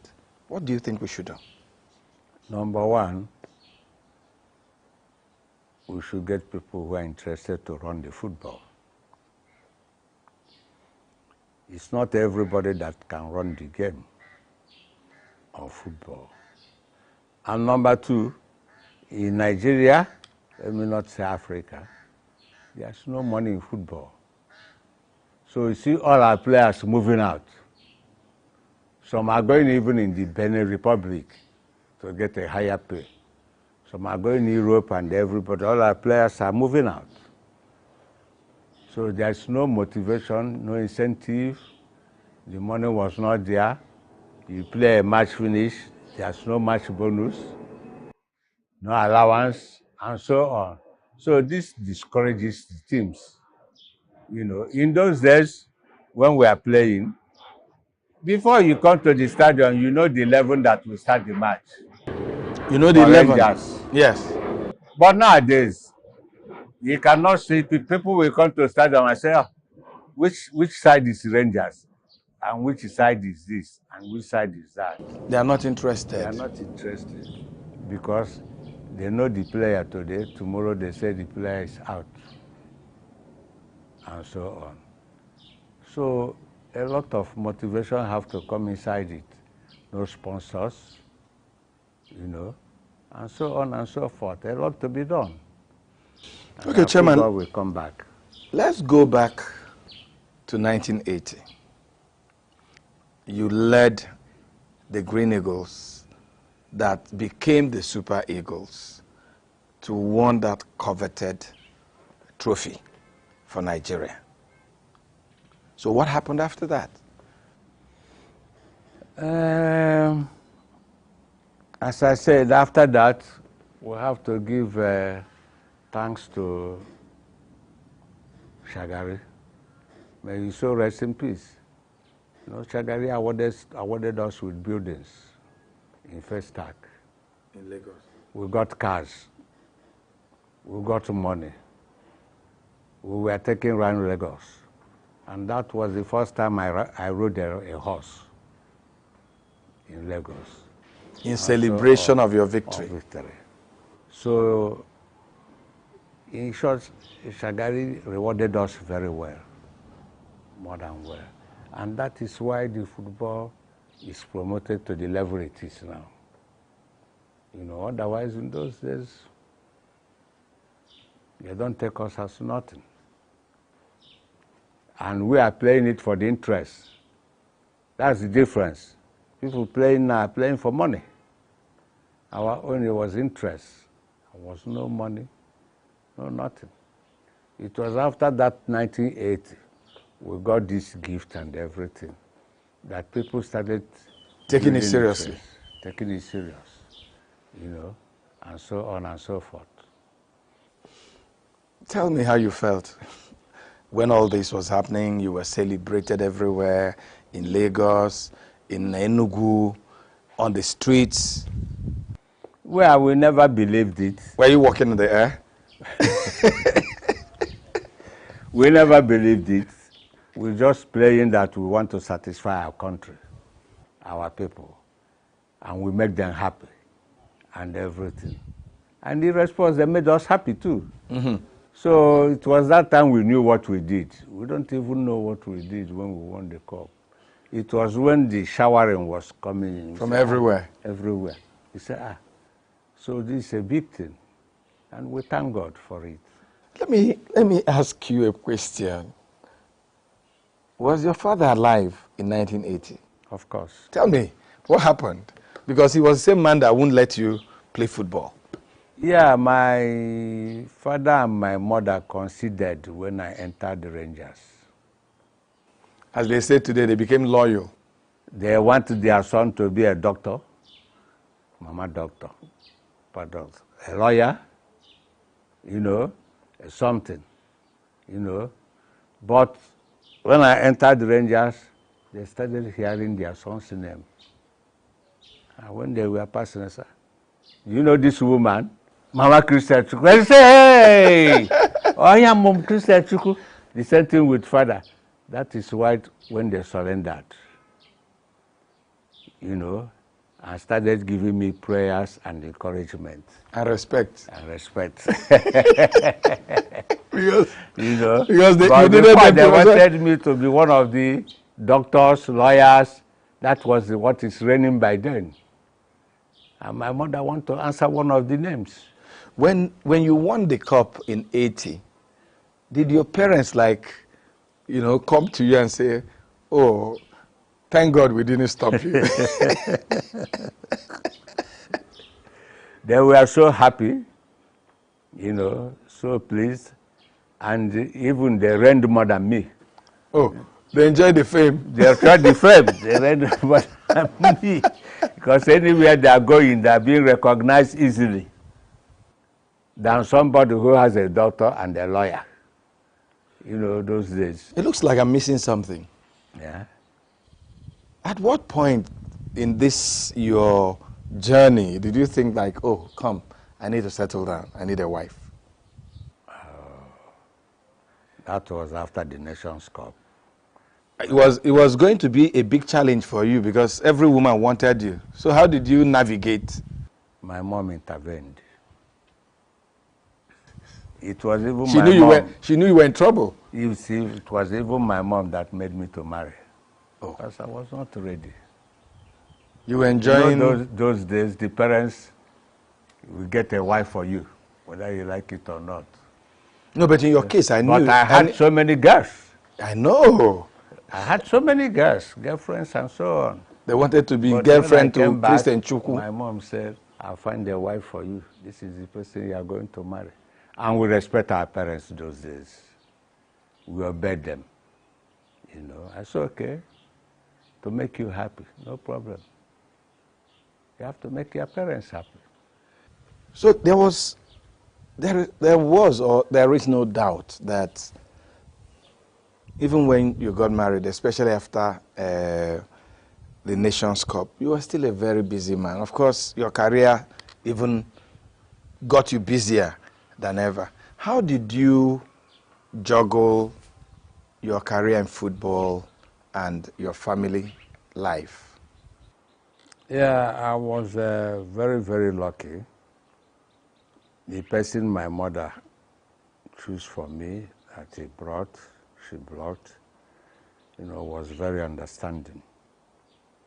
I married after 1980, and we wedded in 1981, and we had our first child in 1983.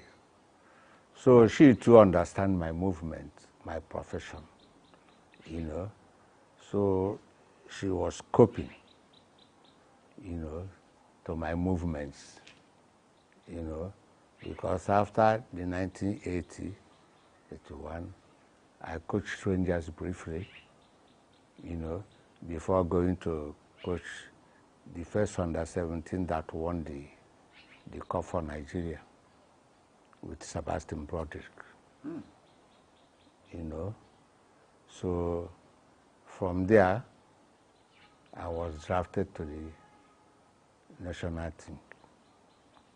But from national team, I went to Kenya, become the Kenyan national team. I'm Coach. from Kenya, yeah. I'm from Kenya. When I came back, I went to Lebanon. As a coach too? As a coach too, you know. It was in Lebanon that I was told to come back and handle the national team again. But before I could come back, they said they have given Shaibu the job. I said, okay, no problem. It's all the same, but he wouldn't have told me to come back when I was comfortable in Lebanon.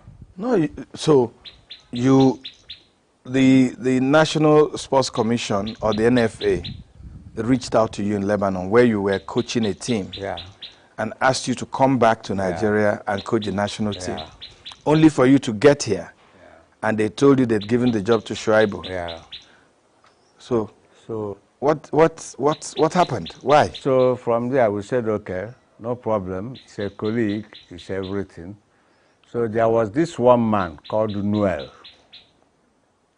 who is a Nike man. He brought Nike to Nigeria. The sportswear company. Yeah, Noel. Then he found me a job in Kenya.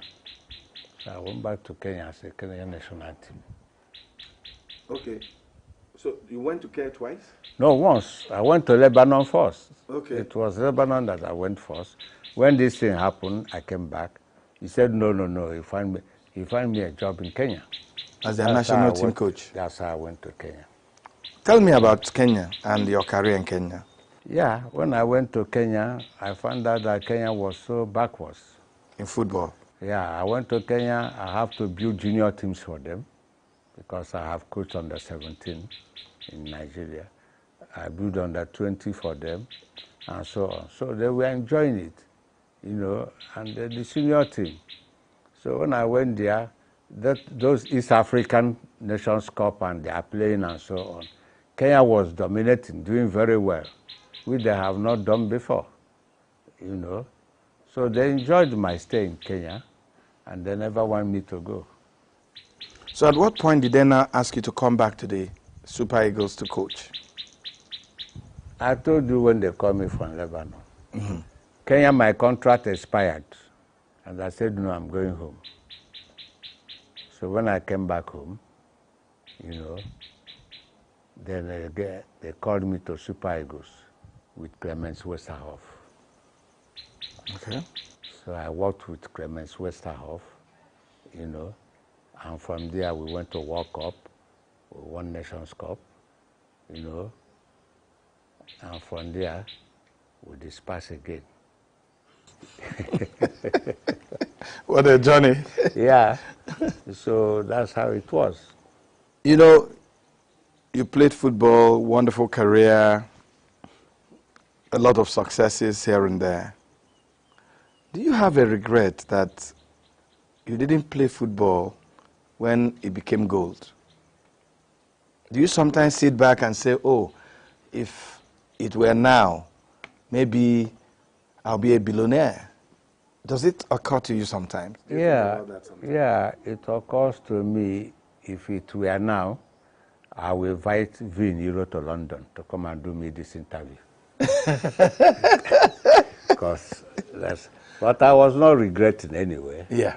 You know, I was not regretting because I got everything I deserved because I was not playing it for money then. Yeah. You know, it's for fame, posterity, and so on. When I look back now, I'm happy that I built the football. In Nigeria? In Nigeria. I built it to where it is now, for people to start recognizing that football is a big business, and so on. So that's my pride. Whenever I want to talk about the progress of football in Nigeria, well, we will not forget Chairman Christian Chukwu. Do you think that our country, Nigeria, has paid enough attention to footballers like you who made Nigeria proud in your retirement? Do you think Nigeria has taken good care of you and your colleagues? Well, that's a problem in Nigeria. You know, other countries are trying to build their footballers. You see in Cameroon, it was the chairman. You see Ivory Coast, Drogba. You see, they are starting to recognize footballers, you know. But in Nigeria, we don't recognize footballers. People running our football, nowadays none of them played football. None of them knows what they are talking. They are businessmen. They are businessmen. They come. Otherwise, people like Kanu them, Okocha them, and all these people should not be lying low while football matters are being taken. You know, you leave the job for the footballers to run. You know, and you see the change. You know, it's affecting everything we are doing. A lot of you worked. For instance, you told me that as a Rangers player, you were a staff of the Sports Council. Do you get your pensions regularly, even now? Well, this is the state government problem. You know, I'm a pensioner, but anytime they pay, I get my own. When they pay? When they pay. Don't you think that for men like you, who have done so much, I mean, in their prime for this country, that maybe there should be a special package different from just you getting your pension? Is it something you think about sometime? Well, I think if Martin is governor tomorrow, I will get all my entitlements and more, because when I come and say, Your Excellency, say, Chairman Chukwu, what are you doing now? I say, I'm sick, oh. I don't have anything, oh. You know, like when I was sick, the person that took care of me, so Tedora, you cannot imagine that. A Yoruba guy. Tedora, who was a small boy, his father was the governor of Lagos State by then, you know, and he was enjoying my game and everything. So when I became sick, he was the one that took me to London and made me to survive today. But we also heard that the state government had helped. They have helped. Help comes in different ways. But if it wasn't for Tedola, There was no time the state government wants to take me abroad. Help is that if you enter hospital here in Nigeria, maybe they shall offset your bill. But this singular man said no. Hey, prepare him. Let him come over. And that's how. Had you known him before then? Is the father I know, who was the governor of Lagos State when we were playing. You see? And without him today, I don't know. It's only God knows. Whether he'll be alive today. Whether I'll be alive. So are you saying that even now that you're managing your health, that the state government is not reaching out to you? No. The only state government that is reaching out to us is Anambra. Anambra from P2B was giving us 2 pence to take care of ourselves. P2B started with 10,000 naira. Then this person came in, Obiano came in, and increased it to 15. 15,000 naira. A month? A month. And now Soludo came in. I said, no, 50,000 will not do anything for you. And increase it to 100,000 every month. You can imagine.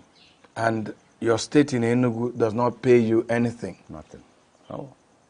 Chairman, wonderful journey, wonderful career, wonderful life, and of course, the greatest one, getting ill and getting well by somebody's magnanimity. What are your regrets in life? Well,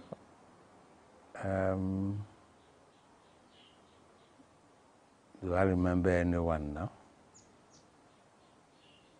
I don't think I have any. I thank God I was alive.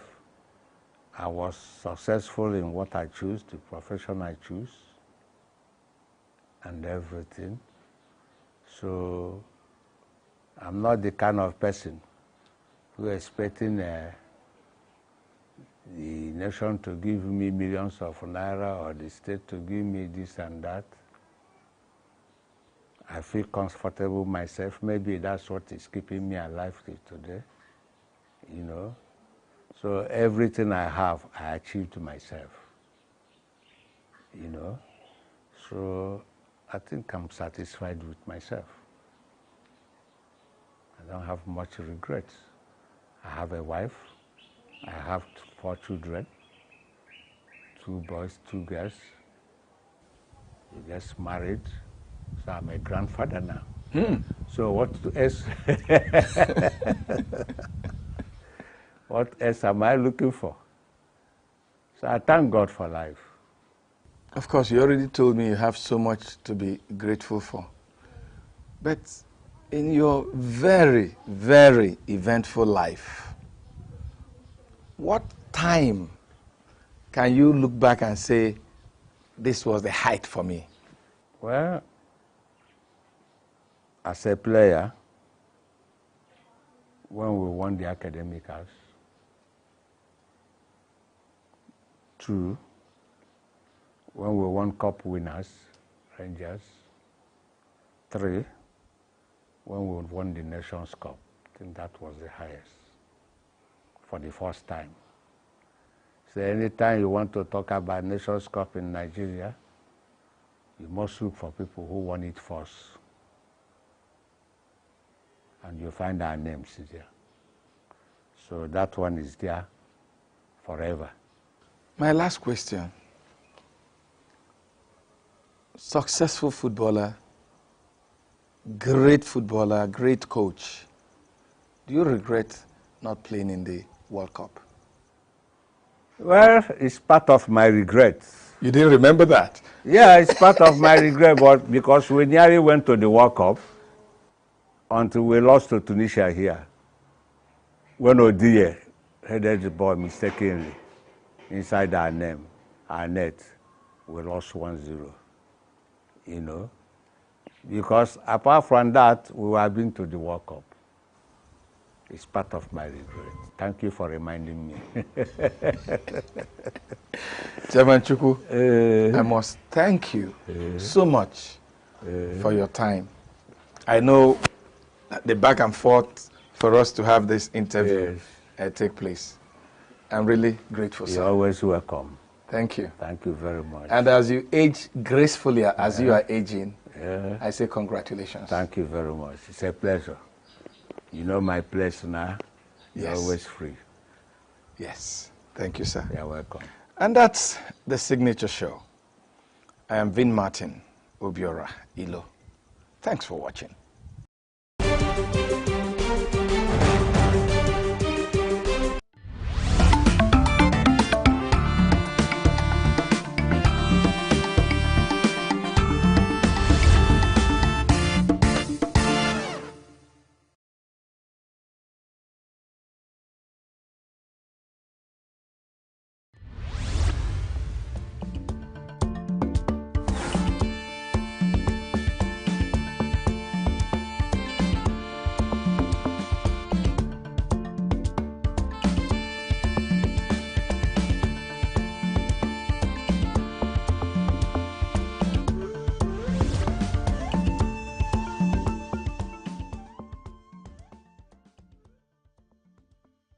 The only way to cure crisis in Nigeria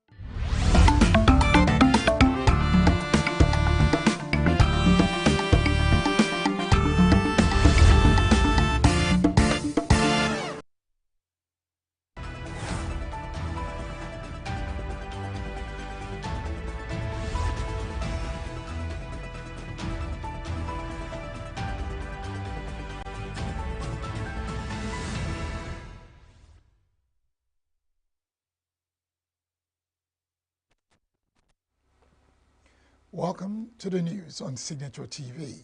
I am Barry Kumo Ado. In the headlines, Ebonyi State Governor Mwifuru charges new local government chairman on accountability and service. Troops immobilized combat vehicles destroyed by terrorists. ENUGU local government elections to hold September 21st, and Ukraine's attacks on Belgorod disrupt first day of school. Details shortly.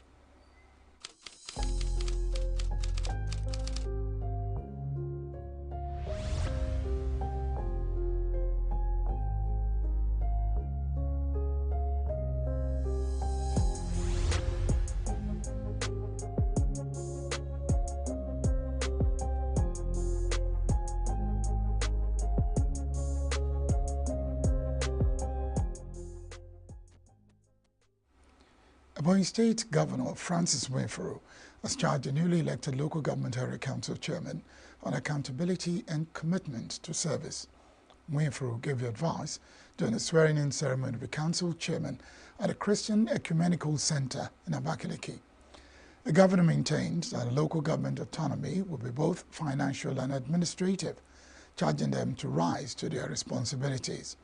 It asks them to ensure welfare of the people by prioritizing development initiatives that will foster growth, peace, and contribute to the overall socio-economic development of the state. He equally enjoined them to be prudent and assertive in the management of resources. He further cautioned against the imposition of traditional rulers on communities, urging them to allow the customs and tradition of the people take its course. The ENUGU State Independent Electoral Commission, NCEC, says the September 21 date for local government elections in Enugu State remains sacrosanct. The chairman of NCEC, Professor ENUGU, told newsmen in Enugu that all arrangements have been concluded for the hitch-free council polls into chairmanship and councillorship positions in the state.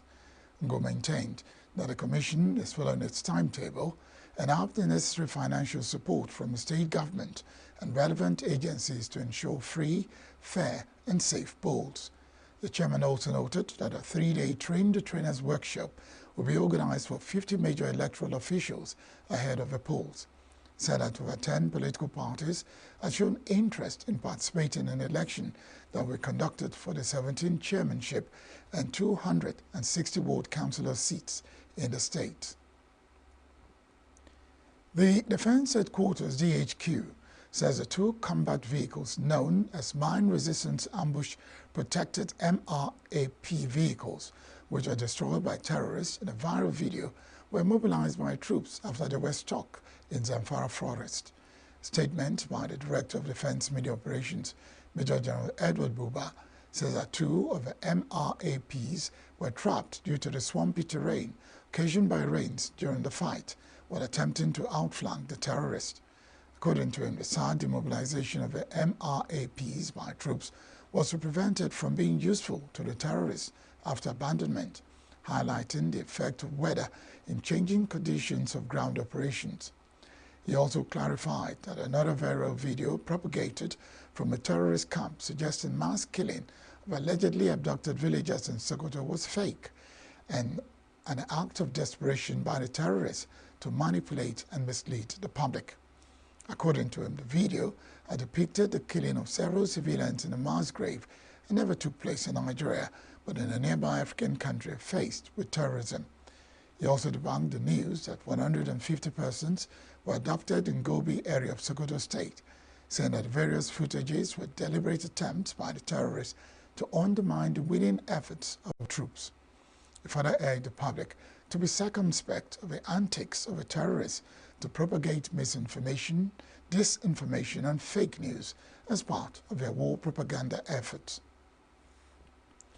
Gunmen suspected to be Boko Haram insurgents looted and set ablaze shops and houses in Mafa village in Tamuwa local government area of Yobe State.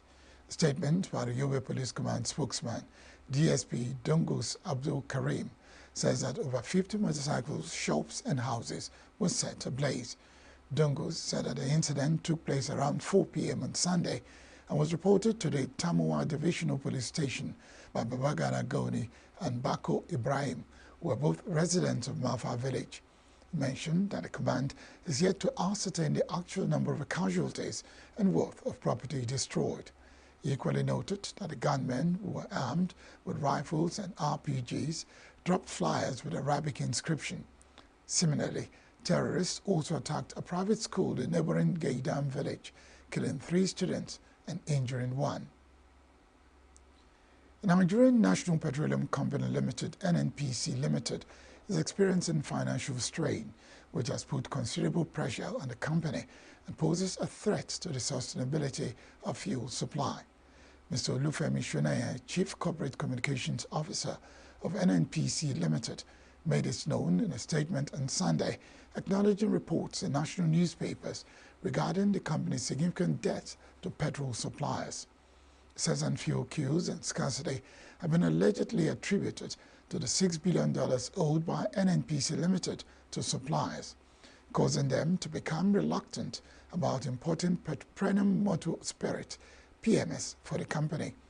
Reacting to the situation, Shunaya stated that the financial strain had placed considerable pressure on the company and posed a threat to the sustainability of fuel supply. Shunaya added that the company was actively collaborating with relevant government agencies and other stakeholders to maintain a consistent supply of petroleum products nationwide. The Transmission Company of Nigeria, TCN, says in order to keep the national grid frequency within the predetermined bounds, it intends to purchase a spinning reserve. This was made known by Mr. Sule Abdulaziz, Managing Director of TCN, in an interview with newsmen on Sunday in Abuja. He claimed that even in the event of a disruption or system malfunction, the spinning reserve will keep the grid operational. The quantity of underutilized capacity in online energy assets can make up for power outages or frequency dips in a specific amount of time, and it's known as a spinning reserve. However, Abdulaziz stated that cooperation with important players in the power value chain was necessary for the spinning reserve. In addition, they're implementing flexible alternative current transmission system, FACTS devices. Managing Director said that the company had proposed several projects in order to close the remaining loops on the network, which was still radical, creating redundancy. He said that the robust maintenance was aimed at preventing sudden failure that may lead to grid collapse. The TCN boss said that the company had continued to carry out regular upgrade of its equipment to prevent technical failure that will reduce downtime, using advanced monitoring and control systems to detect and respond to issues promptly. Managing directors further said that TCN's engineers had equally deployed an in-house design Internet of Things technology in response to the challenge of limited visibility of power generators. The Kebbi State Independent Electoral Commission, KESIEC, on Sunday declared the All Progressive Congress APC as the winner of Saturday's local council polls in the state. Alhaji Aliyu Mohammed Mera, chairman of the commission, who announced this in Birnin Kebbi on Sunday, said the party won all the 21 chairmanship seats and 225 ward councillors. Mohammed Mera said that 17 political parties participated in the polls, including APC, NNPP, LP, AAC, Boot Party, AP, and SDP, among others. Announced that the commission had ratified and adopted the chairmanship results for the local government areas as announced by the various councils' returning officers and the councillorship results as announced at the electoral ward. Mohammed Mera expressed joy that the exercise was peaceful and hitch-free and commended the security agencies and all other stakeholders for their invaluable support. PDP boycotted the elections, accusing the KESIEC chairman and his commissioners of being card-carrying members of APC. The PDP alleged that the commission's leadership would not in any way be fair to opposition parties. Gender equality in Nigerian politics has been demanded by Relu Modupe Martins, a prominent member of the All Progressive Congress APC in Ondo State. Martins described the recent termination of our employment as a Senate President Godswill Akpabio's senior legislative aide as discriminatory in a statement she made on Sunday in Akure. The APC chieftain criticized the sack, claiming it was illegal and urged women's rights advocates to step in. She emphasized the disparity in treatment between men and women in politics, noting that if it were a man, he was unlikely to be relieved of such a position without due process. The former deputy governorship candidate of the Social Democratic Party in Ondo State, who expressed deep disappointment, stated that there was disparity in treatment between men and women in politics in the country. Martins alleged that her disengagement was likely motivated by Senator Jimo Ibrahim, Ondo South APC, following his loss in the recent governorship primary of the APC. She emphasized strong commitment to the unity in the APC, adding that as a true progressive, she would always support the best interests of the party and the state, even when it was different from the ambitions of others. Responding to the allegation, Mr. Benjamin Ebenezer, who is a member of the Jimo Ibrahim campaign group, also known as Accessory Team, described the allegation as a mere figment of imagination of Martins. Ebenezer said Martins was only nursing the wounds of her disloyalty. Governor Dauda Lawal of Zamfara has approved the appointment of Brigadier General Abdul Kadir Gome, retired, as acting chairman of a Security Trust Fund Board of Trustees. This is contained in a statement issued by Malam Abubakar Nakwada, Secretary to the Zamfara State Government, SSG in Gusau, on Sunday. Nakwada said the appointment takes immediate effect. Gume's appointment followed the resignation of the former Inspector General of Police, IGP MD Abubakar, retired, Pioneer Board Chairman of the fund. The fund was established by Governor Lawal shortly after assuming office to mobilize resources to support security agencies in a fight against banditry and kidnapping in Zamfara. Nakwada said Lawal approved Gume's appointment based on his credentials as well as the quality leadership he exhibited while in active military service. According to him, Governor Lawal is confident that under Brigadier General Gume's leadership, the Security Trust Fund Board of Trustees will realize its central mission of mobilizing resources to strengthen the state security architecture. ENUGU State Government says the ENUGU International Hospital, a 250-bed state-of-the-art quaternary medical center, is set to be built. Professor Emmanuel Obi, the State Commissioner for Health in ENUGU, made this revelation while briefing reporters on the result of a State Executive Council meeting that Governor Peter Mbah chaired on Sunday at Government House in ENUGU. According to Obi, the hospital is compliant with administration's pledge to stop medical tourism and make the state the first choice for travels, business, investment, and residents. In addition to offering first-rate, highly specialized medical care, the commissioner stated that the ENUGU International Hospital, which will be located in the center of ENUGU City, would also function as a citadel of medical research and training. Obi also said the meeting discussed measures to checkmate the Mpox disease, which he said had become a major international concern, adding that the Executive Council directed a scale-up of awareness campaign on the disease. Up ahead, NAF Special Forces eliminate notorious terrorist kingpin, others in Kaduna. NYSC core members undergo financial literacy training in Katsina. Stay with us.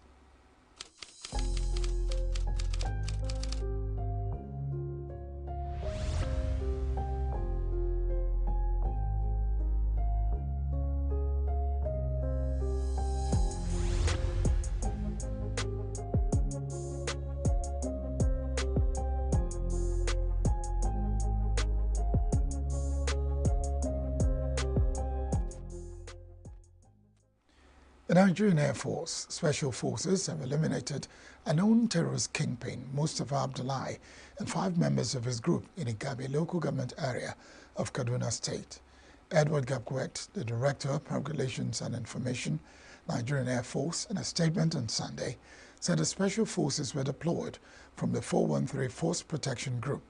Gabkwet said the deployment followed an intelligence report received on August 31 that the terrorist kingpin and his group were sighted near Sabungida Forest along Sabung-Birinin Road. He said that their mission was with likely intention to kidnap, harm, or kill innocent civilians. According to him, after making contact with the terrorists who were on motorcycles, the terrorists immediately opened fire on sight in the special forces, but were met with superior firepower by the troops. The troops eliminated all the terrorists and recovered 5 Dane guns, a locally fabricated submachine gun, and live ammunition, as well as assorted charms, lighters, SIM cards, and cell phone cases. In the Ikorodu division of Lagos State, the chairman of the local government and local council development areas, LCDAs, have started a campaign of intensive public awareness against cholera outbreak among the local populace. In order to stop the sickness from spreading, the chairman of the various councils gave the Environment Department instructions to start raising awareness. Ikorodu Division is composed of 4 LCDAs, Ikorodu Central, Ijede, Igbobo, Bayeku, Ikorodu West, Imota, and Ikorodu North, and 1 local council.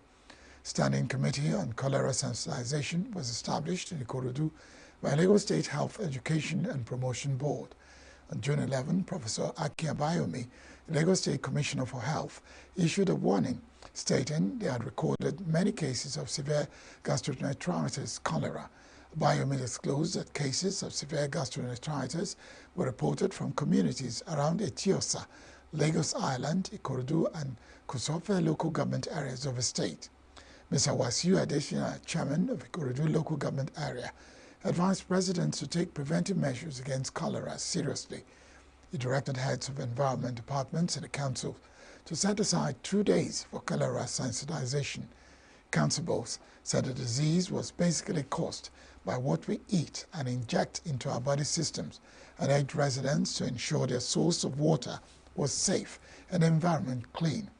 According to him, some of the preventive measures would include ensuring safe drinking water by boiling, safe bottled water, maintaining proper sanitation, and safely disposing of feces. Mrs. Olajumoke Caxton Martins, the Group Managing Director of Tolu Medical Center in Lagos, says lowering maternity mortality among expectant women in underprivileged communities requires ongoing sensitization. She made this known on Sunday in Lagos during a maternal health outreach event honoring the 37th anniversary of Tolu Medical Center. The World Health Organization (WHO) reports that Nigeria continues to have some of the highest rates of maternal death worldwide. According to data from the Health Ministry, Nigeria is responsible for 12% of maternal child stillbirth and neonatal births worldwide. Carlton Martins contends that empowering and educating expectant mothers in marginalized areas will lower the number of pregnancies ending in death and lessen the need for inexperienced traditional birth attendants, DBAs. The group MD stated that because of ignorance and financial worries, many pregnant women had exposed themselves to risk. According to her, the hospital holds quarterly health sensitization for pregnant women in Ajegunle and Ojo communities, where its health facilities are cited to improve health outcomes among pregnant women. Said that through the program, they interact with no fewer than 1,000 pregnant women annually, encouraging most of the Embrace Health facilities to antenatal delivery and family planning services. Similarly, Dr. Abayemi Ayashkosho, Medical Director at Tolu Medical Center, Ojo, urged the federal government to stabilize the economy. Ayashkosho said that a robust economy that is self-sustainable would impact the lives of citizens and the health sector. Pregnant woman, Mrs. Juliet Yakub, said that she almost lost her life and baby from pregnancy complications by patronizing unskilled traditional birth attendant at Ajegunle. Fewer than 300 pregnant women were present at a medical outreach which featured health talks and counseling, subsidized ultrasound, antenatal services, among others. Governor Caleb Mukfwang of Plateau has called on residents to exercise patience and continue to pray amid economic challenges. He made a call during a service at the Church of Christ in Nigeria, COCIN, in Garki, Abuja. Governor acknowledged the widespread hunger and frustration, but emphasized the need to seek help from the Lord. Reverend Dimfa Mamsha, Kongshen's Deputy General Secretary, urged the Church to be deliberate in its efforts to live a holy life in line with the Church's theme for 2024, Living in Holiness. Quoting from Hebrews 12:14, he admonished the congregation to be mindful of their speech, eating habits, and dress sense so as not to lead others astray. The National Youth Service Corps NYSC Batch B Stream 2 Corps members deployed to Katsina State have undergone a one-day sensitization program on basic financial literacy training. Program held on Sunday at the NYSC orientation camp along Manu Road served as a precursor to the Scheme Skills Acquisition and Entrepreneurship Development SAED program commenced in September 2. Alhaji Saidu Ibrahim, NYSC coordinator in the state, disclosed that the training was conducted in partnership with NYSC, Nigerian National Petroleum Company, and Kudimata Nigeria Limited, financial education outfit. He explained that the training aligned with the objectives of SAED program aimed to equip core members with vital life skills to become self-reliant. Ibrahim emphasized that financial literacy was crucial to success in a competitive labor market and a stepping stone towards self-actualization. He encouraged core members to leverage the knowledge gained from the training to avoid relying solely on white-collar jobs. The NYSC coordinator reiterated the scheme's commitment to empowering youth core members to become employers of labor. Training featured a financial expert who provided insights on financial identity, planning, practical money management, and budgeting. Education stakeholders have remained divided over the federal government's recent policy announcement on candidates' eligibility for secondary school final exams. According to a recent announcement made by Professor Tahi Maman, Minister of Education, a minimum wage of 18 is now required for candidates taking the National Examination Council (NECO) and West African Senior School Certificate Examination (WAEC). According to Maman, candidates for the Joint Admissions and Matriculation Board (JAMB) Admitted Unified Tertiary Matriculation Examination (UTME) must still be at least 18 years old. Claims that going forward, these institutions won't permit kids who are younger than required age to take the exams. On the other hand, some stakeholders praised the policy and said it was appropriate, while others said it was out of date. They called for an introspective evaluation and further consideration to ensure that it did not have adverse effects on the education system. Now let's turn our attention to the business world with business news.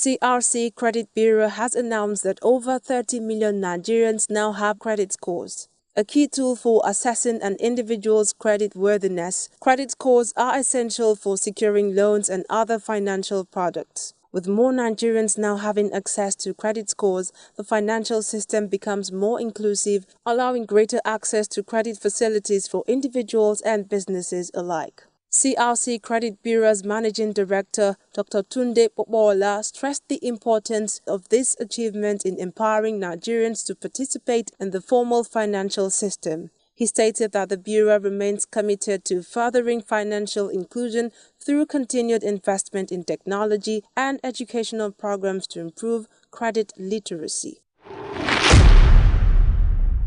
The Federal Competition and Consumer Protection Commission (FCCPC) has announced a one-month moratorium for traders and market forces to reduce the prices of consumer goods. During this period, the FCCPC will closely monitor compliance with consumer protection regulations. Speaking at a stakeholder engagement event in Abuja, FCCPC Executive Vice Chairman Tunji Bello warned that after the moratorium, strict enforcement actions would be taken against those exploiting consumers. Penalties could include substantial fines and imprisonment. Bello said that while the Commission has the power to impose heavy penalties, dialogue is the preferred first step in creating a fair and competitive marketplace. He cited a case where a fruit blender priced at $89 in the US was sold for over 944,000 naira in Lagos, questioning the justification for such price hikes. The FCCPC also addressed the issue of public transportation, warning against arbitrary fare increases and emphasizing the need for a reasonable pricing framework to protect consumers. Market leaders were urged to collaborate in reducing prices. The United States Agency for International Development (USAID) has handed over water and sanitation projects worth $3.5 million to the Jigawa and Kano state governments. These projects, part of the Water Improvement and Sanitation Enhancement WISE initiative, aim to reduce waterborne diseases in underserved and rural communities in the two states. The three-year project, which began in August 2021, targeted over 66,000 residents for access to basic water services and 123,000 individuals for basic sanitation. The WISE initiative installed 55 improved water supply systems and 50 improved sanitation facilities in schools and healthcare centers. USAID's Chief of Party on the WISE project, Simeon Nyaka, noted that the initiative has exceeded its initial target, providing potable water to over 42,000 rural residents, 6% of new permanent residents, with 265,784 individuals combined. In total, over 1 million immigrants globally received their permanent residency in 2022, with 82,117 of those coming from African nations. Several committees of the Economic Community of West African States ECOWAS Parliament have called for the abolition of the residence permit system within the region, arguing that it contradicts the goals of free movement established under the ECOWAS Treaty. This recommendation was presented in the draft report following a joint committee meeting in Banjul, the Gambia. The residence permit system, designed to allow citizens of ECOWAS countries to reside in other member states for extended periods, is seen by the committees as a barrier to the free movement of people. The report emphasized the need to align regional laws with the free movement protocols outlined in the treaty. The committees also recommended stronger sensitization campaigns and better training for immigration officials to ensure consistent enforcement of ECOWAS protocols. They also called for the full implementation of the ECOWAS biometric identification card and regular reviews of regional agreements to minimize contradictions between national and regional laws. South Africa's rand has reached a 13-month high, boosted by improving investor sentiment as the country's economy shows signs of gaining momentum. As of Friday, August 30th, the rand was up 0.7%, trading at 17.63 per dollar after briefly hitting 17.5950, its strongest level since July 2023. Analysts attribute the rand's strength to a structural improvement in South Africa's economy, supported by over 150 days without power cut as a result of improved performance at Eskom, the state power utility.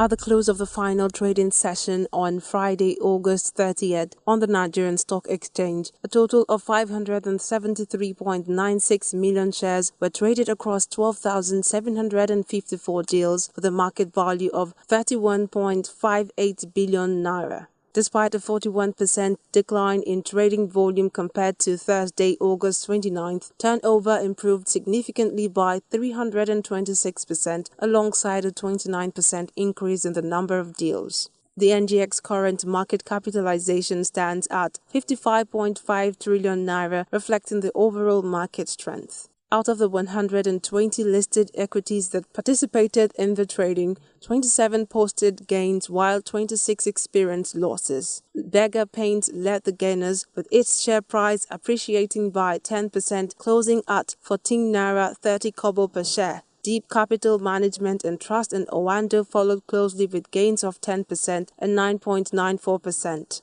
Other notable gainers including McNichols, which rose by 9.93%. On the losing side, Etana suffered the largest decline with a 9.95% drop to close at 26 naira 60 kobo per share. RT Briscoe, Tantalizers and Charms also posted significant losses, declining by 9.90%, 7.25% and 7.17%. In terms of trading volume, Judas Berger Nigeria recorded the highest number of shares traded, with 121 million shares changing hands. Owando followed with 93.9 million shares, while Jais Bank and Guarantee Trust Holding rounded out the top four with 54 million and 26.3 million shares traded. And that's it on Signature Business Morning News. I am Tom Sinime Natus.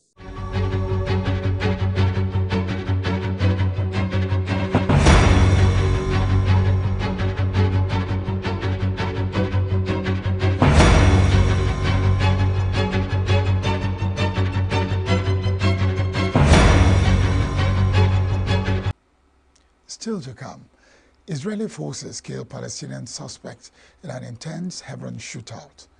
Zelensky says nearly 50 injured after Russian attack on Kharkiv. Details after the break.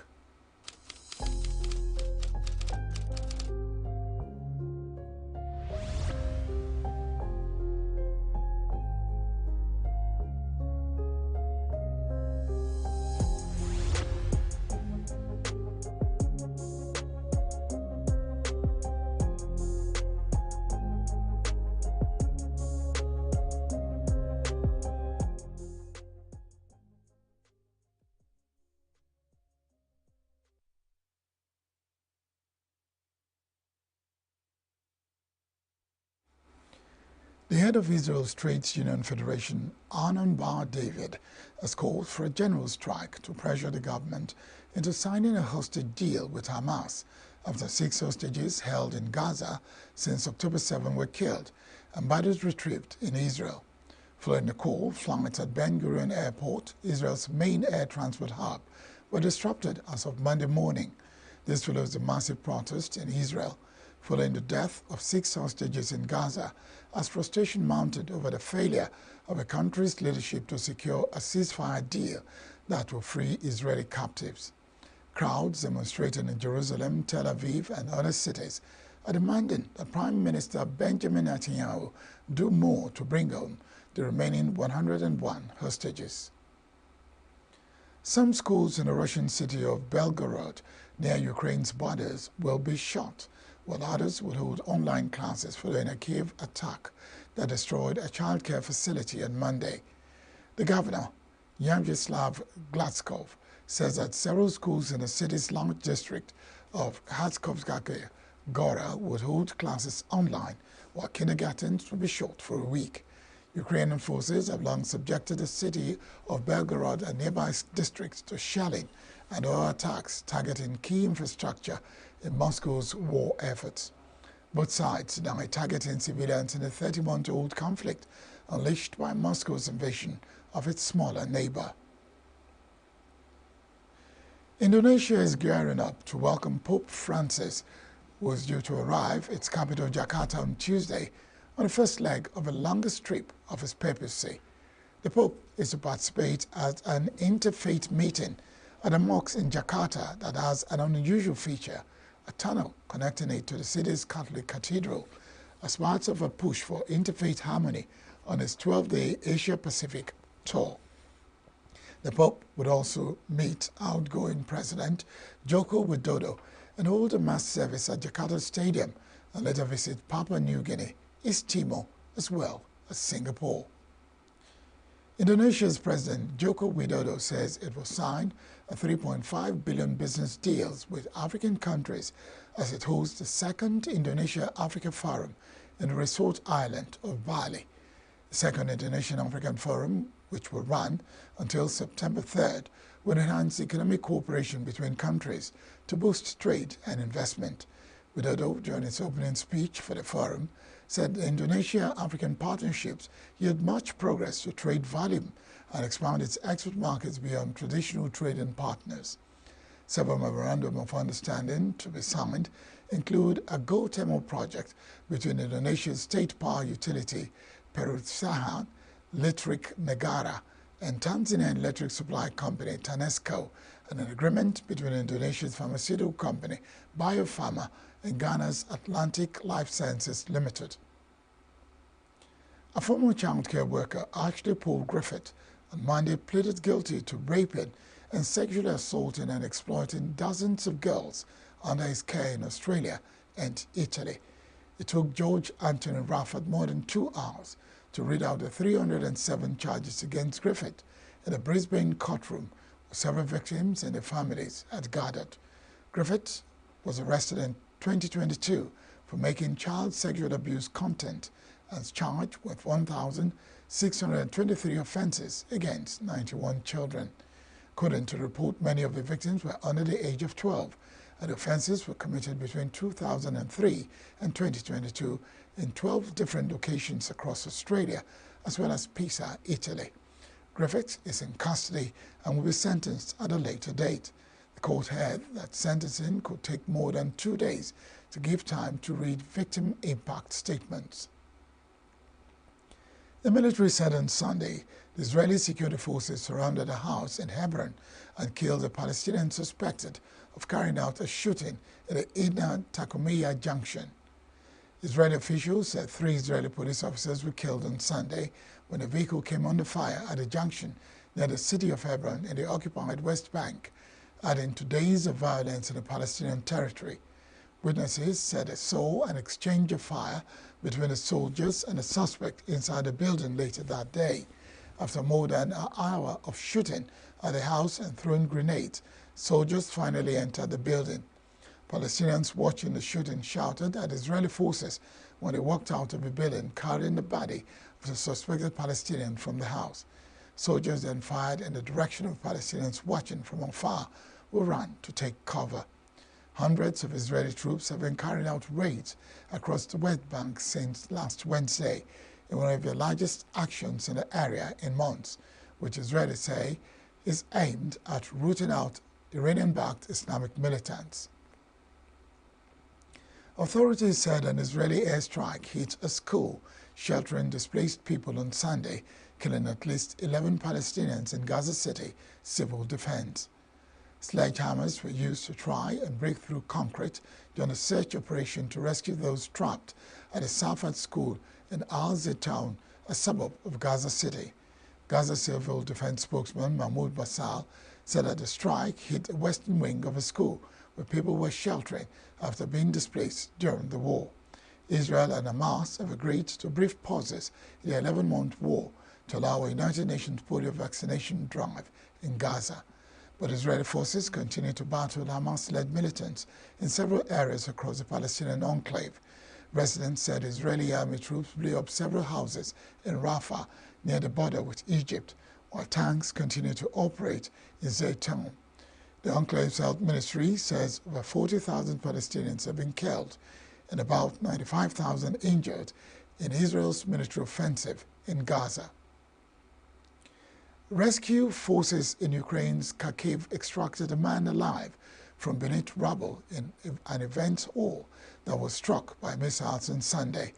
The strike survivor said moments after his extraction, he was feeling fine, after which medics placed him on a stretcher and carried a seemingly unharmed man away.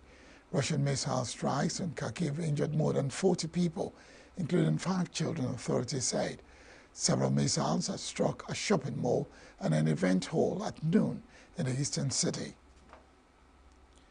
Ukrainian President Volodymyr Zelensky said in his nightly address on Sunday that nearly 50 people had been injured in a Russian attack on Ukraine's northeastern city of Kharkiv.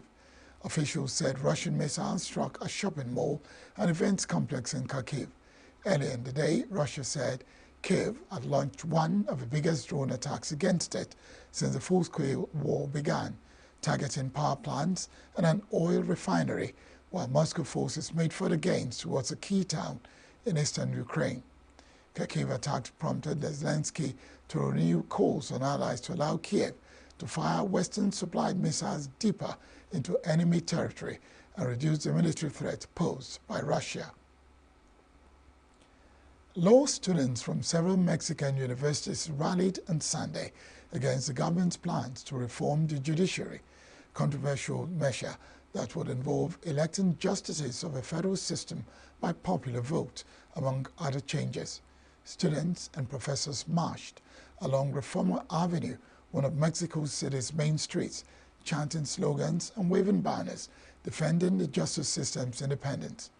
A congressional commission approved the reform on Monday, paving the way for a final debate under the new Congress, in which the ruling Morena party and its allies hold a 2/3 supermajority in the lower house and are 1 seat short in the Senate.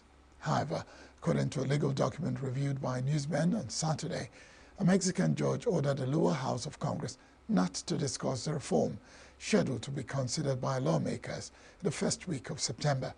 The reform will see around 7,000 judges, magistrates, and justices, including the Supreme Court, elected by popular vote, lower experience and age requirement, and a reduction in the size of the nation's top court. Proponents say it would improve democracy and help fix a system that no longer serves the public.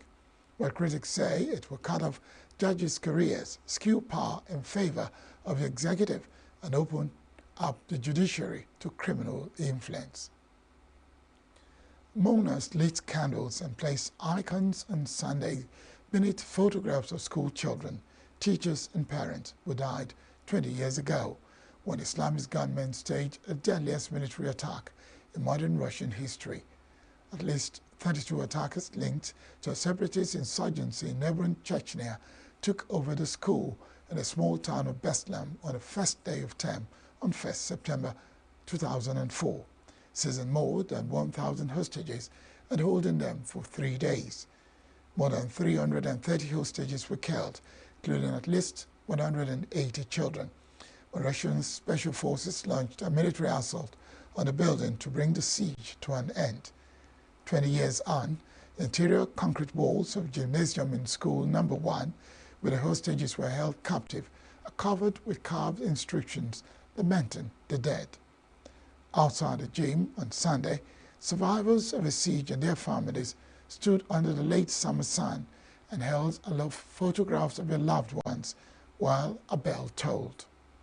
The crowd then processed into the gym, where they and local officials lay red and white roses at the foot of an Orthodox cross erected in the room's center. On the gym's exterior wall, a large placard hangs, reading, "Remember us, as long as you remember, we are alive." Outside stands a statue of a small child entitled "Scream of Beslan." In the days and months after the attack, survivors accused the authorities of bungling the siege by using tanks, flamethrowers, and grenade launchers, while hostages were still cowering inside the school gym and then covering up what happened. The streets of central Tel Aviv were filled with tens of thousands of protesters on Sunday evening, calling on Israeli Prime Minister Benjamin Netanyahu to do more to bring home the remaining hostages in Gaza. Israel on Sunday said it recovered the bodies of 6 hostages from a tunnel in Gaza where they were apparently killed shortly before its troops reached them. Netanyahu said Israel will not rest until it caught those responsible. In Jerusalem, protesters blocked roads and demonstrated outside the Prime Minister's residence, while Israel's trade union called for a general strike on Monday to further pressure the government into securing a hostage deal.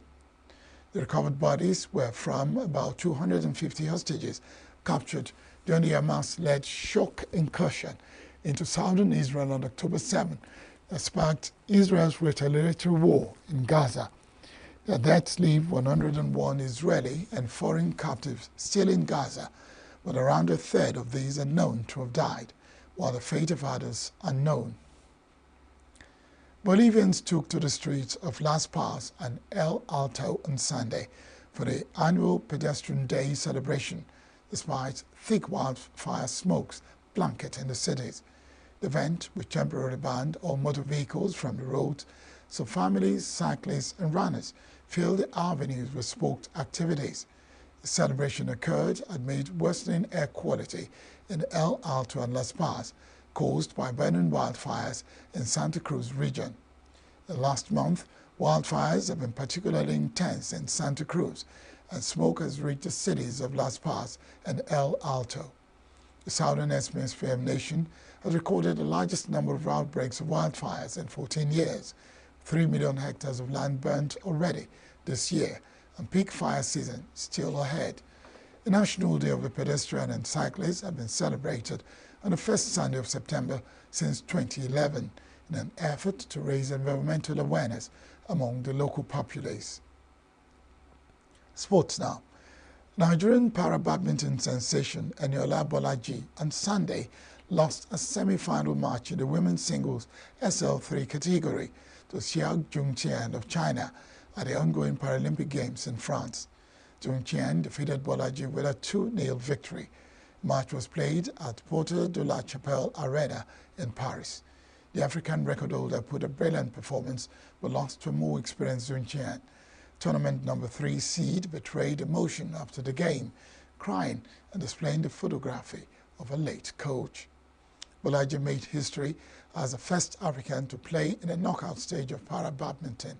She overwhelmed Mandeep Kaur of India in the quarterfinal 2-0 to book the semi-final slot. Minister of Sports Development John Eno told newsmen after the match Bolaji lost due to inexperience, but in all, she did well and hope she can pick up the bronze in the third-place match. Bolaji would on Monday play Koznia Osadna of Ukraine in the third-place match. Sana lost to Senakuro Etia of India 2-0. Italy's Luna Rossa remain atop the Louis Vuitton Cup standings after the final day of action of the first two of round-robin events to qualify for the America's Cup. Italians improved for 4 wins and 0 losses against the rest of the challengers on Sunday, finishing 26 seconds ahead of winless Arlington Red Bull Racing for Switzerland. Second place sits Serbian Ireland's Ineos Britannia with 3 wins and a loss. They overcame France Orient Express Racing Team by just 16 seconds in a nail-biter. While reigning champions New Zealand do not score points in a 2-stage round-robin event held to determine the challenger from the 5 other teams in contention. Competition offers valuable sailing time to prime their boat for October's finals. They earned 2 victories a day, 4 defeating Allegheny were disqualified for being more than 100 meters outside of the boundary during the opening race before overcoming NYYT American Magic by 29 seconds. Team GB made it another impressive evening in the pool on Sunday, adding another 4 goals to the Paralympic Games medal tally at La Defense Arena. Moise Summers Newton began the gold glut, winning the women's 100 meters breaststroke SB6 with a game's record time of 1.31.330 minutes, having won gold in the 200 meters individual medley on Friday. 22-year-old Summers Newton has now defended both of our titles.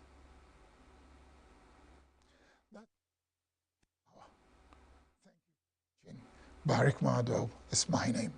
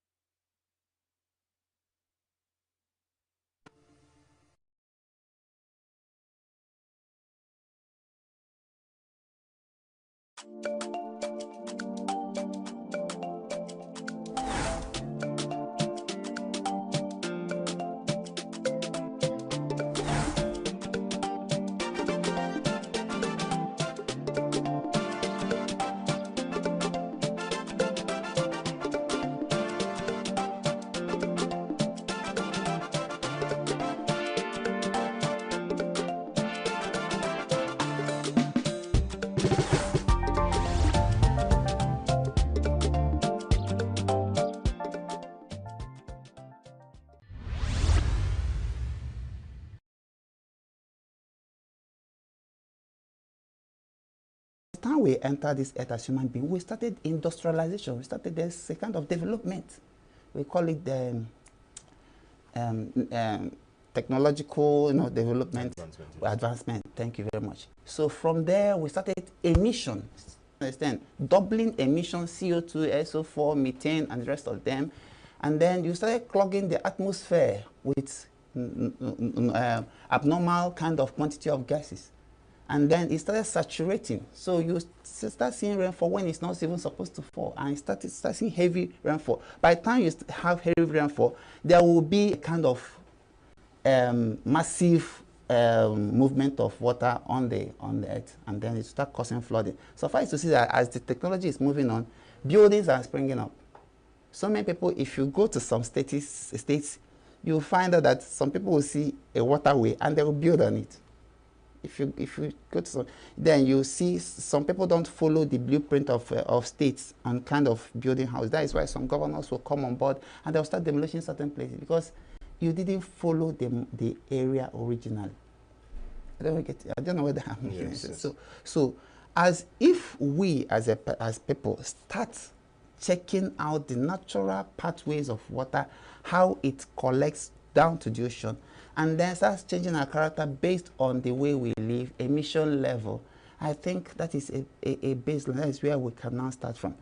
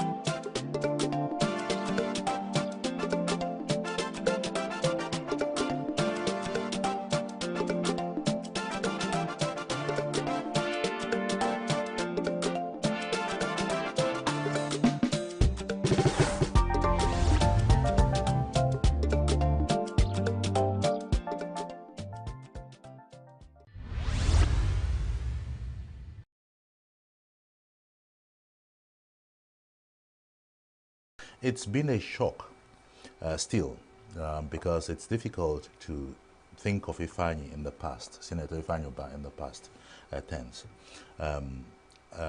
He was a bulldozer. He was a great mobilizer of our people. He understood the grassroots and was able to relate very well with the downtrodden, more than he did with the elite amongst us.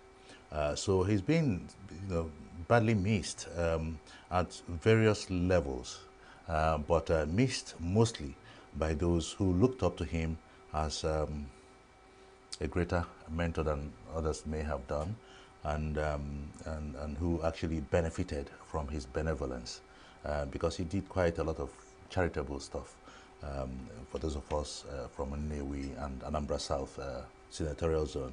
So he will be missed sorely. But you see, life goes on. Life goes on. He came like a meteorite, did his job, finished it in good time, and was called back home by our Creator. So, we're not here to question God. We just pray that his soul continues to rest in peace, and our good Lord is able to get him a wonderful room in one of his many mansions in heaven.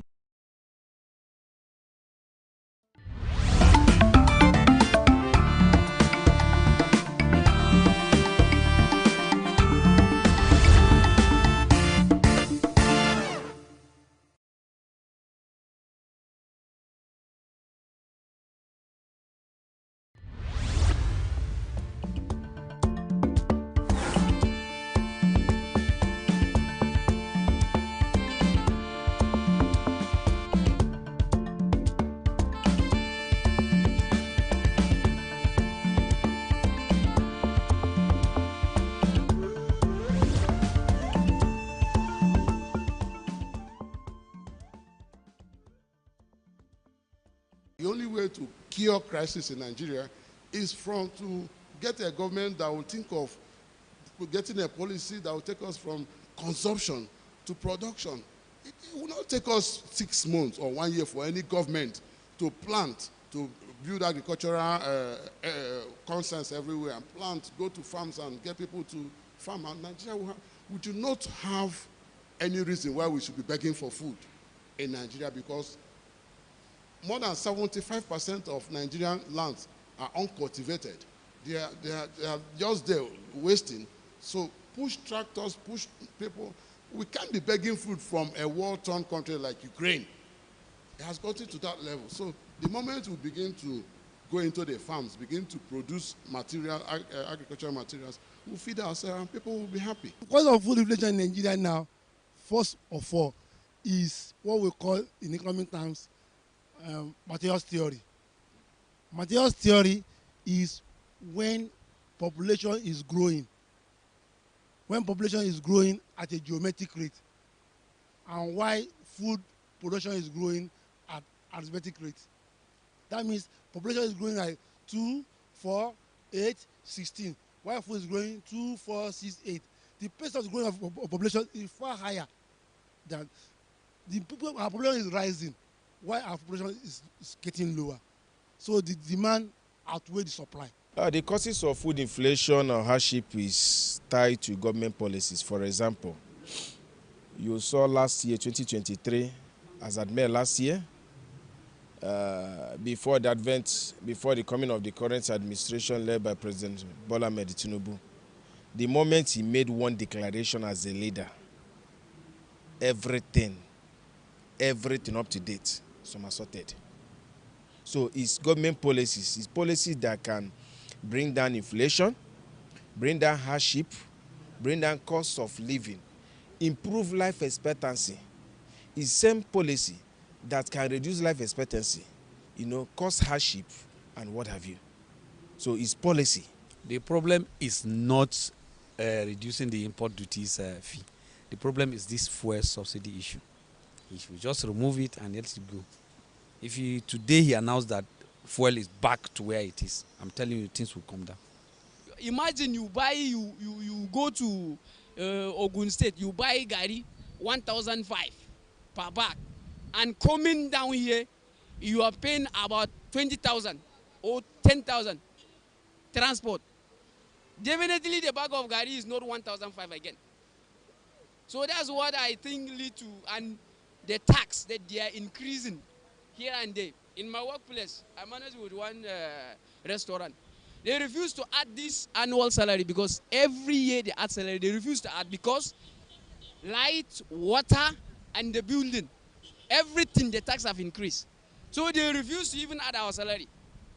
They are not even doing Nigeria good with this, their tax or whatever. Except if they are extorting. This one, I see it as extortion from poor people and giving it to the big people.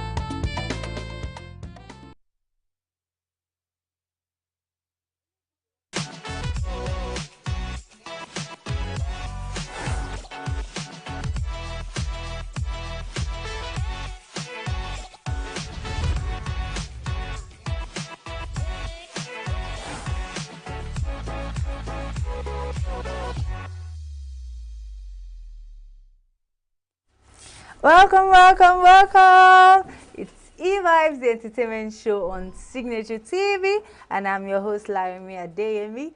But I'm not alone. I'm with the amazing... Hello, I am Quinsley Rowland, and welcome to E-Vibes. Yeah, as always, this is a show that's going to be packed with the latest buzz of the world of entertainment, from the hottest celebrity comebacks to the juiciest industry gossips, gist of latest movies, music. You shouldn't miss it.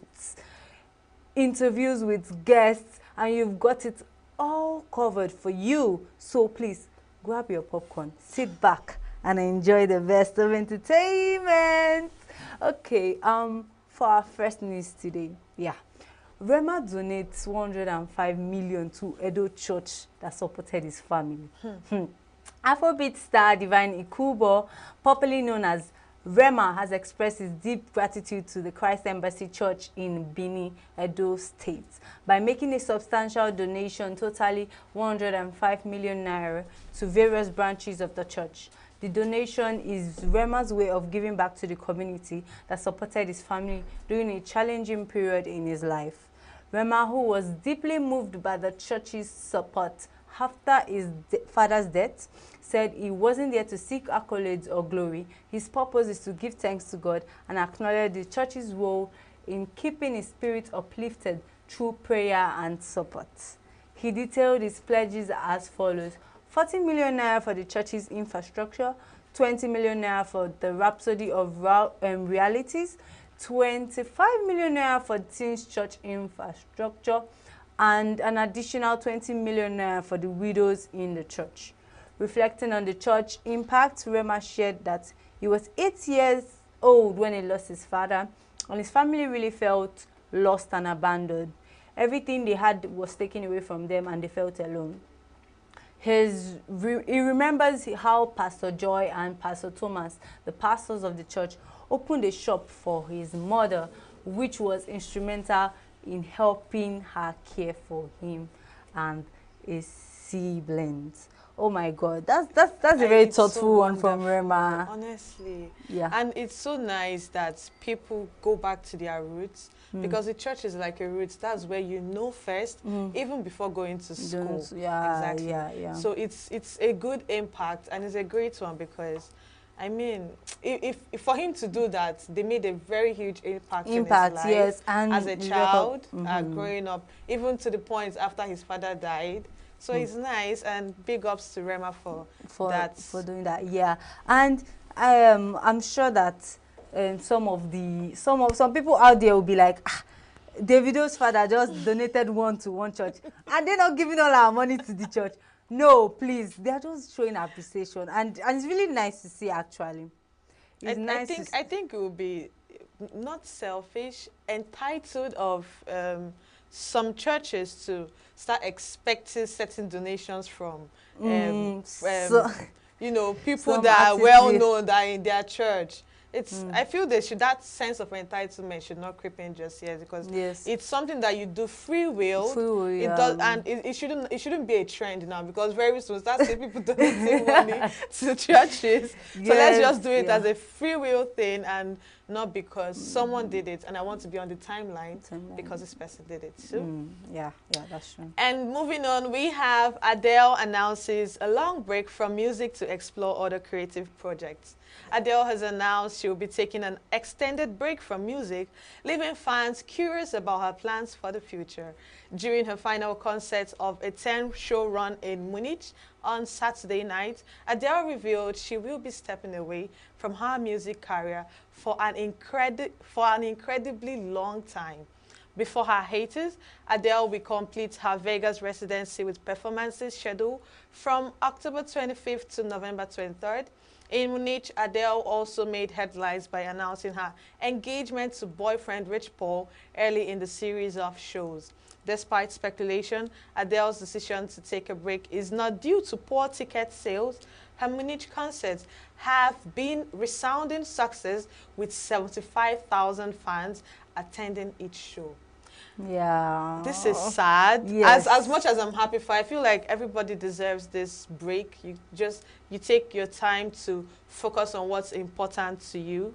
So I feel it's a good step, but at the same time, we'll miss her, because what are we supposed to do without Adele now? Yes, our hello is suddenly saying bye. Please, what's going on? And it was just shortly after her engagement with Rich Paul, her athlete boyfriend. Yeah, well, we can see it as her trying to finally settle down with like her life and focus on her marriage, focus on what she wants for herself. Everybody deserves that. Yes, everyone deserves that. Like, but as much as we love to hear her wonderful voice, we also wish she the best for her as well, I guess. Yeah. She needs that time. I mean, being that she just finished her concert, she really does need that. Yeah, but and I like her dedication, because it says in the reports that she's going to make sure she finishes up concerts that she have lined up before. So it's not like she has totally like left, cancelled on everybody. It's really nice. It's really nice. Yeah. Big ups to Adele, and I pray when she's back, she's better. Yes. All right, that's if she would come back though. Ah, she will. Come on. So in other news, Thames is telling us that she's open to marriage. The R&B star Temilade Okpeniyi, better known as Thames, has expressed her openness to the idea of marriage. In a recent appearance on Shopping the Sneakers podcast, the 29-year-old Grammy-winning artist revealed that she is not currently in a romantic relationship, but she remains open to the possibility of marriage in the future. When asked by the podcast host if she envisions herself getting married one day, Thames responds thoughtfully, "Yeah, we will see." Unlike many celebrities who have publicly ruled out marriage, the 29-year-old Grammy-winning singer said she's open to see what the future holds. Despite the previous rumors linking her to an African rapper, Future, which she has since dismissed. Tems has maintained a relatively private personal life. In an earlier interview with YouTuber Koti EO, she has shared her views on relationships, suggesting that many men approach relationships with no serious intentions other than sex. Wow. Tems is telling us that I'm going to get married, y'all. See, I know that you guys are you're not seeing it yet, but I'm going to get married, y'all. do you know what I want to say? What do you want to If say? it were in my shoes, in my powers, I would marry Tems. Because she's an ideal woman. She's beautiful. Come and try it slowly. No, don't get me wrong. That's here. why I said if it was in my power too, because you mean if you were a man? Exactly. Right. Okay. Exactly. Right. Exactly. So I'm safe. I mean, she's so ambitious. She's successful. Today we'll be telling a story in fashion, and I hope you have an amazing time. So, I'm really, really, because it's like a trend now that celebrities feel like, I don't want to get married. I don't want to be under any man's control. Yes. I have my career in front of me. Not knowing that you can do these things and still be married and have your own family. So I feel like it's a good thing that she's putting it out there that, okay, I'm not single by choice. It's just I'm waiting for the right person to do this thing. So it's beautiful. And she, her saying that, okay, she's looking for a serious man. Yeah. Which it says a lot. But initially it was rumored that she and Future were having something to do together. Rumor. Please, rumor. She did not come out to say anything. So that's why she's debunking it. So I mean, it's beautiful. If you're interested in Tems, I think this is the chance. Yes, and please be serious. Because she has already mentioned that she wants serious people only. Thank you. And you don't have brothers that have the intent of marrying someone like Tems. I don't have apologies.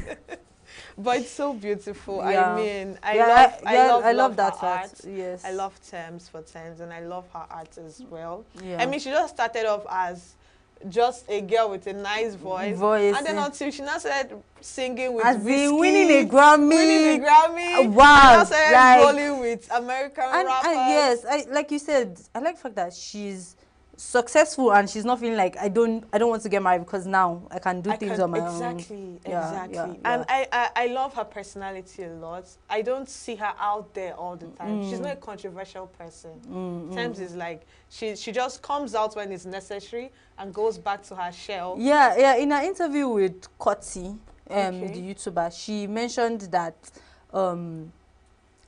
that she's quite introverted actually. Like she likes her space, she likes being private in a way. So I think that's one of the things that's really like made her the way she is. Like for you to not see so many controversial things about her. I know. She keeps her private life off social media. And I think that's something that celebrities need to manage, because people always try to pry. You're a public figure. People want to intrude, which is wrong, but I mean that's the attention that comes with being a celebrity. Please. If you are saying all of them to manage, what will now happen to this gist that we're getting? I mean that's where it comes in. They can regulate what can come in and what goes out. I think that's what I mean exactly. So they don't get controversial stories about them, because that's how people keep speculating things about celebrities, and they are just in their house and they just see stories and they just laugh like, people know this is not true. So it will help us understand them better and equally give them the rights to life. They are humans as well. Oh my goodness, everyone, Queensley is giving celebrity advice now, please. If you're a celebrity and need advice, contact Queensley. No, I'm always available. Wow, she's really promoting herself, you guys. In other news, Ian McKellen isn't retiring from acting anytime soon. Wow. Sir Ian McKellen has confirmed that he has no plans to retire from acting and expressed a strong desire to reprise his iconic role as Gandalf in the upcoming Lord of the Rings film. Despite a recent fall in June, which resulted in a broken wrist and a chipped vertebrae, while performing in Player Kings in London's West End, The 85-year-old actor remains enthusiastic about his career.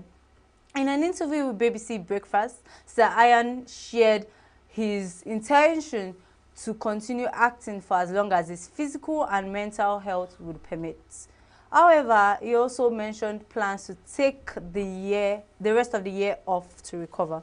Sir Ian, who is renowned for his portrayal of Gandalf in both The Lord of the Rings and the Hobbit trilogies, made it clear that he does not want anyone else to take the role of the beloved wizard in the forthcoming film. The Hunt for Gollum, set for release in 2026. He remarks that he's not letting anyone else put on the pointy hat and beard if he can help it. The new Lord of the Rings film is in the works with Andy Serkis directing and starring as Gollum. Sir Ian expressed his excitement about the ongoing enthusiasm for the franchise, saying that his enthusiasm for the Lord of the Rings shows no sign of abating. He added that he couldn't tell us any more than that. He has just been told that there are going to be more films and Gandalf will be involved, and they hope that he will be playing him. When he doesn't know, what the script is, he doesn't know. It has not been written yet, but so he's telling them they better be quick. Yeah. Do you know why I'm dancing? Why? Because I support him. You support him? Yeah. I like it that he's not backing down. Why would any other person step into Gandalf's role? It's like trying to replace Patience Ozoko. Come on. I get Mama G. Come on. I mean, I think it's a few days ago, I was talking to my friend. We're talking about, he mentioned that he loves Lord of the Rings. That was like one of his favorite movies. And we're talking about Gandalf. So me seeing this story, I was so excited because how can someone else want to step in and take his position? Wear the pointy hat with the long beard. He said as long as he's living, you guys, please. As long as he's breathing, his physical and mental health is still, set. As long as his legs can move to that stage. Yes. He's going our Gandalf is not going nowhere. Please, he should not go nowhere because there is no Hobbits and there is no Lord of the Rings without Gandalf. If you're being honest, there's none of it. It's like trying to replace Smeagol.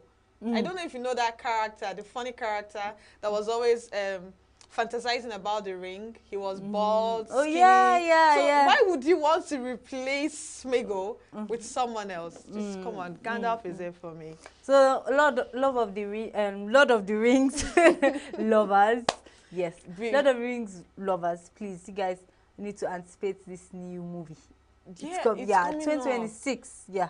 So in a way, he has told us that something is coming out though, and I'm not going nowhere. And I know it's going to be better. It's really going to be better. And I like the fact that, I don't know if you've noticed, they keep remaking these old movies and reforming it in a better way, just like how they did for Lion King and the rest of it. So well. As long as you keep what the main classics was about, I have no problem. Because there's sometimes when people do a remake and you're like, please, leave our movie. Leave our movie alone. They're trying to ruin your childhood. Yes, exactly.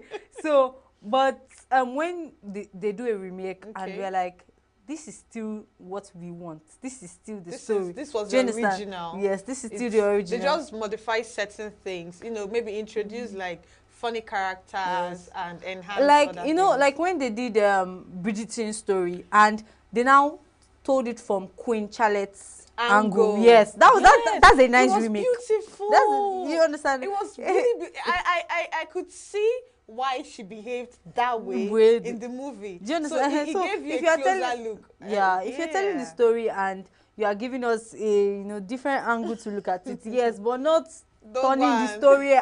Don't go and truncate the idea we had initially, because that it's a classic and it's a movie that it is a must watch even for this generation. I feel like if you did not see the first Lord of the Rings. Yeah. Go back and watch it. We still have time. Yeah, yes, we still have like time. So 1 you year catch up, plus. you understand, in case they change certain things, and so that you understand why Gandalf still wants to play Gandalf, his role. Yeah, So, and big ups for Ian, because I love the fact that he's showing us that fighting spirit that, see, and it also shows his true love for. wise. So probably people are looking at how old he is, and maybe he might not really last on set for that long. Well, he has already said that he's taking, because he had a fall in June. Yes, he did. So he's taking out time to rest, at least for the rest of this year. Okay. So we can expect that he's still strong enough, please.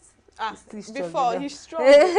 I'll lend him my strength if he needs it. Wow. Honestly, I can't wait for it. And Gandalf is such a wonderful character. The way he speaks, the way he carries out his role, it was so nice. And I'm a big fan of Lord of the Rings. I have to emphasize. So I'm really excited about it. And the next story we have is Nigerian celebrities. Suddenly behind me, alien video director T.G. Omori counters Portable. Before I dive into this story, following up on this thing, why is it that when things like this happen, people have opinion that are not necessary? Like, okay, is it this T.G. Omori story? Yes. People have opinion. It's not necessary. You don't have to say this thing because you don't know the struggle this person is going through. You don't know who is helping this person right from the onset. And then you just set up your ring light, bring out your phone, and start making a long speech. Queensley is throwing a shade. Every actor, who is she throwing a shade at? I asked a question. I didn't tell you. I am trying to throw a shade here. Okay, but we have music director, thank God, Omori, known as T.J. Omori, has issued a disclaimer clarifying that support he has received amid recent controversy sparked by singer Portable.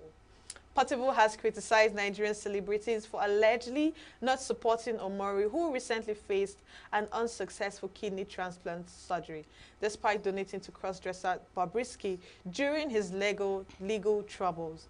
In response, T.J. Omori took to his social media to set the record straight. He assured his supporters that his colleagues and friends had been solidly behind him long before his health issues became public.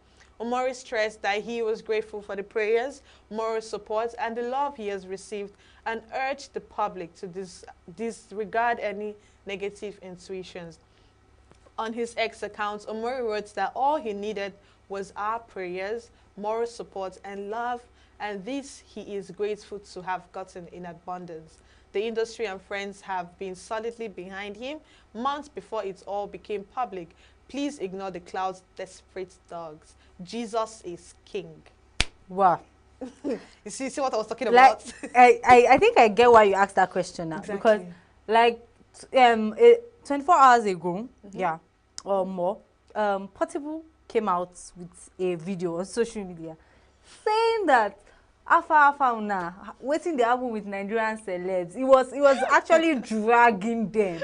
He was dragging them that, please, no support T.J. Omori, who we all know that is sick right now. And his brother, which is a wonderful person, donated kidney to him. But it just happens that the transplant was unsuccessful. So he's still kind of like fighting for his life. Understand? So Portable came out saying that Nigerian celebrities, you guys are not helping. You guys went to go and help Bobrisky when he was in prison. Like, you guys are sending money where they did not tell you to send money, or you are wasting money. In what way did he put it? He's being sentimental. I would, because of past happenings, it's rather obvious that Portable and Bobrisky don't go along. Yes, they don't. So, but it doesn't mean that Bobrisky doesn't deserve love. If we are going to divert to that aspect, it doesn't mean that he doesn't deserve love. I mean, someone being in a correctional center is no child's play. It is mentally draining, especially when you didn't. This is not like a crime. It's a crime. It's it's punishable. But people that are there are criminals, murderers, thieves, kidnappers, and then what you did was, you know, mutilate the naira, and you found yourself with people like that. So that was like this little way they could help him, support him while he was there. Now moving to T.J. Omori, people have been helping him behind the scene. You know, I feel like Nigerians are always about spectacle. They are always about what they see, what people put on social media, and that's what people don't understand. There is more to life than what you hear and what you see. T.J. Omori has been, you know, struggling with this problem for a while, because I've been following him for a while now, even before the surgery. So he, at some point, he stopped smoking because of his health. And people were reaching out to him. They were talking to him. They were giving him money and the rest of it. But he did not put it out there. And then suddenly someone speculates that people were not helping him. And it's so nice that he comes out to... So you're saying that in order for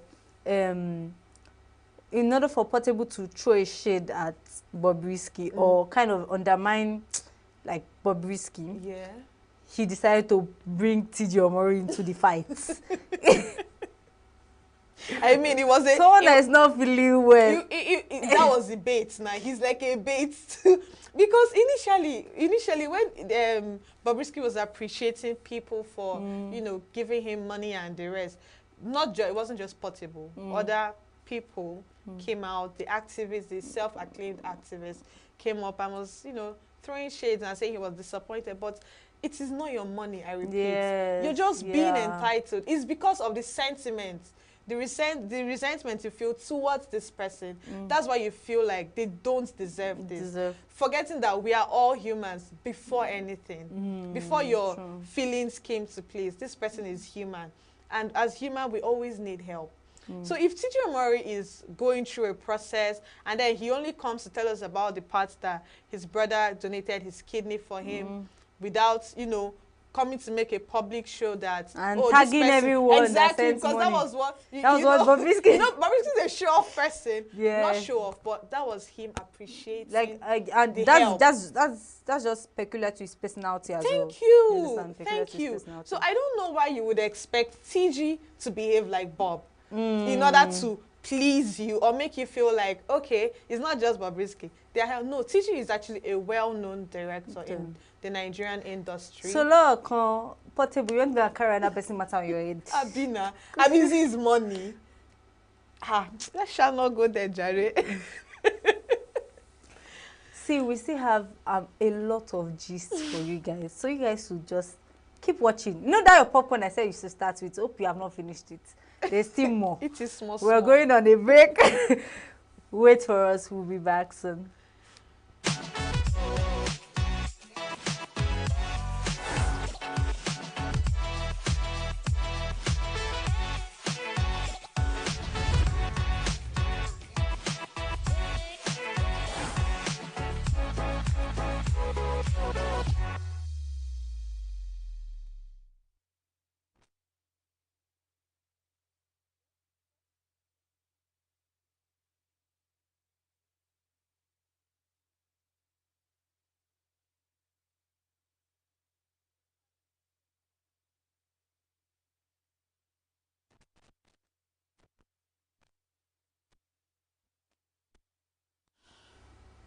Welcome back. It's still E-Vibes, the entertainment show on Signature TV.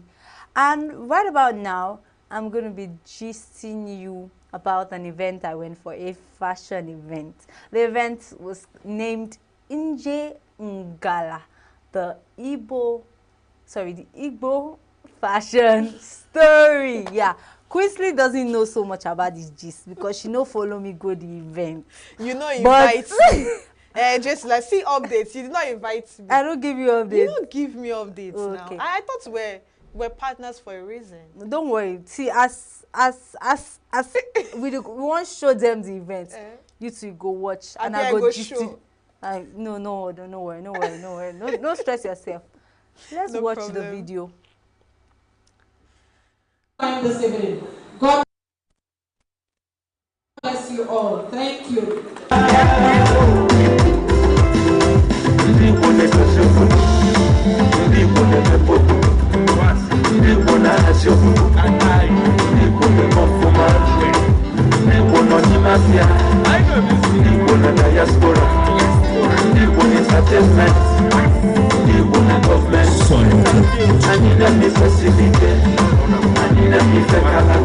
Anywhere you enter, we say, yeah.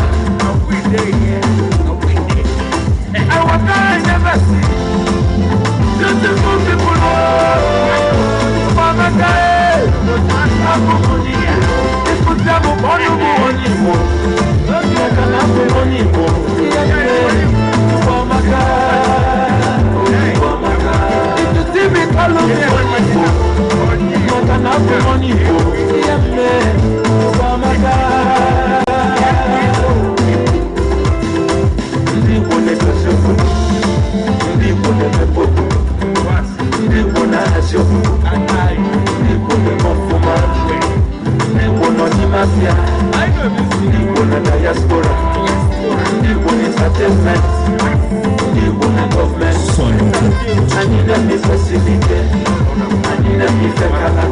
Anywhere you enter, we say, yeah. We day here, we day. I want I never see. Beautiful people, Mama Gae, Abumonia. It's put them up on you, Monimo. Like an apple, Monimo. Mama Gae, Mama Gae. If you see me, call me, Monimo. Like an apple, Monimo. Mama Gae.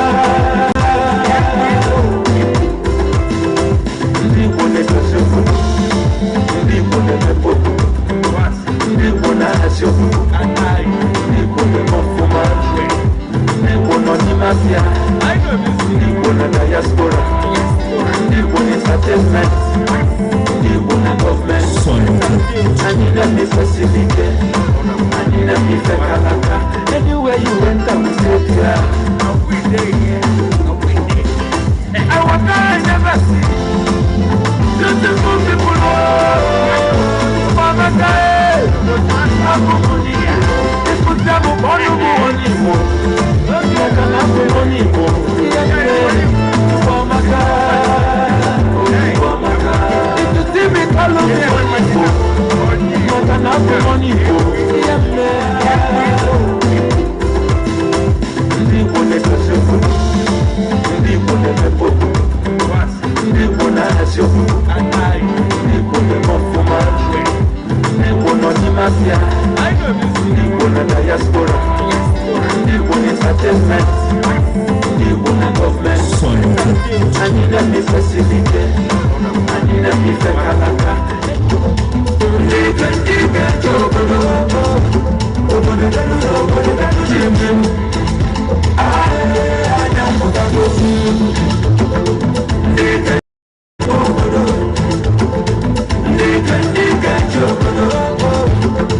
Ladies and gentlemen, Rada passed by Kusi.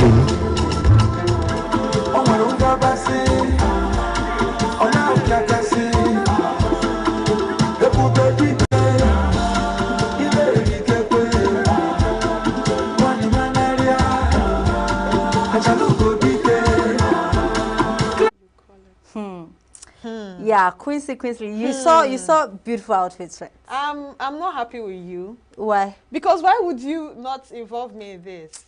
I'm very sorry. Please let me beg. Oh, I don't. You apologies. just come and you be enjoying what is ours, and you leave me behind. Is that how you do? That was not the plan. That was not the plan. You know, some things came up, and you know, I didn't know that this fashion show would be as wonderful as it was. It is so beautiful. It was amazing. The event held at Centers for Memory at Independence Layout, ENUGU, and a lot of people came for the event, and I didn't know people were this interested in fashion. Like, if you even see the attendees, you go think say now models than Bill. Everyone showed up on their A game, on fleek. That's the word. On fleek, honestly. This collection, do they have like a name? Yes, Because it's okay. like it's so unique to It's really unique. So do they have like a name for the collection? Yeah, the collection you guys just saw now was called the Webu Arts Collection. Webu Arts Collection. And it was done by Kako Couture. So yeah. So and it was like, okay, arts, but you can wear it. You understand? And it has like cultured theme to it. I could see the cowrie with the details. Yeah. Some of the dresses had cowrie detailing. So you'd see like a bit of the Igbo culture in it, like in the clothes they wore. So and you'd see the models working with the clothes, like, okay, this is art, but you can wear it and still look stylish. Yeah, exactly. I'm sure a lot of people would have gotten some inspiration from it as well. Like, cause I saw a number of outfits that I'm like, wow, different from the regular things that people wear. And I'm so thrilled, because how can someone be so creative and you know, you make wearable art? It's so unique. I'm so excited looking at it. I'm so excited looking at it. And now you don't just make it something. You make it in a way that it syncs with culture. It's so beautiful. It syncs with the Igbo culture so well. And from the clothes, it would look like it was a bridal. Maybe someone that you could actually wear something like that for a bridal shoot. Yeah, like traditional marriage ceremony kind of thing. Yeah, I agree. And the headgears that they had on. Then the arts they did with the hair too. Yes. I was just like, please, take my head. Do something to it. Do something with it. Yeah. It's so beautiful. And I saw this particular headgear that even had like piece of clothing on it, like leaves. I don't know if it was so big, and then that was so beautiful. That was one that caught my attention.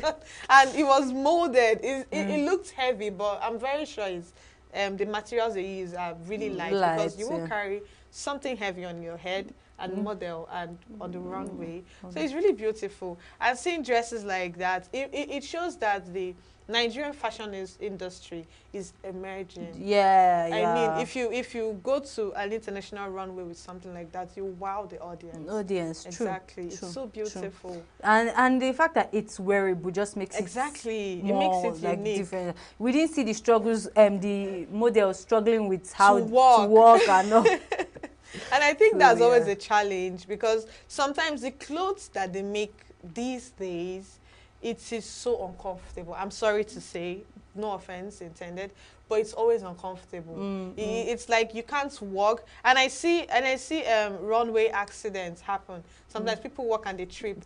Exactly. No, I assure you that no model tripped.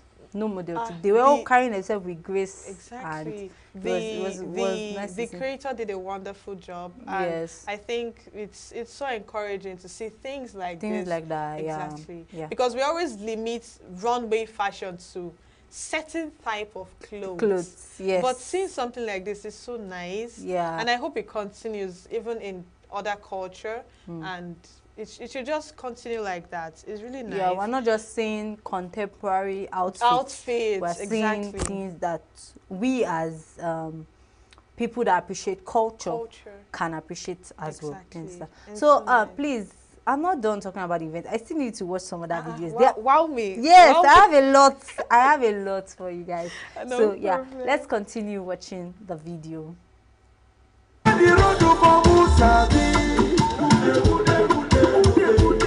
Step aside for the game changer.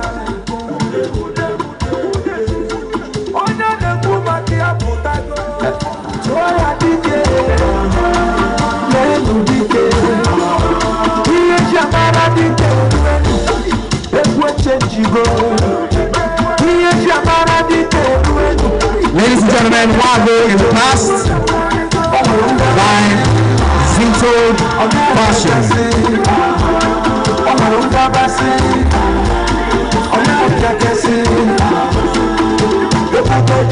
Zito Fashion is known, real name, Zito Igiligi.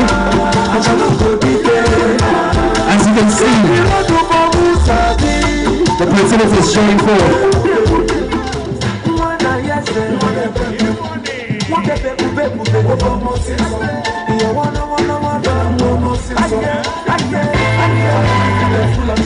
Usalesa, even a double power to no double condenser. If any double people, you get it to the monster. I can't do the Jawa, they will be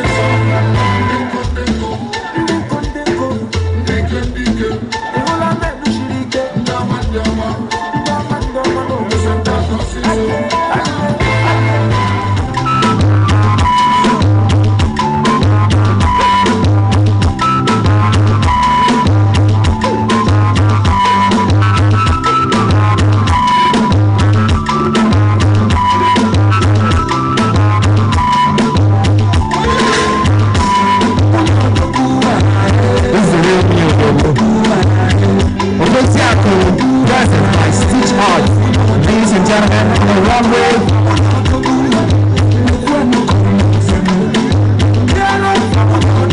Some of you that are married can attest to the fact that this is how it should be. Especially in present day, we know that.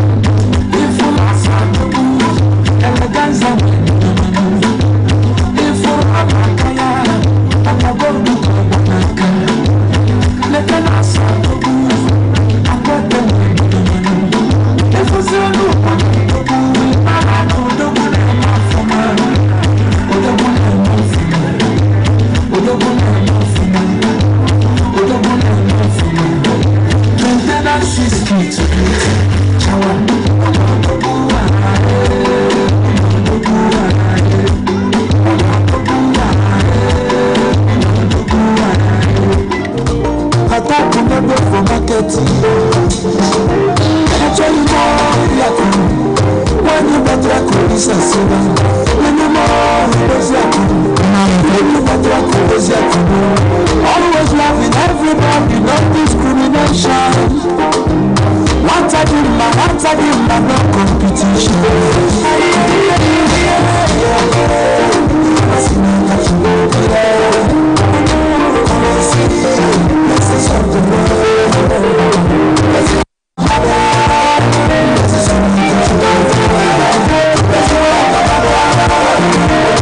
Ladies and gentlemen, you can see right this side.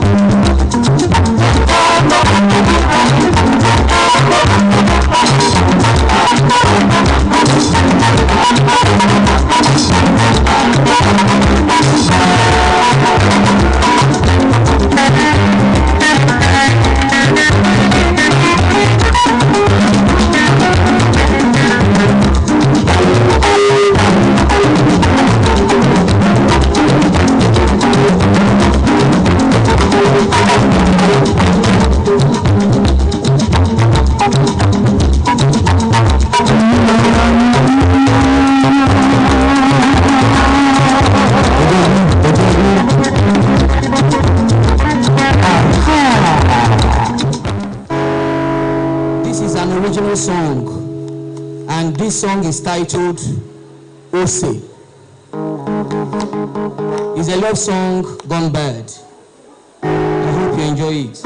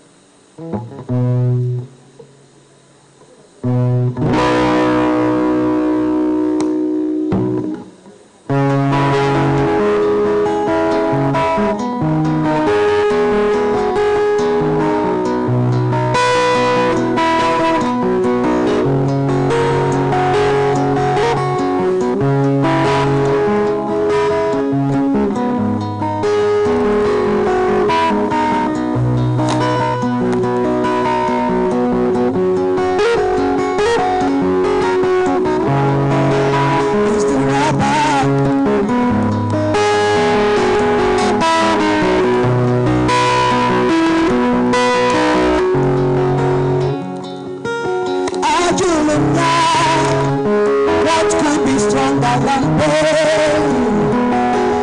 I say loving someone who loves someone else. Give me example of frustration. I say Inolorita Chuwani Maluma Matabala Kazani Onye Gigi Anakono Oanaga Alafusie Bane Chiozo Kabebana Luago. Oh yes. Oh yes, oh yes, oh yes. You saw that Igbo fashion story. You saw that Igbo fashion story. My dear, imagine if you were now there. If you were now there. Oh, it was amazing. If you want to throw shades, throw it very well. Wow. Please, as you are saying me, am I throwing any shade at anybody? No. Yes, please. If you see the Nwada young women, so like the Igbo story was trying to tell us how the fashion evolved in the Igbo culture, like the past to the present, like how people dressed. The young women called Nwada, how they dressed in the past and how they are now dressing now in the present. You understand? So the Unwagu, I don't know if I'm pronouncing this way. The Unwagu, the young men, how they dressed in the past and how they are now dressed in the present. You understand? So they also talked about the Odogus, the wealthy men that we know about, how they are, because now Odogu is like more of a present thing. You understand? Like more, so how they look, how they dress. You understand? It's Igbo culture. That's what it's about. Igbo fashion story. So then the Odoguaku, how they pronounce it? Odoguaku, yeah. The women that marry the wealthy men, the wealthy wives, yes. So how they dress as well, like how their fashion looks like, what their fashion looks like. Then we also saw the Agbara wine. Yeah. So how it looked like and everything. So the event was splendid. The event was splendid. The event was splendid. You can just see how the Igbo culture has, grown so well and improved as well in fashion. That's really nice. Yeah, that's really nice. So that was just a tip of the iceberg of what happened in the event. So trust me, we'll still talk more about it and maybe even talk with some guests about it as well. Just hold on, keep watching. So I want to talk about some movies that were released last month, because yes, we're in a new month. Happy new month, everyone. I'm sorry I didn't say that before. But so I don't know if you watched some of these movies, and if you did, please do well to comment down in the comment section, and also tell us how what you thought about the movies, and also tell us about movies that you feel like was also released last month and you feel people need to have watched by now. You understand? It's a new month. We have to make sure we finish last month's homework. So yeah, there's the It Ends With Us movie, which was released on Friday, August 9th, 2024, and it was rated PG-13. And this movie was about the complications arising when a woman's high school's love interest comes back into her life. The story was filled with drama and romance, with the lead Blake Lively. We saw in the It Ends With Us premiere where she wore Britney Spears' wonderful dress, and that there was a lot of media buzz with it and all. There was a lot of media buzz with it as well, and the director was Justin Bowden. So I don't know if you've watched It Ends With Us, but please tell us if you watch it and tell us what you thought about it, so that others too can. But no spoilers, please. But just give us smudges. You understand? So I would have loved to take some other movies, but we have run out of time. Please do well to tune in tomorrow, same time, 1 p.m. Please, yeah. And do well to follow us on all of social media platforms, Instagram, Facebook, TikTok, yes, and YouTube here. Subscribe. Use that subscribe button. I don't like the way you're behaving. So yeah, and we are live on Facebook. We are live on YouTube 24/7. Please stay tuned in. And don't forget 1 p.m. always E-Vibes the show. Yeah, and I'm your host, Layomi Adeyemi. I wasn't alone. I was with the wonderful. Of course, she was with Queensley Rowland, and we are signing off. So, all right, bye.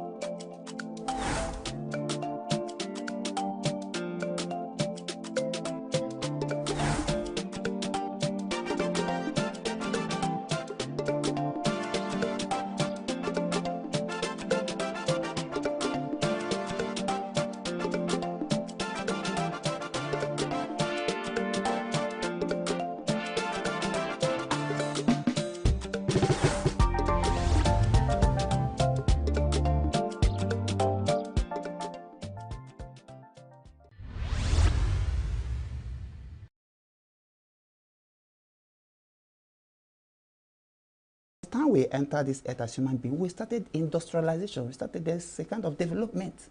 We call it the technological, development, advancement. Thank you very much. So from there, we started emissions. Understand? Doubling emissions, CO2, SO4, methane, and the rest of them. And then you started clogging the atmosphere with abnormal kind of quantity of gases. And then it started saturating. So you start seeing rainfall when it's not even supposed to fall. And you start seeing heavy rainfall. By the time you have heavy rainfall, there will be a kind of massive movement of water on the earth, and then it start causing flooding. So far is to see that as the technology is moving on, buildings are springing up. So many people, if you go to some states, you'll find out that some people will see a waterway and they will build on it. If you go to some, then you see some people don't follow the blueprint of states and kind of building houses. That is why some governors will come on board and they'll start demolishing certain places because you didn't follow the area originally. I don't know whether I'm making sense.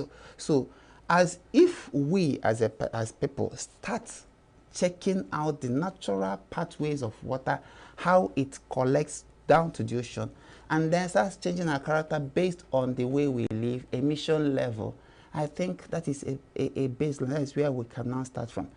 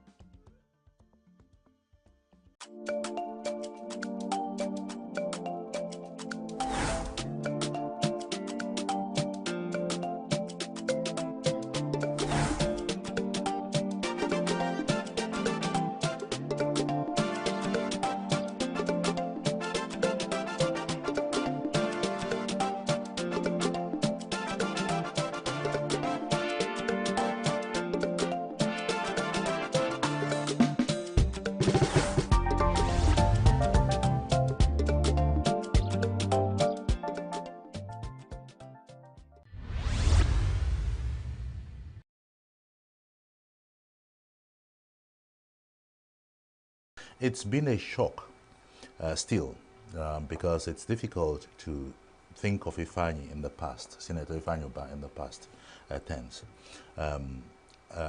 He was a bulldozer. He was a great mobilizer of our people.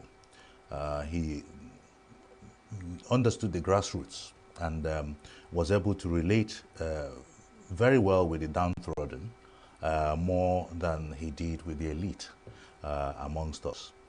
So he's been, badly missed at various levels, but missed mostly by those who looked up to him as a greater mentor than others may have done, and who actually benefited from his benevolence, because he did quite a lot of charitable stuff for those of us from Nnewi and Anambra South senatorial zone. So he will be missed sorely. But you see, life goes on. Life goes on. He came like a meteorite, did his job, finished it in good time, and was called back home by our Creator. So, we're not here to question God. We just pray that his soul continues to rest in peace, and our good Lord is able to get him a wonderful room in one of his many mansions in heaven.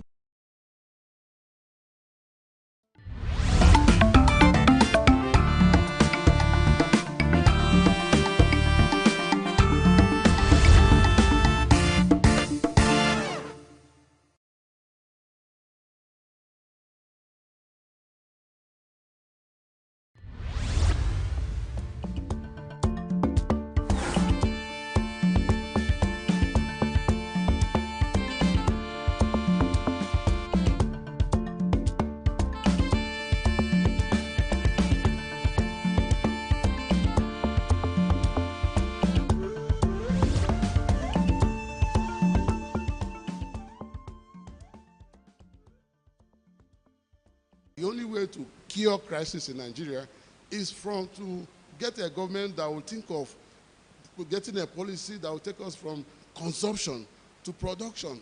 It will not take us 6 months or 1 year for any government to plant, to build agricultural concerns everywhere and plant, go to farms and get people to farm. And Nigeria we do not have any reason why we should be begging for food in Nigeria, because more than 75% of Nigerian lands are uncultivated. They are just there wasting. So push tractors, push people. We can't be begging food from a war-torn country like Ukraine. It has gotten to that level. So the moment we begin to go into the farms, begin to produce material, agricultural materials, we'll feed ourselves and people will be happy. Because of food inflation in Nigeria now, first of all, is what we call in economic terms materials theory. Materials theory is when population is growing. When population is growing at a geometric rate, and why food production is growing at arithmetic rate. That means population is growing at 2, 4, 8, 16. While food is growing 2, 4, 6, 8. The pace of growth of population is far higher than our population is rising. Why our population is getting lower. So the demand outweighs the supply. The causes of food inflation or hardship is tied to government policies. For example, you saw last year, 2023, as at May last year,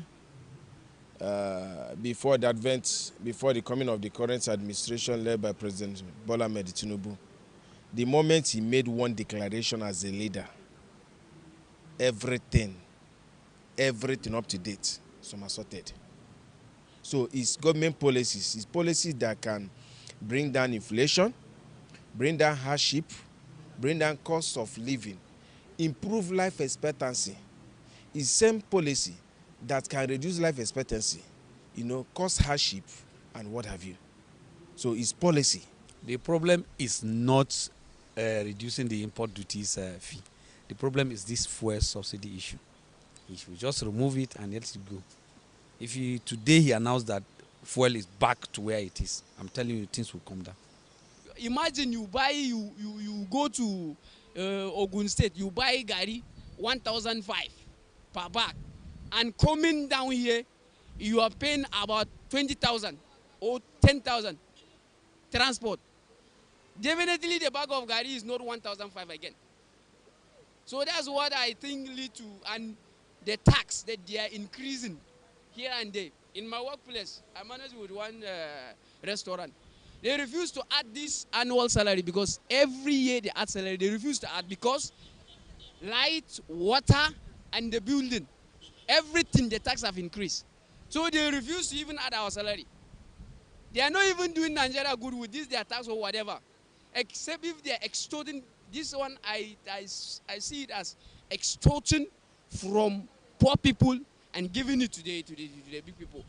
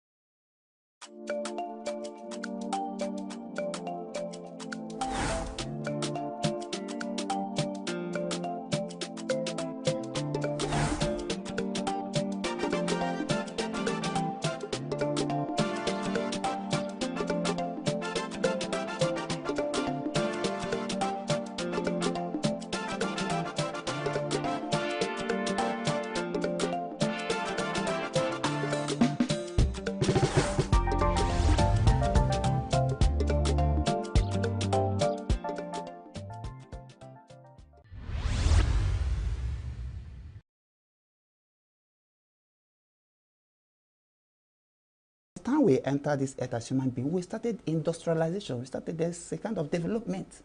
We call it technological, development, advancement. Thank you very much. So from there, we started emission. Understand? Doubling emissions, CO2, SO4, methane, and the rest of them. And then you started clogging the atmosphere with abnormal kind of quantity of gases. And then it started saturating. So you start seeing rainfall when it's not even supposed to fall. And you start seeing heavy rainfall. By the time you have heavy rainfall, there will be a kind of massive movement of water on the earth. And then it start causing flooding. Suffice to see that as the technology is moving on, buildings are springing up. So many people, if you go to some states, you'll find out that some people will see a waterway and they will build on it. If you go to some, then you see some people don't follow the blueprint of states and kind of building houses. That is why some governors will come on board and they'll start demolishing certain places because you didn't follow the area originally. I don't know whether I'm making sense. So as if we as people start checking out the natural pathways of water, how it collects down to the ocean, and then starts changing our character based on the way we live, emission level, I think that is a baseline. That is where we can now start from.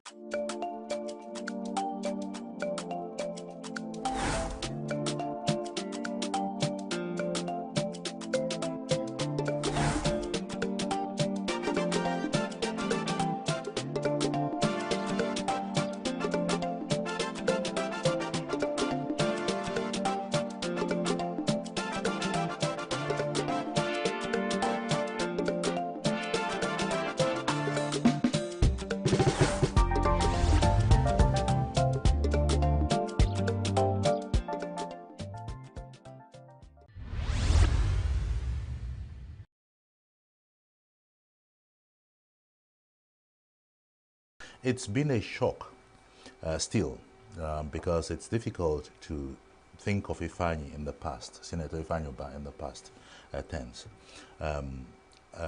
He was a bulldozer. He was a great mobilizer of our people. He understood the grassroots and was able to relate very well with the downtrodden, more than he did with the elite amongst us. So he's been, badly missed at various levels, but missed mostly by those who looked up to him as a greater mentor than others may have done, and who actually benefited from his benevolence, because he did quite a lot of charitable stuff for those of us from Nnewi and Anambra South senatorial zone. So he will be missed sorely. But you see, life goes on. Life goes on. He came like a meteorite, did his job, finished it in good time, and was called back home by our Creator. So, you know, we're not here to question God. We just pray that his soul continues to rest in peace, and our good Lord is able to get him a wonderful room in one of his many mansions in heaven.